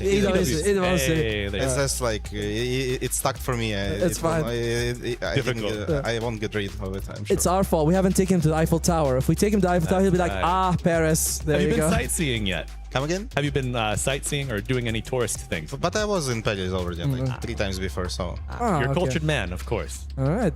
Well, thank you very much for your time here. We appreciate all the answers. Bye. Thank you. Bye. Thank you very much. Thank you. Again, congratulations on the win. Thank you. All right, folks. That was no one. The middle laner from P-Vision after their 2-0 victory over Reconics with the interview. They climbed to now a 6-0 status here in Group C at the top of the pool. It's been a domination spree. But, you know, you don't have to be so sad about that because that was our 3rd series of the day. We do have a 4th coming up for you very soon. And Tomo, who do we have with us? We have OG going against Inner Circle X Insanity, and that is a critical match for both of these teams. Yes, sir. Because in that group, top 3 is kind of secured already. Because we have the strongest group. It's a group of death. Yeah. So it's only the 4th spot available for you to have a chance to make it to the survival stage, and that is just both points. Inner Circle doesn't even have a single point. OG's 1 and 3. So a 2-0 victory right there puts them both in a okay-ish spot for the rest of the tournament. Winnable, you know, it's reachable at least. Right, all right, folks. Well, if you want to see that match, you're going to have to wait for just a little bit. We're going to throw it to a brief intermission as we get our new team set up, comfortable, give us a chance to recharge. So stay tuned. We will see you soon.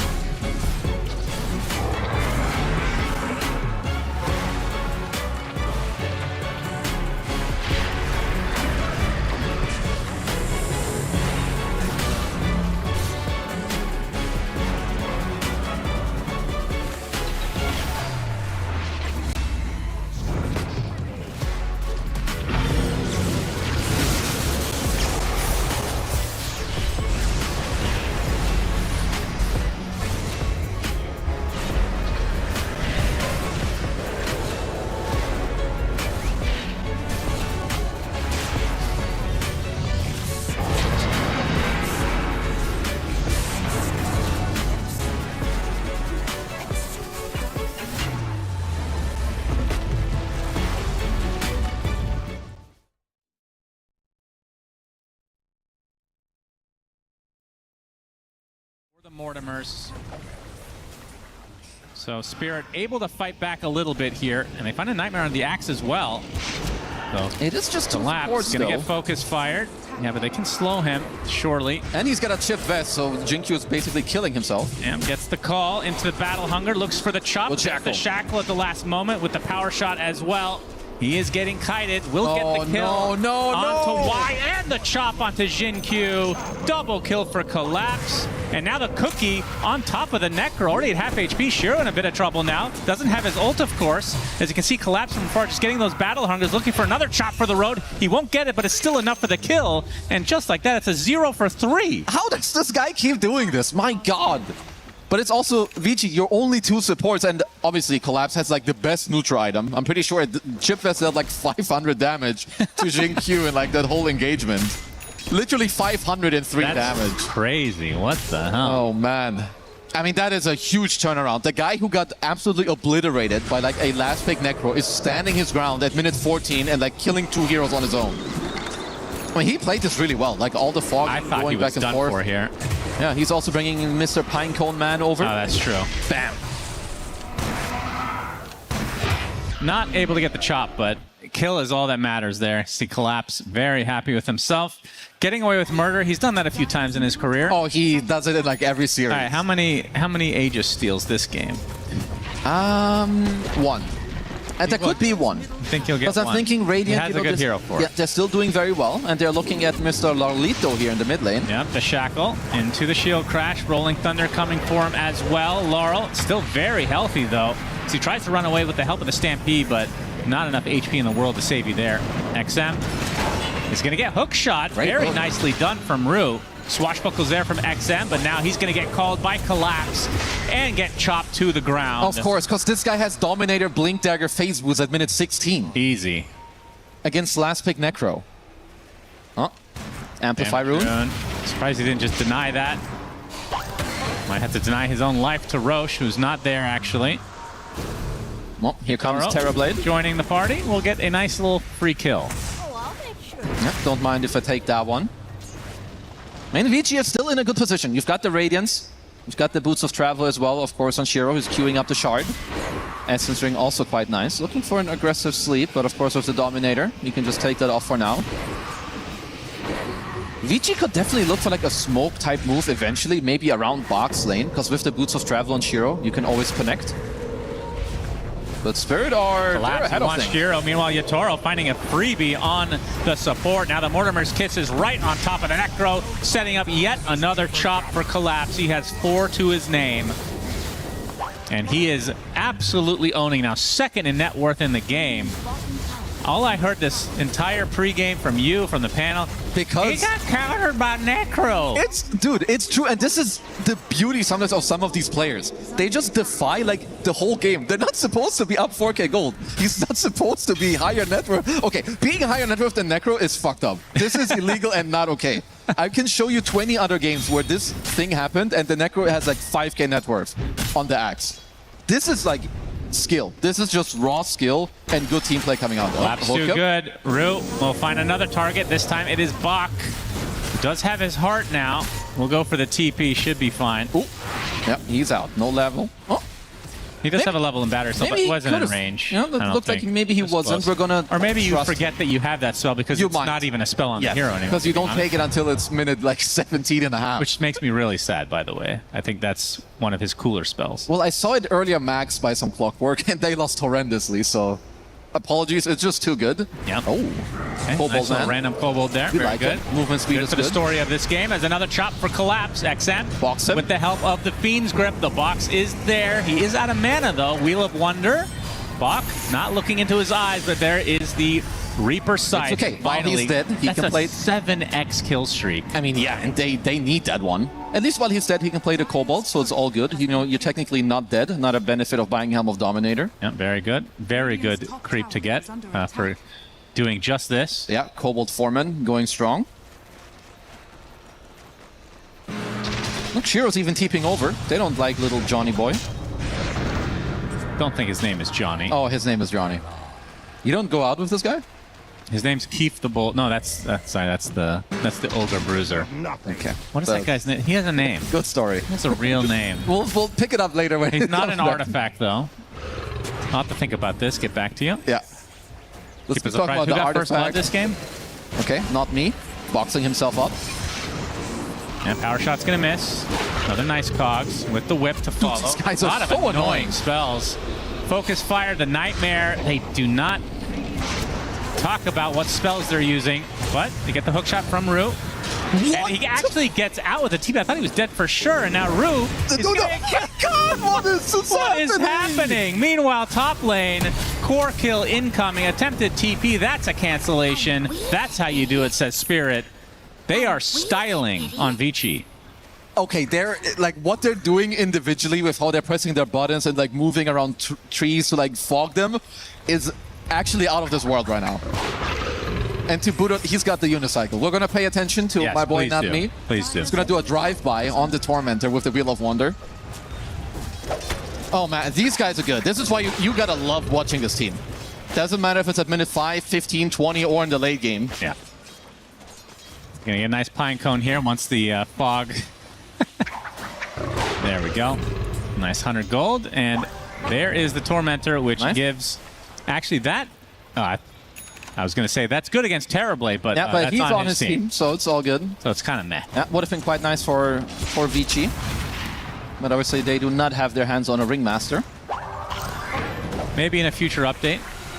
Where you steal heroes? You can steal a spell. That's good. Without Rubik. Yeah, you can buy it in the shop. Like 10,000 gold, you get spell skill from the other team. Oh, you choose one. I could see that. Sounds like it's some ability draft garbage. That's right. Blink Dagger now up for Laurel. So if you're Vici, you still have a very farmed Shiro on the Necro, who's eyeing up a BKB, so he's doing good. You don't have a Blink Dagger yet, which is a bit of a problem. Like neither Scent nor Pango have it available. So you should be waiting for, I think, at least one of them to kind of change the state of the game, because they have no real initiation yet. They are still very strong, but they're just getting outplayed on the map currently by Spirit. Shiro pops the smoke. This is the double support duo setting up another potential kill on a core with the help of the Mortimers, and they get it. My goodness. This support duo is absolutely destroying this game. Well, Laurel gonna try to block XM, but the Rolling Thunder goes right through. Still pretty healthy. XM not doing that much damage, and he doesn't really have any backup either, so he has to roll away. Feels like a lot of these he needs Aghanim Scepter super bad. It's coming relatively soon for him. Yeah, they all need quite a lot of things. They need the Pango Axe and the Centaur Blink Dagger, which I believe Mr. Bach has flying out to him, so that should help. But the Network fleet is building up, because you can see that Spirit, they're just honestly playing the map very, very well. Using the heroes nicely up top, Collapse is constantly down bottom, not really dying to some 2v1 pressure. I mean, even if there's a sleep here, there's honestly not a lot of stuff going his way. Yep, Yatoro shows up to take out this tier 1 mid. Shiro is like, okay, never mind, I'm out. Yeah, can't really BKB almost up for Shiro. The thing is also, even though he gets the BKB, like this matchup is not, you're not supposed to be playing from behind on Necro. And it's not just like behind, it's 2k deficit to a TB. A rare misspell there from Rue. Yeah, stupid mud golems. Yeah, I have to say, out of any game that we've cast so far, Rue and Not Me have owned more than any support duo I've seen. This support duo is ultra clutch. And it's like not just the team fighting and like the stuff together, it's also all the moments where they're individually somewhere here or together as a duo and just like bailing each other out perfectly.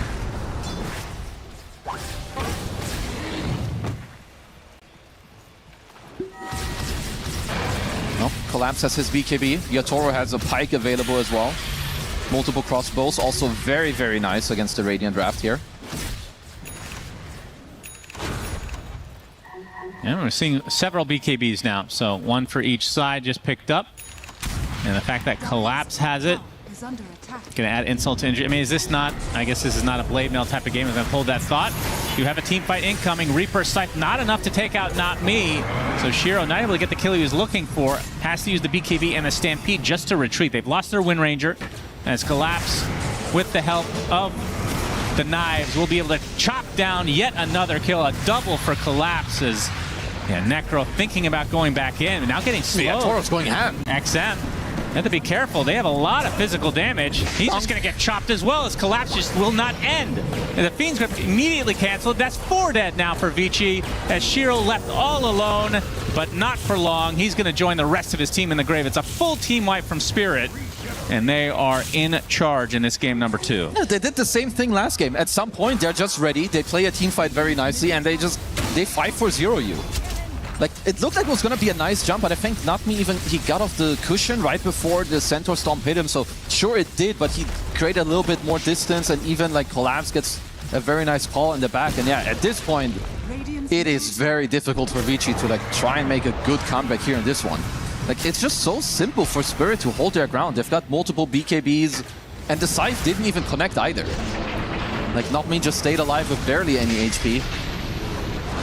It's honestly also very late for the roll coming out from XM, but yeah, at this point, it's all credit to Spirit. Yeah, they have played on another level this game. Jinkyu's always happy. I mean, that's... Even when he's getting completely destroyed. I'm a happy guy. There's just some players you gotta love. I think that both GH and Jinkyu rank quite high up on that list. Yeah, that's true. Always cheerful, always kind. Usually we have a lot of negative Nancys like myself and God knows how many players. Like 90% of us. That's right. I wouldn't say you were a negative one, though. I'm a pretty tame guy. Takes a lot. Takes like playing with Swindle Melons or something. Oh, Collapse. Another initiation onto XM with the cookie. Nightmare safe for now, but the chop is still there.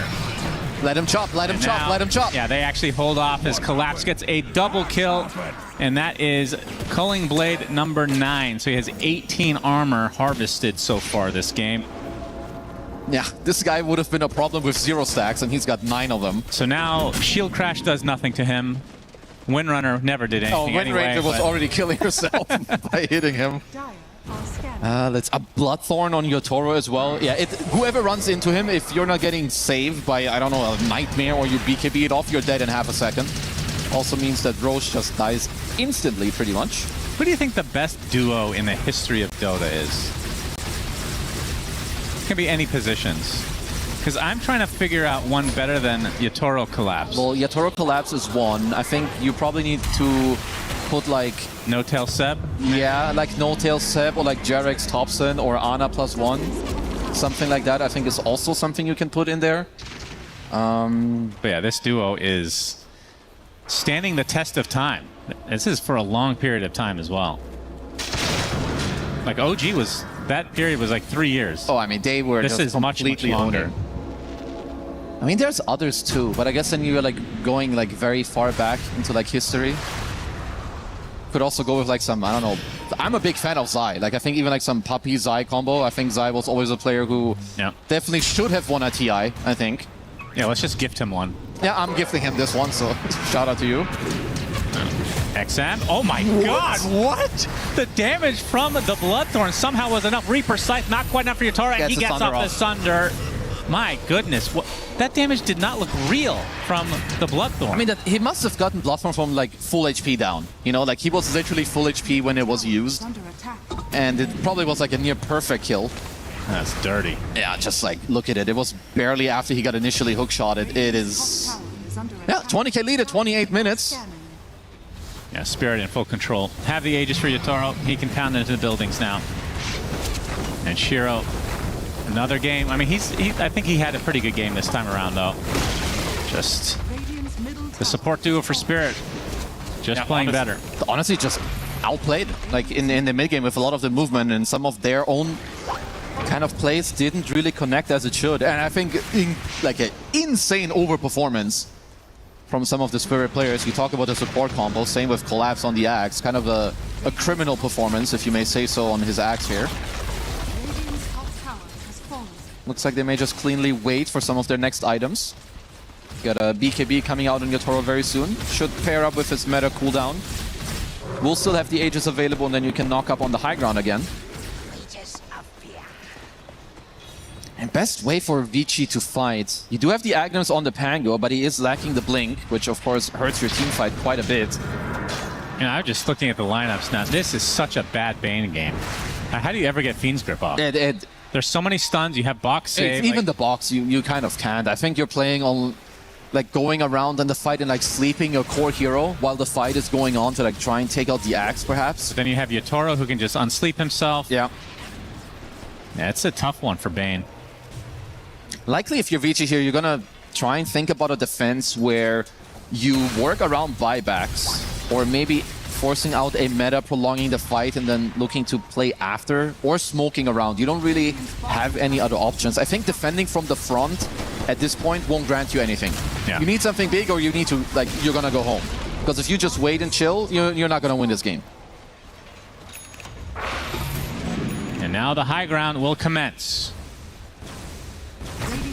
Yatoro not using the meta quite yet.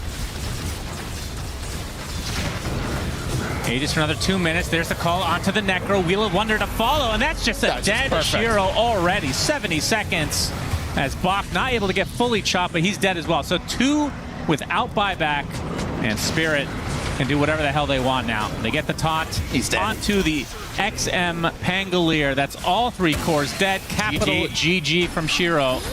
As Spirit, again, domination. Now, I am not surprised. Like, when you just look at this last play, they're getting ready to go up on the high ground. They're smoking up that everything is clean, and you can tell that they have a plan in mind. The moment that Shiro shows, it's a blink call into the Wheel of Wonder. Everything is perfect. Everything is there. Yatoro is ready. Get a clean kill. It's nothing complicated. Very simple, but so clean.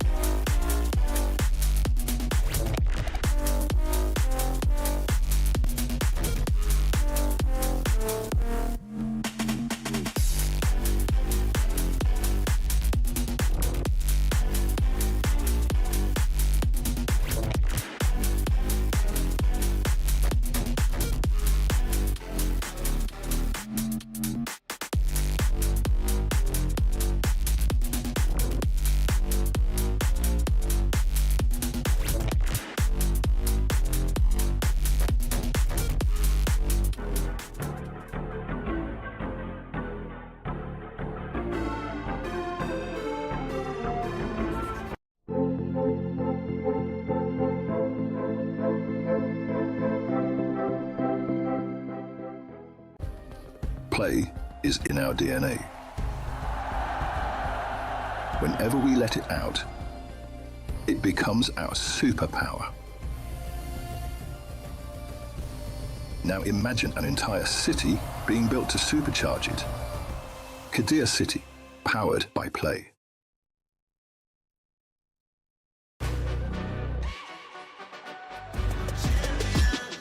This ain't no regular thing. I came for the ring, you know what I mean. You see my name in the lights, better get right, I'm champion.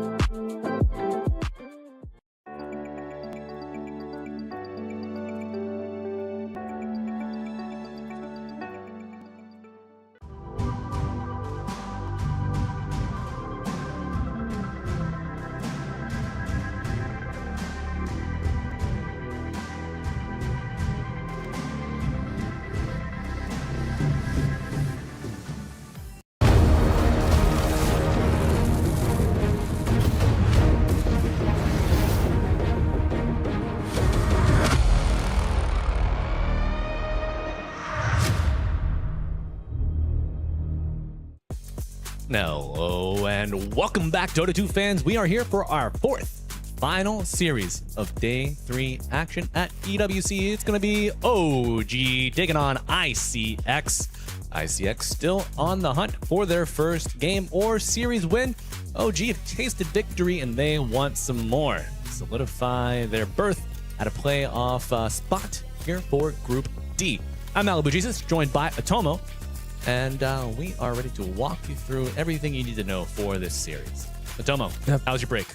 Good. You know, I mean, I was just waiting here, writing some notes. I get down to they both like Axe. Like, that's a good note right there. Axe likes Axe. Axe likes that. Axe likes that. But yeah, there is going to be, I feel like, a point of contention for the two teams. It is a very important match for both because they have PSG LGD.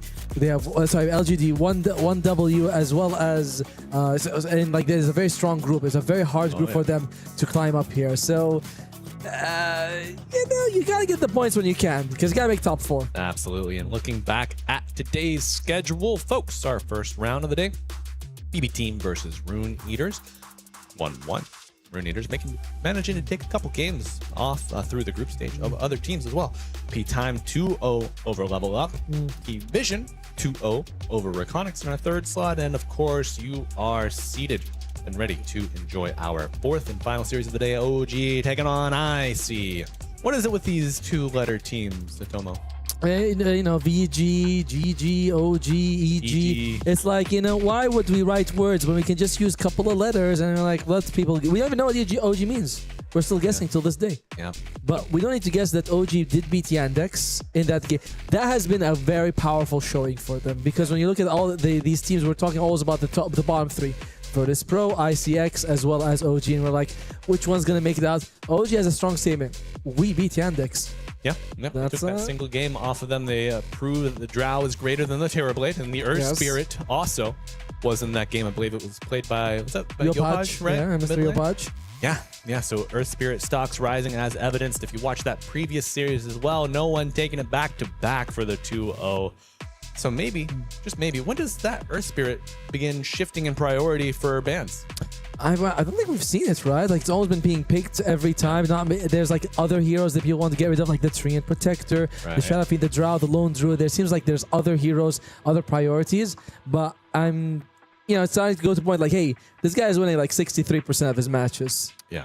I think he's cooking too much. Yeah, the numbers might be a little too in favor, but if you are not familiar with the roster there, you can see ICX, Insanity, 423, Stoikov, Lace, Fernandes, and Red roster in their own right. The young lads are grinding up from the bottom up, trying to make the most of their first LAN appearance. Yeah, this is an interesting team because 4-2-3. We have seen him like playing on the Brood Mother in the past. He has been with Sif for a long time, for like 3 years.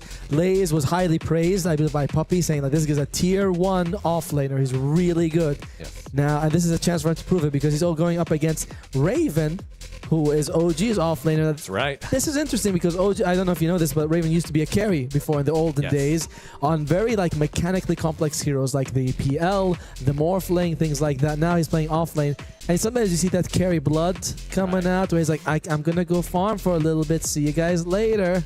I mean, Raven, Southeast Asian Amar confirmed. Yeah. By the transitive property, I think it holds true, but we will see if Raven can have the same effect for OG. Well, actually, didn't Amar used to play for OG? Hey. Yes, full circle as they get ready to take on Inner Circle. But Atomo, we know the Drow, the Earth Spirit, the bands that you mentioned earlier, the Tree and Protector, all the like, going to be high priority here. Do you think we could see maybe Raven shift towards those more mechanically inclined offlaners? Well, I mean, we have seen a lot of acts from him as well as Lays. I think that's the one that's, I don't feel like the offlane there, it is not as mechanically complicated, if that makes sense. Like, there's no hero that has so much things that you have to press all the time, like a Morphling does, for example. You've got your Brew, you've got your Brood. True, Brew. I feel like Brew's fair. Brew's a very complex hero, sure, but Brood Mother, just the micro aspect. All right, well, it's simple. You spiders, mama. Yeah, that's about it. But together, if no one to Wyvern, if there's one to Wyvern, separate. You know, Or Mama's axe. going to work, and she'll come back later. Absolutely. As we take a look at our two teams, they are seated, getting prepared for the draft. Whereas I was interested to see where the coach is sitting here for ICX. I believe the coach, he's brought his chair right in the middle between Stoikov as well as Fernandes, whereas Adam is all the way on the other side, I believe next to Raven. He's like, all right, Raven, here's what you need to do. Just play like Seb, all right? It worked for them a few TIs ago. Those words of advice did not work. No, that's true. Right? That's true. But he's like, just play like Seb. You think Seb just walks over and like points at himself? He's like, me. Points at Raven, points at him. No, I think he points to the two ages. He's like, I earned those. Give me that keyboard. Let me play. Give me the sticks. Hey, there you go. Looks like Air Spirit does get banned out. Yes, sir.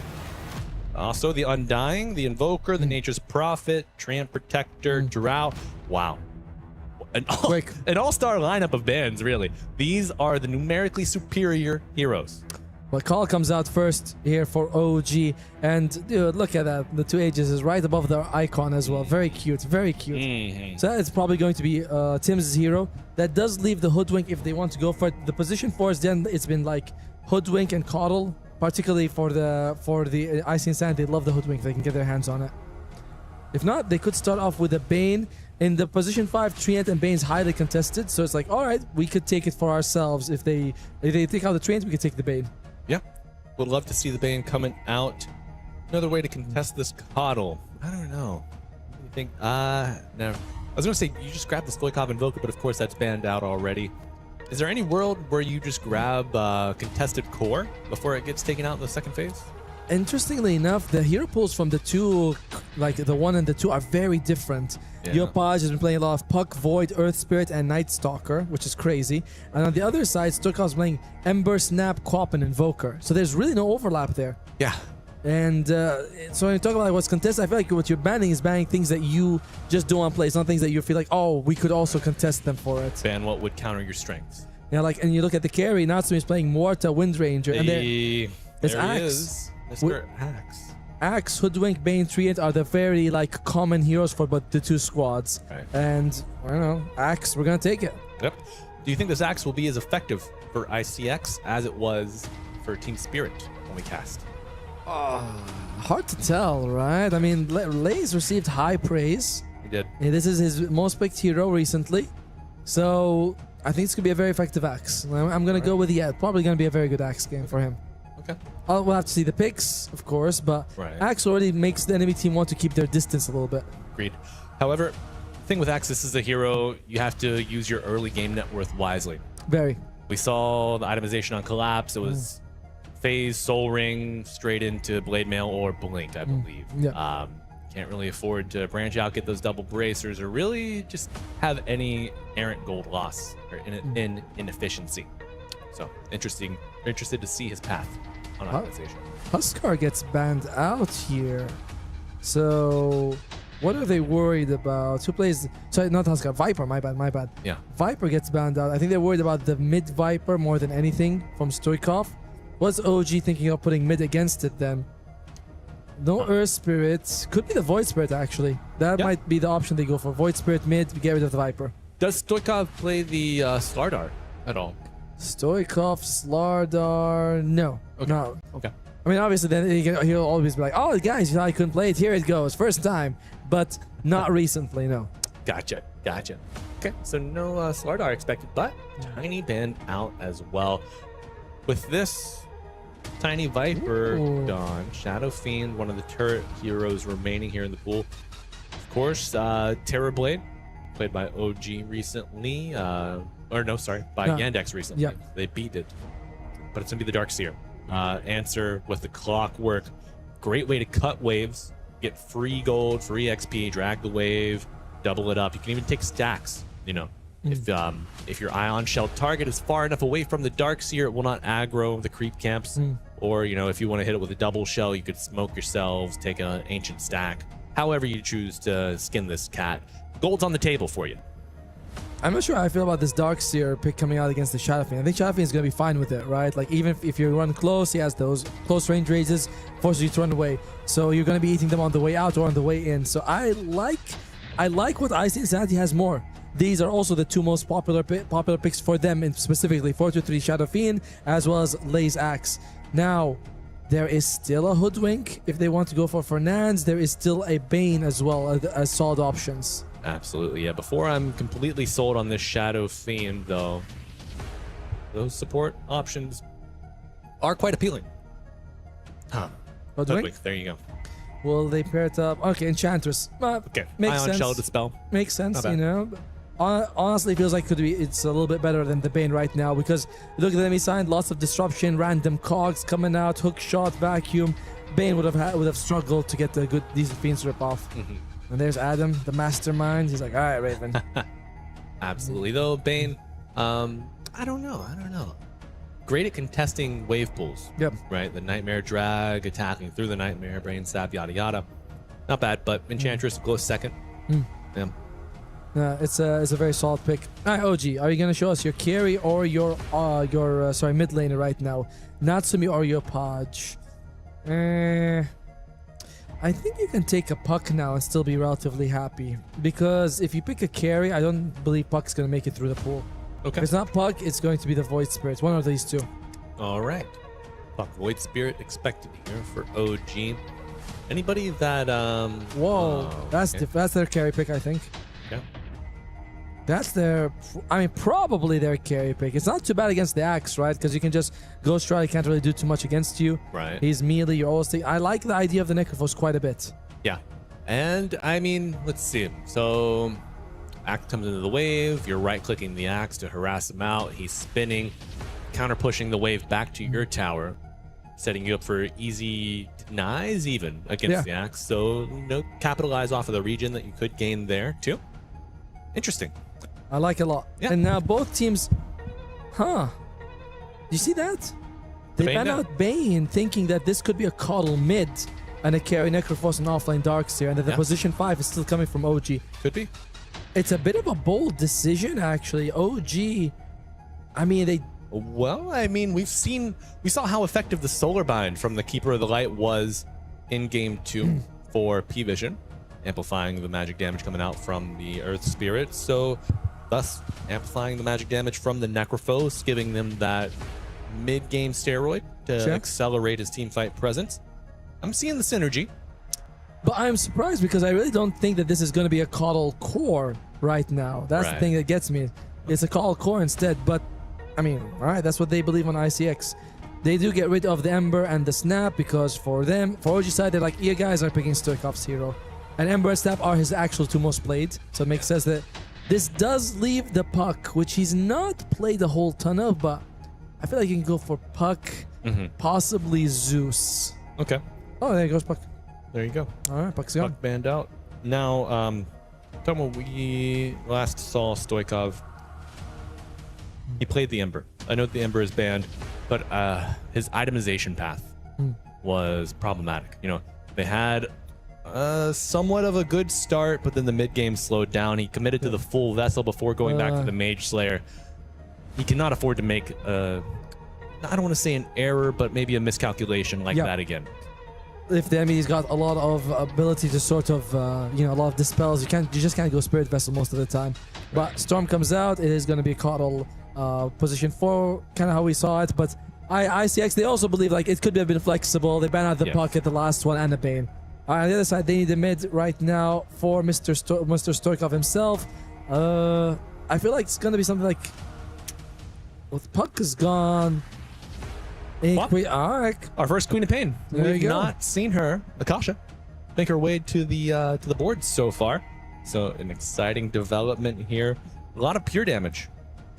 From the spin, from the hoodwink, from the sonic wave, it is a ton of pure damage, which you won't enjoy if you're not Sumi for sure. The spell damage amp from the boomerang as well. Adds up. Increased spell damage, yeah. Adds up to a lot. I mean, Shadow Fiend as well. He's like, oh, you're going into your Ghost Rod form? You mean the let me kick your ass form, I call it? I call it the old 1, 2, 3, you're dead, right? The race is adding up, but folks, board is set. Aggressive drafts on both sides, which I'm happy to see. You know what? The days of turtling are over. We know OG can turtle. They can reverse it. I want to see high octane Dota. Critical match, man. Looking at the draft from both sides, I'm having a hard time picking which one I believe is kind of like better. Right. I do like the Necrophos a lot. You pair it up with a very elusive Storm. I definitely feel like the Storm is way harder to catch than the Queen of Pain. I might be favoring OG a little bit on this one. Yeah, not a whole lot. All right. But I'm going to go with OG here. Okay, so you're favoring OG even with the removal of you know, the trump card that is Ghost Shroud. Yeah, true. I feel like even then, because as long as you are able to like get the Consecrate wraps at some point, you're generally fine. It's more of a problem very early game, and it's not like Shadow Fiend is going to be showing up as well, so you should be okay-ish. Okay, so what are some things that could hurt the chances of OG to succeed here? I think Lei's having a really good game on that axe, being able to jump. The Shadow Fiend as well, you have like a lot of you have wonderful mixed damage, physical, magical, and pure. There's no real defensive way to itemize against that. So OG might have to be like, oh, we have to go all in aggressively just to BKB to ensure that we don't take the spell damage. But we gotta be pretty aggressive because there's no real defensive save options that we can play with. Right. Stop the axe, neuter the SF. Yep. Does he have to be your first target in these fights? SF would be a nice one, right? Because he's so fragile early on. It's like he's easy, but you know, then he might set up for a Seb moment. Right. You know, but he's like, wait, he's on the other side. Followed by a Thompson moment. With a Sonic Wave. Nonetheless, Sonic Wave as well. The call will be interesting because he's a great battery for the Storm, but he also allows you to use double Death Pulse. You Death Pulse instantly, you get the Chakra Death Pulse right again. Absolutely. Very effective here. Folks, we are loaded into game 1 of OG taking on IC Malibu Jesus, joined by Atomo for your 4th and final series of the day, and we are underway. Both teams are not running exactly at each other. Any smokes purchased? Well, there you go. Oh, there. That's the one. Thank you, sir. Thank you, That's the other one. I'm also a big fan of Skem. He was a carry player at one point, then he moved on to support. He says support's more fun. He's like, I like support more, and he's one of the few captains in Southeast Asia with like real leadership experience and like ability to use it. You know, we've always had the headless chicken syndrome in CA, where it's like, we're doing so well. What do we do? I don't know, bro. Let's just run around the map and hope things will fall in our lap. The headless chicken rice. That's the best way. That's the best type. That is. I mean, yeah, you get a giblet in there and you're like, oh, send it back to the kitchen, please. Like, could you stop talking? I'm trying to eat here. You know, they're clucking. 2 for 2. Nothing crazy there. Yeah, overall, I think I like the OG draft a little bit more. You also have the Darkster can make pre-salt copies of the Shadow Fiend, which is pretty nice. The other is not so much, but just the Shadow Fiend's worth it. We're going to see Helm Dom Aura, Darkseer, or are we gonna go Helm Dom, Ags, Blink, Darkseer? I like the Blink Ags more a little bit. I think I prefer that one. A little normal punch action. To be fair, in a game like this, getting regen is a little bit better than usual. Like the Guardian Greaves, because you have the Necrophos amplifying it so much. Yeah. You're probably gonna have a Holy Locket from the call as well, so that's further amplification. Sure. So the Greaves doesn't heal you for the same amount; it heals you for almost double, basically. Oh, okay. Well, let's see what path he goes down. Looking at the off lane, Tim's just gonna let that courier go right on by as he grabs the wave. So bottom is going to be Coddle and Necrophos against the Axe and the Hoodwink. I don't think that ICX is going to have a good time here. No, a lot of magic damage coming out, and as you mentioned, Skim on the Coddle going to really enable this double death pulse. So I think around the 3-minute mark, when this Lotus comes up, ICX, if they step up to bat, they're going to have to deal with a ton of damage, dodge 2 pretty wide AoE spells as well. Yeah, it took Blinding Light level 1 on Skim. I think it has something like 40% miss chance and the push away. It now pushes you the exact same amount of time regardless of where you are, which is I think like 0.6 or 0.8. Okay, it used to be like if you were closer to the edge, it wouldn't push you as far. Right? Yeah, exactly. It's just like if you're more in the middle, it pushes you for a longer period. Now it's like the exact same amount of push duration, which is nice. Do you favor that? Yes, it's more consistent. More uniform. Yeah. Less skill-based, but you know, when you're getting older and you're missing your spells a bit, you're like, I got him on the edge. It's the same thing, people. Help me, gamers. I can't click anymore. Yeah. Leopage and Stoikov quite low. CS lining up nicely. 8-4 to 8-3. Gonna be a Water Rune coming up. And Stoikov gets an extra deny. Does he get the second? Oy. Yeah. Wow. Leopage is gonna want that one back. No bottle available yet for Stoikov unless... There you go. Hey. He's like, bottle this, baby. That's right. But what the big thing, though, is that Raven's really struggling on this Darkseer. Only 3 CS so far. Yeah. I do believe that there is a creep between towers right now, a creep wave, so that should help him equalize, get at least 4 right there. Yeah. Mr. Sa and Tim's going at it in the river. Wouldn't you think Clockwork would rust a little bit? Sorry? Wouldn't you think Clockwork would rust in the a water? Bit? No, Yeah. It's like he does sometimes. His armor looks a bit rusty anyway, right? Like, but imagine if you're building an armor that can keep your brain alive by itself. One of my favorite cosmetics. It's probably waterproof as well. Clockenstein. But Stoikov jumps away. First to level 4, Mr. Yopaj and a TP. Out. Skem forced to get a little bit of distance here. Laze is actually having a decent time. Now, Natsumi, to be fair, is winning the lane by a lot. Yeah. But Laze is getting a decent amount overall. What's crazy is some of the other lanes, right? Like the Darkseer as well as Yopaj struggling a little bit more than we thought. Yeah, I don't know about that, man. I think maybe... I mean, the Enchantress Dispel, SF raises before you really get your Surge on. Yep. Makes it so dangerous to play. And just noticing how cautious both teams were on the Bounty Rune spawn. 2 for 2 with no contest between the two teams. Each team knows how much this series means. Yeah. No one wants to commit an avoidable error.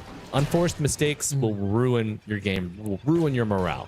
We saw that in the previous game, right? 10-minute dive in, lose 4, pass the tier 2. Absolutely unneeded move that happened. And this game, yeah, these are teams that know this is tournament. This could be the match that determines tournament lives. Absolutely. Right here. Absolutely. And I got to say, I love the brown boots pickup. You know, you start playing Dota, you're told it's a grief. You need regen, yada, yada. Yeah. But Clockwork, not a hero known for getting gold. So that early move speed pays dividends later. It's like, I buy the boots, I buy the tangos, and I buy an Observer Ward. What more do you guys want? It's like vision, healing, everything. And I mean, you know, you're going against the the Shadow Fiend anyway. You don't really want to play good, honest Dota. Oh, but for sure. With that said, Mr. Lace down here, not playing honest Dota himself. Skipping the wave, dragging it to neutral camps when he can. We saw Collapse do this very same thing against him. Yep. Yep. It's a wonderful adjustment by Lace saying, all right, this laning phase can be tough. I decide I don't want to play it. Right. Like, hey, you can do that. Play anymore. I've unplugged my controller. I don't want to play anymore. You're like, okay. Doesn't seem right just because I was winning. Yeah, you ever go to a friend's house as a kid and you beat them at their own game and they're like, all right, we're done. No, I always, you go there, they give you the bad controller, and you're like, how come my kick button doesn't work? Why do I keep moving left? He's like, oh, you just have to press it better. All I'm right. like, thanks, man. Press it better into the wall. Your Podge being sent back to the base, though. Unfortunate for him. Gonna give Stoikov a fast level 6. ICX has been playing the lanes better overall. Okay. And you say that just because we see how... What? The 1,000 gold lead. The CS as well between the offlaners is a bit... Well, offlaners and mid. 4-2-3 on his Yadaro mode. Coming mid lane. Yopaj gonna get hit with the tail end of the scream, and it's enough.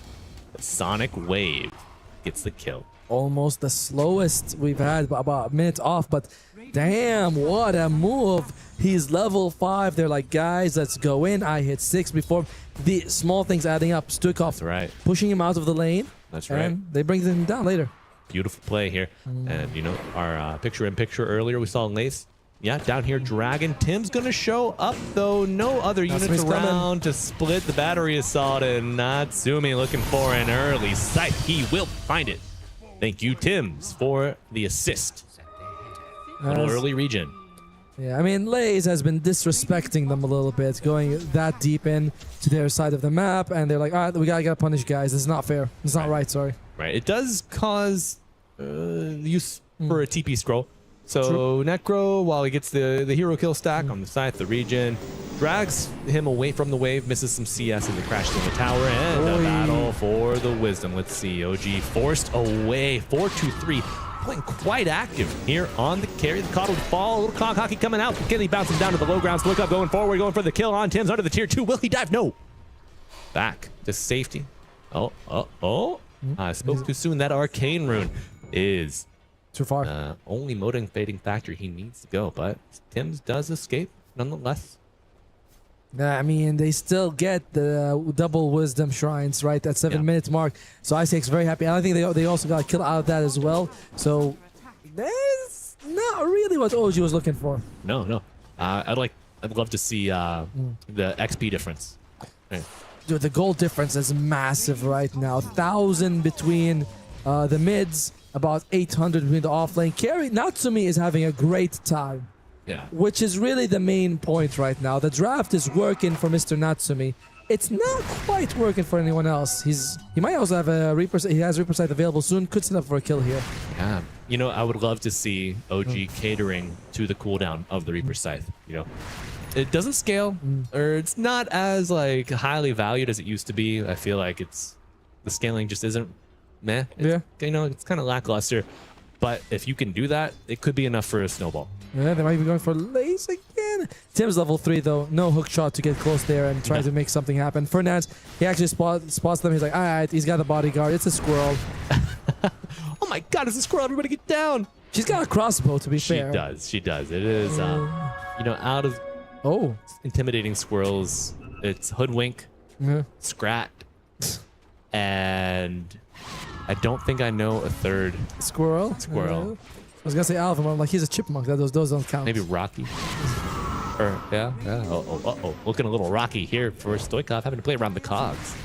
Tim's takes a swing, doesn't hit, but look at that deep wards, by the way, from ICX. Getting a lot of damage, and I like what they're doing on the other side. ICX, fortunately, always plays relatively quick. You don't see that very often on a Shadow Fiend, though. No. And because they lost double wisdom, we're not. Look at Tim's level. I think he's only level 4 at 9 minutes, and that's gonna take some time for him to hit level 6. A Clockwork without hook shot. It's not a Clockwork at all. It's sad. It's clock broke. It's like, well done. It's like, I'm working on it. Oh, Skimmy. Not gonna get the skinny to Roche. Stoikov picks up another, and that's a solo kill. Mind you, Quap, should she get mana, has the ultimate available, but can she get it? Yeah.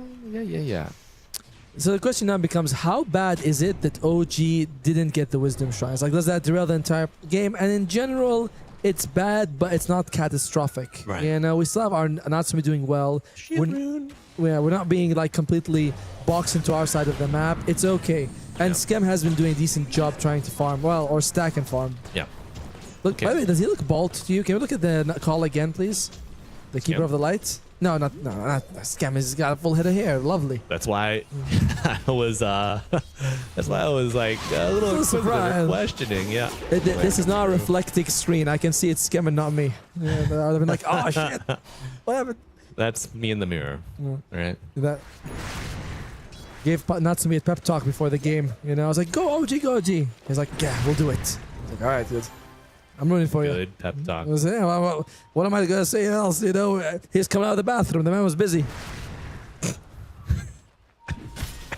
Sometimes it's better just to say nothing at all. Oh, well, I want people to know the geographic location of Sir right now as he's getting his ass. Well, he is headed south to Scythe City.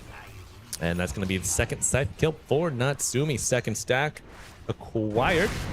Not bad. 12 minutes on the Radiance, very likely. But it's coming down at a big cost on Yopaj in particular. Like this storm, holy mo! But they're going for it. They're saying maybe we want to kill Mr. Natsumi. Can we find him? We're smoked up. Where is he? Where is he? Oh, they see the green. Natsumi wishes his name was Not See Me because he's found by ICXL, and that health is dwindling with a chop on top. Lays worthy of praise. Gets another. Maybe. No, his first kill of the game. And that's a Spirit Vessel. Yep. Picked up on the Axe. It's a good one. It is a good one. I mean, in general, with Axe, you think about Blade Mail. Blake, maybe Phylactery. Blade Mail! Blade, but to be fair, in this game, there's no dispels on anyone else. Right. No one's going to help you out. No one really wants to buy an early Lotus Orb. Nobody can hear you seethe or so. Oh, there you go. Little woodland friends, the spirits are not enough to heal you up. 3 to 4, but it feels like a lot more action has happened, right? There's been a lot of near misses, it feels like, you know, like there have been fights, no one dies, but a lot of punches are being thrown. Scam has hit level 6. The OG draft comes a bit together. Can I look at I want to see what Raven's been building on. Is he considered Guardian Greaves? Again, as I mentioned, it's a better game than most to get it, and he is. He's got the mech coming out. Okay. The heal with the Holy Locket on the Necrophos is just so much more amplified than usual. Right. Gotcha. Okay. Natsumi with the Jack-o'-lantern underscoring cosmetic. You know how much that thing costs, by the way? How much? About 1,000 USD. Nice. Yeah. Look at that. 9 camps? He's been working. Right. He's been working. We look at him, he's like, oh, he's getting some of his camp stacked. Generally a decent recovery for Skem, considering how the game was, but you still need Tims to hit level 6. Clockwork, no hook shot, 13 minutes. And because other than that, otherwise, it's just your pod jumping in. And he's like, I don't wanna. Dude, if I was Clockwork right now, I would be Mr. Pit Stop Gas Station with that Dark Seer. I would say, give me Shell. Yeah, I'm going in. Give me Shell. I'm going to go hit some creep camps away from everybody else. There you go. Hits level 6 now and has it. Interestingly enough, Natsumi was thinking about Manta style as his Dispel form, not BKB, but Manta. It's a much cheaper Dispel, to be fair. Absolutely. Gonna use it with much more regularity, and eventually there is a little bit of counter synergy or anti-synergy. Here we go. Oh, here we go indeed. Oh, Spirit first point of contact here. Cogs out, and Cogs on the quap. A little bit of poke there. Skem gets his Shrine of Wisdom, but so far an even match, which is what we've been waiting for. We've had 5 games. Oh, Skem! Oh. What's he doing? Big hook shot coming through. Tim's with the cog push back. Cannot get enough damage to kill Stoikov outright, but dies after the fact. Not a bad pickup. Gold going to Skem, and the chase is on. Oh, well, not the one you wanted, but that's all right. Saw a dodge there on the bushwhack. He's like, I don't want to go in there, but unfortunately it does mean that they're not able to catch 4-3. What faith Natsumi has in his team to bring the damage and kill the Quap. Yeah, absolutely. Scythe, I mean, you want to use it. You want to get these kills. It's a stun. It is. It's a stun. It's a hell of a stun. And Leopard has finished the Kaya, which is going to allow him to accelerate his farm. Has been working double time on recovery duty, right? Was up more than 1,000 gold behind Stoikov, and now not so bad. And Stoikov doubling down on magic damage with the Aghanim Scepter. You think he's getting double pay for double time? Nah, I think if you win, yes. If you win, you get double pay, of course. Hey. And, but you know, but You get paid to show up, you get paid again if you win. Yeah. I would like to see Axe use this Blink Dagger with a little more gusto, a little more regularity, especially when you know the wall and the scythe are on cooldown. I think it might be hard for him to really start fights at the moment. Once it's 5-man, maybe then, but if I'm fighting and then their enemy team has a coddle for heal, they have hook shot available, I jump in, who am I really catching? And OG is off to a 2 out of 3 games they would win this in this situation. That's not bad. Good I thing like it. It's best of 2 as well. That's all you need. Now, Fernand's just walking around with Arcane Boost, nothing there. Mech is finished on Raven. I like this. All the extra heal. Clockwork. That has to be one of my favorite, like, Blink Dagger rushes on a hero. Surge out. And the mech to stop. Oh my. Every nickel and dime saved. Hell yeah. So, it's like, we'll heal him. You know, he's part of the family. Yeah, Satyr, Mind Stealer, part of the OG family. Welcome. Give him his jersey. Sign him up. And Skem is rushing Holy Locket first item. So it is very much big heals. There is a problem with this. While I like it a lot, I think this is the right strategy to go. If they get in a bit of problem, they get a bit behind, the damage usually ranks up much faster than the healing. Like, early on, it's very good. You don't know, Natsumi is going to be probably unkillable. Yeah. But you catch him a couple of times, he starts falling behind, all these heals become useless. Yeah, the healing has to be paired with mitigation in some mitigate this. Mitigate this indeed. Blink. Oh, from Blaze, a good counteract, but it's not enough as Shadow Fiend still goes down his axe to join him. Both dead for over 40 seconds. There you go. Chases on. A Shadow Fiend illusion ready to help you push and siege. Tier 1 tower now under threat and 2 fewer heroes to defend it. Tim's is like, you see what I can do? Call me Mr. T. And nobody can stand against this. Mr. Tim's. Mr. Tim's. He did a very good job right there with the catch as well. And I don't know if we've mentioned this, but it works so well to put the not Solar Flare. Solar Flare along with the Reaper side amplifies the damage. Yes. And you can see that right now. Like, he uses it when he's like almost half health. They did put so much extra damage, to be fair, but I feel like, the Reaper side does so much more thanks to that. It's almost a surefire way to ensure that you get the scythe kill. Usually if you're like, I think roughly when they're about like a quarter, a third, but then you have to put in, magic resistance and wraps, whatnot. Solar Bind gets... Travels almost a Manta. Adding up quickly here. Natsumi level 15. About 1,000 gold ahead of the Shadow Fiend as well. Yep. And once he gets the Manta, it's also going to be another way to accelerate his farm, right? You can just send those illusions, be like, go, get me some gold. Do they get his Heartstopper or? I don't think they do, to be honest with you. I feel like they shouldn't, but I'm not 100% sure, but I feel like they wouldn't. Yeah, it'd be a little unfair. It would be weird. It's weird how some auras work on illusion and some just don't, right? Randomly. That's how it seems. Like, this would be too broken. So you don't get to have fun. We're sorry. Pick a different hero. Bye.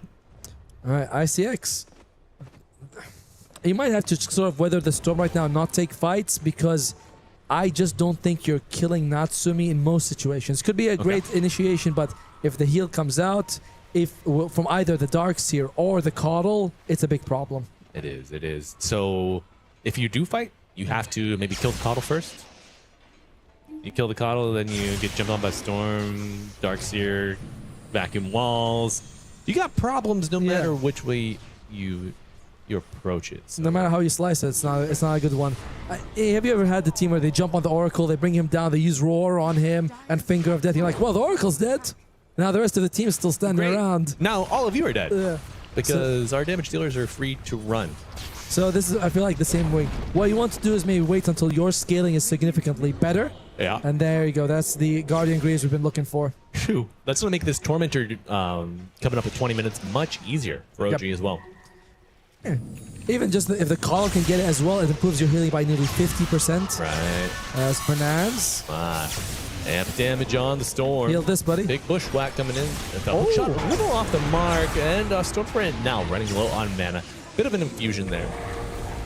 Mr. T. Mr. T is on the run. Dreaming of that Blink Dagger. He's so close. Uh-oh, Natsumi TPing absolutely nowhere near this fight. He says, that tower, guys, we can let it go. Oh, Laze wants to They may have noticed that. Oh, he's walking. Natsumi. He's like, I was showing up. Laze was thinking about starting the fight, but they noticed that Natsumi's coming. They go, not worth it, guys. No. Not so worth it, is it? Blink Dagger available on Tims, but an Aghanims now on Stoikov, really amplifying their magic damage. Okay. Do you... Yeah. Yeah, that's going to hurt. It adds plenty. It adds plenty for them. As Laze, they spot him out. No Podge, looking for Laze. But will come out, the Requiem, and do you have a call afterwards? Zip back with the vacuum wall on top of it, side supplied, and the axe is dead. No more call for you, and 4-2-3 soon to follow. They do get the clockwork, but a meager offering in comparison. OG surging ahead now, 4K lead, 21 minutes, Wisdom Shrine active. That will get snatched by Natsumi. Oh, Tasty XP and then level 18 Necrophos. This Necro, man, causing problems. And again, you see that Solar Flare, or Solar Bind, sorry, along with the Reaper's side. Yeah. And it's not over yet. Bushwhack limiting the aggression from the Storm Spirit with the reverse ultimate, but it's dodged, and Stoikov does not dodge death. Another kill for OG. They're very in a tough spot for Dire, for ICX. They don't want to fight, but they also don't want to give away so many buildings. Oh, look at that blink. Look at that blink from Mr. Tims. Gotta be one of my favorite items on Clockwork. It's so good. Except, so you're doing great. You know, you're ahead. But Clockwork doesn't have a really super good stat gain, decent strength. You have a tendency to blink in, cog, hook shot, and then you're in the danger zone. So this Clockwork existing with 1400 HP thanks to the fluffy hat. That's greedy, so you know, not the tough, not the extra 130 HP or so. Better, honestly. Better. Get your gold. You know what you can do with gold? Buy whatever you want. Wow, like a fluffy hat. And do Or a force two. staff. Or two. Yeah. Or we saw Lelis go double bracer. That was also a way to get some health. Yep. Now, Tormentor. If Skem gets it, they'll be very happy. Of course, anyone who gets it will be nice, but I think you'd prefer if Skem is able to, get a better Illuminate. If it goes to Raven, that's all right too. Right. Yeah, get Natsumi over here. We need some more. Need some more damage on this damn Tormentor. It's living up to its name, and it will go to Skem. Extra heal. Actually, I think it would have gone to Yopaj. Sorry, not Raven when I said that. It would have been either Skem or... Oh, wait. Tims doesn't buy his, did he? No. So just one of the supports, but Skem is best choice. Yeah. Let's see. Oh, no. Helmdom creep block... Or, sorry, Enchantress creep blocks. You're going to want that one back.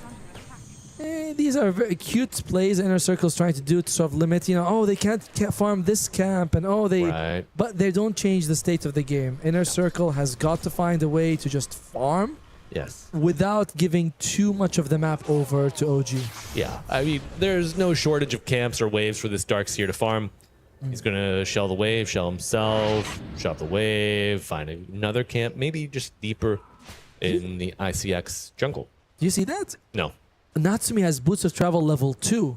Hell yeah. So he wants Tims to jump in. He's like, I'll just teleport to you directly. That's right. And I don't want to be like in the... okay. Loving the 75 AoE as well. Okay, all right. Yeah. Boots of Travel 2. What a visionary. Absolute Chad. It is. It's not. He's not like going for like stats like the wraps, the heart, any sort of Sanj component. Yeah. BKB is like, I got Manta, I have my shard, I have Radiance. I just want to teleport in. This could bite him in the blubber because that's 2,000 gold. That is not, keeping you alive. It's just helping you move around a little bit. I mean, helping you move around a little. It's not the worst option. Zip on a hook shot, and that's a scythe kill going to Natsumi. Just seeing the strength of those tier 2 travels. I don't know. I mean, obviously they have it's got a good plan. It's just riskier to me than going for some other items. Yeah. And then the boost of travel level 2. On the other side, though, we do see 43 has been Shadowblade. Right. Okay. Yeah. I don't know. Do they really have a way to punish you? If the travels 2, you mean? Yeah. I mean, you got to dispel. You got plenty of heal. Yeah, but imagine if that was turned into consecrate wraps or something like that. Oh, Tim's great smoke breaks. Tims. You don't need defensive items when you got Tims. He'll tank every gank. Again. Vacuum wall coming out. Stoikov trying to play the game, but the Solar Bind making it so damn difficult. A little reset. try to get away from the illusions, and it's back to business for OG. They used a little bit too much to kill Fernandez earlier with both the hook shot and the Reaper Scythe, so they don't really have that big killer combo to bring him down. Oh, there we go. Whoa, killer combos coming through. Tim's backing off after the hook shot call coming in on the Storm Spirit. Can he drag him to a safe distance for some killing? No, has to TP out. Barely gets it by the stem of his teeth. Yeah, and Yopaj looking for more. Can we find it? Raven, Shiva's guard, not really going to catch the squirrel. Okay, inner circle. Doing a decentish job of sort of baiting here. Yeah. I mean, Natsumi's still very farmed, but for the last 90 seconds, you have not given ground, I would say. Oh, there you go. Yeah. That's how. That's what you want. Denied him. That's how you graduate to becoming a big boy. I graduated. I'm a big boy now. Sure. Yeah. Thanks to this heart. School of Tarrasque. School of Tarrasque? Yeah, I got my degree from School of Tarrasque. All I had to pay was 4,200 gold for a semester. Well, 423's got a Shadow Blade. If he can get right on top of Natsumi and, you know, let that Requiem go, right, you could kill him. Good point-blank damage. Yeah, you could bring him down. Even with the heals, I think it might not be enough to keep him going. So we're seeing some answers, possibly. Oh, they're going to go 4 greedy on OG, by the way. Both Darkseer and the Necrophos wants it. Oh, my. It's fine, right? 400 GPM for your team. All right. Adds up. Money in the bank. For certain. Tim's going to be the tip of the spear. I would actually prefer if OG focused on Roshan rather than trying to get a pick off right now. You're already stronger than the team. We're playing hide and seek. You'd like to go Roshan against the Axe SF? You'd like to go for an objective because at the moment the enemy team is dodging you. Yeah. So why would I want to chase them around the map? That's what they want. All right. So Force is better than Chase. Yes. Yeah. If we can get Roshan and then take all the tier 2s, the enemies are going to have to come to us rather than us going around like, are they here? Are they there? So you say that, Atomo, but I've seen lone druids just not care about that. They say, yeah, let them have the tier 2.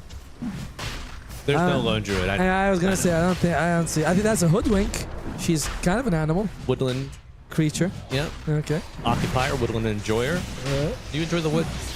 Yes, I actually do. I haven't seen you in the woods once. Yeah. Well, that's because I'm good at hiding.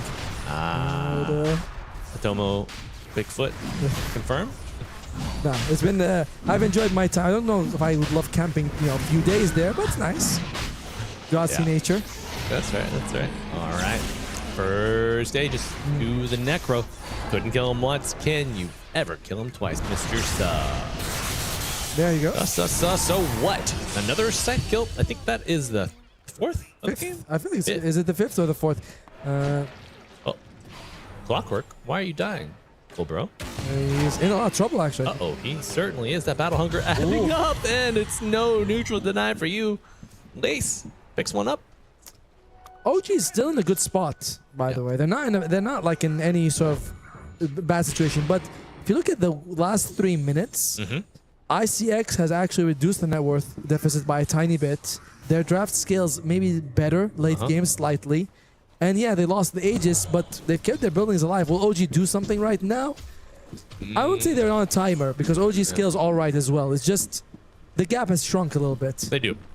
They scale, yeah, a little slower, but their tower push is not particularly impressive. Raven. Oh, gonna hit the Shivas. Do you like this Darkseer shard? It's alright, really. I mean, it's kind of cute, I guess. Feels like you have fairy dust coming out of you when you run away. That's not fairy dust. That's just purple. But looking for the axe. BKB with the zip tap afterwards. Lace hit the BKB of his own. Gonna go for the TP out and a hook shot to interrupt that. Always love to have it available. Damage mounting. Axe is falling. Tim's not able to find a +1. But I really like this shard with the clockwork. Yep, it's so much fun also. It's one of the more fun shards out there. Yes, it is one of the best. Is fun equate best in this use case? Yeah, because it's like you want to use it, right? And it's got value. We have flying vision. Oh, Raven. Oh, Raven. That's so you. But wall committed for Fernance. Will he regret it? Or is this a good use case? But while this is happening on your main screen, Raven trying to make a go for it. There is action topside, and it will be a scythe kill on the Shadow Fiend. Over a minute of death as the Squirrel still on the run. I do not think this escape will come to fruition. The Green Mile is a little short. Maybe that's, I don't know. That's all galvanized stack, 16. And pretty works pretty good with the spell slinger as well. Yeah. Took off, finishes his BKB. Oh, no, he finishes it, but will he have to use it immediately? Oh, he doesn't even have it. It's waiting in the bank, buddy. Not delivered just Closed yet. on Sundays. And Skem gets a pipe against the mass magic damage on the other side. Does really well. The map's very shrunk for ICX. Uh-huh. It is. I was just like, they put it in hot water. they're hungry and tier 2s are on the menu. Mm. If you could eat a tier 2, Yeah, would you? definitely. Yeah. I feel like Think it's, of how intimidating that would be. right, he ate a building. Would you want to be so big that you could eat it in one bite, or just be so demented that you would just fork and knife it? No, I think you would definitely want to eat one bite. I feel like you look kind of crazy. Like after a few bites, they're like, all right, so he's eating it. We're not intimidated anymore. Or one bite, like super shocking. You ever play One Bite? What, one bite, man? No. You're at a meal. Uh-huh. You're enjoying it. One of your friends, maybe not your real friend, points at your food, says one bite. You gotta get it in one bite. Okay, I know I play that with my son. It is a choking hazard, so not recommended for those 6 or below. Damn. You're gonna have to wait a little bit. Well, let's see if OG is going to be waiting right now. They have 1 minute left on the Aegis. I don't think they're waiting to go aggressive here, but, you know, aggressive, defensive, potato, another scythe kill, and a galvanized stack. So I'm, you know, slower to scale. Yep. But a bit subtle here. The extra mana is very good. Natsumi's also got a lot of extra mana regen and health regen as well, with 8 scythe stacks. As Tim's would be a juicy kill if they can get him. He would. Look at the heal. Look at that heal, as you mentioned. But now he's stuck on top, and a big vacuum wall as they try to scatter, but I don't know if they're going to have the chance. The Shadow being vulnerable. How can he get out of this one? Another round of goes. As we see the tier 2 travels coming in, they bring down the SF for over 70 seconds. Stoikov with the BKB trying to get to the safety of the tier 3, but I don't know if it offers any safety at all. Atomo zip zapping forward. Yopaj does not have the Vortex to pull him back in, and Mr. Lace. A blink, a call, a dream. Will we see it? He's almost 25 on Natsumi as well. Look at that. All of the cores of OG sitting pretty. They get the Tim's kill, but the healing from Skem, the pipe as well, keeps him alive for so long. The rest of the team's able to back him up. Absolutely big jump with a zap after pulling him in. Vortex, he's rooted, but he'll be able to just absorb a lot of spells used. As you heard that, the twinkling sound, that is the Aegis expiring. Natsumi not really afraid here. SF still dead for 25. Is this enough time to get this tier 3 down? They're not the best at taking buildings. Nope. Short zip, zap, and a cog with a vacuum on top. Beautiful coordination of spells. Is it enough? 1, 2 down. Yes. OG Raven a little worse for wear, but no one to really capitalize on that. Queen of Pain alive has the ultimate. And there's a big kill. Thank you very much, Mr. Skem. Dude, Raven has got. I love this. Thames dragging the wave from top. They won't have to go out and do their chores and maintenance. But Raven? Yeah, every vacuum has been a 3-man vacuum. Yeah. It's been very good. Whoa. Mr. Sub pulled in, pushed out, and he will be pulled down to his grave. Oh, Stoikov almost catches a stray. Wow. 23. Looking like it's going to be a real tough one here. It might be a tough ending here for ICX as the Shadow Being gets found out. The buyback on the Enchantress will not be enough. Hoodwink reviving. They got the clock, but a broken clock is only right twice a day. Atomo Natsumi going after Stoikov here under the tier 3. He is not afraid in the least, though he does not want to overstay his welcome axe. Looking for the Storm Spirit, and he finds him laced with a big chop and a bigger target. Now, kiting this Necrophil. Will it come out successfully for OG, for ICX? Everyone holding their breath, and a big call and a big chop. Oh, I think he studied too many Seb replays. That was, Lays buys back, keeps them in the game. They bring down 4 people right there. OG is as strong as they are when they're together, because all these heals and auras, they only work when their effect is multiplied. No man is an island. Yes. But now, in this situation where they start separating, one person falls off, it's a bit scary for them. that being said, OG is in a good spot. Remain still. Roshan could be up in a minute. So it's not too bad. And I do believe they took the mid-range racks only, if I'm not mistaken. Yes. Tower, range racks. You can still see a little blip of red, even though that sentry is obscuring it. Still have high ground vision on that observer ward as well, OG. So, you know, a little bit of a deep read on the Dire base, but Lace with the read on the Coddle movement finds him, and no more Coddle. Get Azalor off the map. I mean, it's worth a lot of money. Yeah, now that's like near, what, 800 gold for your team. He's off the map as well. So ICX cuts, I think, what was it, like 19? Yeah, I was going to 19,000 net worth down to about 12, almost half right now. Right. Great Sonic Wave, and the buyback from Lace, like, all right, guys, we can do this. And I missed that buyback. Natsumi can't actually get out of there. Nor can he use Ghost Shroud most of the time because there's a Enchantress holding you. So it's like, I can't, I'm stuck here. Okay. So I'm liking the Enchantress as a soft answer to the Necrofoot. It's solid, right? The Dispel here as Tim's. Oh boy. He's dead. OG stands for Oh God. Oh my. Oh my. Oh my God. Yeah. There's an M in there somewhere, but M stands for my. Go in, and a Requiem coming out. It's not canceled. 4-2-3 with the BKB walking forward, looking for another target, but a buyback on Clockwork. Where's that flare? Where's that hook? Stoikov walking forward, searching, but will not find the will to jump forward. Did Raven's courier deliver his Aghanims or did die on the way? Can we look at the Darkseer for a second? I know that the courier's down, but I'm not sure. Yeah, okay, he got delivered. Good. Does his courier after it gets the payload, which is fine. Oh, that felt a bit like a panic buyback from Tim's, being like, oh my God, I don't lose control of the game, but OG, couple of fumbles. Absolutely, and you know, the worry is, have we lost control of the game? I don't think you've lost control. No. You've certainly given ICX a foothold and a taste of hope. Like, they actually have, you know, a hand. And that taste of hope will turn to ash in the mouth of ICX as the scythe comes out on the Queen of Pain, dead for 80. Sub will be next, but I don't think this HP regen and the little friends will be enough to heal you all the way through the damage. A normal punch will do it. Delivered. Coup de grace. Raven picks up the kill. They might not think they have buybacks, right? Because the Queen of Pain, of course, doesn't, but they're not. But they're only like money gap. She's not cooldown gap. So I might think, oh, Stoikov has it. Let's not be too aggressive. But OG is still making the right move of saying, let's go high ground. Yeah, not a single buyback available in the game currently. Looking at that replay.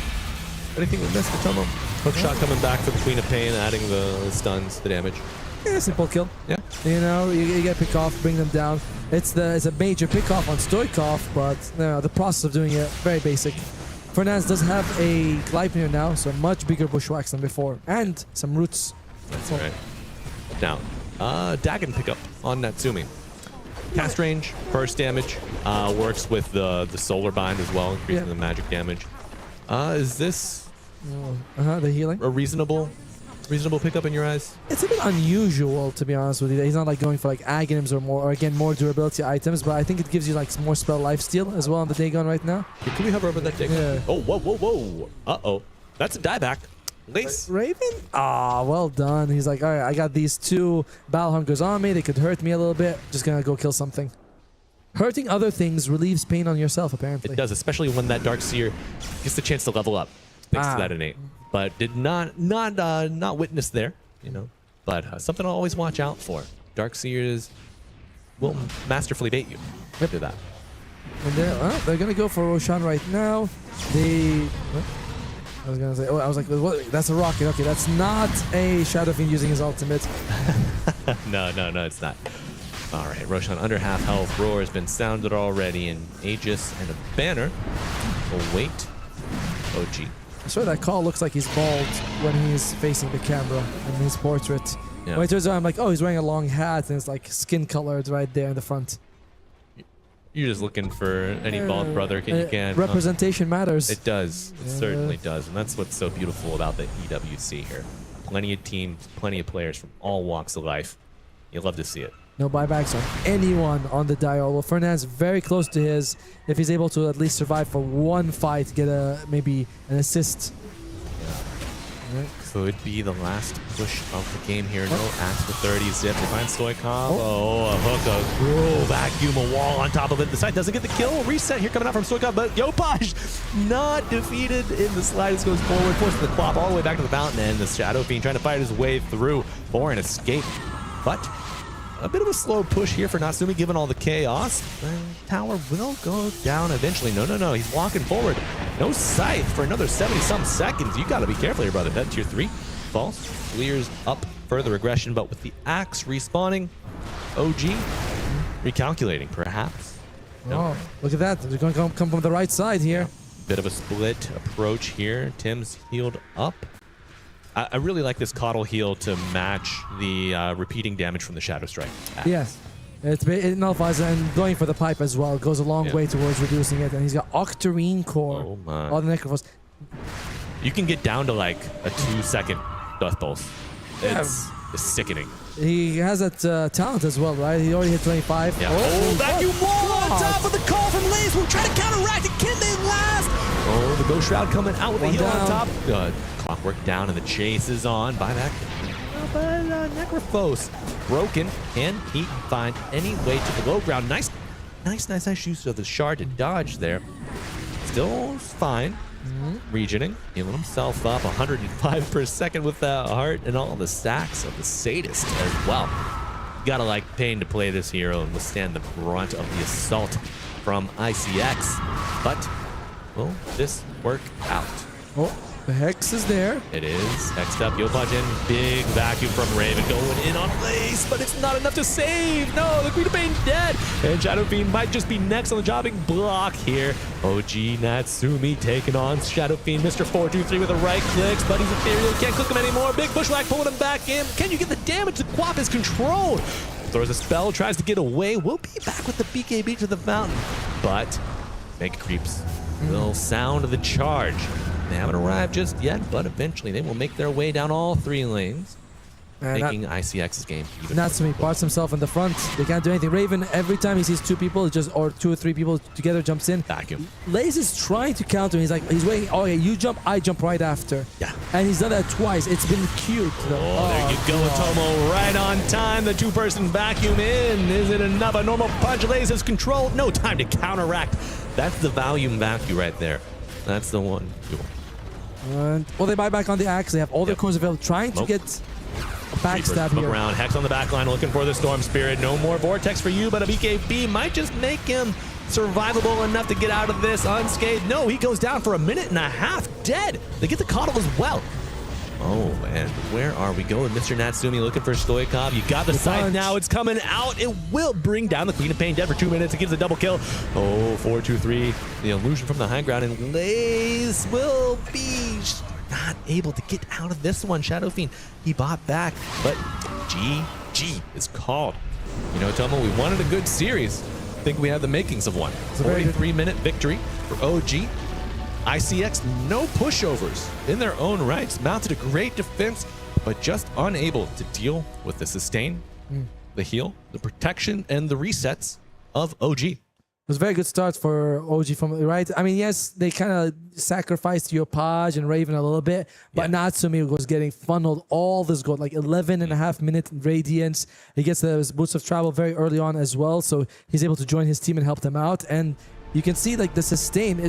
I love the early Guardian Greaves, the fast locket. They're luckily enough to get the shard for Scam right from the torment. And sometimes, you know, Gaben smiles upon you. He says, "You deserve it, my boys." Gaben's blessing. Yeah. It's like that's what OG stands for. Oh, Gaben, you know. We got oh Gaben. We got oh my God. We got what else?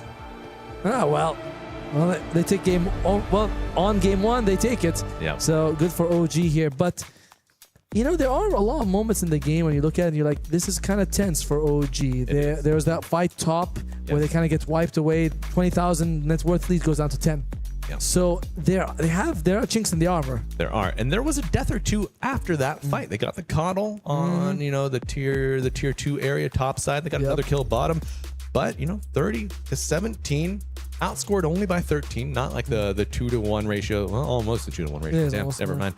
Yeah, that we saw in our previous series. But looking at highlights here across the scoreboard, anything stand out to you, Tomo? Just Natsumi going unkillable, 16 and 2 and 10. Like, he played really well. The item build is very unique. You know, this is not the standard item build that you expect from Necrophos. Early Manta for the Dispel, cute. Not going for Yules, all right. Then he goes for his Booster Travel level 2. Doesn't want stats, just wants to join his team. Like, there's a lot of innovation coming out from Natsumi, but it worked out for them perfectly. Absolutely. I'm a big fan of that Manta. Gives you a little bit of movement speed, a hero that's typically slow, but solved with that Manta, with the travel 2s as well. Lets you play the game. I think of him similar to a Viper. You know, a Viper with no travels is just so slow. The crawling fortress. You know, people refer to him as the flying fortress. I would demote him 1 or 2 tiers to maybe the crawling fortress there. But yeah, Natsumi, innovation. I like to further explore that Dagon, the Dagon route. I like the cast range because we know the jump, the vacuums, they happen, the hook shot as well, sometimes away from the Necrophos. So that extra cast range garnered from it, quite valuable. You can use it for Death Seeker, right? So you can able to actually kind of like blink in from a further distance away. Yes. On ICX, they were doing a lot of things, right ideas, maybe not so perfect execution. Like they're trying to use Fernand's as well as the Hood, as well as Sir to try to sort of split the map about, but they died a lot. And that's, in most situations, like, that's okay, but we're giving Galvanized stacks, we're giving Sadist stacks as well. And they weren't making that much space. So I like it, but this came down to a big draft issue. OG won it. Absolutely. Good job, Adam. You know, we're watching you. Now, do you think that that similar Necro Storm approach could help out with like a lone Druid draft in the future? If you have the boots of travel level 2, why not, right? It could work. It could be a very good idea. Lots of mobility, but I don't think that the Necro can deal with the lone Druid the way the Sven can. Right, because absolutely, it's not as much physical damage. Not much damage, sorry. Well, folks, with that, we are going to travel to a break. OG, ICX, they both need a couple minutes to refresh before we go into round 2. But don't go anywhere. We will be back very soon. We'll see you shortly.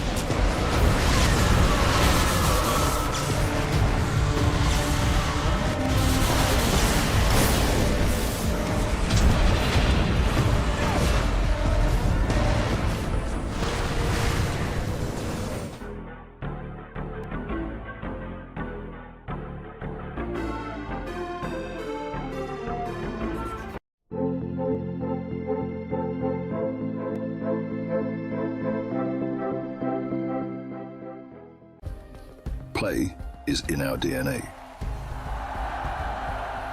Whenever we let it out, it becomes our superpower. Now imagine an entire city being built to supercharge it. Kadir City, powered by Play. We were there. For every click, every clutch, every respawn. We were there for the years of grind, and we're here. Now, the proud founding partner of EWC, powering the biggest event in gaming, shoulder to shoulder with the world's best, making history. Greatness deserves a stage.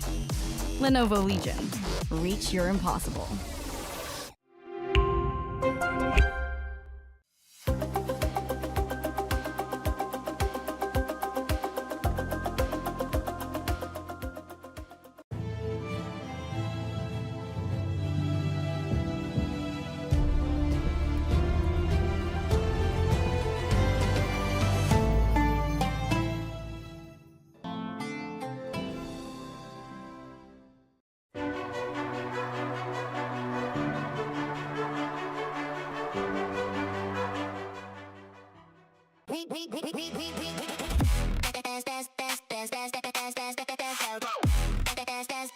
We booked Esports World Cup.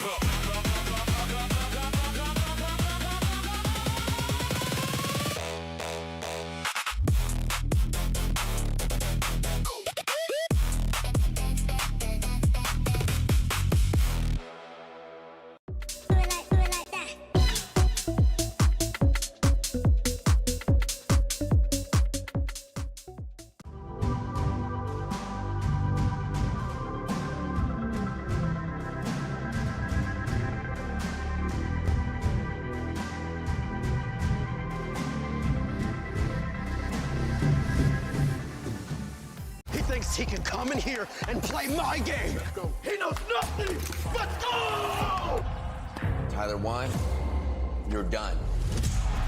This is my ladder. You can't climb it. That's an L airline. Somebody better hold me back. Okay, yeah. Do something then. Raw energy. House for far, blow the house down.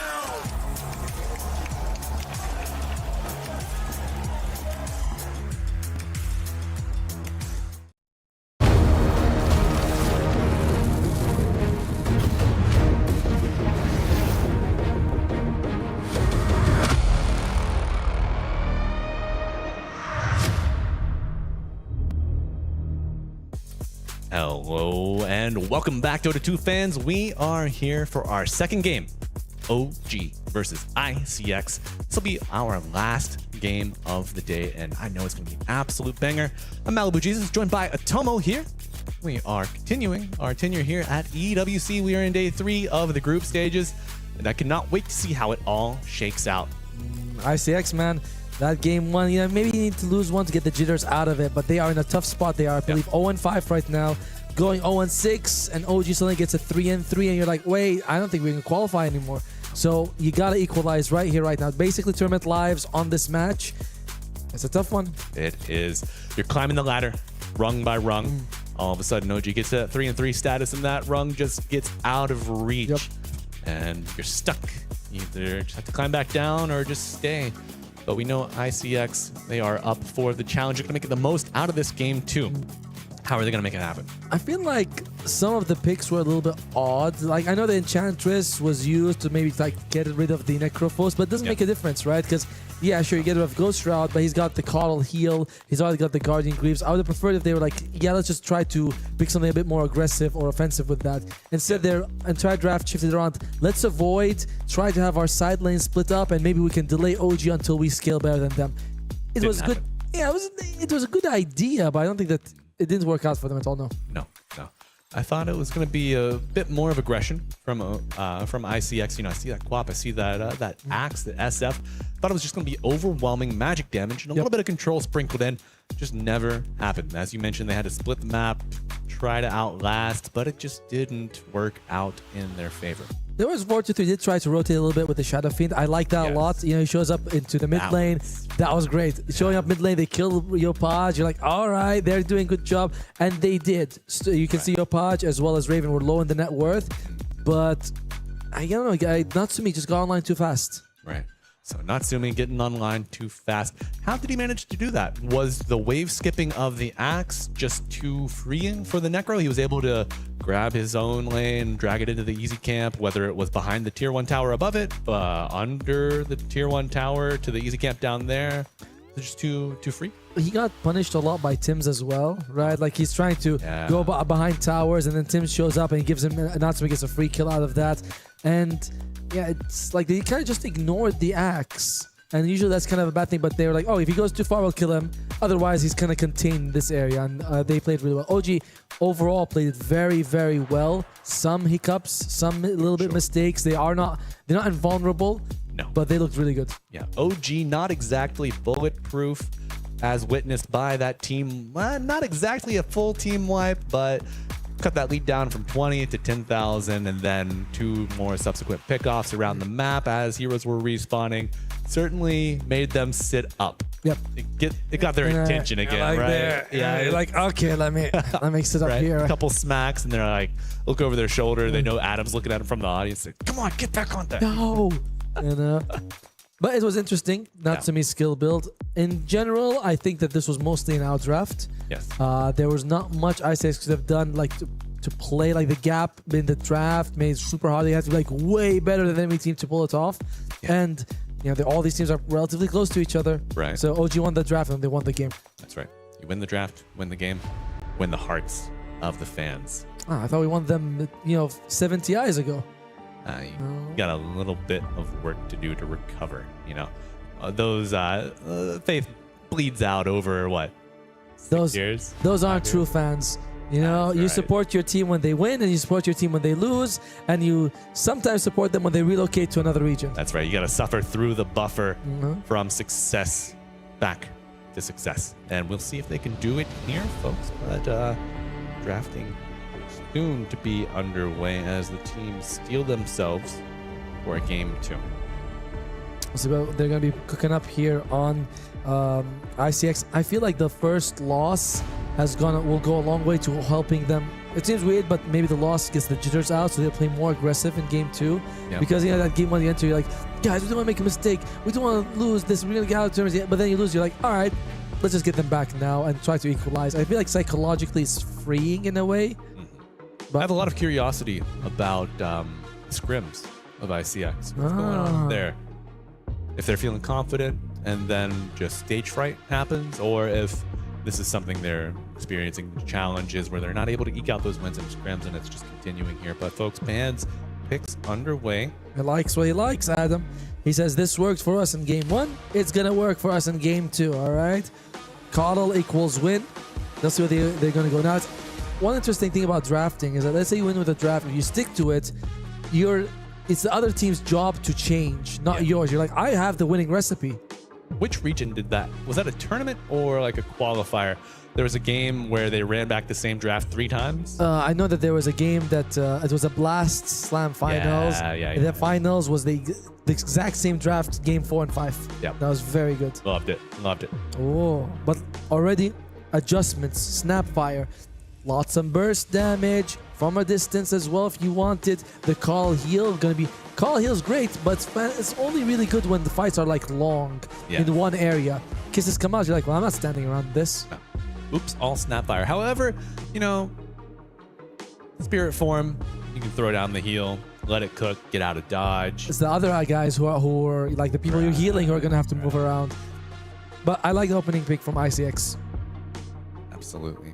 Plenty of reserve time here as folks start thinking of how to finalize the second wave of bans. No Tiny. No Tiny, no Axe. They respect the Laze Axe. We're going to have at least two different picks right now.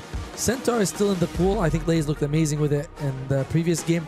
It also gives you a great save, right? If you can get the Aghanim Scepter. Something that the Axe is like, oh, I can initiate, but I can't actually do anything after that if I get bad initiation. Centaur's like, oh, I can save someone.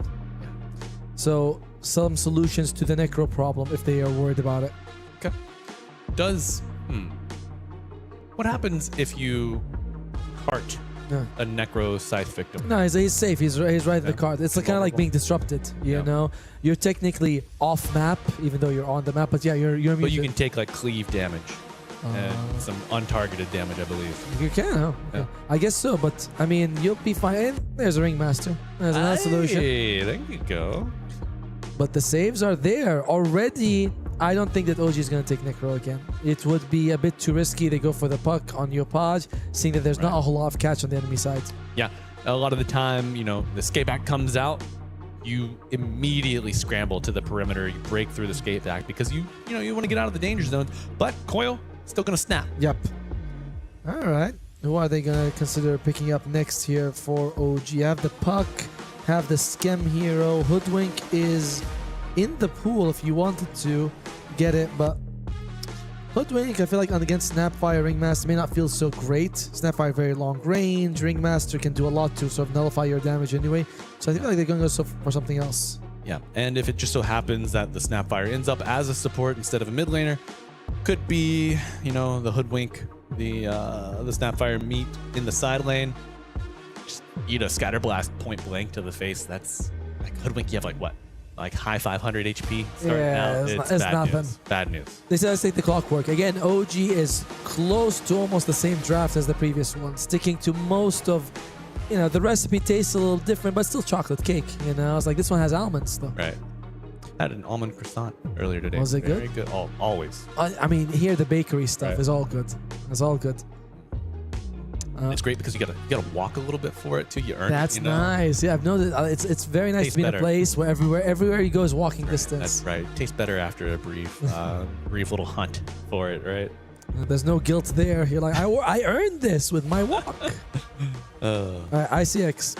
You have your mid lane, you have a support. I imagine it's going to be another support and maybe a carry and an off laner, depending on what they need. Okay. What would they like? So Snapfire, probably the mid. Would ICX take the Necro? Or is it just so brutal into puck coddle? No, Necro's solid. Necro would be solid for ICX if they wanted. I don't think that we've seen 4-2-3 play it though, so that's why I'm feeling like it's less likely. But yeah, Necro would be pretty good. The problem is there's still 2 more picks in the Morta. Right. 2 picks in the Muerta could be just enough to scare you off of it. Taking their time with this one. You can see OG, they're waiting. They're like, come on already, guys. No one's talking. They're like... They do look impatient, don't Yeah, they? what are they thinking over there? You know, Raven's like, these guys, nothing to talk about, you know? Right. Nothing to say. Was just this, now he's on a different team. I don't know if he was ever, was he ever on OG? No, he wasn't. I don't think so. No. Alright, ICX. Well, you want to go for Shadow Fiend? Still in the pool again. But no, they go for the Slardar. Finally, some good food. Slardar. And Kez. There you go. Kez been banned out quite a few times. A little bit of minus armor to pair with the physical damage of the Kez could beat their way through this OG lineup with just brute force. Interesting, because you actually would love Necro against these 2. Yes. But you don't want it against the other 2. Right. A solution could be, as we mentioned, a Muerta, which is something that Natsumi plays a lot of. It Muerta, would... the face melter. It would... No, they go for Terrorblade. Wow, okay. Now, high damage against the high armor against the Slardar, but Corrosive Haze just kind of cuts through all of that, right? Puts him close to 0. I mean, Terrorblade hits like 40 armor at some point. So it's like, you know, minus 20 is still a lot, but he's, you know, you cut it by half. And he'll be not okay, but in an okay-ish spot. So do you think this is like, obviously, Terrorblade, one of the better late game carries? Do you think this is late game insurance? Has to be, right? I mean, that's your carry option right there. Right. Does he beat Kez? I wouldn't say so. I feel like Kez is just in a league of his own most of the time, and Terrorblade's not in it. Yeah. But they think that this is going to be a Slardar mid, and they banned the Darkseer instead for Lace. Yeah. And they banned the Lycan. That makes a lot more sense Yeah. for ICX. I mean, there's obviously OG has a off-lane filled hole in their draft right now. Right. The other one is a little bit more confusing because Slardar is very flexible. Yeah, I think we could see Stoikov take the Slardar. Does he play Kez at all? I don't think I've seen that. No. When they pick Kez, it almost always goes to 4-2-3. Okay. They ran the Brewmaster again, so they really feel like they're like all in that this is a mid Slardar. It is not something else. We use two bans. Sometimes you see people go like, oh, they ban off in the mid just to cover their base, but they're like, no, it's definitely a mid Slardar. Yeah. You know, I feel like I saw Stoikov play that mid Slardar a few patches back. Yeah. That's been like a few months, so yeah. You know, a little while ago, it was also a little bit more viable. Right. OG to go with the Doom. Great pick against the Kez. Okay. Great pick against the Kez, as you said it, Tomo. Also, once Slardar gets the Sanjin Yasha and his Aghanim Scepter, Puddle region nullified. Yep. I think he might get some stats resistance though. That does go a long way against the Doom, right? We already get it from the Sanjin Yasha, maybe. But either way, probably Kez is going to be the one you want to Doom most of the time. All right. Right. Or if you get an Aghanim Scepter, you Doom yourself. You stay on top of them. There you go. No problem. All right. Mid or off for ICX? You got 20 seconds here to think about it. I want to go for Centaur. It's great against the Doom because that's a way great to save anyone who's, as long as you're not getting doomed in the Centaur. But it's not good against the Puck if you get coiled. But I still would like the Centaur or Broodmother. Oh, the 4-2-3 special. That's right. You think this is going to be... I think this could be the Stoikov Kez coming out. Probably. It has to be, right? If your carry is going to be on the Broodmother, Kez has to go mid and Slardar is going to go off lane. So they banned offlaners and they're like, nah, we were thinking about carries, baby. All right.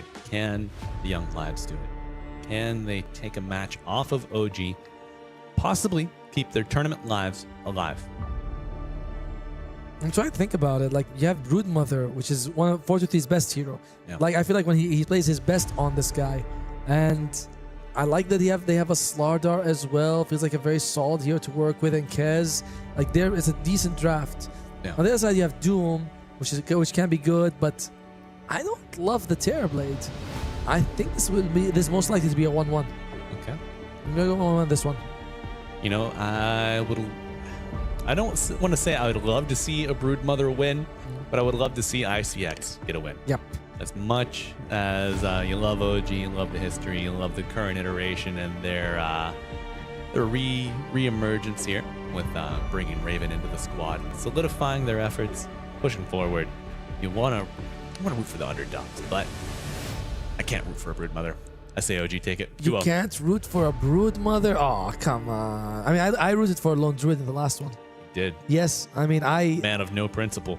My principle is to root for the underdog. That's the biggest principle I have. It's definitely a closer draft than the previous game. Previous game, I was like, okay, OG, great sustain with the Necro in front. Easy lineup. Very, simple to execute, very effective. We did think the mixed damage would be tough for them to handle before the sustain came online, but that wasn't the case just due to the disconnected nature of play. Yep. Right. In this one, though, you have that split push from the Broodmother. You have some decent saves coming out from the Ringmaster. You have the dual scaling of the Kez and the Brood. Like, there's nice, you know? And can we have her over the Slardar, his Aghanim Scepter? Does that provide status resistance? It does. Still? I mean, it does, right? Like 40% or something like that. Yep. It's a quite high amount. But this is a game you cannot resist, folks. You're going to be seated, eyes glued to the screen. It's game 2, OG on the Radiant, taking on ICX Insanity on the Dire. Malibu Jesus, joined by Atomo. We'll be finishing out the day here on Stream C at EWC, Stream C Pool D, rather. And it's all on the line for ICX Insanity. Going 0-6 could spell disaster, pending tiebreakers situation, or how the other bottom 3 teams of the group finish, the bottom 2 rather. But the old crazy smoke coming out, you love it. Well, Natsumi. We'll break on Natsumi. This would be a great kill to get first. What skill do you get, Fernandes? Well, we haven't mentioned it, but it's a support Snapfire. Usually we see this here on Stoikov, but it's going to be played by Fernandes here. I've always found him better as a damage dealing force. Like the Snapfire as Skem. Okay. Speaking of dealing damage, Cogs coming out to save Skem for now, but double dagger lands pushed back once more. Cogs to the face. And now Mr. Lays wants to get to work on this illusion early, but Decent combos from both sides in the bottom lane. You have the cookie into the Slardar, which is nice, but you also have the blinding lights from the Carl to push people away. And we saw Skim take that level 1 previous game. Yeah. So it's a lot on Skim to keep his carry alive, because he's got some decent armor, but he's very killable on the Terrorblade because of his low health. yes. Could happen. Could happen for sure. Ooh, nice deny coming out there. Nice tonight too, coming up on the other side there. A little bit of back and forth. Want to shout out our observers, Breathe and Shaolin. Thank you guys for your hard work. Oh yeah, really doing the hard part for us. Yes. Until hey, there you go. We dash 3U2 as well. But Stoikov Kez, we do not get to see this a lot. I think he's going to be fine with it, honestly. Yep. He's always been very talented, and I feel like his mechanics are on point. I don't feel like he's going to ever make a mistake. Now, he hasn't played Kez in a professional match in the last few months. So, like, I don't know if he's going to be like in any sort of blank slate. Yeah, we don't have any info on it, but I'm sure he's going to do okay with it. Yeah, uncarved block. And you know, he plays well into these ranged matchups. One of the better melee mids to handle it. Oh, look at that. Yeah, good stance swapping. Gets the dagger kill on the range creep. 10-3 start for the Kez. 7-2. And this, see that Ringmaster Courier? Look at that. Yeah, it's like just going in through the mid lane. It's like, okay. So, going to be giving a few daggers to Tim's here. Yep. Yeah, I will say, you know, they Tim's was doing the same thing in game 1, the wave skipping, but he just let a courier pass right by him. Yeah. So, cautious play from Sub, but so far, the mid lane is doing nicely for Stoikov. How about bottom? That's the one where I think that if we are going to see a first blood, it seems most likely to me that it's going to be bottom here. Yep. But if Skem gets out of position just a little bit, Fernaz has a good cookie. And dude, did you see the call? See when he looks at us, it looks like he's bald. Wait, he's gonna look. There you go. Look at him. There's no hair. Oh, he's got one of the bald caps on. That's what it looks like. Yep. All right, Natsumi level 3. Already sitting up at 14-5, but Kez top of the charts for the CS, back and forth with the DB. Who's gonna be the first to 4 here? Gotta be the Kez. Yeah, probably. I mean, that's because of the tiny bit more denies that he's got for himself. As your punches for. There you go. Who cares about denies anymore? 1 creep difference. That's right. Wave shove coming out here for Yopaj. Quite nice. Does he get any denies? Echo Slash gets 1. But a fortification. Stoikov getting a little low. Eating the ranged harassment. Picks up the CS, but top side. A little cog play coming out. Mr. Suh, level 1? Yes, he's giving everything to Fortitude, but so is Tim's, right? Like, both supports very much are aware of their job, which is, I will sacrifice for you, my lord. Now, do you find that if one core is getting all the XP, the other core must, or is there a circumstance where it's suitable? Both get level 2, go for the kill. I think it's worth it if you can get kills with those extra levels, right? Like if you're Clockwork and you can get the battery assault and the cogs, and you're like, oh, is that going to secure us a kill? Okay, worth it. Yeah. If not, then hey man, I want all for me. Right. Especially like because getting a fast level 6 on Doom is huge. Yes, absolutely. Ooh, double whip coming out for Suh. Gonna be good. He got the water rune as well, so denying Yopaj.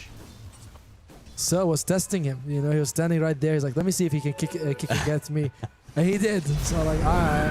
Yeah, sometimes the best move is to not move at all. Fernand's cookie out. It's chocolate. This game, the CS is so similar to game 1. Natsumi at the top. The other 2 cores, you know, not the bottom, but with the 5th and 6th spot. Yeah. Not by much though. No. Now, the Necro compared to the Terror Blade. How different are these heroes for you? They're very different. Yeah. Very, very different, I feel like. Like Necrophos, he's all about sort of sustaining himself, doing a massive AoE damage, just kind of existing in the fight, like Leshrak in a way.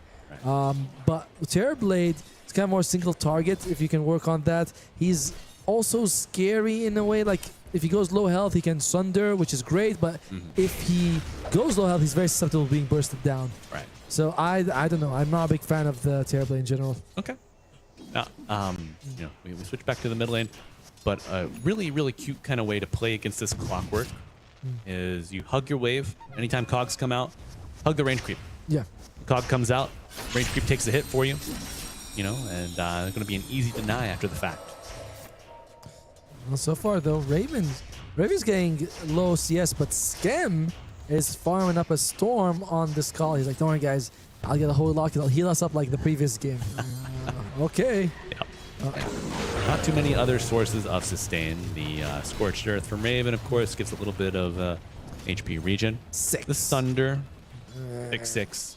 Yeah. It used to be 9. Used to be 9. And or like 10 or something. Which is like an upside down 6. Couldn't they have just made it 9.99? No, but they're like, no.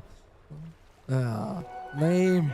But Fernandes, he is going to be stealing a bounce rune right in front of Skem's face. And he's like, guys, there's like stacks here. Yeah, gets pinged out. Stoikov, you know, he could take a stack, especially with his Snapfire. Probably want to use Scatter Blast or the Cookie first. That way your Echo Slash would guarantee you the farm. The problem is it's golems, so you know they had extra magic resistance, barely worth it most of the time. Oh. Uh-oh. Both are level 6. Who's going to flinch first? So far, Stoikov is low on health, but Yopaj doesn't have enough mana to actually burst him down, so he's going to be fine. And Stoikov has been using those infused raindrops down to 1 charge, but that's kept him in the game. Absolutely. Kept him even in levels, ahead on CS, and with the Catapult arriving, we will see the first use of Metamorph. It could have been one earlier, but I think it was on cooldown earlier when I clicked on him. Third use. Wow. Yeah, oh god. Yeah. All right. They got mouthy real quick. That's right. Wisdom Shrine coming up. Going to be Skem with the challenge, but steps away as soon as Lace comes up to bat. All right, Observer, you can tell us who's going to win, OG or ICX. Silent. Oh, silent. Stoikov coming back for this kill here on Skem. He's working on observing. That's right. Doing the right thing. Good job. Do not take the Atomo bait. However, Natsumi takes a tower unchallenged. This is the latest first blood we've had. We've broken a record, ladies and gentlemen. 7 minutes to 19 seconds. That's why you come to Stream C to see all the records broken. Dashed on the rocks. Will we see a record here for OG going 3-3, or will ICX be able to finally get their first win on the board? Oh, it's a tough one. That is a tough one. Level 5 in the safe lane, off lane matchup of the Brood Doom. I believe they both still have Virtus Pro to play against, which will be the decider for both in the end. Yeah. How do you feel, Virtus Pro? Have you had a chance to catch any other games? I know we haven't cast them yet. I mean, I'm a fan of Saberlight. Yeah. I like him a lot. Yeah. I do think that they might be better than ICX, might be equal with OG, so it's really a toss-up. Sure.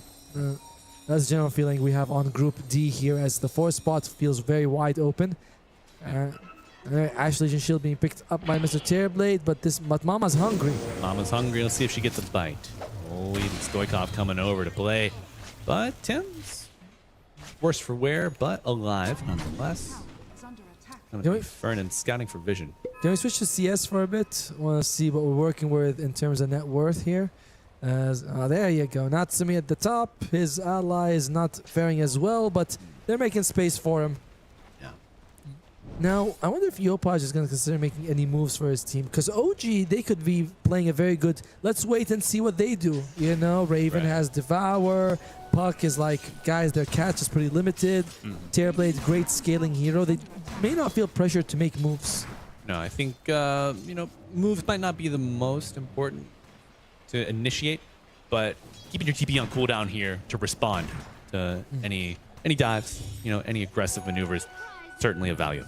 Giving Fernand solo XP top, one hit at level 6, get those kisses. Yeah. Look at these stacks going to Yopaj. Very nice. Helps him out a little bit, as everyone's taking Dormant Curio. You know, I feel like a lot of times if I get Dormant Curio, only the Forager's kit is like a little bit better. It's like Dormant Curio makes everything else fine. I can usually see it. It's like fine. It's good to pick up. What else did Ash Legion Shield? Ash Legion Shield. Yeah. It's Ash Legion Shield, Dormant Curio. Oh, the whip comes out. Whoa, interrupting that TP, and it will be Tim's to fall. Fernandes picks up the kill, but get some extra spiders out of that. It's a nice kill here for Inner Circle.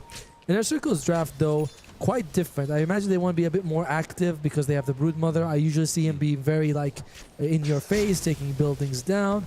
Yeah. And he's pretty good. As long as he doesn't get coiled, he should be able to make it out of every fight. Yeah. Yeah, coil certainly going to be the big factor there.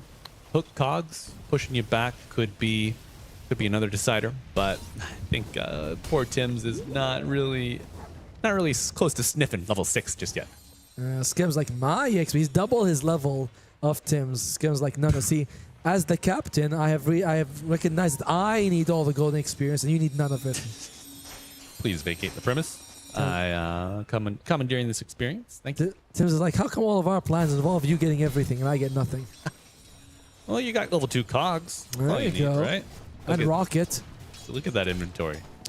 Boots lace stick, not a wand. It's Blink. tranquil. It's coming. Yeah, this is the same build Schofield likes to run. Gonna have tranquils. He'll be fine. He's got colored boots. What more do you ask for? Natsumi rushing the Manta style.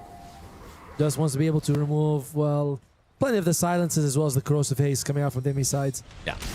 Overall though, Raven. Here we go. Spiders in, spiders out. Looking for some aggression on Fernan's, but the solar bind not able to connect on top of that. Don't want to commit there with the Broodmother, eat a Doom, and suddenly that's like you lose too much health, especially because Yopaj is around the area. Oh, coil used. Whoa. Big coil coming out. Is it going to be enough solar bind on top? But the cookie buying more time back in the tower for the armor, but it's not enough Yopaj to pick up the kill. All right, OG gets their first kill on the board here. Oh.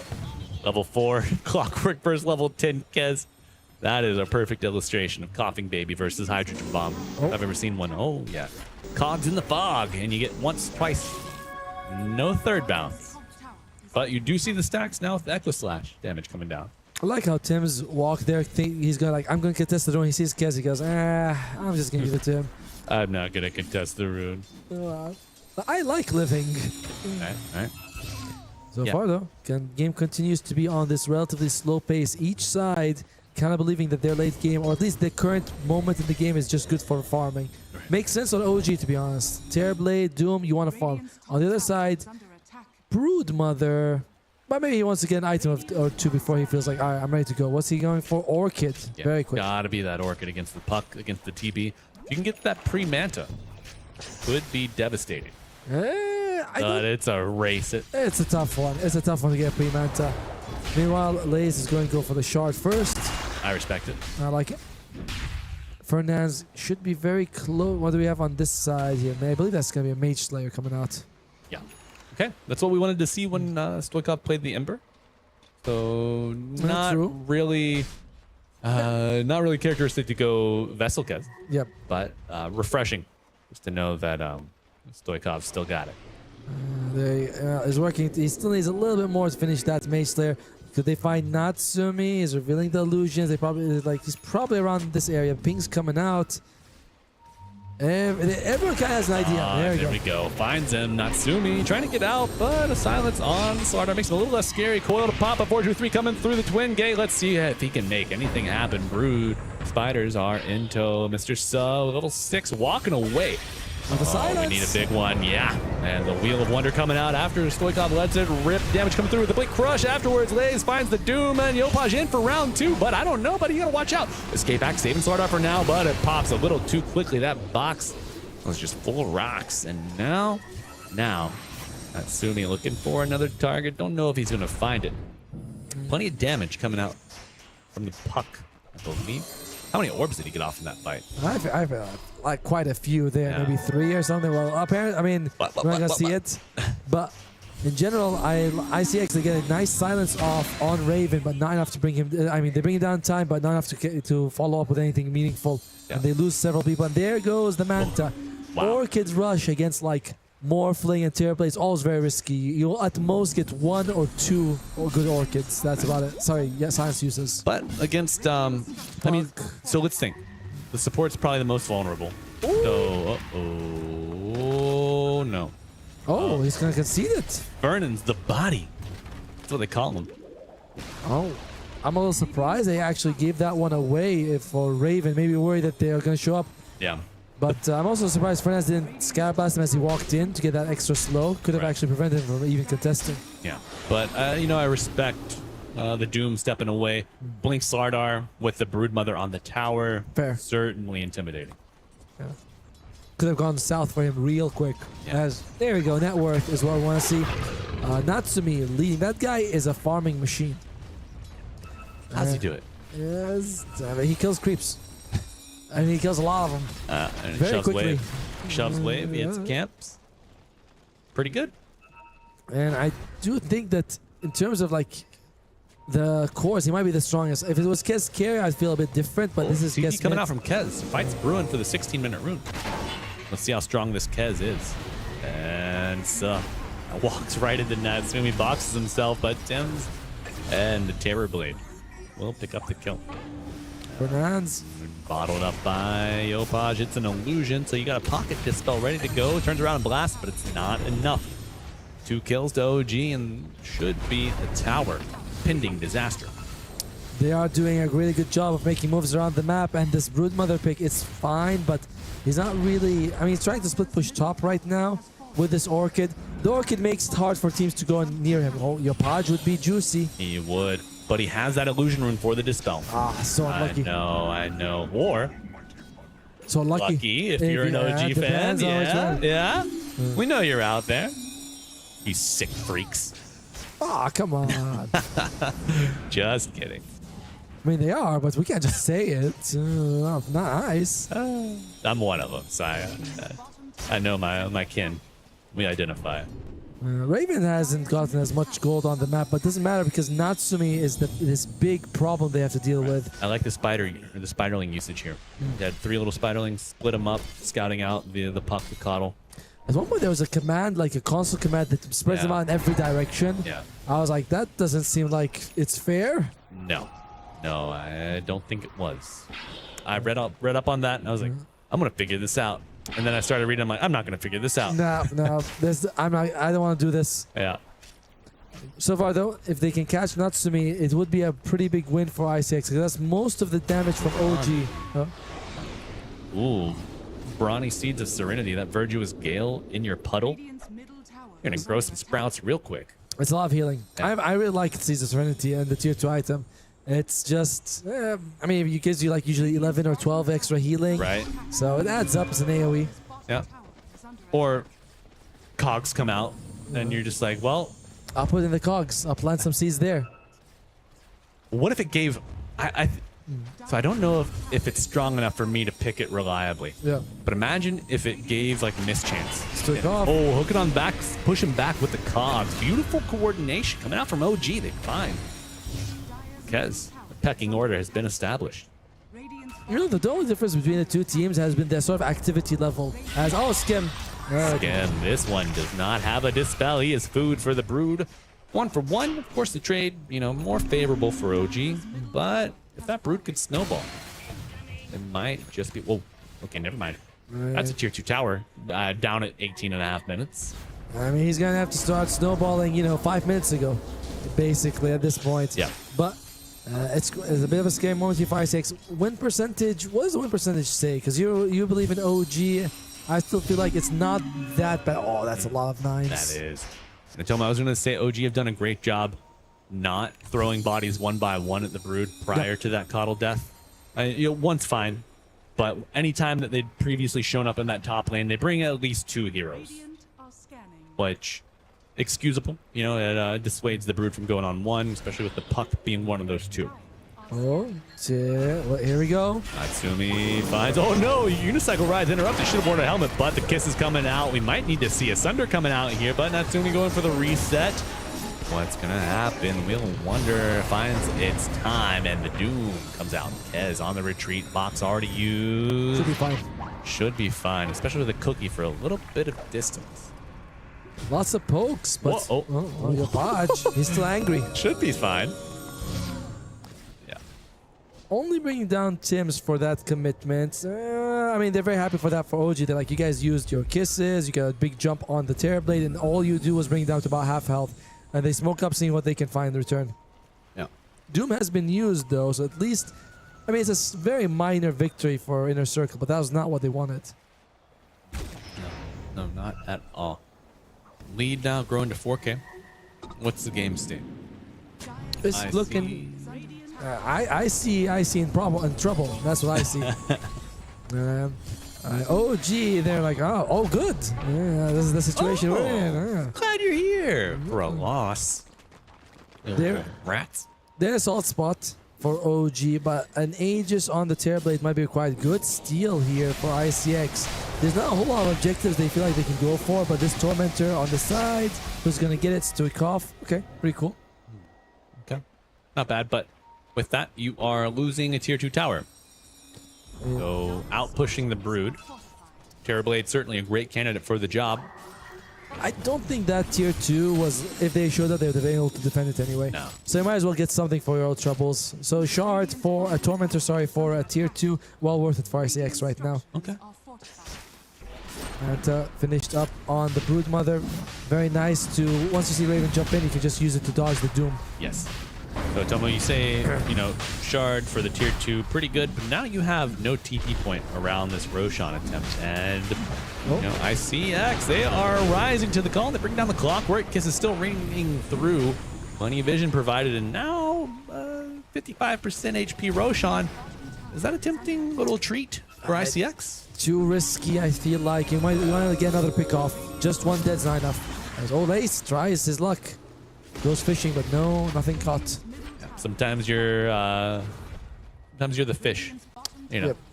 Sometimes you're the bait, and sometimes you're the baiter. That's what they say. Yeah, sure. That's what they say. Can't go further with that one. No, you can't. But OG will go further. Right back into the pit. Yopaj with an Arcane Rune bottled up. Every single spell available. Yeah, Circle. I think they've given this one up. Yeah. You can see bottom lane. They have the Broodmother there as well as Fernand. So without the kisses, they feel like it's impossible to contest OG. You think so? I mean, I think you could have delayed it a little bit, right, until the kisses came out. But maybe they just feel like it's not worth it. OG takes it so slow anyway. They actually cut the deficit for a bit. Okay. Interesting decision making right there. I don't think there's any right or wrong. Okay. That's a good kill. Yeah. So, you don't lose anything by running you lose a lot right now. No, Tomo, it was so... Does he dodge? Well, temporarily dodges it. Now, Brood is doomed. Will not pop the coil just yet, but dwindling down. Attacks and spells mounting. Find him. Massive kill. Massive.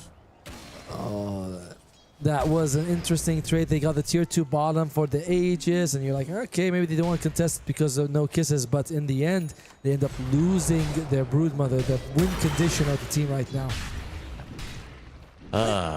Luckily, Stoikov is quite farmed, actually. Can we see what this Kez is working with? Has he got BKB yet? He is working... Lincoln's. Okay. On the other side, there's really not much single target abilities. Nothing from the puck. Nothing from the Clockwork. Right. There's like Sunder, Doom, and the Solar Bind. That's Solar Bind from the soul. Yeah, from the form. So, if Carl doesn't Solar Bind, Stoikov's like, yeah, what are you gonna waste? Doom or Sunder on me, baby? Yep. Well, I'm glad that we don't have a Griefer on Terrorblade. That way you don't see the Armlet Dagon. Shadowblade. Yeah, Shadowblade, of course. You have to do that. That was a Dota 1 build, by the way. Oh, yeah. It was bad back then. Still is. It still is. But it was bad back then, too. Yeah. Oh, and I think at one point we had Dagon. It was the Armlet, Shadowblade, Dagon build. Yeah, that was the one. Bad times. Those dark days. Good time for griefers. Who didn't know they were griefers. They're like, please don't do this. Like, all right, it works. Yeah. I'll do it as a support. You're like, that's even worse. Dota All-Stars ban list, custom mod, very, very useful back in the day. Well, look at this chance right now for OG, 87%. I mean, it's only 4,000 gold lead. It's 7-7. I know they've taken a lot more tier 2s, 4 to 6 tower difference. But you wouldn't think that OG is 87% chance to win. Right. And I mean, wow, nice Manta dodge initially, but the Cosmo will keep you in place. Returning damage with the silence applied. Going for the heal, but that heal will be canceled thanks to the Doom. It's arrived, and wait, Natsumi also arriving. Yeah, Natsumi on the bottom side of the map. The Terrorblade has Aegis, will use it here. But OG arriving, Yeah, TPing to Kisses. the outpost. ICX have to scatter. As you mentioned, Kisses ready to go, but you are cogged back, perhaps to hell and back again. Mr. Sub will be the next target for OG as they turn their attention northward. Lace trying to get out of dodge, but it will be a ride. The Wheel of Wonder is ready, and you will step right up. Mr. Raven now going for the reset, but he will not be able to get out. 2 dead for OG3. Make it 4 for ICX, and TPing away. Stoikov, the sole surviving member of ICX Insanity. And now I see a high ground push. Stoikov is gonna have to do some magic right now to keep those buildings alive. I don't think he's gonna be able to, unfortunately for him. Great hook shot by Tim. Yes. Spots out the supports, brings them down. Fernandez, if he was able to like get him into a better position, could have thrown out some kisses, caused some problems, but Tim's shuts that down. He's like, no. As like tempting as that spot is just outside of the defender's gate, the top right corner of the map, if you are playing against a clockwork, it is a death trap. Yes. Once he cogs you in, he blocks you from the gate, you can't go anywhere. That was an insane hook shot by Tim's right there. 2 full names now down. OG bolstering. They are winning. 2-0 predictors, very happy right now. 2-0 predictors are up massively. Chat, if you were a 2-0 predictor, take your right hand, your left hand, whichever one. I'm not your boss. Reach around, pat yourself on the back, and then, stand up, stretch. You've probably been sitting for a little bit. And, I don't know, type LOL in chat, Natatomo. Thank you. It always has to come or back. 07. Yeah, Give him a salute. Give him a salute. Thank you. That's a lot better as... Uh-oh. Silenced? Oh, we love this brood, but the brood is food. Brood is dead. Brood is dead. No BKB also. And it's like, feels like the entire game he's been playing catch up. Yeah. But the distance is now really big as Terrorblade's got a butterfly. Good luck. And no one around the inner circle is going to get any sort of Bloodthorn soon. Maybe the Broodmother can, but it's still a problem. Look at this hook shot. They have Fernandez, so they're like, okay, let's go up the stairs, buddy. Sure, I'll go there with you. And then Tim spots them out. They're like, no, come here. They can't get a single spell off. Well, they get the ultimate from the Wheel of Wonder, but that's that wouldn't have happened without the Blink Dagger on that clockwork. But Fair. Going back to our live feed, we see a little bit of a skirmish developing. The Brood respawning in about 9 seconds. Clockwork already dead. Vernon's on the run. Gets the Strongman's Tonic from Sub. And Lace, will he choose a target? Okay, that's 1 kill on Tim's. OG might be considering, let's wait for Roshan, although that's going to be could be a long wait, 2.5 to 5.5 minutes here. But there's other stuff you can do, like the Wisdom Shrine. Yeah, that'll do it. Level 20 within reach, but you'll need to get another creep camp. I think only really Fernandez can threaten the Terrorblade with his magic damage. With the Butterfly, it's like so much of your physical damage. And they are a physical damage based lineup on inside. You look at this, most of the damage on the course is physical. Yep. It's Slardar, Kez, and Brood. BKB could be good. BKB would be very good for sure. It doesn't help you against the Doom. It doesn't help you against the hook shot. It's almost... It's very rare that I say this, but I don't know if BKB is even that valuable for Inner Circle. Yeah. Like, good against the coil, but that's really about it most of the time. Lets you play the game against all of the other spells of the Clockwork. Sure, I guess. Do you think it's like... You know, if you ever drive a car, you have to fill up your gas tank. Yeah. Right? Okay. You got to pay at the pump. Yeah. You hate to do it. The prices are rising, but you still got to go to the gas tank. Yeah. Fill it up. Like, I think that's the BKB here. Exactly. It's like, it's not the best. It doesn't feel great, but you're like, well, there's still so much gunk I have to work towards anyway. Exactly. Well. Right. Smoke play coming out. This could be the final stand for ICX.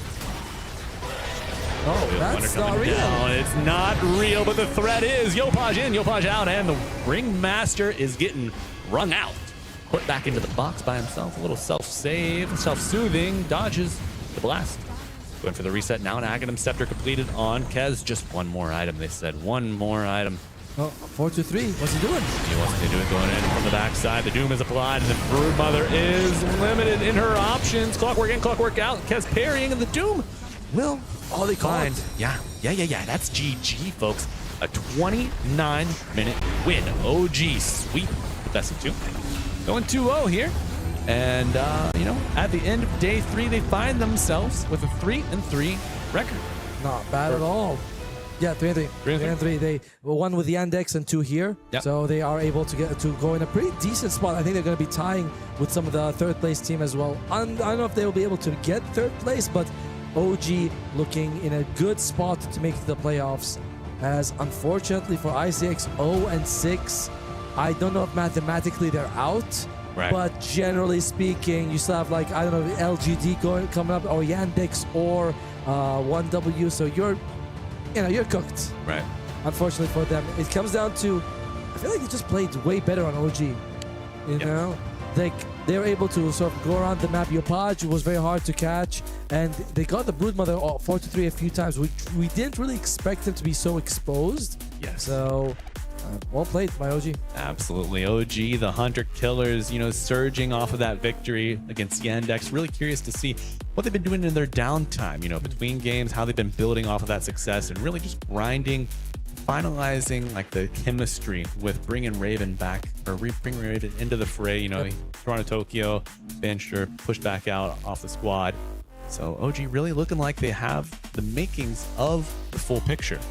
Yes, but again, I don't want to go too far into it just because ICX has been the team that's been struggling so much. Yeah. So it's like beating them is not like, it's not the big testament. It's not like taking one game off Yandex. I thought that was a big one. Yes. Because everyone going in like Yandex is one of the best teams in the tournament, and OG equalized. So if they can do something against 1W, that would be very impressive.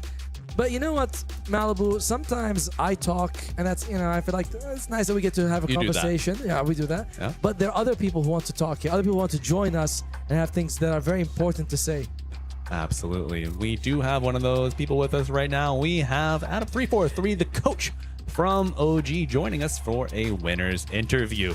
Welcome to the stage, Mr. 343. How are you, sir? Aloha. I am doing good. Great. Congratulations on that 2-0 victory. I'm sure the boys and yourself are ecstatic. What's the vibe over there like? I think we're kind of, I don't know how they're doing. I guess we're happy that we didn't lose at all. It's relief. I think it's very different because we came from series from like Yandex and LGD, right? Like two of arguably the harder opponents in the group. I don't know how one win is. We'll find out tomorrow. But I think it's just one of those, you're kind of emotionless because you don't really know where you stand right now. Yeah. Right. Just take every day as it comes and try to see if what we're doing works. Yeah, you show up to work, punch your time card, work your shift, punch out at the OG factory. That is kind of how it feels, especially playing these like late series. Yeah. It's kind of weird for us because our day starts early and we finish late and it's like, what time do you eat dinner? Do you want to eat at 5 p.m. or 11 p.m.? Right. Did you walk outside at 11 p.m. and it's still daylight? I know. It's so weird. It's so weird. Is the fact that you guys beat a team that on paper you should beat kind of lessens the feeling of victory? Because it's like ICX is kind of, they're doing pretty badly in this tournament, unfortunately. So beating them isn't much of an accomplishment, even if you get the points that you need. I think we're a team that can beat everyone but lose to everyone. So in BO2 group stages, it's kind of scary, I think. Yeah. Like if it was like a best of 3, like it'd be like less worrisome, like a bad team wins. But I think it's not true that like they're not like a very good team. I think they're okay. They can take a game off us. It just so happened that today we managed to win too. Okay. What was the idea behind all this healing draft? You guys is that the power of love and friendship giving you game 1? I think we're just trying to find our identity again in our own way. It's not, how do I say it? I feel like as a team we try to enable each other. And sometimes things look good when it comes together, and I think as a drafter that's kind of how you want it to work. It's like, we have this Coddle, he wants something that stands in front, like heals, kind of need help getting through the lane, that kind of thing. So I think our draft sometimes ends up a little bit more niche or like looks a bit cheesy, but it's not really that intentional, I promise. Absolutely. And you all enable each other quite well. The map movement in particular was very, very appealing, very drawing to me. A lot of TPs, travel 2s on the Necrophos as well. But as far as enabling your players, Raven, the newest addition to OG, how do you build the system to welcome in a new player and give them what they need? I think it was easy with him because he came in with like his own set of heroes already. So it's just how we like incorporate to each other. But I think the difference between like we played with Toronto, Tokyo and Nico before, and like the way they played and understood the game was different. Yep. I think with Raven it's also different. He's a bit slower compared to Nico, but he's a bit faster compared to Toronto, you know? Like the way they, I don't know if just right is the word, but I like the look. You're like a little smack. It's more like you kind of understand things and like how they see their own timings in the game, and you try to align that in the draft and like how we play. I think also after playing with Toronto for a while, I think our idea of Dota kind of slowed down a bit. Yep. Yeah. It's especially true when you like watch these finals or like you scrim some like one win or Yandex enough. You know, you do feel like there's a lot of map to farm, and like if you don't farm, you actually just kind of fall apart. Yeah. What can we expect for you guys tomorrow against 1W? Because that might be the pivotal match that kind of decides where you're going to end up in the standings.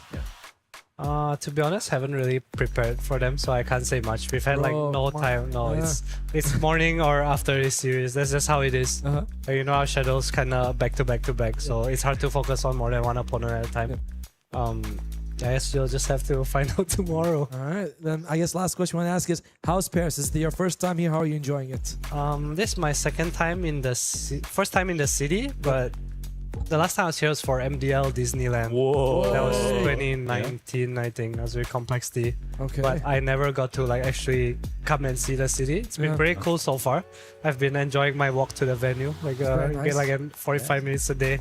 I've not seen the Eiffel Tower yet. Me too. Not even from my hotel room. Like I've not looked up anywhere and be like, oh, that's the tower. Like I'm still looking forward to that. So I can't say much, but it's been nice. It's a really beautiful country. Awesome. Yeah, well, Adam, thank you so much for joining us here on the Winners Interview. Congratulations once again with the 2-0 victory.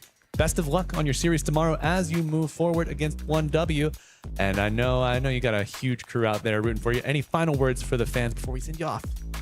Thanks everyone for the support. Hope you guys keep supporting us. The boys are putting in a lot of hard work and yeah, trying to make you all proud. All right, folks. Well, that is all we have for tonight. Our fourth and final series is done and dusted. We'll be sending you all off. So for one final time, I'm Malibu Jesus, joined by my partner Atomo, and we will see you same time, same place tomorrow. Goodbye and good night.